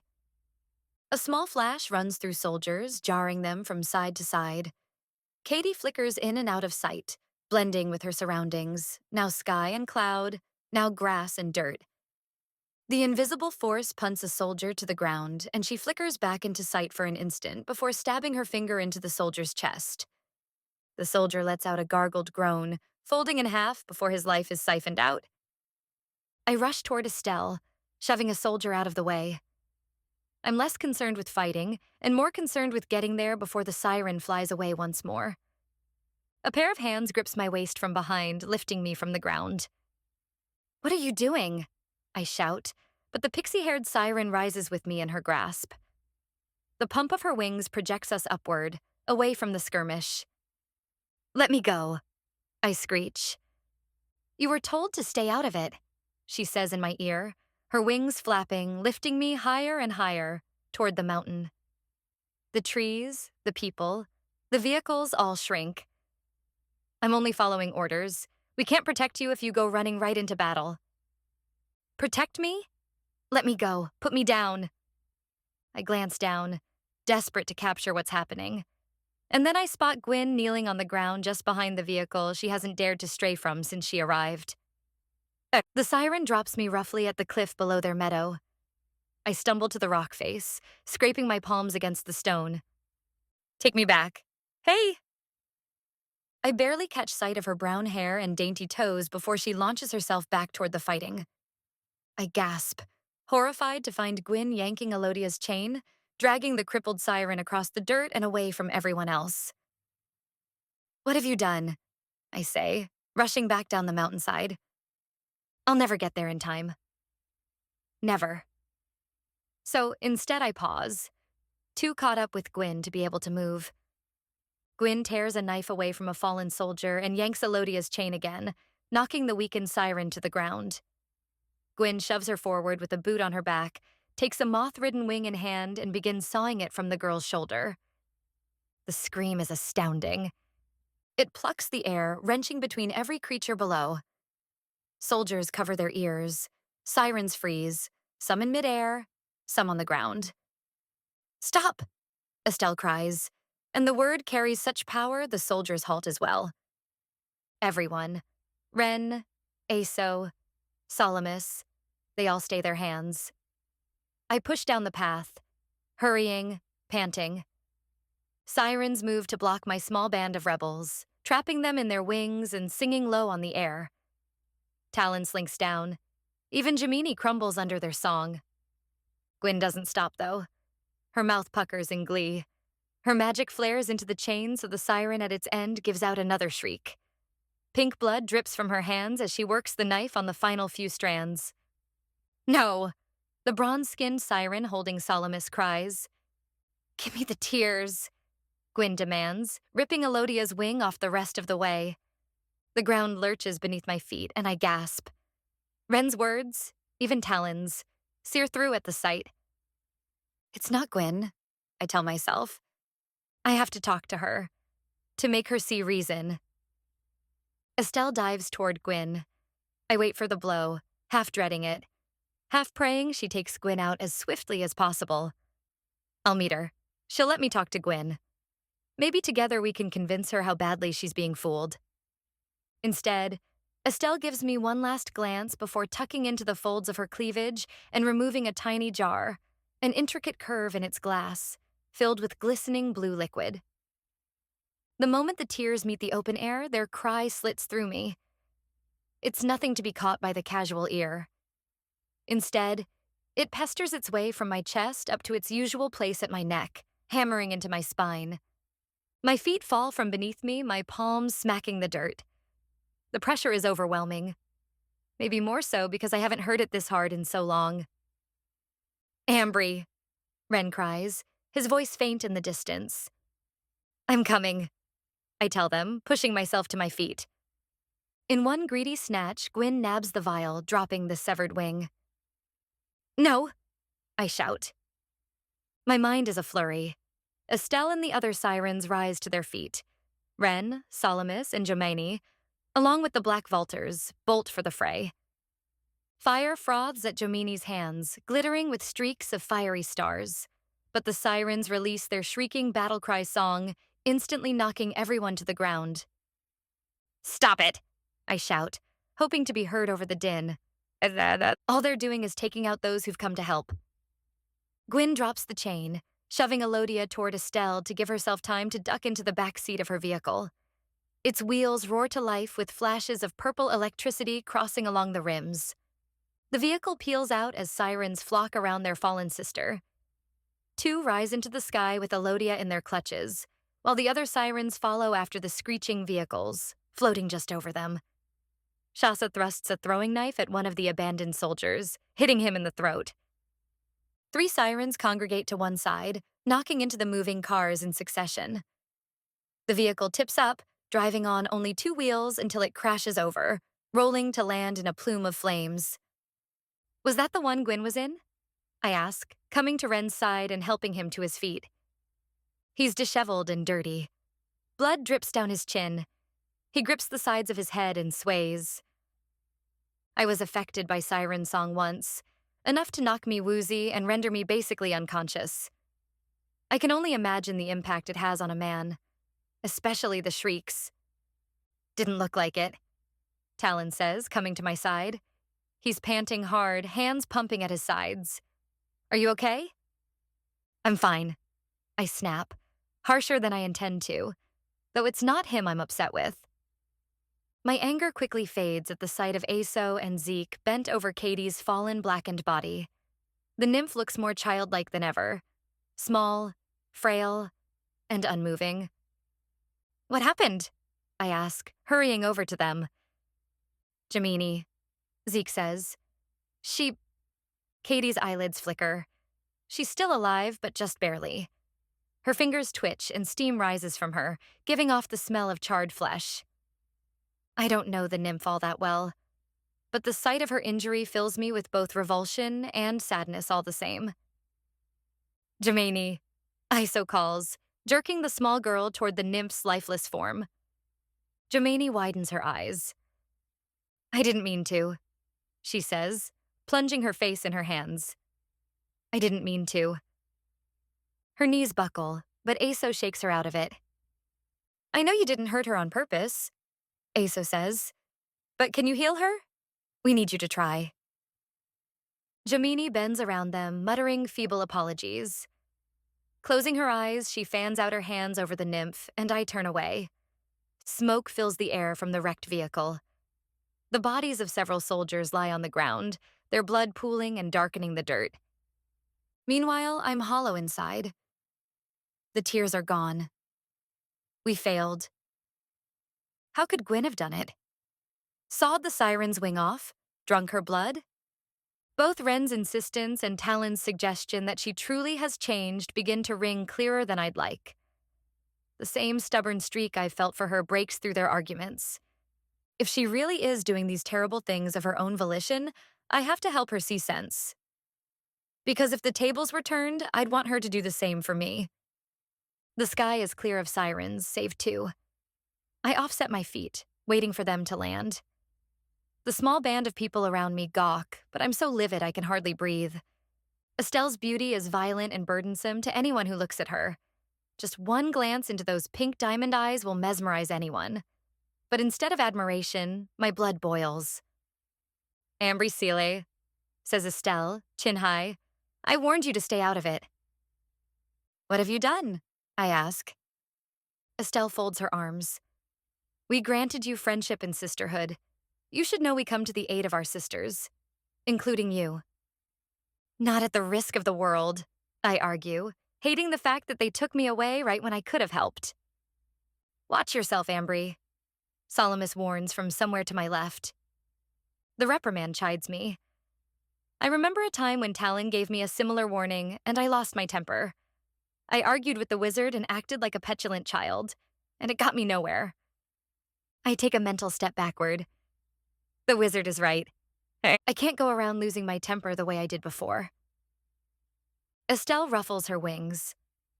Would you rather I abandon Elodia and allow the torture to continue? They drank her blood. They removed her wings. Nothing worse can befall a siren. The loss in her voice softens me. I wish you had told me, I say, the fight draining out. I can't discount her despair.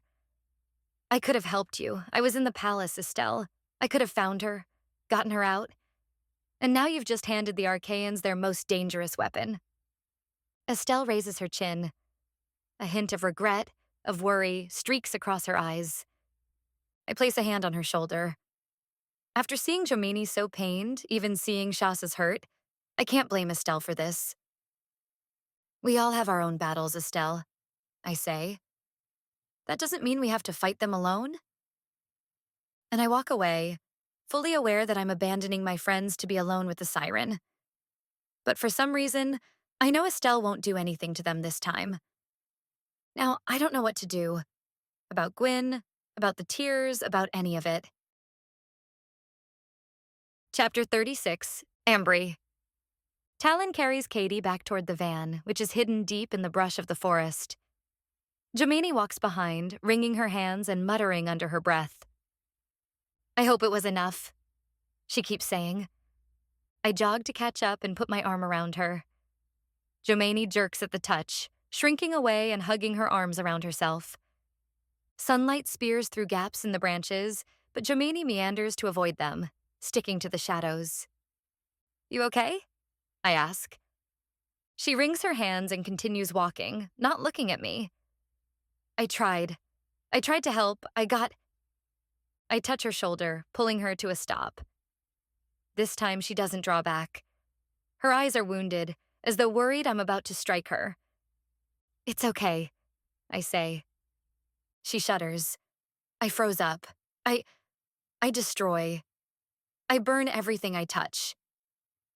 You tried, I say, the depths of me aching for the melancholy in her voice. I reach to put my arm around her again and then think better of it. You agreed to help us. That means more than anything. Everything I do is wrong. I kept you from getting the tears. No, you didn't, I insist, meeting the void in her black eyes. The sirens wouldn't have given the tears back to us anyway, not with their wounded sister there. You did what you could. Jomini dips her chin.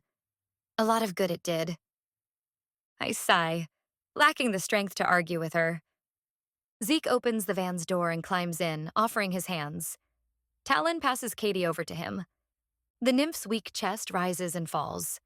Her eyes remain closed, her clothes dull and dirty, but at least her skin is back to its normal appearance, no longer blackened and charred.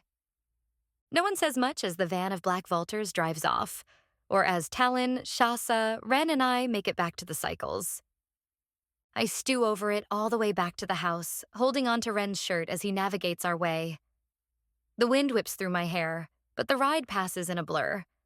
I thought Tyrus was the main contender, but here is my best friend on the front lines, calling the shots and making the bold moves. Why send her? What is Tyrus up to? Planning a war, that's what. Training soldiers, traveling the country, and garnering new recruits and subjugates. Not for the first time, I wonder how the Arcaians think they can possibly manage ownership of that many people's magic. It's not like they can bring a caravan of people wherever they go just so they can use it. They can't access the stolen magic unless its owner is near. That's just it, though. Once Tyrus finds a way into Angel's Basin, he won't need to drag subjugates along. If what Talon says is true, the water there will have the power to make the magic he's stolen permanently his. It doesn't make sense that they still want the tears. If Tyrus is threatening Feria with tears that won't let anyone drink them, what do they want with them? Could the tears have some connection to Angel's Basin? Something I don't know about? Ren steers down the dirt road much sooner than I remember it taking this morning. We crawl down the streets, pulling in at the safe house with its blue siding and spotty landscape. Talon veers into the garage, and Ren follows. The white van is parked and empty of its passengers. Aso and the others must have arrived minutes ago. There's no way one vial of tears can help win a war, I say as I dismount and slam the helmet to its hook on the wall. Tyrus seems to think it can, says Talon. Shasa makes for the door into the house, but at Talon's words, she stops in place and leans against the door frame. Ren rests one foot on the cycle's pedal and one hand on the handlebars.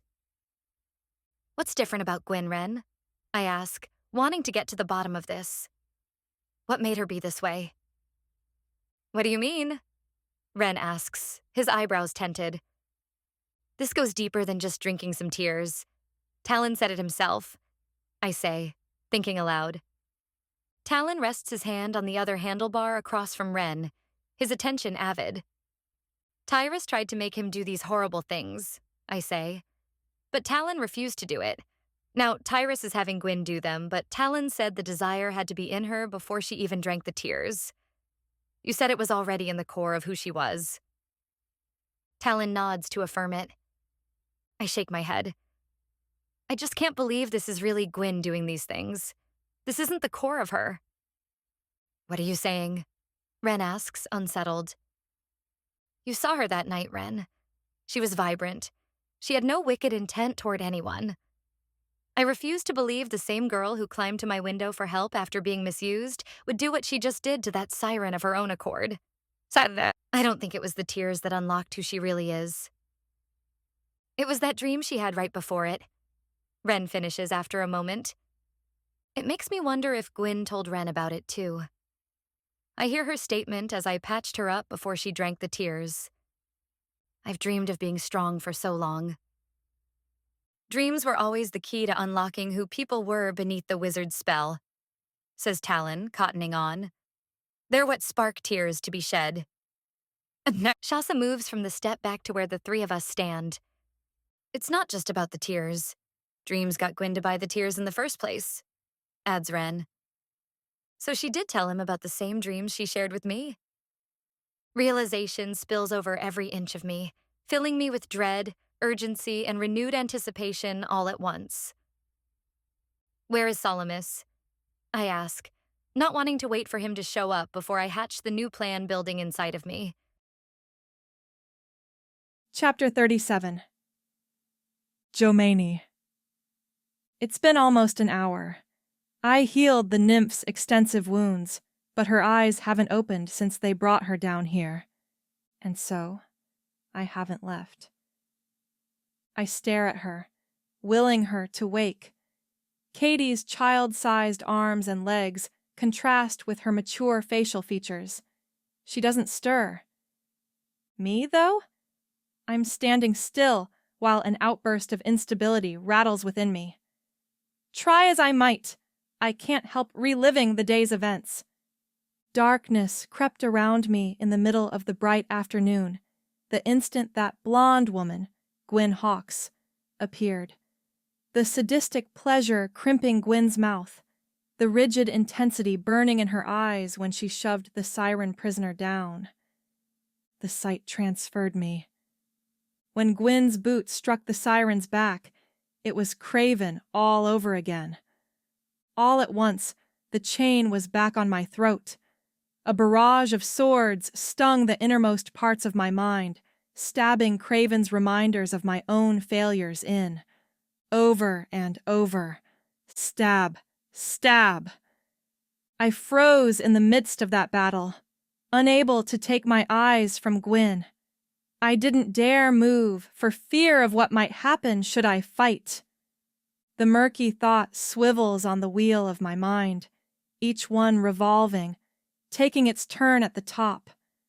I can't let Craven rule over me any longer. He's dead. But knowing that still doesn't help. I wasn't able to best him the way I always dreamed of. And then my senses heightened, because I realized I did eventually beat him.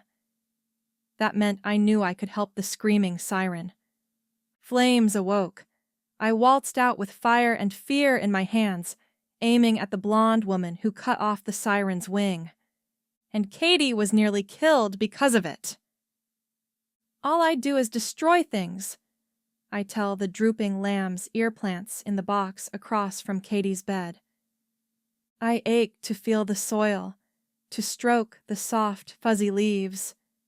I need the comfort connecting with earth brings to me in a way nothing else can. So I decide to try it. I won't hurt you, I tell the plant, cradling a single leaf in my hand. My finger strokes its velvety surface. How is she? I startle at the interruption. I dig my fingers into the soil, a pathetic attempt to hide my skittishness, as I peer at Aso. She's taken my spot near Katie's bed. The dirt's cool grit soothes my skin. The dirt's porous smell hits my nose, letting me escape, just for a moment. To Zavienke, where the gardens around the wizard palace were decadent, and my only playground. Then grandfather moved me to Valadir, and everything in bloom in my life died. He left. I was taken. Craven's voice invades my subconscious. The feel of his hands, the chill seeping into my bones, the skittering sound of rats in the crawlspace, the constant, crushing fear that one would gnaw at me in my sleep, and then waking to a rat's teeth attached to the hem of my skirt. As a wizard, I thrived on my magic. I used it to treat my plants. Under grandfather's tutelage, I was using it to learn how to rule Valadir. It was a part of me, and he stole it. The dirt around my fingers heats, copying the angry rush of injustice frothing inside of me. I thought I was rid of him, but the trauma of seeing someone else just like him brought his memory back to crush me all over again. Gwyn Hawkes is no better than Arthur Craven. The old shaking rushes forward anew. Only, where my bones were once empty now, they fill with flame, scorching hot and making me sweat. She's breathing, Aso says behind me, stooping over the nymph. That's a good sign. I open my eyes. My fingers hurt. Why do they hurt? I attempt to pull them free, but they scrape against something rough. Rocks have taken the place of the dirt in my hands. It's dehydrated, recrystallized from the heat of my magic. With effort, I wrench each of my fingers free from the holes in the rocks and stare in horror at the wilting lamb's ear. I did that. I destroyed it. Iso? I hate how much my voice shakes.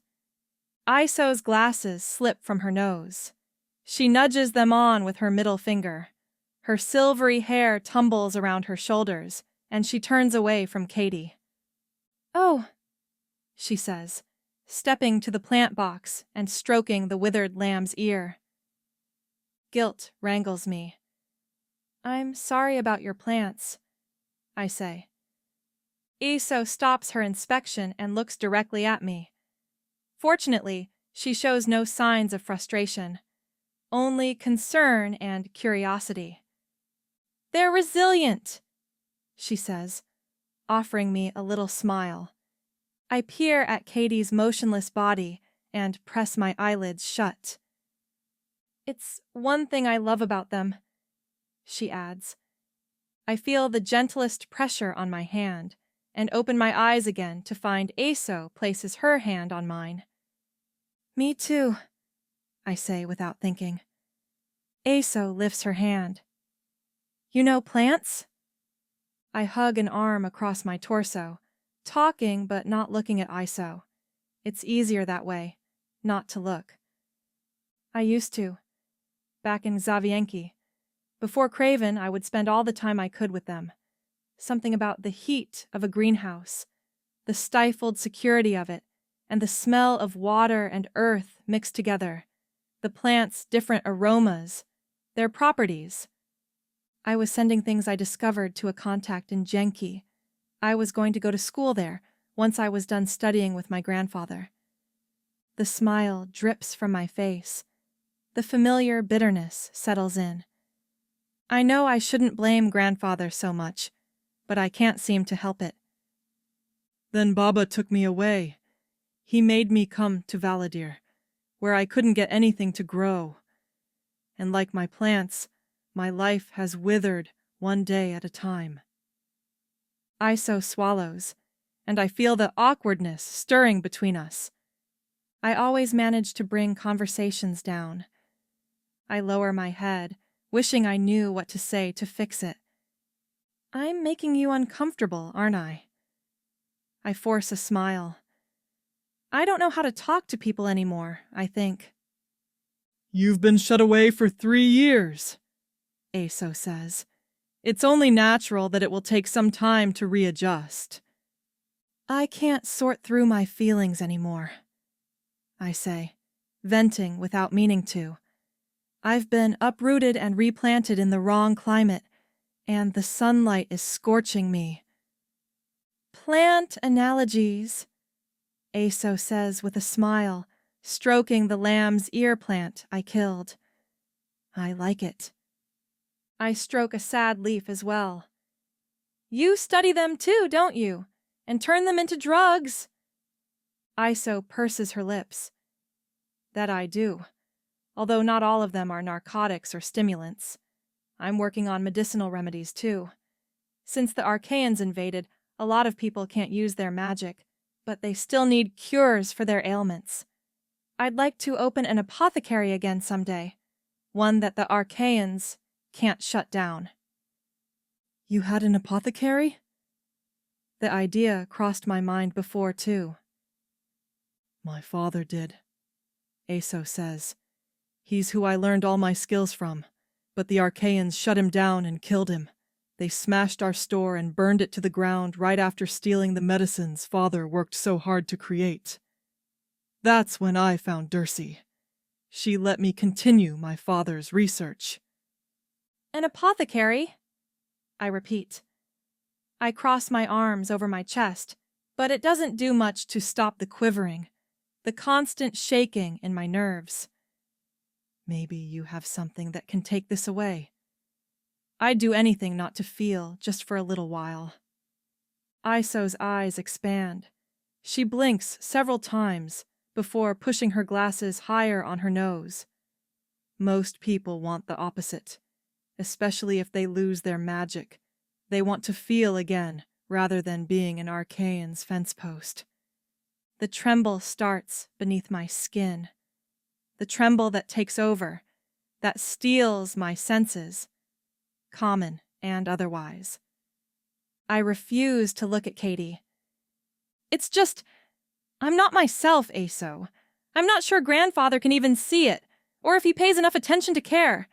Something in me has broken, and the pieces rattle constantly. I hug myself tighter. That's normal, Iso says. Everyone gets angry sometimes. I shake my head, feeling it boil inside of me. You got upset that I upended your plants, but your anger didn't take over and block out everything else. You didn't lash out at me. You had enough sense to know it was a mistake. With Craven, when I shudder. Something in me snapped. Something else took over the controls, and I scorched the body of a man who was already dead just for the satisfaction of it. Not a good enough reason for something so drastic. And with Ambry and the sirens, I don't know. Anger comes in and shuts off every other sensation. It takes over me. And with what I can do.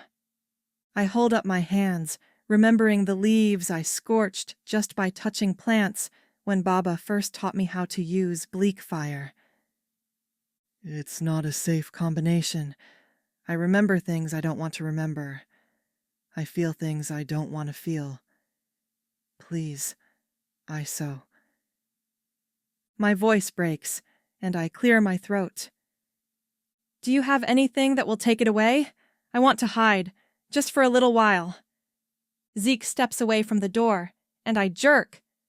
Was he standing there this whole time, and I didn't realize? How much did he hear? Heat flusters my cheeks. I cover my face with my palms. He doesn't drape his arm around me. He stands beside ISO, a non-judging presence, accepting me. And that's good. I'm not sure I can handle anything else. My baby girl was taken from me almost 16 years ago, he says. Them soldiers just waltzed right into my home, and I couldn't do nothing. Then I met Dury. Her tonics helped me cope, but I still miss my baby every day. He softly pats my arm. Sometimes it would be easier not to feel that, Joe, but it would dishonor my Val's memory if I allowed myself to forget her. Someday, when I find her, I'll know how to act. My throat closes, and though I want to reject his advice, it makes sense. You're saying, when the time comes to act, I'll want my senses. Zeke grins, showcasing the gaps between his teeth. This time, he threads his arm around my shoulders and squeezes, spreading the scent of coffee and warm spices. Something like that. I slide out of his embrace. But that's the problem. Instead of helping you all fight against the soldiers, I attacked the sirens. Don't you see? Fear and anger take over, and my brain gets muddled. I can't think. I hurt people. I could hurt you. Aso and Zeke don't flinch at that. They keep their gazes on me, unflinching. I'm not safe to be around. I don't know how to sort it out. The strength gives from my knees. I sink to the floor, burying my head in my hands. Aso crouches to my side. She rests a hand on my knee. It's only been a few days since you were released from captivity, she says gently. Anyone would be fraying at the seams after what you went through. I know all you want is to escape what demands to be felt right now. But if you hide from it instead of confronting it, those feelings will still be there, beneath whatever drugs I could give you. I meet the sincerity in her eyes, and she gives me a sad smile. If you really want to conquer this, she says, you've got to do it yourself, without sticking tape over its mouth just to mute it for a while. Drugs won't make this go away, Joe. My eyes burn. Frustration forms, but I inhale through my nose. Maybe Aso has a point. Covering a window to hide the coming tornado won't make the storm stop. I have to learn how to get back to myself again. But what will happen in the meantime? Zeke's knees creak as he joins us on the floor. He rests a hand on my back. We're here for you, he says. You ever need to talk? Don't you hesitate. I'm here. So am I, Aso says. You know what you do? Hope re-enters my heart. It's small and white, a light in the distance of my darkness. What? Put your efforts into something else instead. Like what? I can do this. I can beat this. You say you like plants, right? I'm trying to sort through a series of antibiotics with saffron oil and olive leaf, but I can't figure out the properties to get the right dosage. I keep researching, but there's something I'm obviously overlooking because the bothersome things don't do what I want them to. I think through the parameters she shared. Have you tried splicing them with basil knit seeds? I ask. Zeke's peers at Aso, and then his good eye slides to me. Never heard of them. What's it do? Feelings of acceptance and belonging scatter in an instant at the sound of his doubts. I can't help the quivering in my bottom lip. I stare at my hands. Hands that shrivel plants when I touch them. Hands that scorch the body of a man who's already dead. Hands that nearly killed Katie. I destroy everything I touch. Go on, Iso says encouragingly. Tell us. I shake my head and sink away from them. I'd better not. Iso's face falls. She and Zeke share a concerned look, and I don't miss the exchange. Wordlessly, I stand. They don't stop me as I cross to the door, as I leave the room. I thought they could help, but now I'm not sure. I'm not sure anyone can. Chapter 38. Ambry, my idea won't leave me alone. I charge to the living room, hearing Talon, Ren, and Shasa flanking a few steps behind. Solomus raises his eyebrows when the four of us approach. His hair is twisted in thick locks, and he rests on the couch, studying the book he took from Craven. Unfortunate turn of events today, he says, but Katie healed nicely. Sir, can we talk? Solomus blinks, waiting for his brain train to derail and follow my line instead. I didn't mean to cut him off. The words just spilled out. He closes the book in his lap. Sir, why dreams? I ask. Why are they the key for tears to break through? Dreams contain a person's innermost thoughts and feelings, he recites, nodding to Talon as he rests his hip against the stair railing. Shasa stands beside him, folding her arms. Hopes, desires, fears. Is there something more to them? I ask anxiously, remembering the few I've had recently that seemed so real. Talon in shackles, Talon nearly kissing Shasa, Natty's appearance. I take the empty cushion next to the wizard. What do you mean? He asks. I remember Gwyn telling me about her recurring dreams, the hopes of breaking out of her stepdad's control, of being a free person. She said they never incited tears, but that doesn't mean they still didn't manifest the deepest longings of her heart. So, don't you think it's strange that dreams are the only thing that has managed to penetrate your spell? To unlock the true nature of a person? I suppose so, he says after a few moments. Do dreams have magic, sir? Dreams compel people to action, Jamini says from the open stairway to my right. Ren goes to her. She smiles at him, takes his hand, and lets him help her cross the room to sit beside her grandfather. She smells of dirt, and I notice bits of it caking beneath her fingernails. I'm sorry I couldn't help you get the tears back, Ambry, she says. But they were meant for you. This isn't the end of it. I reach for her hand and squeeze it. To my surprise, she lets me. It's okay, Joe. I'm wondering what you know about dreams. People can have dreams while they're awake. I daydreamed of having magic, but I never slept in order to feel that. I'm talking about deep sleep dreaming. Ren kneels on the floor beside her, watching for her response. Dreams tap into the person's subconscious, says Jomani pensively. Exactly, I say. What if we use that somehow? Use it how? Talon asks. It's clear Gwyn is a threat, with Tyrus so distracted by the stations he's building. She has the tears. I know her, you guys. She wouldn't do these things if it wasn't for Tyrus. We need to get through to her, and we can do it through her dreams. The others look at me. Talon's eyes are wary. You're blaming this on Tyrus? She's doing what he tells her to do. We've got to get through to her. Jomani huddles into a ball on the couch as if trying to tuck into herself. Her brows fold, and she chews on her nails. I'd like to help you, Miss Scylla. Solomus's tone is reluctant.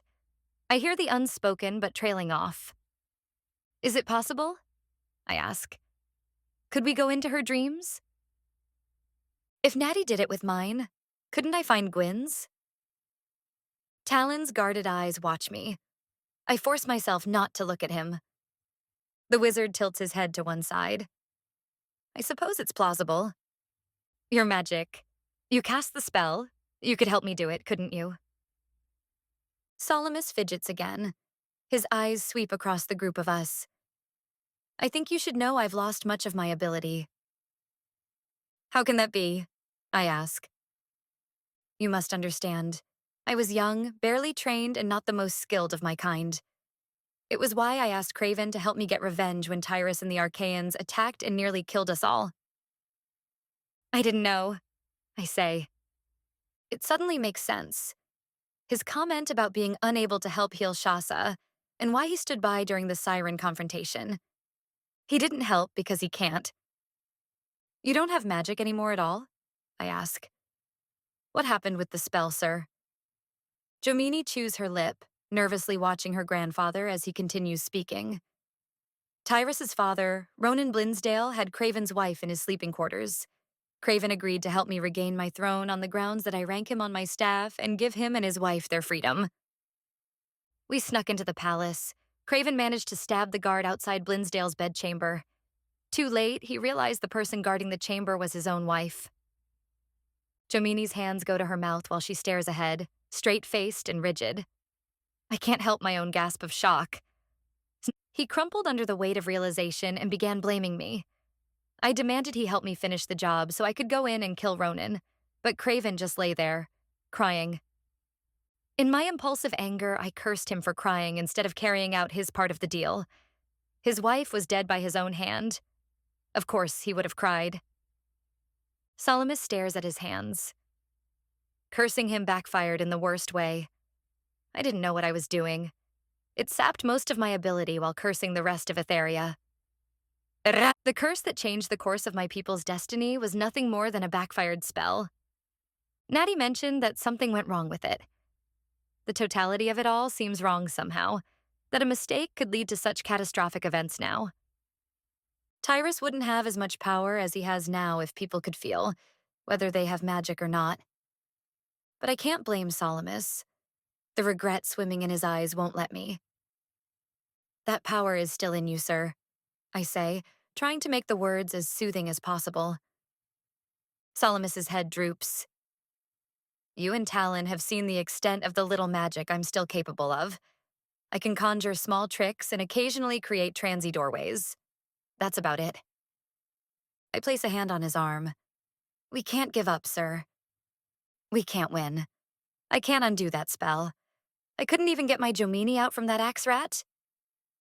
Jomini fidgets, rubbing at her fingers as if brushing something away. I squeeze his arm. We got her out, sir. She's safe and Craven is gone. But I'm not safe. Jomini's voice is distant, but it catches me off guard nonetheless. I frown. No one is safe as long as she's around. Who? You mean Gwyn? I ask, stunned. You saw what she did to that siren. That's exactly why we have to do this. She's evil, Jomini argues, clutching her arms to her chest. The only aspect that Jomini has seen of Gwyn was during their interaction at the mountain's base. It makes sense she would think so little of her. Moving slowly, I kneel at Jomini's side. I can see how you might think that, but she's not evil. She's confused. She needs our help. Jomini keeps her eyes on mine. It's a mistake, Ambry. My mouth slackens, and my hands drop to my sides. The others don't dispute her, and that fact steals the argument from me for a moment. They're wrong. How can they not see how Gwyn is being manipulated? You don't know what it means to be a failure, Miss Scylla, Salamis says, drawing me back to our argument. You're not a failure, sir. It's not how we make mistakes, but how we fix them. You can still repair the damage you caused, and Gwyn still has time to make things right too. The people despise me for what I've done to them, says Salamis. I see it in the eyes of those who can emote enough to comprehend. Only because they don't know you, Talon says, his voice gruff. Salamis gives him a smile, one that does nothing to chase the sadness from his eyes. Then he turns back to me. My magic isn't completely gone, but it fizzles out quickly. It's another reason I didn't automatically return you to Valadir when you were so determined to get your brother. If I'd had better control over what I could do, the curse wouldn't have happened. It's why I began training my Jamini so young. Jamini hugs her arms to her chest, growing far too interested in her shoes. Natty's request hits me at the mention of her, but I don't want to bring it up in front of the others. Sir, can I talk to you for a moment? Alone? Salamis offers a smile. Of course, child. Ren narrows his eyes. Talon's and Shasa's gazes dart between us, but all the same, Talon helps Salamis rise from the couch. Together, the wizard and I make our way into the kitchen. From the corner of my eye, I see Jamini rise as well and begin pacing, nibbling harder on the nails of her right hand.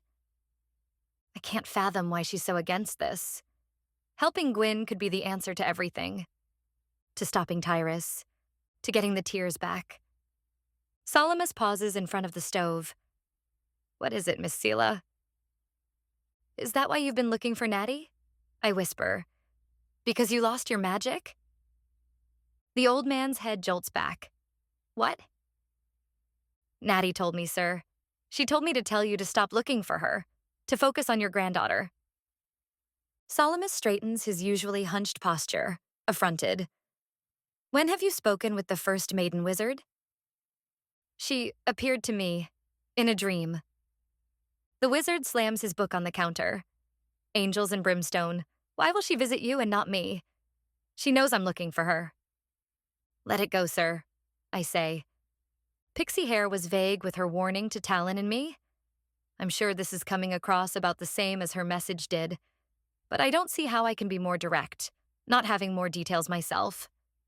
He trembles, a storm too old to do much damage, more like a willow dying from within its white sheath. I suppose you're right, he says, placing a hand on the book and pinching the bridge of his nose with his other hand. Was there another reason she visited you, Ambry? Sir? The first maiden wizard surely wouldn't have randomly chosen you to deliver a message for me and said nothing else. My heart catches. Do I tell him? How much does he know? I stare at the empty sink, at the view of the trees through the window above it. The truth is, sir, I could use some help on that. Can we talk later? I wouldn't mind your advice. His eyes fill with curiosity. Of course. Salamis pats my arm as we return to the others in the front room. Jamini's arms are still folded to her chest, and she leans away from her grandfather as he resumes his spot on the couch, rocking back and forth. Salamis's brow bends in her direction, though his words are for me. I wish I could help you access your friend's dreams, Ambry. I just don't see how it's possible. A mistake, Jamini mumbles. It's a mistake. Accessing my friend's dreams. I sit there, remembering clouds, remembering walking past a girl with hair swirled like ice cream, and being inadvertently sucked back into a space-like dream that I'd never had. My gaze shifts from Ren to Shasa to Talon and back to the wizard. Actually, I say, I think I do. Chapter 39. Ren. What about reeveweed? Ambry asks. My head snaps up. I zoned out for the last bit of their conversation, but revweed? How in the devil's name does my sister know what that is?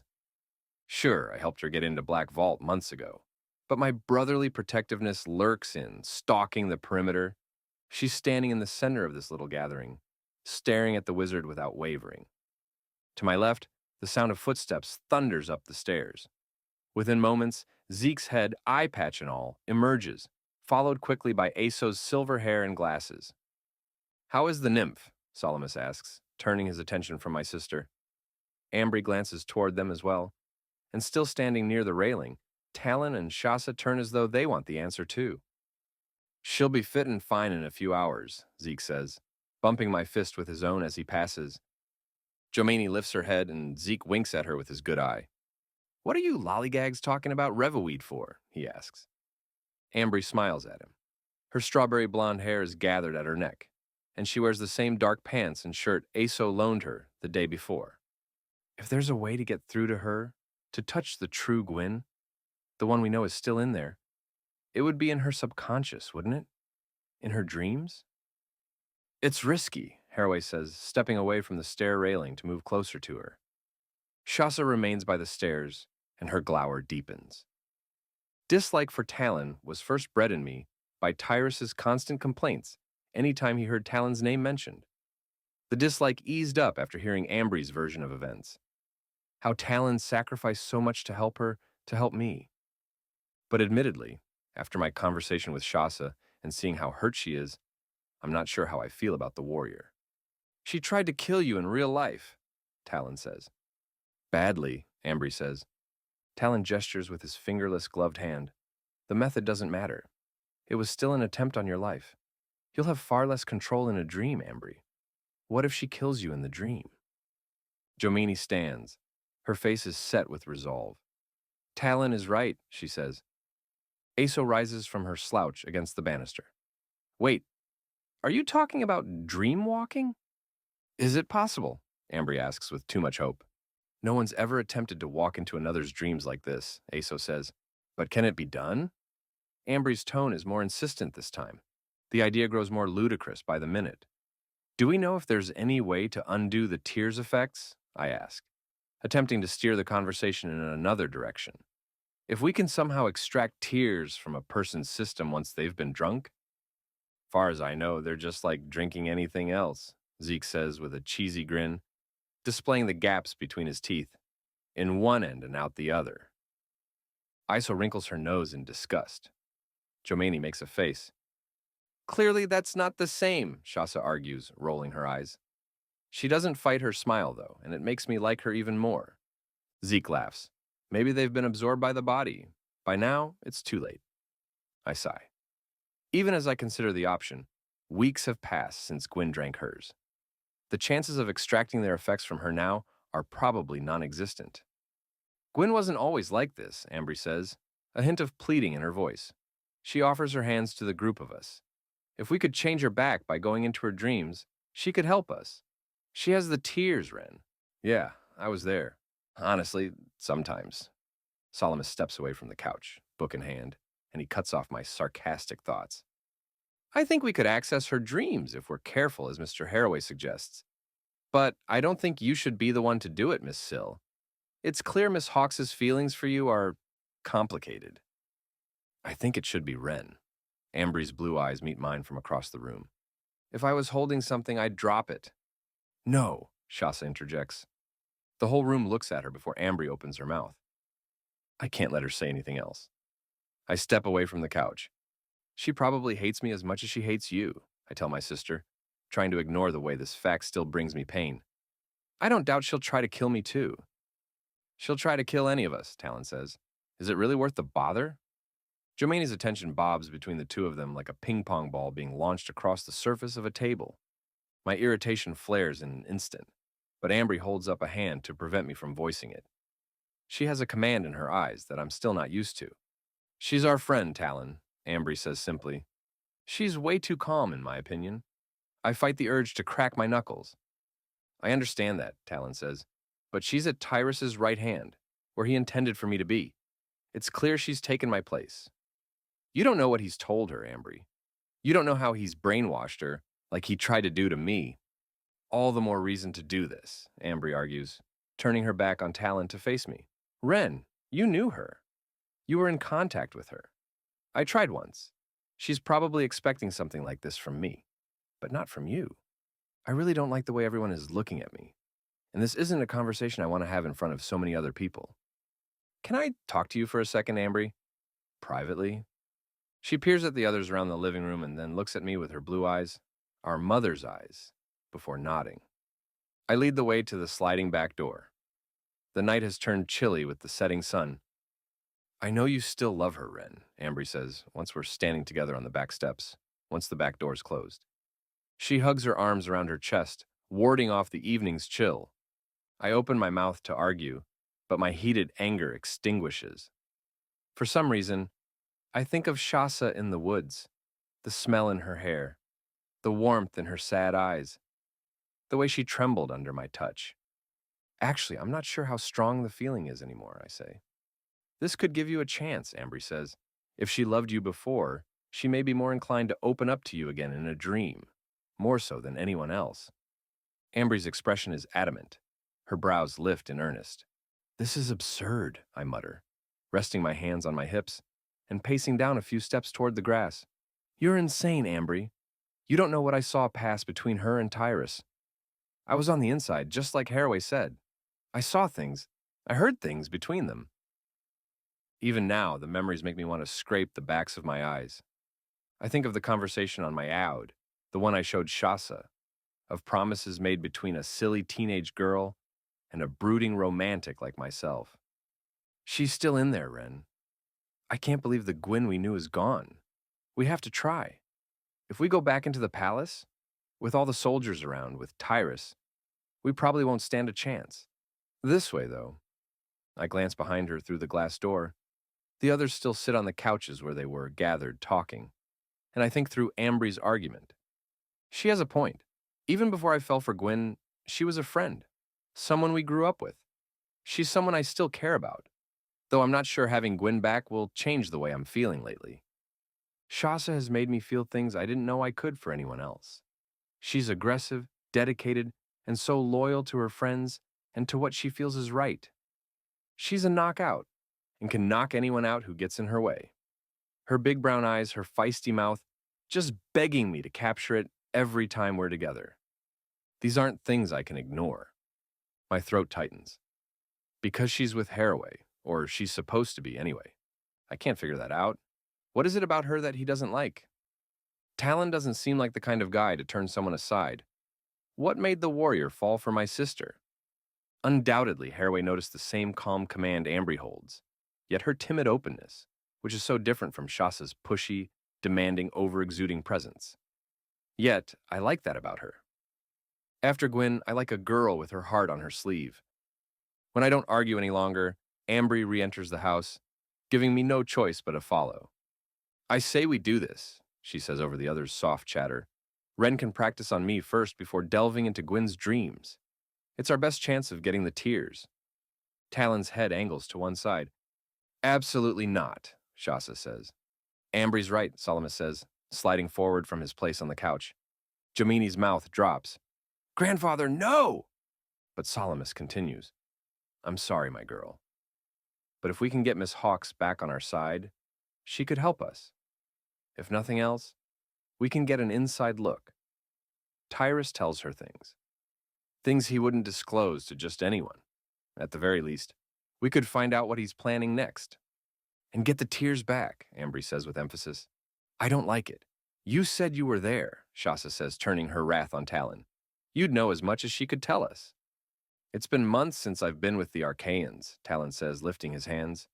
Tyrus never once mentioned anything like the stations to me, let alone his intent on Faria itself. What I knew has already happened.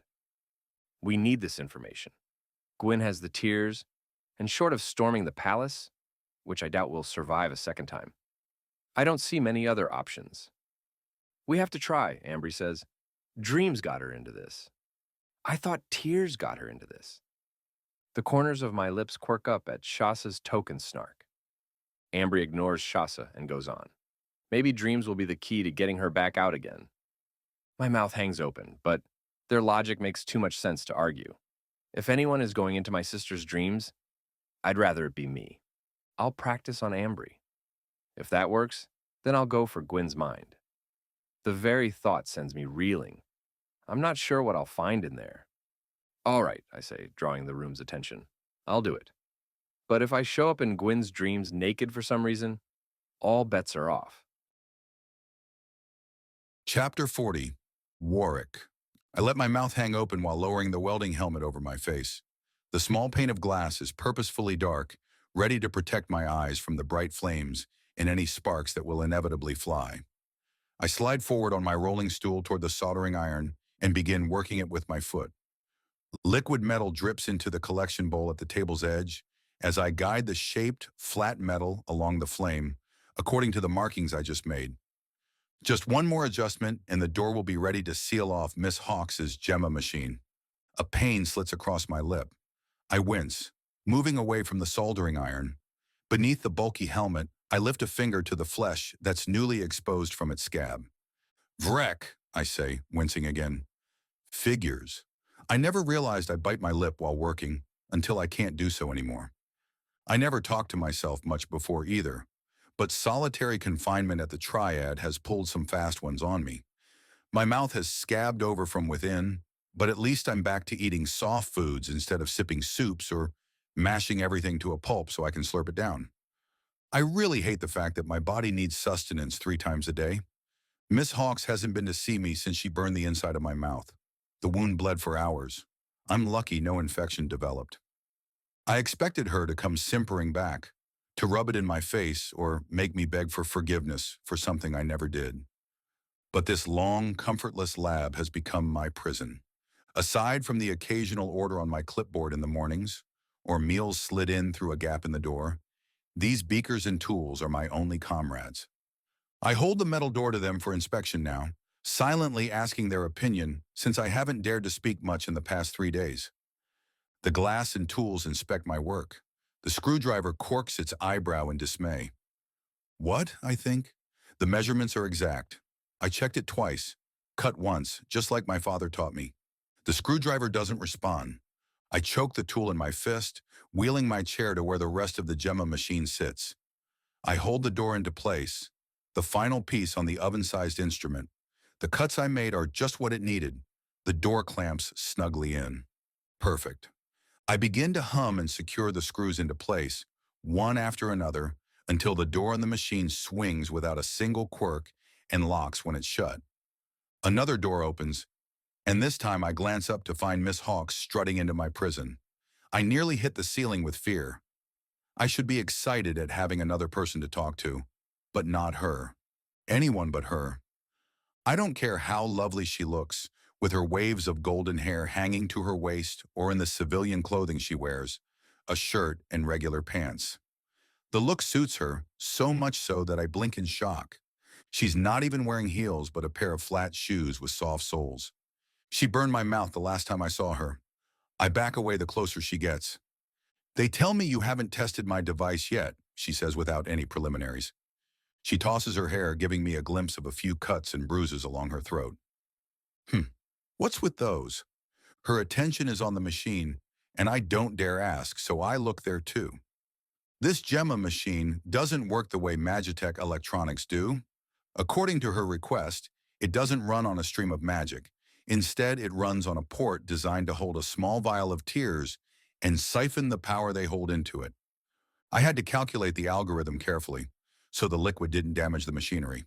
She glares at me emphatically, waiting for an answer. I point to my mouth. She can't possibly have forgotten what she did to me the last time she was here. Carefully, I shape the words. Can't. Speak. Her eyes taper, making her look formidable. I don't trust easily, she says as if justifying what she did. So I suggest you choose your words wisely from now on. Absurd. 1 minute, she was telling me she liked me to speak my mind. When I did so, I was literally burned for it. Wisely isn't the word I'd use. Tiptoe is more like it. She reaches for me, but I flinch and pull back like a wounded dog. Pangs of fear flicker through me. Gwyn rolls her eyes. Will you stop that, she says. And I can't resist anymore. The pull of her compulsion forces me to let her touch me. Light illuminates my periphery. It's purple and silver, throwing off my vision, so I close my eyes as a cool stream oozes in from her hands. She's healing me. She's healing me. The scabs in my mouth shrink. The pain dies away. I work my jaw, relishing the tender softness, the lack of pain, and the movement I now have full access to once more. Thank you, I say as my tongue explores the smooth flesh inside my mouth. The scabs are gone. What a relief. She raises her brows at me again impatiently. I inhale, trying to keep my nerves at bay. To answer your question, I don't have the final touches on the machine done yet, and I still don't have magic with enough power to create the transfer you're expecting. She barks a laugh. You mean to say you didn't get my note? I thought you were supposed to be some kind of genius. I left you 7 jars, Warwick. She gestures to the small silver case holding the jars of gleaming blue tears. Of course I got her note. I inspected the jars. I considered drinking some, to purchase my freedom, but the instant I thought of it, the talisman on my wrist burned, and I nearly toppled to the floor at the inhibiting feeling in my gut. She didn't want me to drink them, and so I couldn't. The reminder of her control over me drains my energy. I slump over on my stool. 7 jars of dreams, sold by Arcaians, now to be used to imprison them, she says with glee, stroking the case. Her whole plan for this machine is revolting. I hate my part in it, knowing that so many people are soon to be trapped by something I created. This device is a one-use or it goes terribly wrong kind of thing, my lady. She raises an eyebrow at the moniker, and I get it. I've never addressed her so formally before. I might be overdoing things just a tad, but considering what happened last time, I'm going to overdo the niceties. In my experience, my lady, I find it best to measure twice and cut once, if you'll forgive the construction analogy. In this case, where people are involved, it's best to triple-check one's results before implementing. Phyrea has already crossed the border, and Tyrus has to have that device. Do you understand? It must be in place when they get to Valadir. So what if it takes all 7 tries to get it right? The point is that we hurry things along. I gawk at her. Can she really be this heartless? But these are people you're experimenting with, I say. It should be obvious. How can she toy with people like they're not alive? Like they don't matter? Like they don't have lives and hearts and families? So? I barely mask my astonishment. So I assume you want them to survive the process. Otherwise, it'll be quite pointless. Wouldn't you agree? A noise escapes her throat. She turns away, flicking her hand through the air as though at an annoying fly. What do I care if a few lowly citizens lose their lives while we get the kinks figured out? Do you hear yourself? I can tell it's the wrong thing to say, but I honestly can't hold back my derision. What is wrong with this woman? Gwyn crosses the few paces toward me once more. She breathes heavily through her nose and grips my chin again, dragging my face toward hers so she can look at me directly. I'll get you some test subjects. You have 2 more days and I expect some positive results, Warwick, or your tongue won't be the only thing I burn off. She shoves my face back and struts away, not looking at me once until the door closes behind her and I'm alone again. I meet the beaker's shameless stare and work to rein in my thundering pulse and the aftermath of the earthquake her very presence has on me. I'm shaking where I sit. She's a real piece of work, I say with a shudder. Isn't she? The beaker doesn't respond, but I still can't help but wonder what's going to happen once she starts testing this machine and just who is going to suffer because of her cruelty. Chapter 41, Ambry. I sneak down to Zeke's room where our sleeping bags still rest on the floor. Looking both ways, I slip Jomini's cards out from beneath my pillow.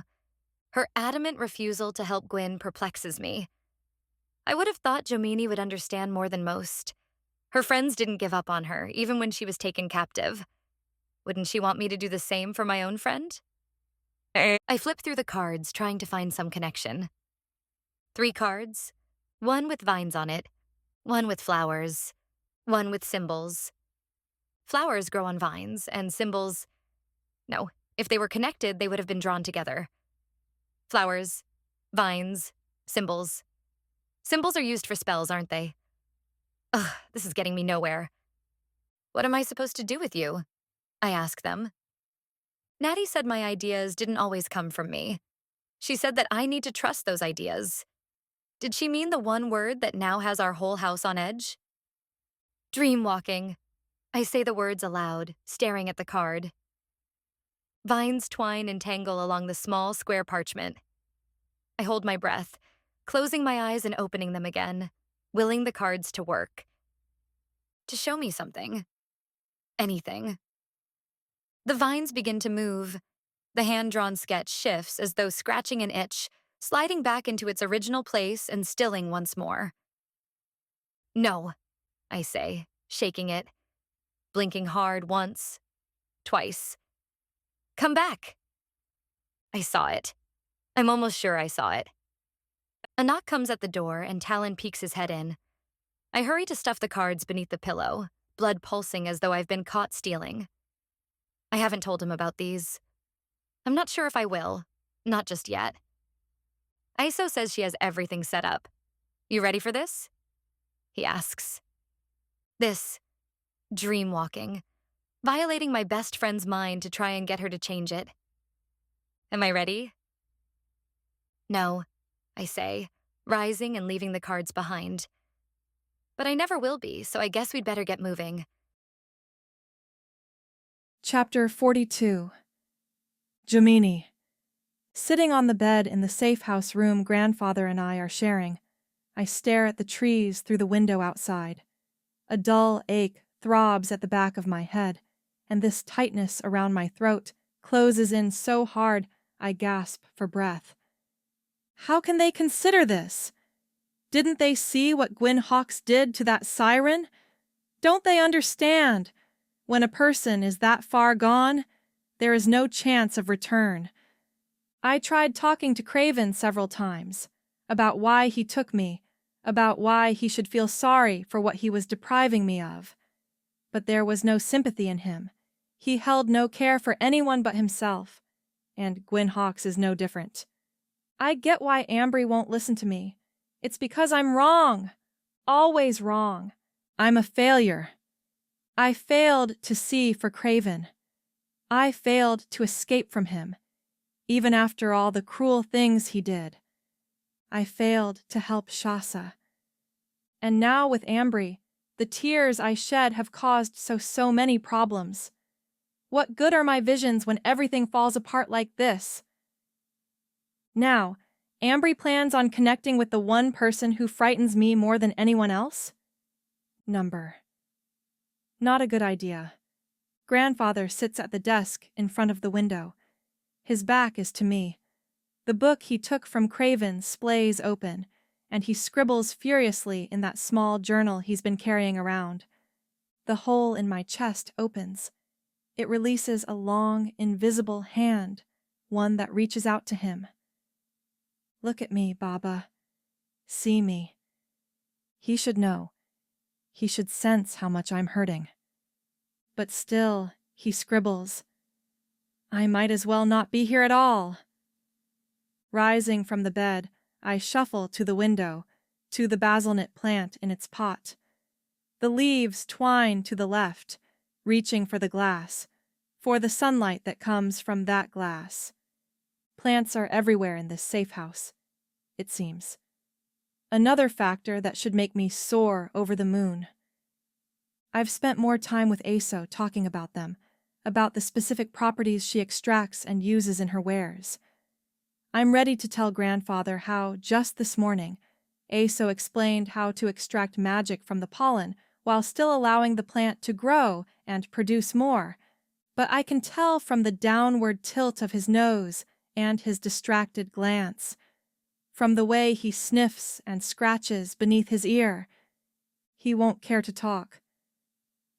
I turn to leave the room. The same pain and emptiness that's been eating at me for years hardens into a peach pit in my chest, taking over my heart. Joe? I pause with one hand on the doorknob. A breath escapes. Now, I think. I must speak now.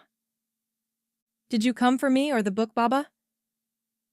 Grandfather's furry brows gather. He lowers the thick volume to the desk. What kind of a question is that? You've done nothing but stare at that book since we got here, making notes on it, memorizing it for all I know. Grandfather closes the cover. A signal he's ready to talk. It take the opening, crossing the room to him. I'm trying to help Miss Sheila, he says. I gave her all she needs to break that spell, Baba. I don't tell him I gave her the cards. In all reality, there's no reason for him to know. I just need him to trust me. I've got this. I'll help her with what she needs to do. Grandfather shakes his head. His aged fingers rest on the desk's edge. There's more to it, Joe.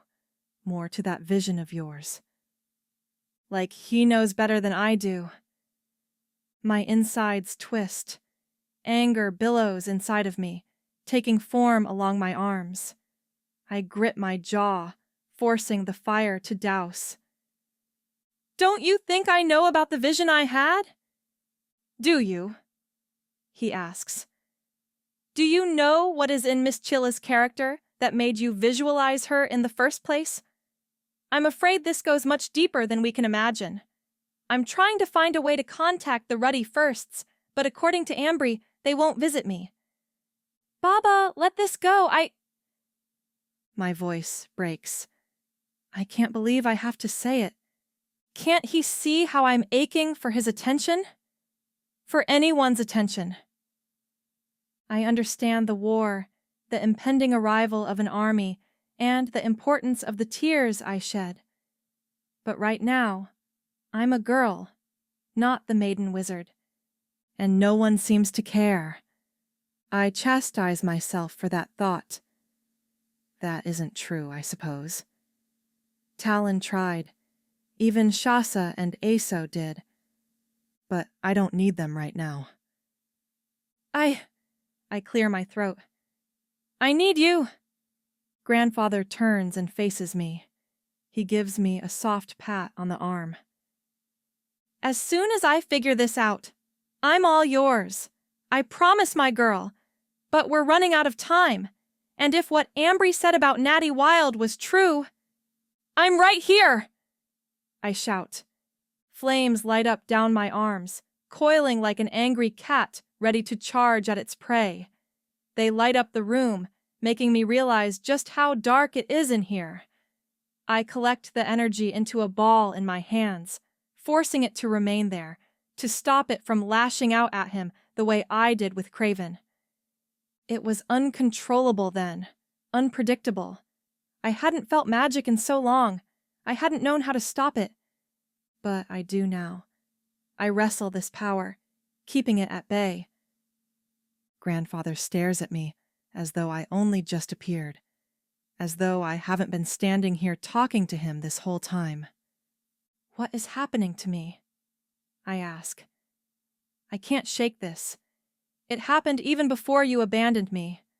But with Craven, with the things he did to me, it's getting worse. Even when I try to do good, to help, I make things worse. You saw what happened with the sirens, and now Ambry is going to help her when she should be figuring out my cards. And you... I can't form the words, the throbbing need that if only he would care, he could fix me, takes over. I need him to put me back to the girl I was before. Ambry shouldn't be doing this, Baba, and you know it. Oh, Joe, I'm sorry. He hobbles over, pulling me to his chest despite the flames. They fade at his touch like he somehow knows how to keep them down. He probably does. I've cried a few times before. The tears came unbidden, taking over everything because I felt everything in that moment. This is so opposite from that everything. It's so nothing, it hurts. This hug doesn't make me feel better. I wait for something to sink in, to nullify this empty plummeting in my chest, but Grandfather's distracted presence only makes it worse. I push him away. He holds tighter. Joe! His arms don't let up. They quiver as they hold me, a result of his age, no doubt, but they're warm and encompassing, nonetheless. Slowly, I give in. I melt, a cube of wax reacting to the ever-present wick, and the flame tearing it down. This anger you feel is normal for someone who has survived what you have. But you can beat it. You must find a way, Jomani. The pain of it all adds up. The mysterious letter he received, calling him away from me. Baba left her without an explanation, and the next day I was taken by Craven, stabbed with his claw, subjugated to his will. I was threatened for not seeing, practically starved. Months turned to years, hidden away from the rest of the world. I was ignored, misused, beaten for speaking out of turn. The loneliness wells within me, tearing at my eyes and the back of my throat. Grandfather's head presses against my hair. "I'm so sorry," he says. His words drip down me like raindrops, leaking their way into my soul. They sift through, touching those unseen wounds, soothing me like a balm. His presence, his attention, his affection, they all combine. One by one, the loosened parts of me edge closer together, closer to healing. I'm not sure how long he holds me for. His hands rub my back, pat my hair, and I cling to him, soaking him in. Eventually, he pulls away.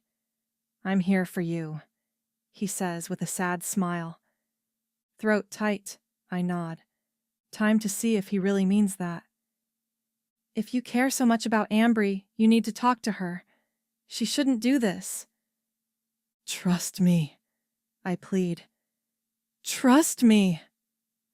He presses his lips together. Uncertainty flashes across his eyes. "Maybe you should be the one to say it."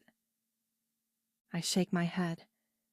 I remember how adamant Ambry was during our meeting. She's overbearing, and she's got it in her head that this is the best course of action. She didn't listen to me then. I don't think she will now. "I've tried. She won't listen, but she might listen to you."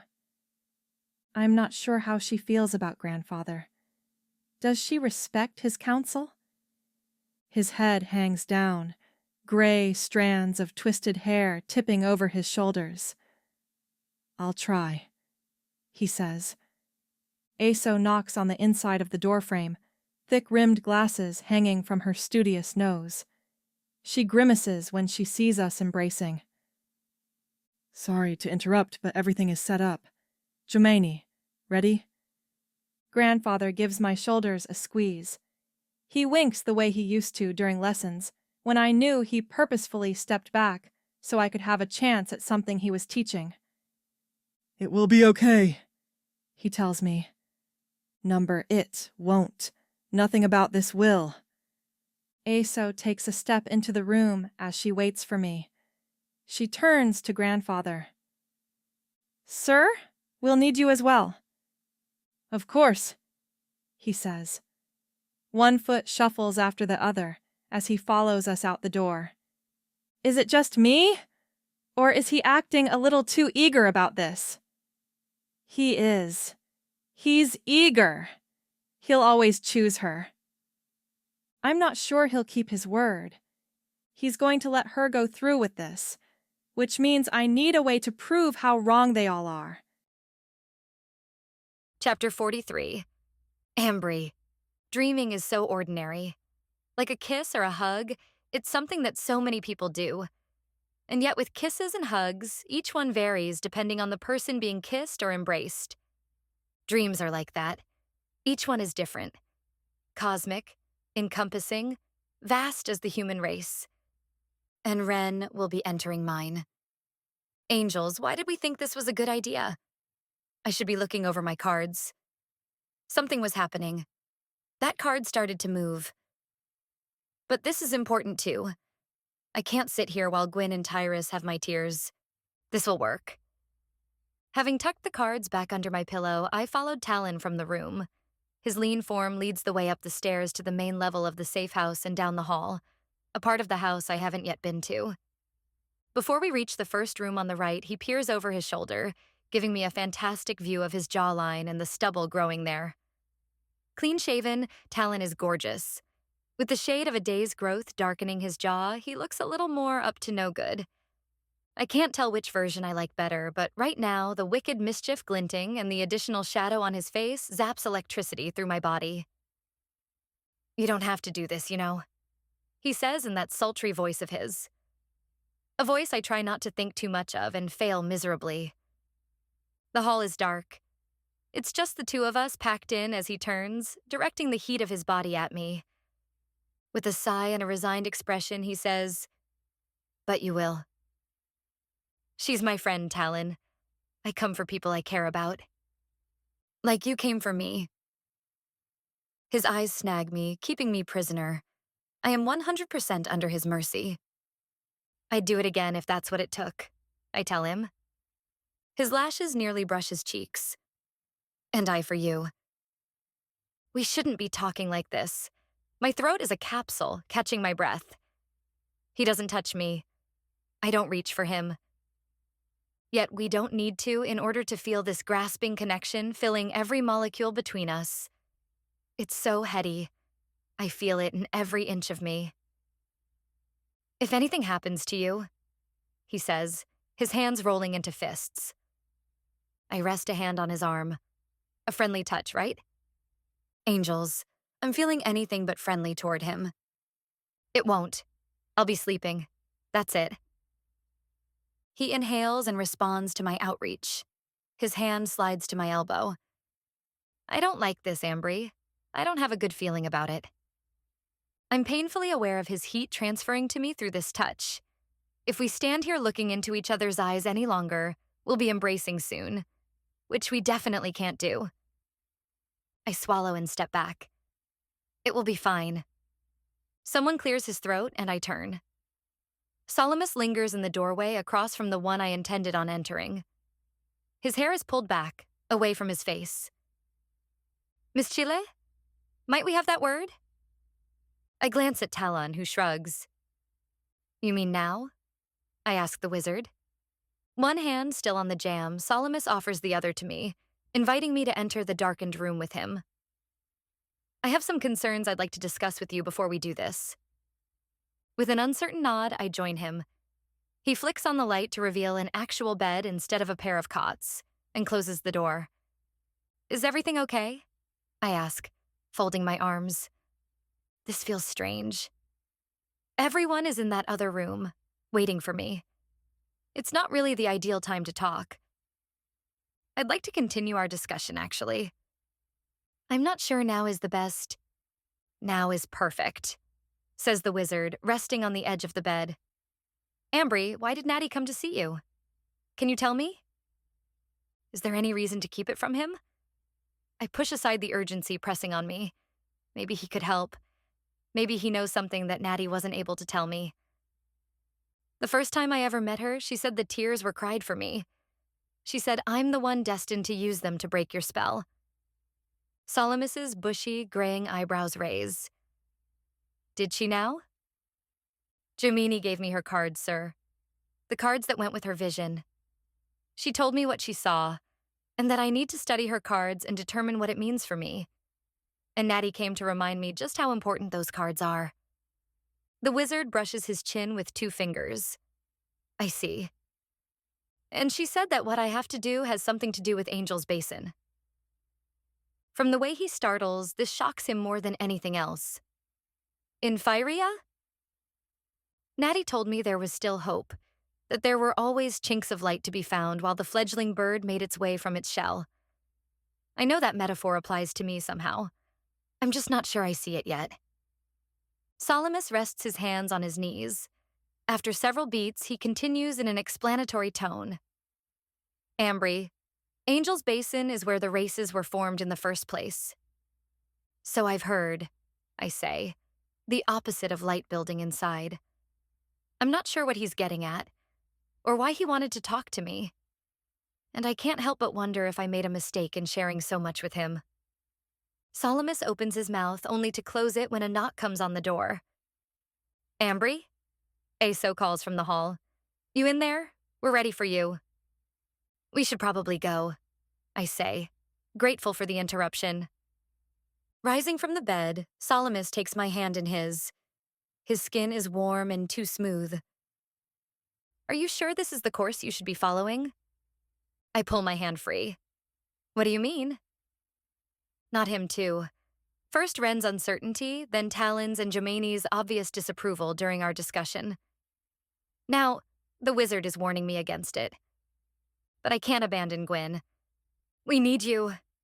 The tears chime, adding their reminder.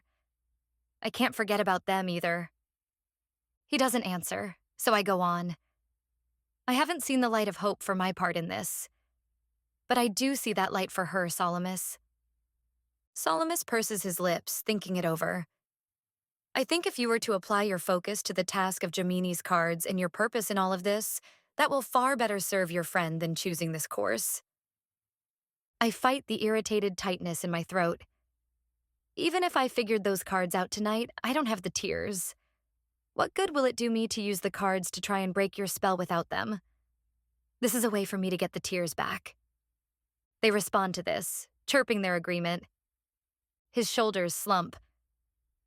I suppose I can't argue with that, but I have something else I've discovered that I think may help you, Miss Sheila. It pertains to that book I've been studying. You see, I've been trying to find answers about why you... The knock on the door comes once more. Ambry, Aso calls, now or never. Solomus blinks up at me through reticent, fathomless eyes.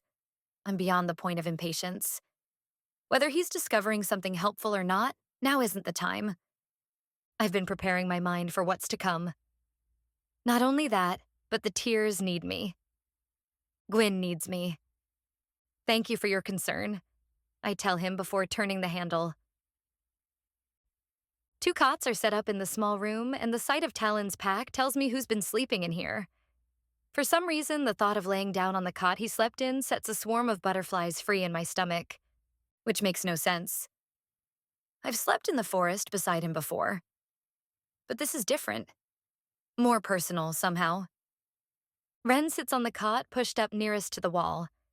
Another cot rests beside it, along with an actual bed where Jomani and Aso sit and speak in muted conversation. Aso holds a small beaker in her lap, offering it to Jomani. She pours it into a smaller glass, leaving the remainder in the beaker. Revweed, I hear her explain to the maiden wizard. She pours red liquid from the beaker into a smaller glass and sets it beside a glass jar where an exotic pink flower floats in water like a fish. Extracted from the red spider lily and blended with quixotamine. She pauses, her lips puckering out in an O, while she squeezes drops of a yellow substance into the red liquid. To create the dreamlike stimulant, I also inject streams of powdered magic taken from my bloodstream to trigger the structural properties. You powder your own blood? Talon asks. How is that even possible? Aso breaks from her instruction to blink at Talon. Works of genius all require some kind of sacrifice, she says, crinkling her nose. I have a store on hand. Powdered magical blood. In this moment, I realize I've never fully considered just what kind of effort they put into creating these drugs. No wonder they charge so much for their wares. Anything we need to know before we do this? I ask, lowering myself to the cot across from Ren. Aso scoops out the spider lily blossom, with its thin, curling spines that spoke out along the edge of a cluster of vivid pink buds, and brushes it beneath her nose. She inhales and sighs. Plum, raspberry, and grapefruit. It's the blend, she says. It's how you can tell it's the Rev. She offers it to me. I bow my head low enough to inhale. Hints of lemon, plum, and the bitter tang of grapefruit greet my nose. A memory trickles forward along with them of the night I inhaled something similar in the residual smoke from this very plant. Revaweed will draw you in, Aso says in a seductive tone, and plunge you back into your wildest and most vivid dreams. One inhale and its compound seeps into your brainstem, awakening the dream world our minds only have access to during sleep. One puff is enough to rouse even the briefest stint of emotion. It will make you... We aren't going to buy any from you, Ren says, cutting her off with a smile. We know what it does. What are the adverse effects? Something you probably should have asked before now, Talon grumbles. He hasn't stopped pacing in the small space between the bed and the fireplace since Aso began speaking. Insomnia, says Aso, shaking off Ren's teasing. Nausea, dry mouth, euphoria. Some even experience memory loss momentarily until the drug is finally out of their system. But we can use it to enter someone else's mind, Ren clarifies. Jomani glances at her grandfather and lifts her chin. We'll find out, the maiden wizard says with an edge. Her hands ball in her lap where she sits on the bed, her knuckles whitening. I know she's upset that we're doing this, but it means a lot that she's helping anyway. Aiso continues. I combined it with a plant that induces sleep and taps into the feedback circuit of your brain that controls sleep and dreaming. The drug will link your brain into the dream world and connect your mind to Ambry's. This will be quite a strain on her mind, but I think it will work. You'll find out your sister's deepest fears and hopes and communicate with the very core of who she is. The core of who she is, Ren says, raising his brow. Only then will we know whether your presence in her mind will make any kind of difference, aside from just being a regular dream she will be waking from. You sure you still want to do this?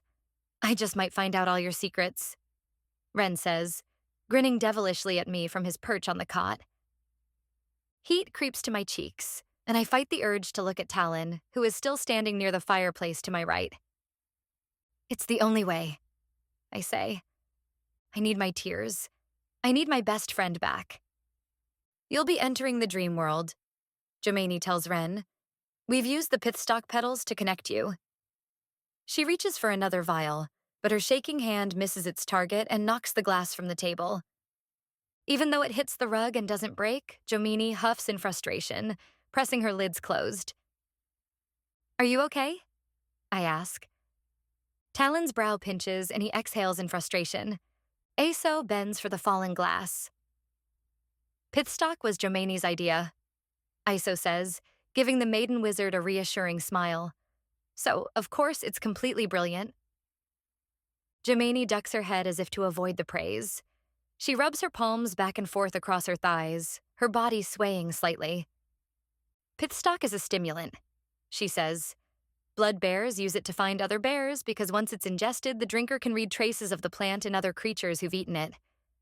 With our added magic, it will connect your minds. Once you drink this, it will guide you to Ambry's dream. And that's how we'll find Gwyn's?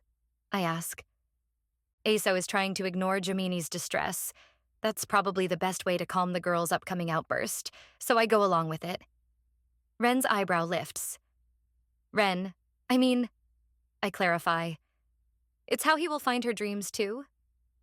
Presumably, says Aiso, giving Jomani another smile. We'll know after tonight. Despair latches on for the ride. If that's the case, we'll never be close enough to administer anything like this to Gwyn while she's sleeping. But how? Ren asks. The group of us glances at one another. I could do it, Jomani says, stilling her repetitive motions. I can transy there. Grandfather taught me how. Salamis straightens near the door. We can figure all of that out later, can't we? He says. Jomani's face drops. The agitated motions she's been making all evening multiply. She rubs her thighs harder, rocks back and forth faster. Jomani? I ask. You shouldn't be doing this, she says. She lifts her eyes to mine, to her grandfather's, to Aiso's. I tried to tell him. He was supposed to tell you. Don't do this. Jomani, we talked about this. You shouldn't do it, she screeches, rising to her feet. Salamis gives her a consoling smile, a smile trying too hard to mask the concern in his eyes. He takes a step toward her, walking between my cot and Ren's. I did talk to her, he says. But this is her decision. And she's right. If this is the way to get the tears back, then it's worth a try. I know how you feel, I add, wanting to comfort her, to help her understand. I'm scared too, but I'm sorry, Joe. I have to do this. Jomani dips her head and backs away to stand in the corner. Her foot brushes the hemline of the red curtains that drape to the floor. Chewing her lip, she stares at a single spot on the carpet. I hate this hesitation. This doubt at her words. Has she seen something else? What can possibly have her be this agitated? Transy, I ask with a breath, going back to Jomani's suggestion that she use it to get to Gwyn. The wizard created a doorway out of a window. Then later, he did so again from nothing but that window's broken glass. Is that what she's talking about? That's probably what sparked this outburst in her. None of us listened to her suggestion, and from the way she overreacted down in the basement, she probably went straight to a conclusion without thinking. I wish I could pull her aside to find out what's really bothering her. but there isn't time. We're doing this. For now, Iso says, pushing her glasses up. Ren and Ambry will practice so when the time comes, Germani and I can go and drug Gwyn with the reveweed and pitstock as well. Your subconscious mind should be able to find her too. Okay, Ren says in an absolute kind of way. His eyes stray to the set of plants and bottles on the table and then to the corner where Germani stands. Germani gives him a smile that doesn't reach her eyes. Joe, he says. Again, she dips her chin to her chest, and when she doesn't argue the point a second time, the group of us exchanges looks. Okay then, I say. Where do you want me? Lay down right where you are. Aso pats the pillow on my cot. I lift my feet and lie back, staring up at the ceiling and the yellow light fixture blaring down at me. Ren lays down at the same time, his cot creaking as he does so. You won't be smoking it this time, says Aso as she dumps powder into the glass. She reaches for another vial before Germani gets the chance to knock it from the table as well. Magic from her hand jolts into the cup and a memory rings through. My classmates learned how to do similar things in chemistry while I was unable to do the same without magical help. Here. Iso hands me a small shot glass filled with the bright red liquid. This is it? I ask, ignoring the concern on Homani's face. It's nothing. It's okay. I mix the drug in with a tonic. It'll settle you into a nice, deep sleep so your brother can climb in there and meddle around. It will be okay. This will work. Okay. The door opens and Talon slides in, closing it behind him. His stern face is gruff and set. With my nerves tighter than live wires, I didn't realize he stepped out. I've had to increase the regular dosage, says Iso. Most people smoke it, but you two will be ingesting it and entering the dream world fully. I've doubled the dosage. Are you sure that's safe? Talon asks. Iso shrugs, and Germani trudges forward a single step, her arms crossed over her body. It will probably increase the side effects at most, she says. The pressure on her mind will be enough that she could lose memories or brain function shortly after, but it won't be lethal. Lose brain function? Talon's voice mirrors my sudden skepticism. Ambry, don't do this. All of my reasons pour in. Good and bad, right and wrong. But there's no time to consider them. It will be okay, Talon. We have to help Gwyn, to get the tears back. I don't care about her, he says in a rage, driving hands through his hair. I refuse to take my eyes from him. I do, I say. And I go after the people I care for. My tone is incontestable. Talon glowers. His chest heaves. Pleading, worry, and frustration all blaze across his face, but he says nothing more. Aso places a hand on his arm. He jerks, surprised at her touch. Maybe you should leave, she says gently. Talon glances in shock at the wizard sitting on the bed by the fireplace, at Iso, Ren, and finally me. I'm not going anywhere, he says. Not until I know you're safe. His words launch the butterflies in my stomach all over again. They flurry in there like a whole flock of birds. We saw how well it worked to storm the Triad, Talon, I say, reeling from the intensity in his gaze.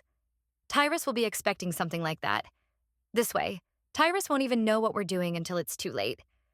Until Gwyn wakes, turns her back on him, and joins us. And how do we know we can trust her if she does? Talon asks. We'll cross that bridge when we get to it, I guess, I say. He steps to the cot, his face bent in my direction.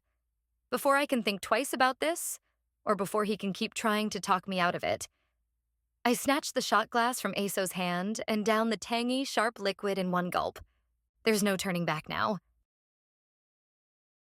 Chapter 44? Talon. It takes only seconds for her body to go limp. Ambry slumps back so fast, I'm barely able to catch her. She tumbles into my arms, spreading the scent of lavender over me. I'm not used to her like this. Like everything else, this scent is borrowed. The soap provided for her at the safe house.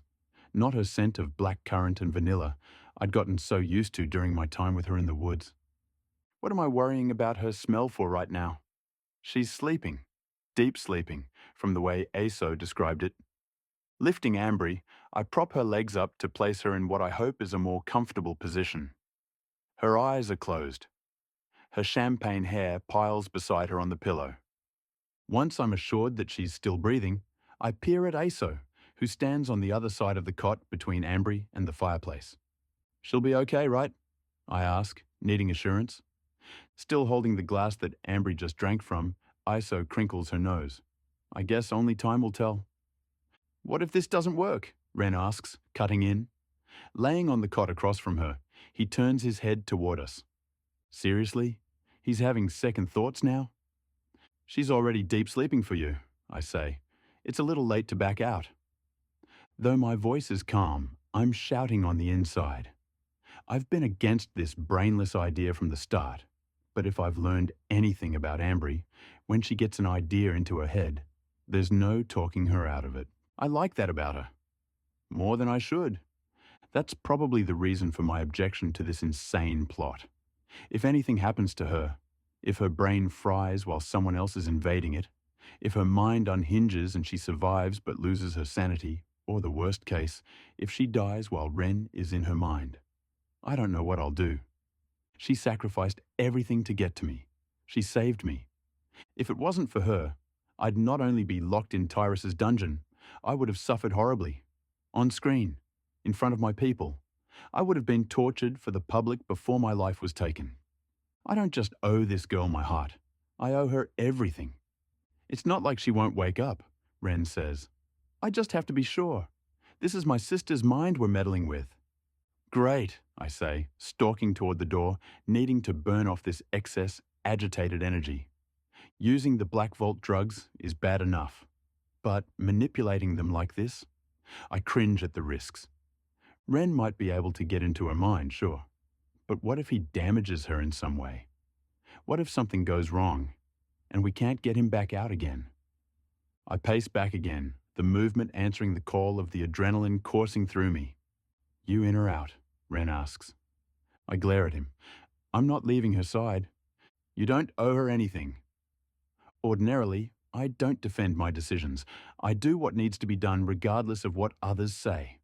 But this is Ambry's brother, and he's been giving me distrustful looks since we got to the safe house after the fight at Matrine. I've seen him with Shasa.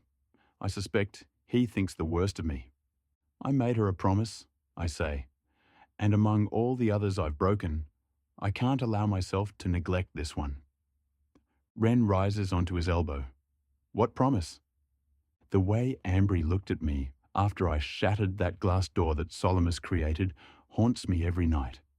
I thought she understood the truth about her brother. I was sure she knew his magic may have been taken. But that look, that utter disgust and sheer disappointment in me, I swore I'd never be the cause for her to look that way ever again. "She knows," I say, glancing down at her. "And that's enough." "Fair enough," Ren says. He fidgets and lays his head back onto his pillow. "Is there anything I should know now, before it's too late?" "Such as..." Iso holds a second vial in her hand. "I don't know. Will anything I do permanently hurt her mind or something? And that would be a bad thing?" This time, it's not Aso's sweet, high-pitched voice. I barrel toward Shasa in the doorway as the old wizard shuffles in behind her. She wears a blue shirt and dark pants, and her curls tuft out away from her derisive but lovely face. "What are you doing here?" I demand, hating her pouty full lips, hating the bracelet on her wrist that matches the one I retrieved from my pack, all save for our lifeblood inside. That bracelet binds Shasa to me. She's my kinswoman, my betrothed. My honor speaks first, of obligation, of times I loathed her, of times I've enjoyed Shasa's friendship. Unfortunately, the latter instances are far fewer than the former. How can I feel so many mixed things about a single person all at once? Regardless, I can't have her here right now. I'm worrying enough about the turnout of this experiment without her breathing down my neck. I meant what I told Ambry in the hallway. I don't feel right about this. "Get out," I tell Shasa. "I was just..." Germaine was upset a minute ago and I grip her elbow and frog march her to the hallway. Ambry is sleeping, dreaming for all we know. We can't afford any distractions while Ren attempts this. While Shasa has many talents, one thing she's very good at is being a distraction. Talon Haraway, don't you dare close that door on me. I slam it behind me. I'll pay for that later. I have so much to answer for later, and here I am in the same mess. If only Shasa would just leave. Except even then, her departure still won't free me from what I know awaits once my people come, once I return home. Bridar seemed so disappointed, so disgusted with me. I had to tell him the truth of what happened when I was taken. I know they'll give me a trial at the very least. I have to believe that despite my failings, there's still hope. I lock the door behind me to find Iso and the wizard surrounding Ren at his cot, coaching him, talking him through what's to come. Germaine is so quiet, I hardly notice that she's in here. Her shoulders rise and fall far too quickly. I wait for her to glance my way so I can give her a wave, but she hasn't taken her eyes from the same spot on the carpet for several ticks now. What's bothering her? Is it the same thing troubling me?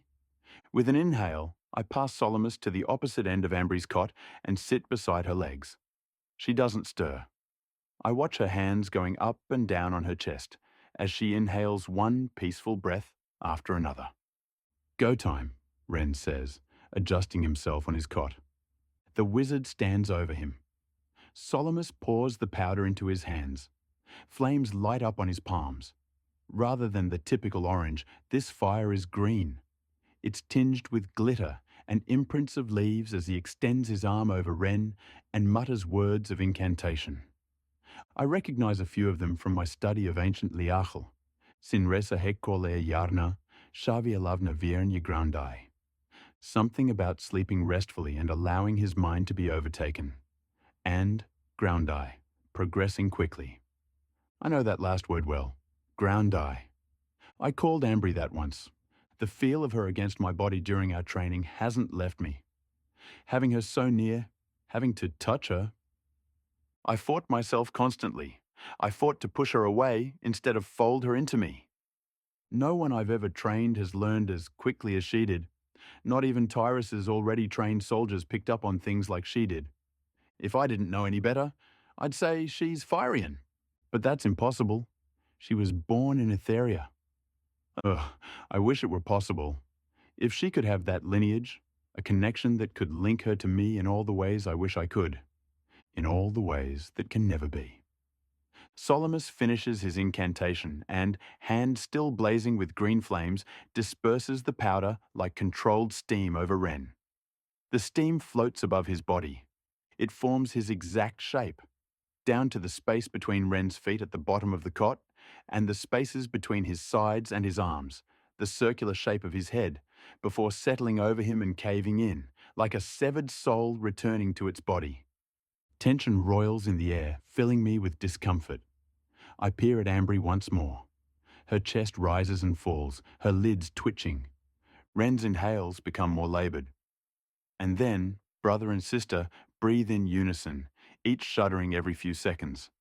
Germaine watches too.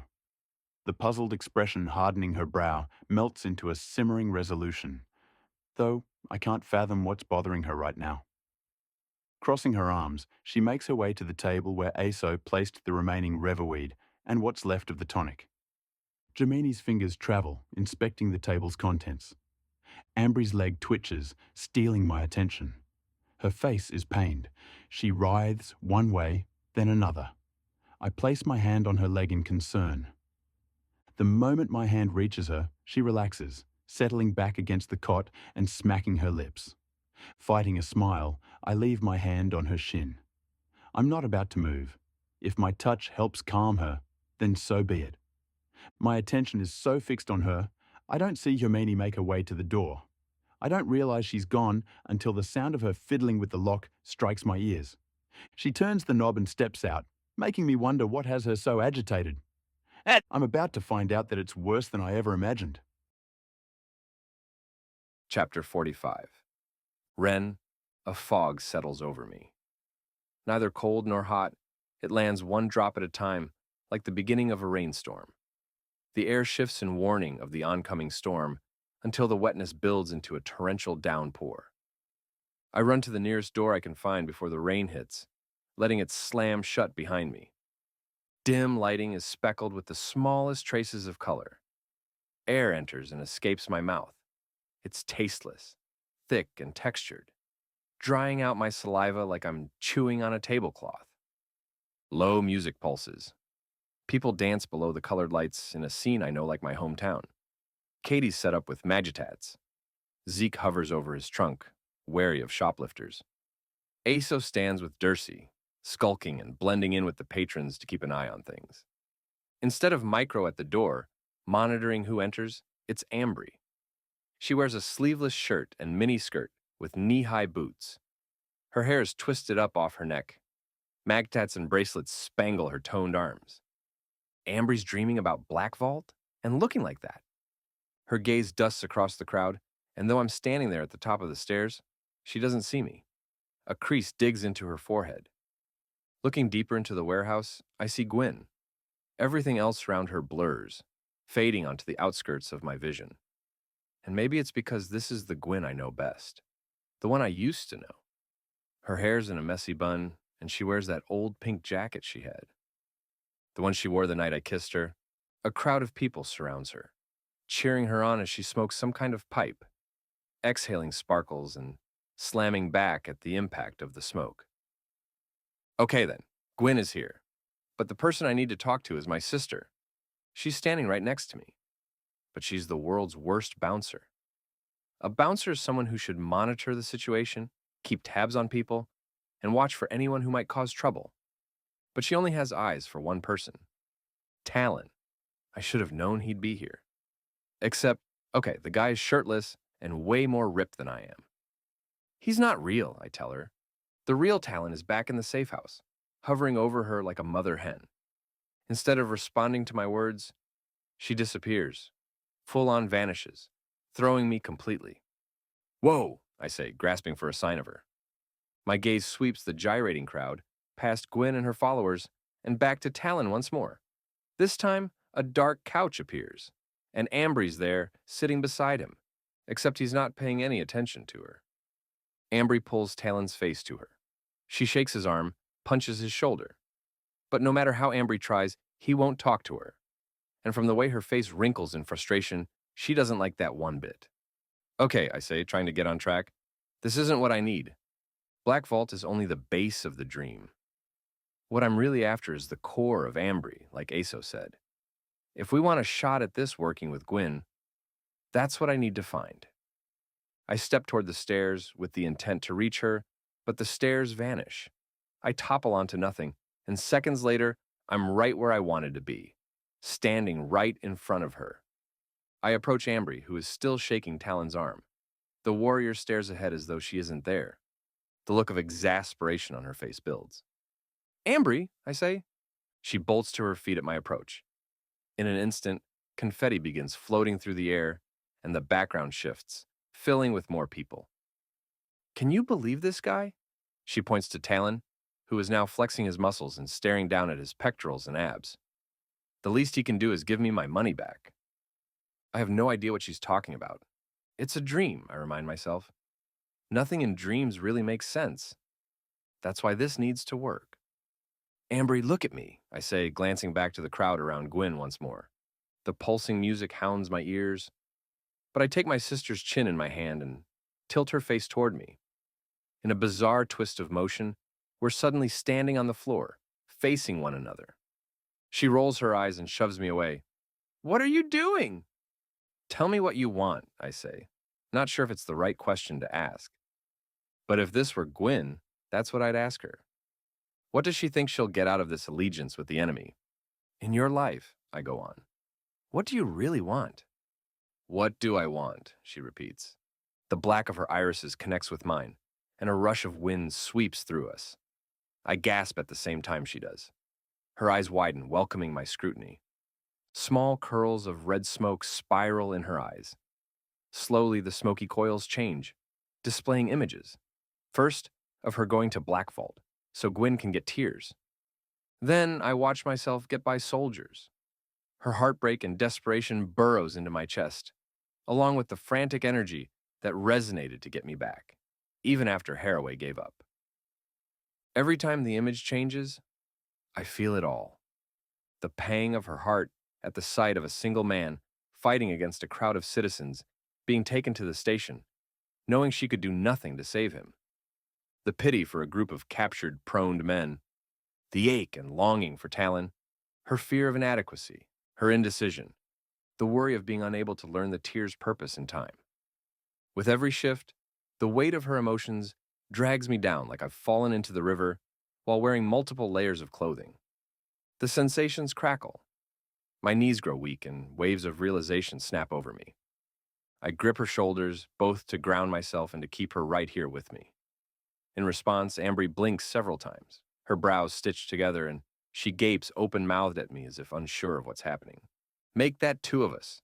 It's like the more we stare at one another, the more connection strings between us.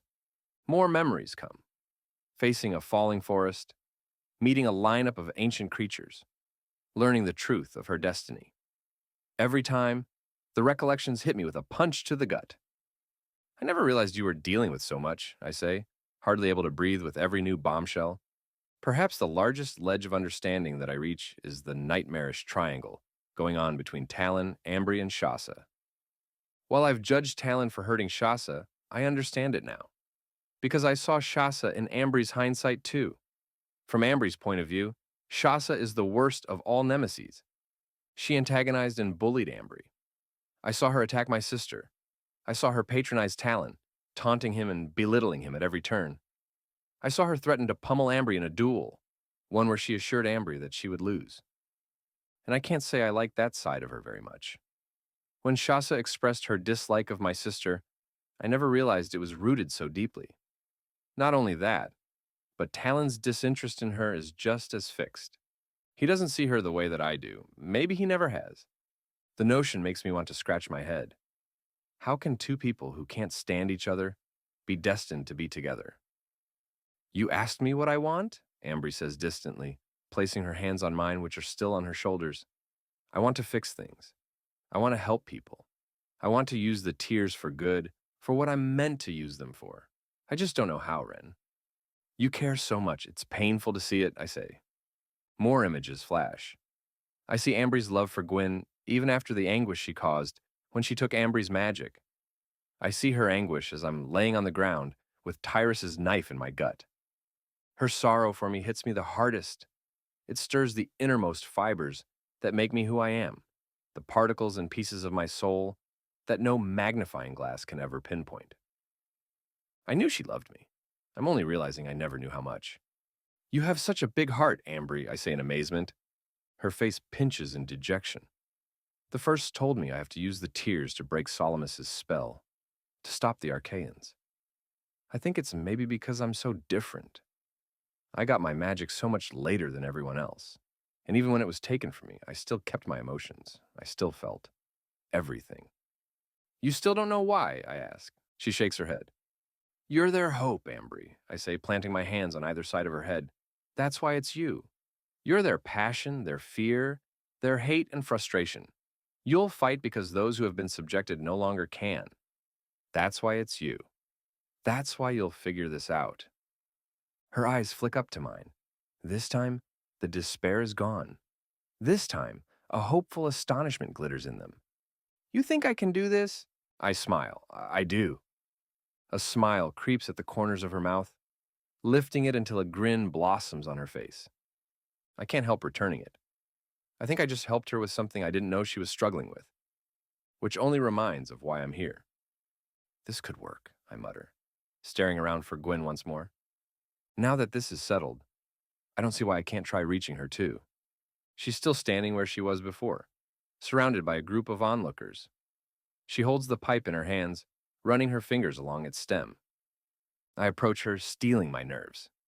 Dream Gwyn looks like she used to, more youthful, lighthearted, and innocent. The tapered, celery green eyes, the face that once made everything else around me dissolve every time I looked at it.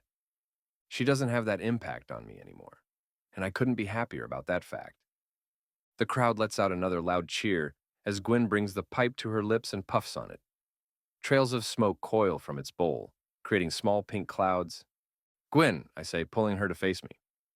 At the exact moment she turns, she exhales a puff of revweed right into my face. I gasp, choking on the drug. It's concentrated and potent, teeming with traces of basil nut's tangy scent. The particles inject themselves into the corners of my mind, tearing my ability to remain upright. My arms whip forward as something hooks me from behind. I'm jerked away, pulled from this room, whisked across a far distance, and yet nowhere at all. In seconds, I land, hard. My hip strikes the ground. My face smashes against something clear, like a hazy pane of glass. Frantically, my hands reach for something, anything. But I have no grounding. Nothing holds me in place, not as the glass itself shifts. The room is turning, uprighting me. I'm disoriented. I wander, pounding, searching for an exit. Each way I turn, I'm trapped. "Ambry, where have you sent me?" "Ambry?" I call out. No one answers. I pace, and pace, and pace. I pace the room as the sun sets. I pace as the sun rises. I pace as hunger begins filling my belly, as my hair slowly grows, as scruff prickles my chin and bunches out in a beard. I pace as age settles in on my bones, whittling me down, and still there's no exit to wherever she's taken me. I reach for the changing furniture, now a chair, now an end table. Heaving the chair into my arms, I thrust it to break the glass, but the chair only bounces off, knocking into me instead. It's no use. Wherever this is, I'm stuck here, and I have no idea how to get out. Hey everybody, sorry to interrupt. This is Cortney Pearson, and I just wanted to let you know I did have to cut this book into 2 separate videos because it is so long. This is the longest book in the series. In any case, you can continue on with part 2 right here on my channel. The link to find it should be up in the video that you're watching, or it's in the description of this video so that you can find out what happens next. So, thanks so much. Sorry to inconvenience you. Hope you can find that okay.